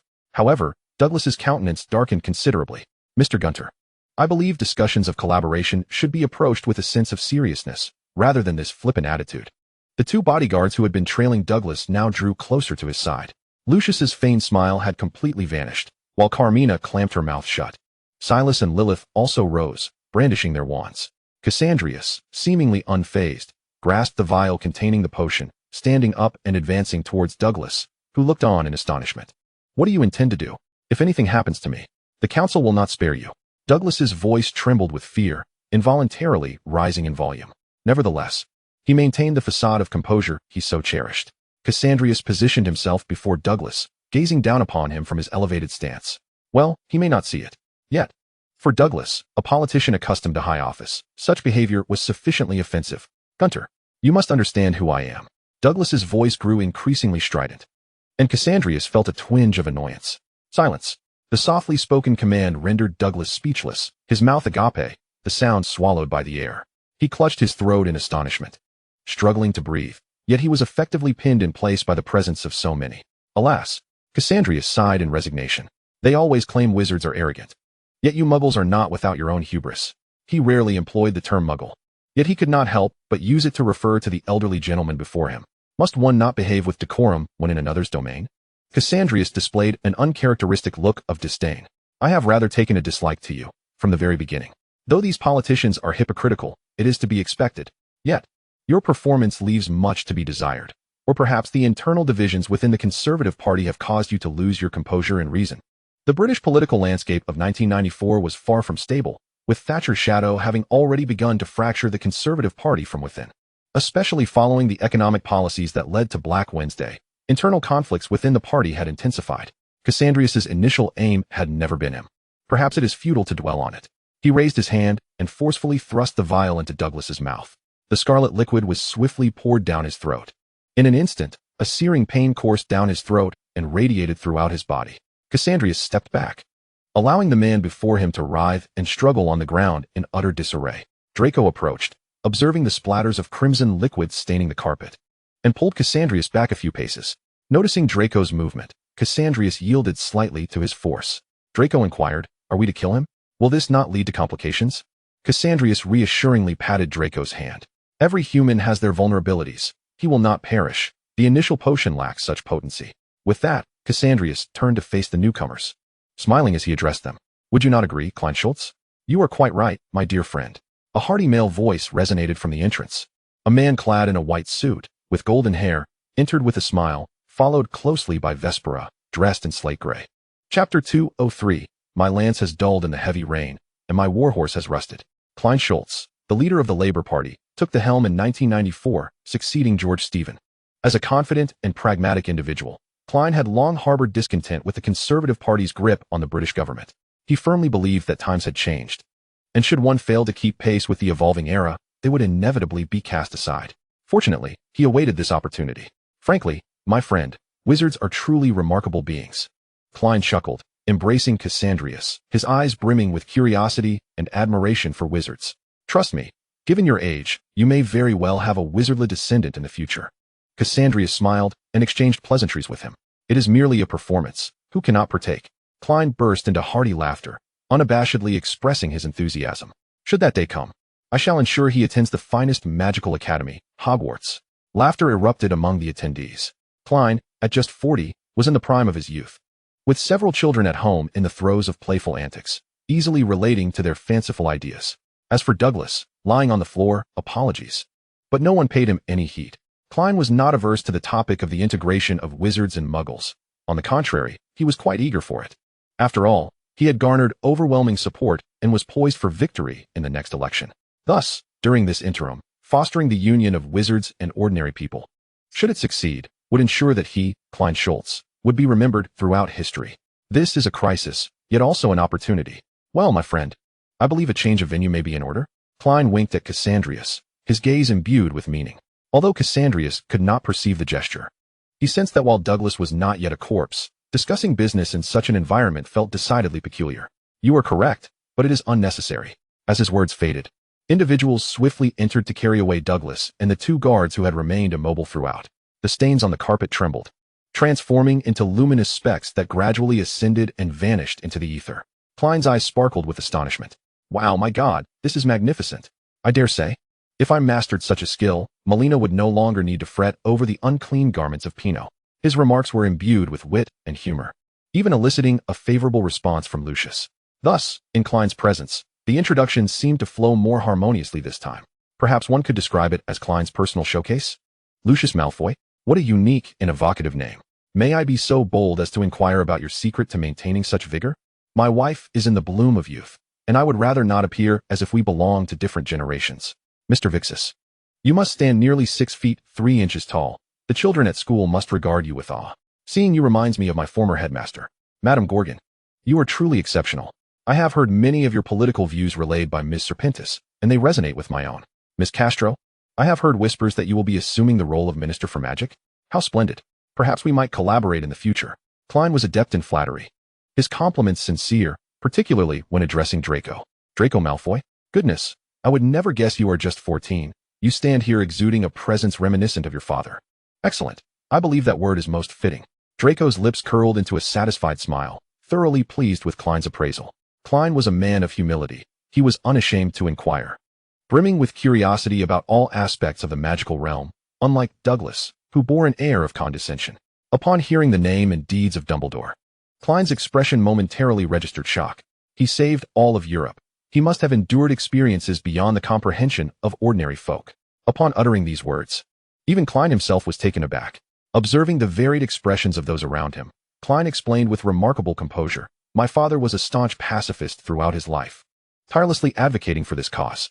I deeply admire those who sacrifice everything for the sake of peace. Without contrast, there can be no harm." Klein's demeanor garnered the goodwill of all present, save for Fudge. When the conversation turned to the topic of muggles and wizards, Klein expressed profound agreement. "I have heard that pureblood families often intermarry." His inquiry, though somewhat bold, was not unexpected in light of his previous remarks. Cassandrius did not mind addressing this question. "Indeed, Klein, if you observe closely, you will discover that I am, in fact, blind." Klein was genuinely astonished. "Not at all. Since I entered, your gaze has followed me. Had you not mentioned it, I would have never suspected." Klein sincerely marveled at Cassandrius's maturity. Cassandrius chuckled lightly, continuing in the vein of Klein's dialogue. "Indeed. But the most significant point, do you know? I am also a product of consanguineous marriage." This certainly posed a serious issue. It was at this juncture that Klein broached the critical question. Furrowing his brow, he wore a concerned expression. "According to what you have said, the magical community is not extensive. Does that mean the vast majority of pureblood families are related?" Klein lamented. "Historically, many royal dynasties in England have suffered from various ailments due to close intermarriage, and even disputes arose from overly intimate connections." He turned to Cassandrius, his eyes brimming with sincerity. "My friend, on the advice of a companion, perhaps we should consult a doctor?" Cassandrius could not suppress a laugh. "Klein, I understand your concern. The Gunter family is merely an exception. Not all families are so short-sighted." He meticulously reassured Klein that his health was assured, alleviating Klein's worries. "It is only natural to feel anxious. After all, Cassandrius is a loyal companion. Should he perish, all of Klein's efforts would be rendered futile." "That is splendid. I look forward to a future where wizards are ubiquitous on the streets." Klein was not myopic. He could foresee the catastrophic consequences of unregulated wizardry rising up against the world. With Klein's optimistic disposition, the group engaged in a spirited discussion regarding the integration of wizards and muggles for the entirety of the afternoon. As night fell, the clock struck 8, rousing everyone from their deliberations. Lucius, parched, eloquently curtailed Klein's aspirations of establishing a library for magical tomes. Celas appeared somewhat fatigued, having encountered such an loquacious individual for the first time. Lilith steadied her breath, exchanging a glance with Kamina, both of whom felt wearied by Klein's fervor. They had debated the issues surrounding education and conservative forces for 2 hours, yet Klein remained utterly unfazed. Klein, invigorated, felt capable of continuing the discourse for 300 more rounds. Draco had initially refrained from participating in the conversation, while the adults discussed serious matters. He had already begun playing Final Fantasy. Chapter 204, The Quidditch Match. The meeting with the future Prime Minister concluded swiftly, and Cassandrius' smile faded almost immediately after Klein's departure. Draco found the situation somewhat amusing. "I thought you would relish such an occasion." Cassandrius wearily leaned against Draco's shoulder, eyes closed as Draco playfully tousled his hair. Klein was no fool. Engaging in collaboration with such a person was exhausting. Cassandrius' demeanor was too polished, leaving no room for Klein to exploit any weaknesses. Had he been more like Douglas, Cassandrius would have had far less to worry about. However, Klein's most precious asset was undoubtedly his intellect, and Cassandrius was reluctant to control him. "Enough of this. How long do you intend to remain here? I see Lucius is already urging you to leave." Lucius had completely run out of patience with Draco, reluctantly following Celas and Lilith out of the conference room, watching helplessly as his son's excited figure receded from view. Draco emitted a soft hum, his fingers deftly twisting through Cassandrius' slightly longer hair. "Do you truly wish for me to depart?" The youth leaned in slightly, pressing his forehead against Cassandrius's. Cassandrius merely wrapped an arm around Draco's waist. "Of course not." Satisfied with the response, Draco was about to lean in to kiss Cassandrius when Cassandrius inhaled deeply, evading Draco's kiss. Draco stared, utterly bewildered. "What is the matter with you?" A voice filled with discontent echoed in the air, causing Cassandrius to feel the atmosphere grow increasingly oppressive. Draco, determined to pursue a kiss, found his lips swiftly covered by Cassandrius' hand. Draco's displeasure intensified, his eyes widening with fury, and he forcefully pried Cassandrius' hand away. His voice, tinged with anger, rose several octaves as he exclaimed, "What are you hiding from?" Draco had always acted as he pleased, particularly in Cassandrius' presence, indulged to the point of reckless abandon. The evident resistance from Cassandrius ignited a reckless passion within him. With fervor coursing through his veins, Draco pressed himself against Cassandrius. If he could not kiss him there, he would find another place to do so. Cassandrius, unable to see, could only feel the frantic and unrestrained kisses that landed on his cheeks and neck. As Draco attempted to venture further, Cassandrius shielded his collar with one hand while grasping Draco's wrist with the other. With a single statement, he sent Draco fleeing in humiliation. Draco, you are not yet 17. Draco froze, and as realization dawned upon him, he was consumed by a mix of shame and fury. For several days thereafter, Cassandrius saw no sign of Draco. Lucius, during this time, seemed to possess an unusual vigor at work. Lilith and Vespera quietly mocked Cassandrius behind his back. Cassandrius felt utterly helpless, his spirits low even at home. Nemesis had been sulking ever since Cassandrius sent her on an assignment, refusing to acknowledge him. This melancholic mood persisted until the arrival of the Quidditch World Cup. At Malfoy Manor, Draco meticulously adjusted his suit, vowing to embody the persona of a cool and aloof gentleman. Lucius emitted a disdainful huff, harboring no expectations for his son, who seemed to have strayed from the path of propriety. Narcissa, in a cheerful mood, perused the latest fashion magazines sent by Cassandrius, ignoring Lucius's sour demeanor. As the family prepared to depart, Lucius produced a compass to receive a communication. Narcissa, linking her arm with her son, glanced at Lucius. What is it, Lucius?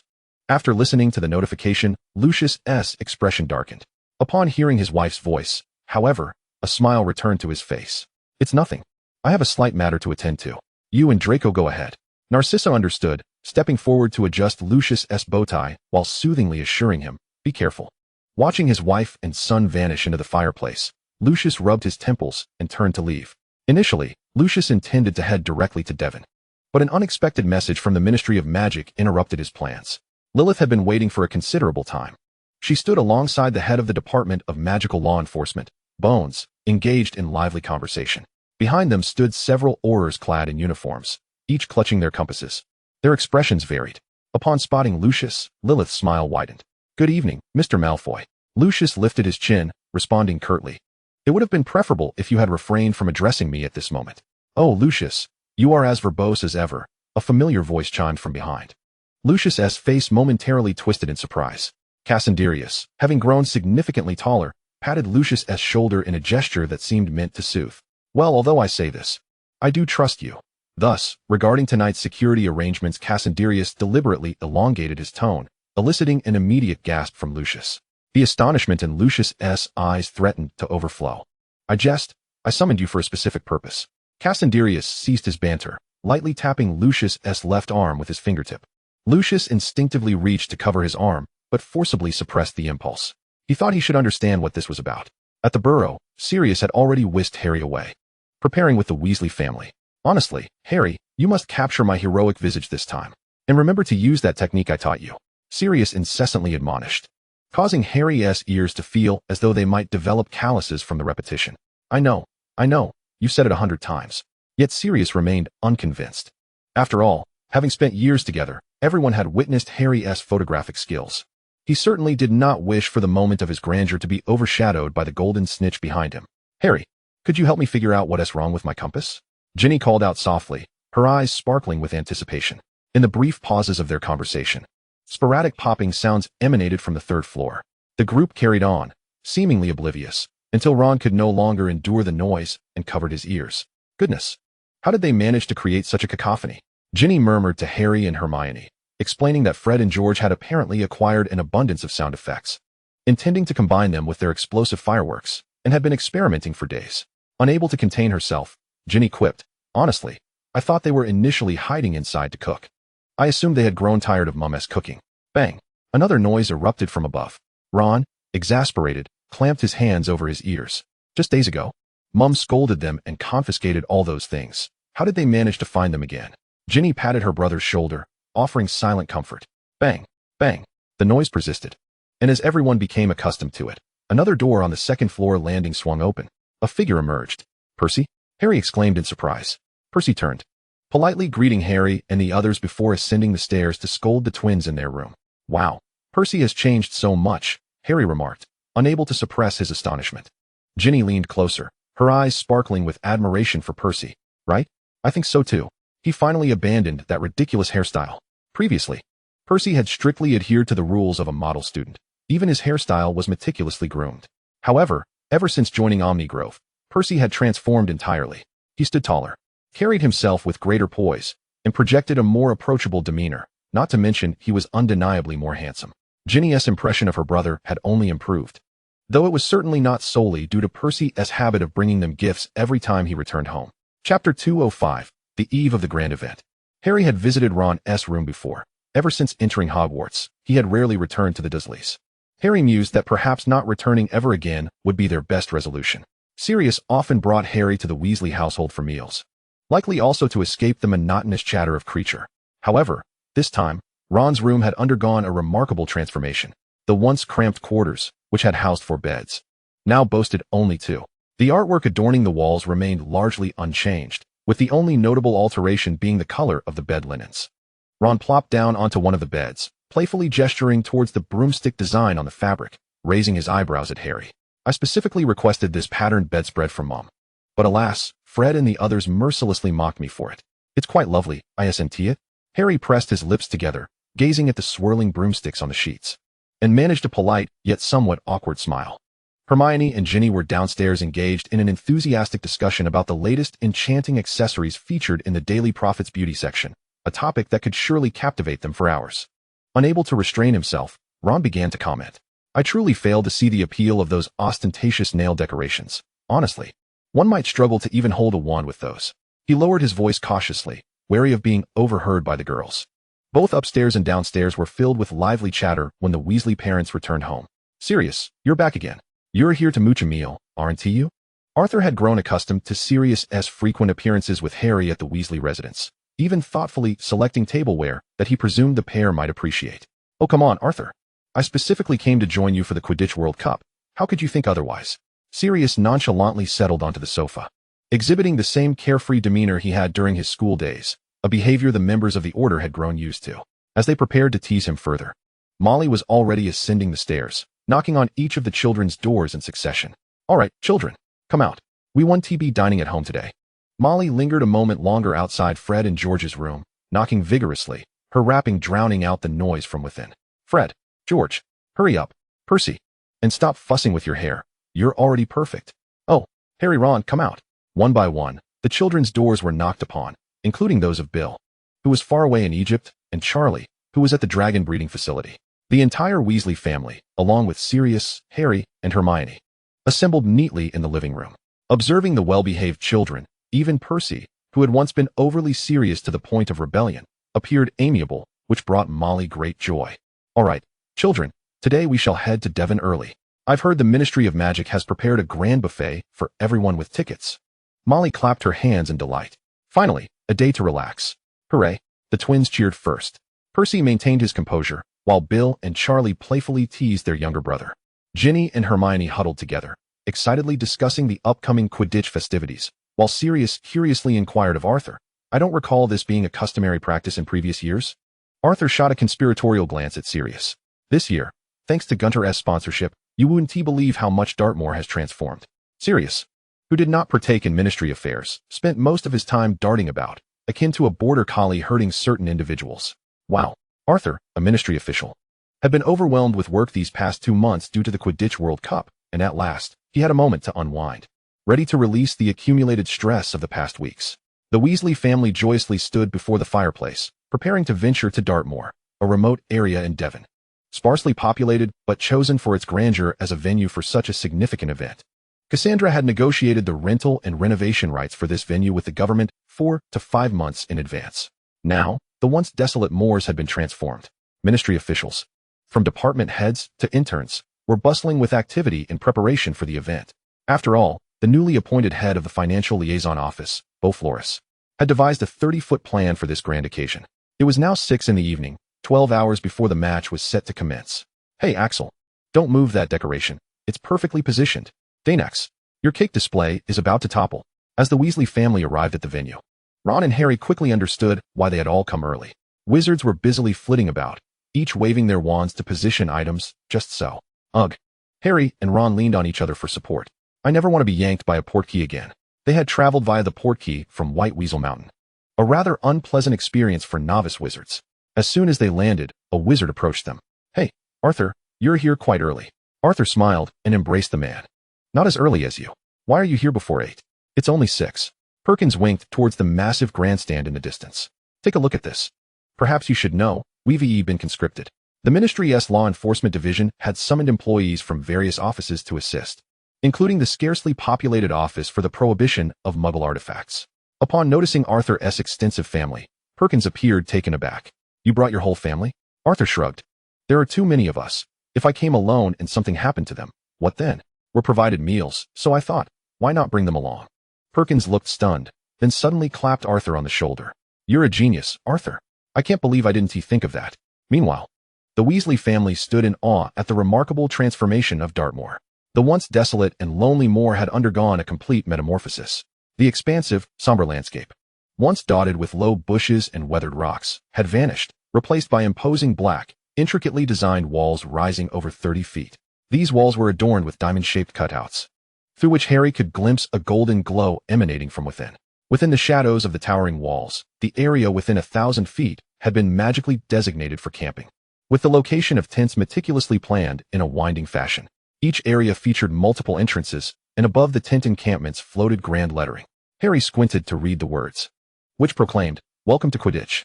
Sirius, ever curious, began to wander about. Of course, it was also possible that they were merely too far away. "Children, come on," Arthur called, urging the kids to follow him inside.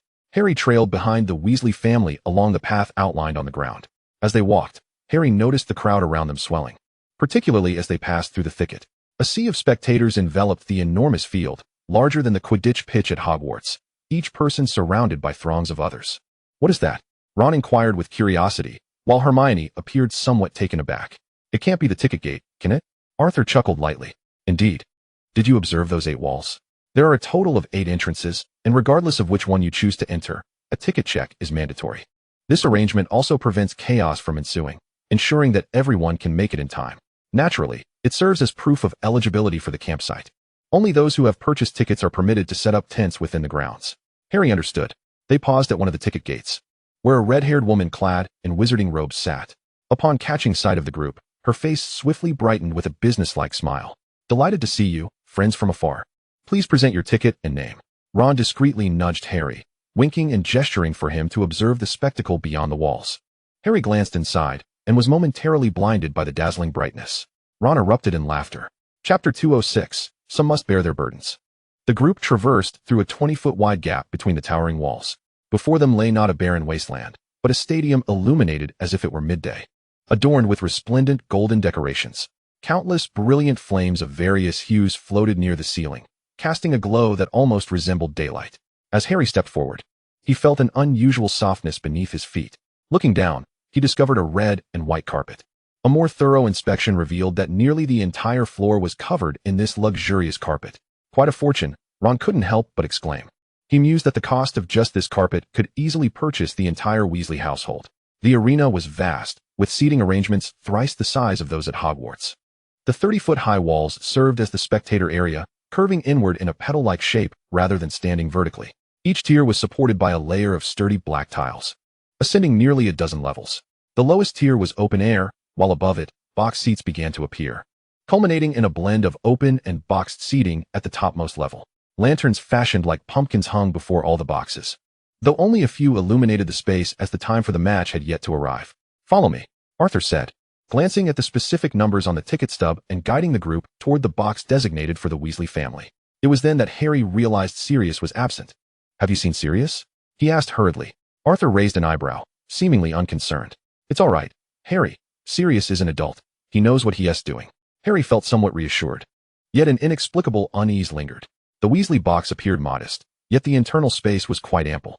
Just as Harry and the others were about to head to the lower level for a variety of refreshments, Sirius made his entrance in the central box at the very top.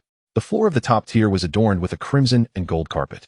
Sirius smirked, feeling that Gunter was indeed extravagantly wealthy. Cassandra had arrived at the venue immediately after meeting with Lucius at the Ministry of Magic. "Long time no see, Black," he greeted with a smile, surveying the surroundings, which bore a striking resemblance to Malfoy Manor, only to find Cassandra alone. "Is it just you?" Cassandra reclined on the sofa, legs crossed in a relaxed manner, which irked Sirius. After all his efforts outside, his boss was comfortably enjoying himself at home. How infuriatingly enviable. "Never mind that. I actually need to speak with you." Sirius plopped down. "What is it?" Cassandra sipped his red tea and began to elaborate. "Sirius, where have you been?" Upon entering the box, Sirius was immediately spotted by Harry. Sirius had intended to ruffle Harry's hair affectionately, but Harry had grown so much in a year that he now towered over him. Yet, gazing at Harry's face, so reminiscent of James, Sirius couldn't resist the urge to ruffle his godson's hair. Your godfather is off to save the world. Harry feigned a smile, listening as Sirius continued. In the coming days, remember to stick with the Weasley family and avoid wandering off, all right? Harry sensed something was amiss. Is something going to happen? He inquired keenly. However, Sirius chose to sidestep the matter with a mere smile, leaving Harry in a state of perplexity. Meanwhile, Cassandra had just seen off Sirius when an expected visitor arrived. Ludo Bagman, draped in a long Quidditch robe that clung to his somewhat rounded belly, sported horizontal black and yellow stripes, and a large bumblebee emblem on his chest. To be frank, Bagman had not aged gracefully. His round, glimmering blue eyes, short, coarse golden hair, and ruddy complexion combined with his overly robust physique made him resemble a large bumblebee. Good evening, Mr. Gunter. It is truly an honor to meet you. Bagman's countenance was far from pleasant, and his words dripped with the saccharine taste of artificial sweeteners. Cassandra remained silent, holding his cup while listening to Bagman's endless prattle until he finally broached his purpose. I wonder which team Mr. Gunter supports? Cassandra raised an eyebrow and turned to Bagman. Why do you ask? I have little interest in Quidditch. Bagman straightened his posture, adopting a particularly serious demeanor. Such a grand match, as the largest sponsor. Many are eager to know your choice.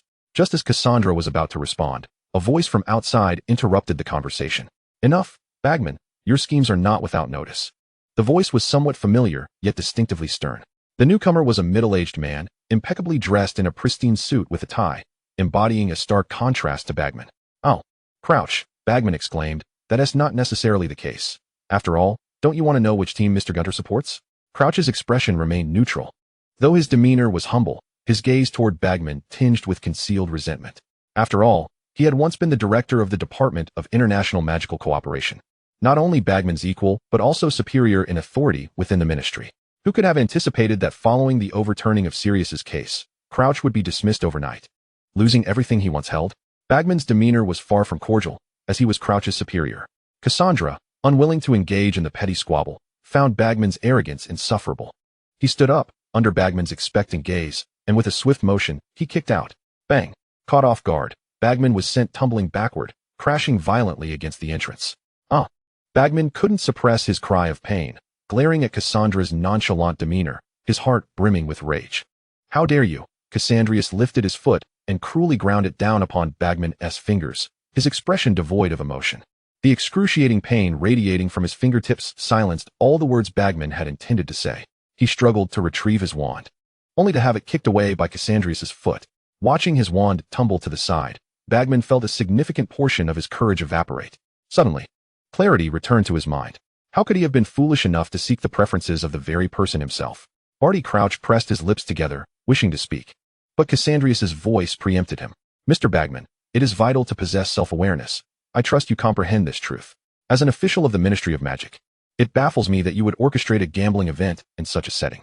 I find it hard to believe you are the head of the Department of Magical Games and Sports. Crouch fell silent. Yet, Cassandrius did not relent. Ignoring the wails echoing around him, he turned his attention to Crouch. And you, Mr. Crouch, resorting to underhanded tactics against a mere student. This is hardly the conduct of an honorable man.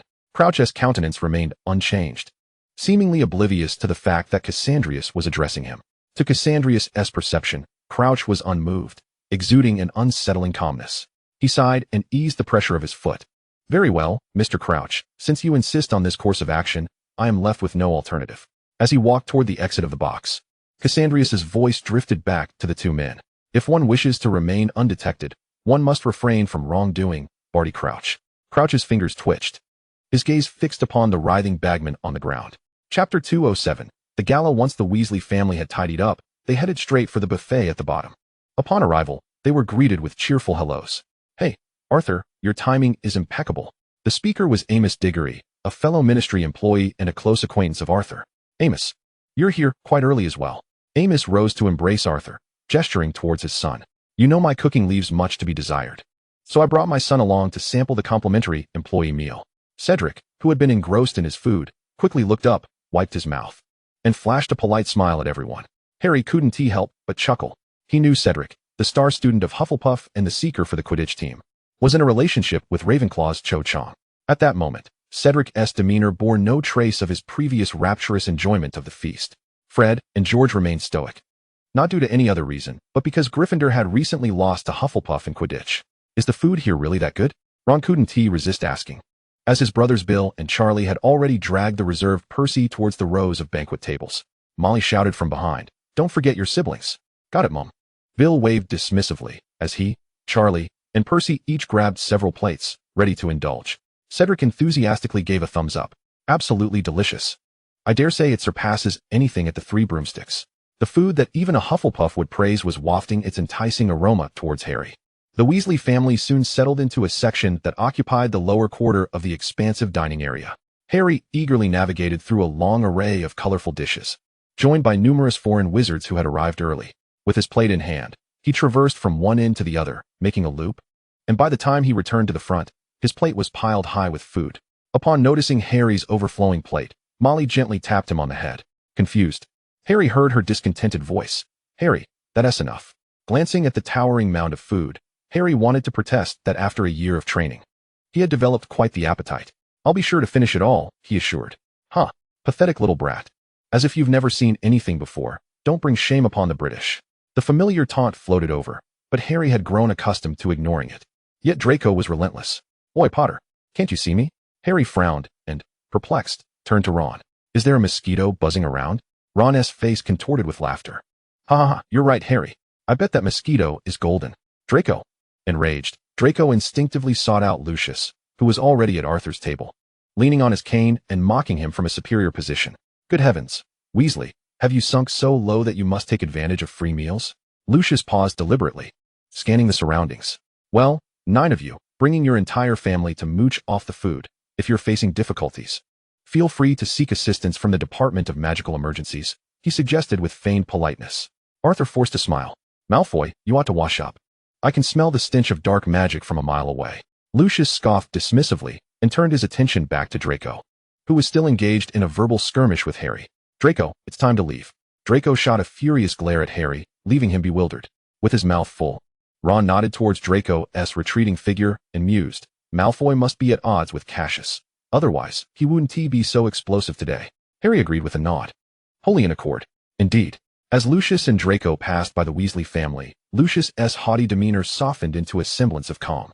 Addressing his son, he remarked, "Did you see that?" Draco's expression also leveled out as he adjusted his cuffs and nodded at Lucius. "I saw. The Weasley family is truly remarkable." Draco's tone carried a hint of self-deprecation, his lips curling into a sardonic smile. Lucius straightened his back, reflecting on the events that might unfold tonight. He grew somber and cautioned Draco, "Stay close to Cassius tonight. Don't wander off." Draco glanced at Lucius, and upon witnessing the fleeting seriousness on his father's face, he silently acknowledged. They continued to leave the temporary buffet on the first floor, and once they had departed, Barty Crouch, hidden among the seats, lifted his head expressionlessly. His gaze tracked the departing Malfoy duo, and the corners of his lips twisted into a cold, predatory smile. Malfoy. By 8 o'clock, the Quidditch Stadium, which had been preparing for action, suddenly thronged with people. "Harry, come on." Ron pulled Harry and Hermione, who were curiously surveying the still sparsely populated stadium. The entire first level was partially occupied by the dining area, while the remainder had been transformed into a vibrant marketplace showcasing distinctive goods from tourists who had traveled from all over the world. Harry was dazzled by the sights. A multitude of tall wizards, adorned in simple leather and fur garments, navigated through the throngs. Their peculiar accents were elucidated by Ron and Harry. "Those are wizards from Africa. I mentioned to you before that they cast spells using hand signs. How cool is that?" Furthermore, there were many men clad in green plaid skirts. Their upper halves dressed in formal shirts, yet their lower halves donned with skirts and knee-high socks. Harry recognized these as kilts, the green hue signifying their support for the Irish team. He also spotted individuals from various other magical academies, each proudly displaying their school emblems, basking in the glory of their institutions. The three boys, exhilarated and animated, wove through the ever-growing crowd. They paused intermittently at intriguing stalls, occasionally overhearing snippets of unintelligible conversations in those odd accents. Everyone was immersed in the anticipation of the grand feast that awaited them. Eventually, they approached the vicinity of the Bulgarian team, where a stall exclusively selling Bulgarian specialties caught their attention. However, the merchandise was solely dedicated to one individual. Hermione furrowed her brow, her expression darkening. "Who is this?" The vendor, looking disgruntled, replied in displeased English tinged with a German accent. "This is Krum. Victor Krum. the Bulgarian Quidditch player, an 18-year-old sports prodigy. The stall owner was quite irate, brandishing badges and cards while vociferously promoting his idol. He is the youngest seeker in the Quidditch World Cup, only 18, Bulgaria's hope. Hermione, however, was not particularly intrigued, primarily because the individual did not align with her aesthetic preferences. His features were pronounced, with thick, dark brows and a rather somber countenance. The image on the card appeared almost animated, yet Hermione merely glanced at it before averting her gaze. Nevertheless, it was evident that this stall, dedicated solely to crumb merchandise, was immensely popular, and Hermione found herself jostled aside by the throng of eager fans. Merlin, there are so many people. Isn't this event supposed to start tomorrow? Hermione exclaimed in surprise. The once navigable pathways had transformed into a bustling sea of vibrant heads. This was the Quidditch World Cup, rumored to accommodate 100,000 spectators at once. Wizards from all corners of the globe. Hermione was once again taken aback. Just as she was about to voice her thoughts, a familiar voice called out to her. Hermione. Chapter 208, Zhang Tao. Rachel. Hermione exclaimed joyfully. Not far away, surrounded by a group of admirers, stood Rachel. The two young girls delightedly clasped each other's hands. Although Hermione was not particularly passionate about Quidditch, her primary desire was to keep Harry and Ron company. Now, with a friend by her side, her spirits lifted. What a pleasant surprise to see you here. Hermione could not help but jest. It's quite a headache to be with them. Rachel's eyes crinkled with laughter, and a tall man beside her spoke up. Aren't you going to introduce me, Alan? The man, clad in a deep gray robe, possessed strikingly handsome features. His black hair styled in a topknot secured by a single black hairpin. Although his English was not very proficient, each word was articulated with remarkable clarity, giving Hermione the impression of listening to a recording at 0.5 speed. Rachel winked at the man and introduced him to Hermione. Allow me to introduce my father. Hermione was somewhat taken aback. The man appeared far too youthful to have a child of Rachel's age. Hello, uncle. I'm Hermione Granger. Tao Jun smiled warmly at the somewhat shy Hermione, saying nothing further and allowing the two girls to enjoy their time together. Rachel cheerfully seized Hermione's hand and dashed away. Hermione, astonished, chattered incessantly. Is he really your father? He looks so young. He seems barely older than you. Rachel tiptoed to glance around, tugging Hermione toward Harry, explaining as they ran.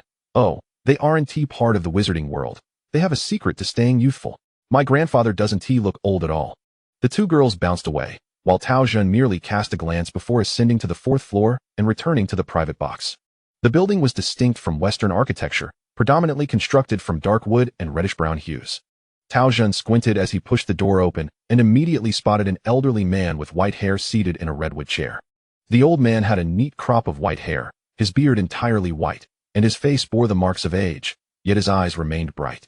Mr. Zhang, the elder said, gently sipping his tea and enjoying the moment. Little Ling must be quite delighted, I presume? Tao Jun chuckled as he sat down, his tone tinged with a hint of regret. It's a pity she hasn't inherited our family's talents. Zhang Tao nodded towards the table, where a Celadon cup appeared steadily before Tao Jun. The crimson tea filled the cup, and Zhang Tao smiled at him. Try it. This is a special black tea someone sent over. Tao Jun smiled, took a sip, and met Zhang Tao's expectant gaze. The tea is excellent, and the company is delightful. Wouldn't you agree? Zhang Tao lowered his head and continued savoring his tea, smiling silently.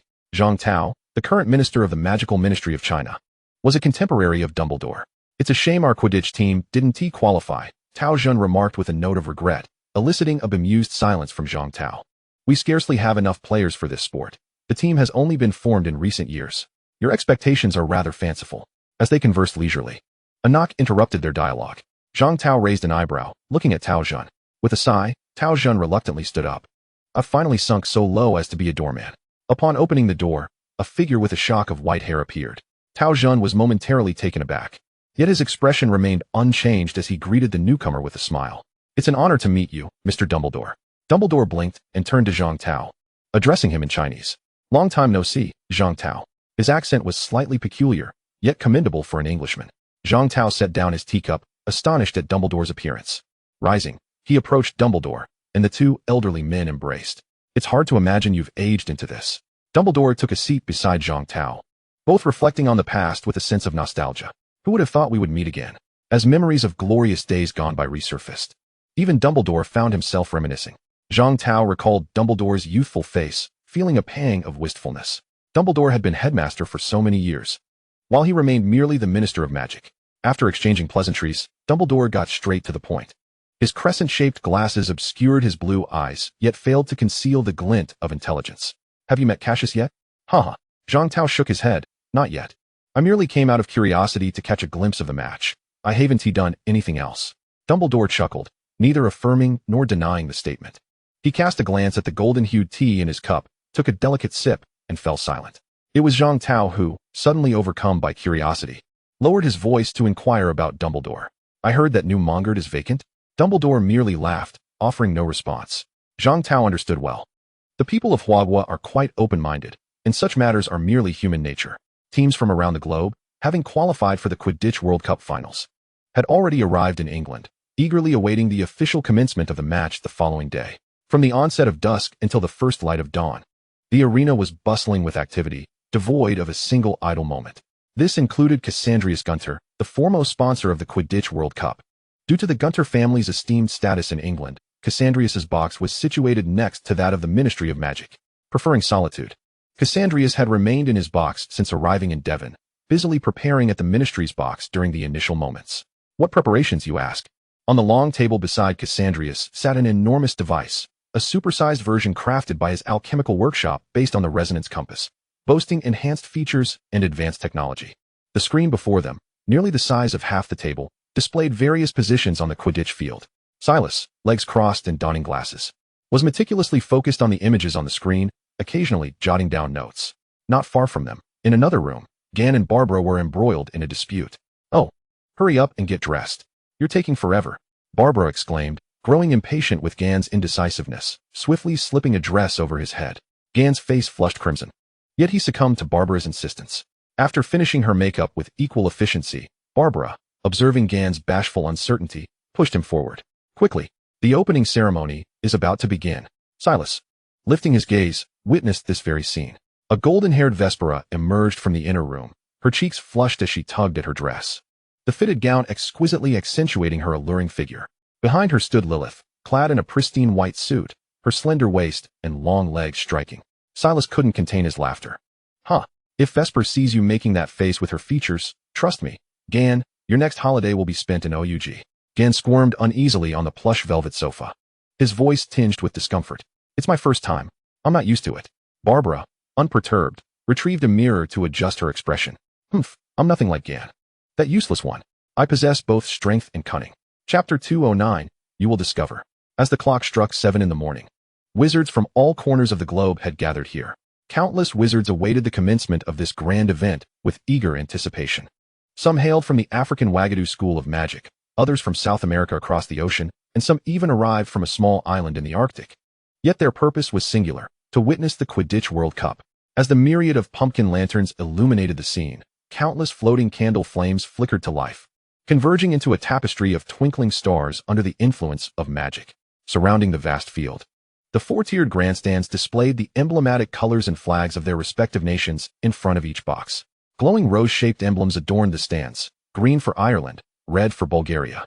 Numerous small flying broomsticks emerged from the flags, frolicking with the colorful animal motifs of other banners. Some spectators even conjured magical fireworks resembling their favored players above the stands, sparking a competitive display against their rivals. Employees from the Ministry of Magic hurriedly intervened. The vibrant fireworks danced with the wind, merging with the shimmering lights to create a sea of color. On the ground level, the circular path encircling the field was a riot of fireworks, showering joy in every direction. The cacophony was deafening, almost enough to shatter the heavens. It was at this moment that Draco arrived at Gunter's box. The Malfoy box was not far from Gunter's, just a few steps away, but Draco lingered, still feeling the sting of recent embarrassment. As he exited the Malfoy box, he found himself preening in front of the mirror.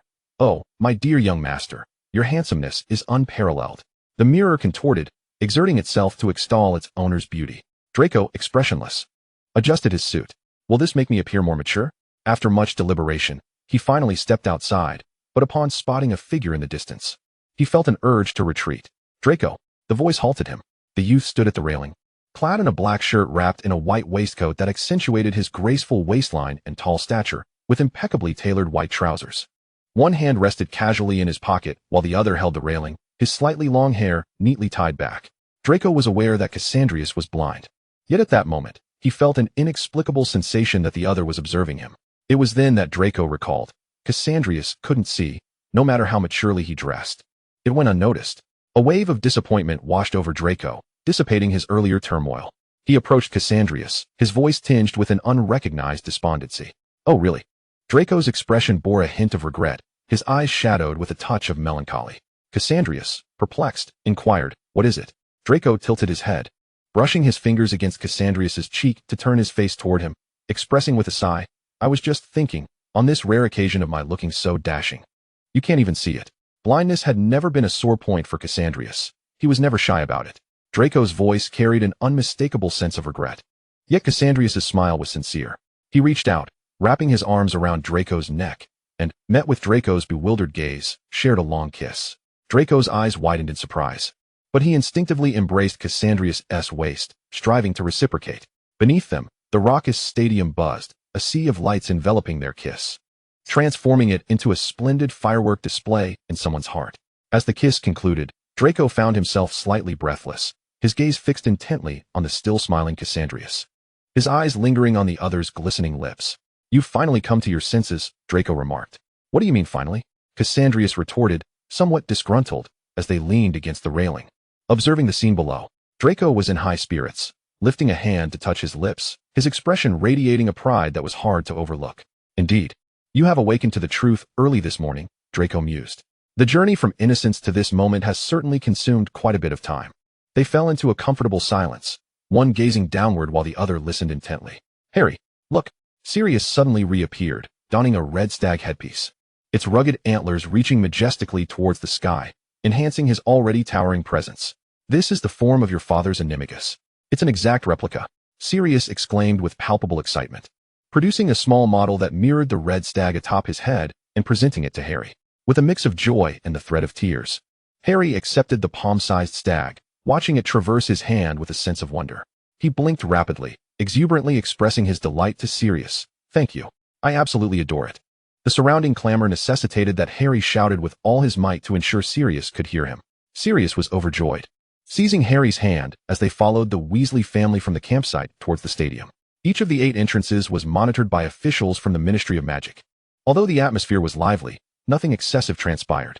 Suddenly, several massive red and green velvet drapes cascaded from above within the grand stadium. Ron appeared taken aback, but soon erupted in surprise at the images displayed on the drapes. "Look, it's Chrome and players from the Irish team. How stunning! Who conceived of this idea?" The crowd erupted in cheers, countless individuals raising their resonance compasses to capture the moment, some even sharing their joy with family members across the ocean who could not witness the match. The staircases leading to various tiers were adorned with lavish purple and gold carpets. As Harry walked on the plush fabric, his gaze was drawn to a few words beneath the colorful drapes. "House of Gaunt." Harry clicked his tongue. What wealth!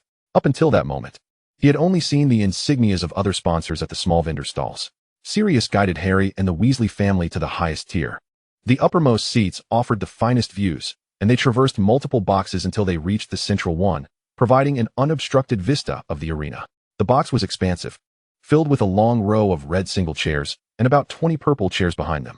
This vantage point faced the golden goalposts, allowing a panoramic view of the entire field. The stadium, reportedly capable of accommodating 100,000 spectators, was gradually filling with attendees until every seat was occupied. Harry surveyed the surroundings. Ron was struggling to keep hold of his items while following his family.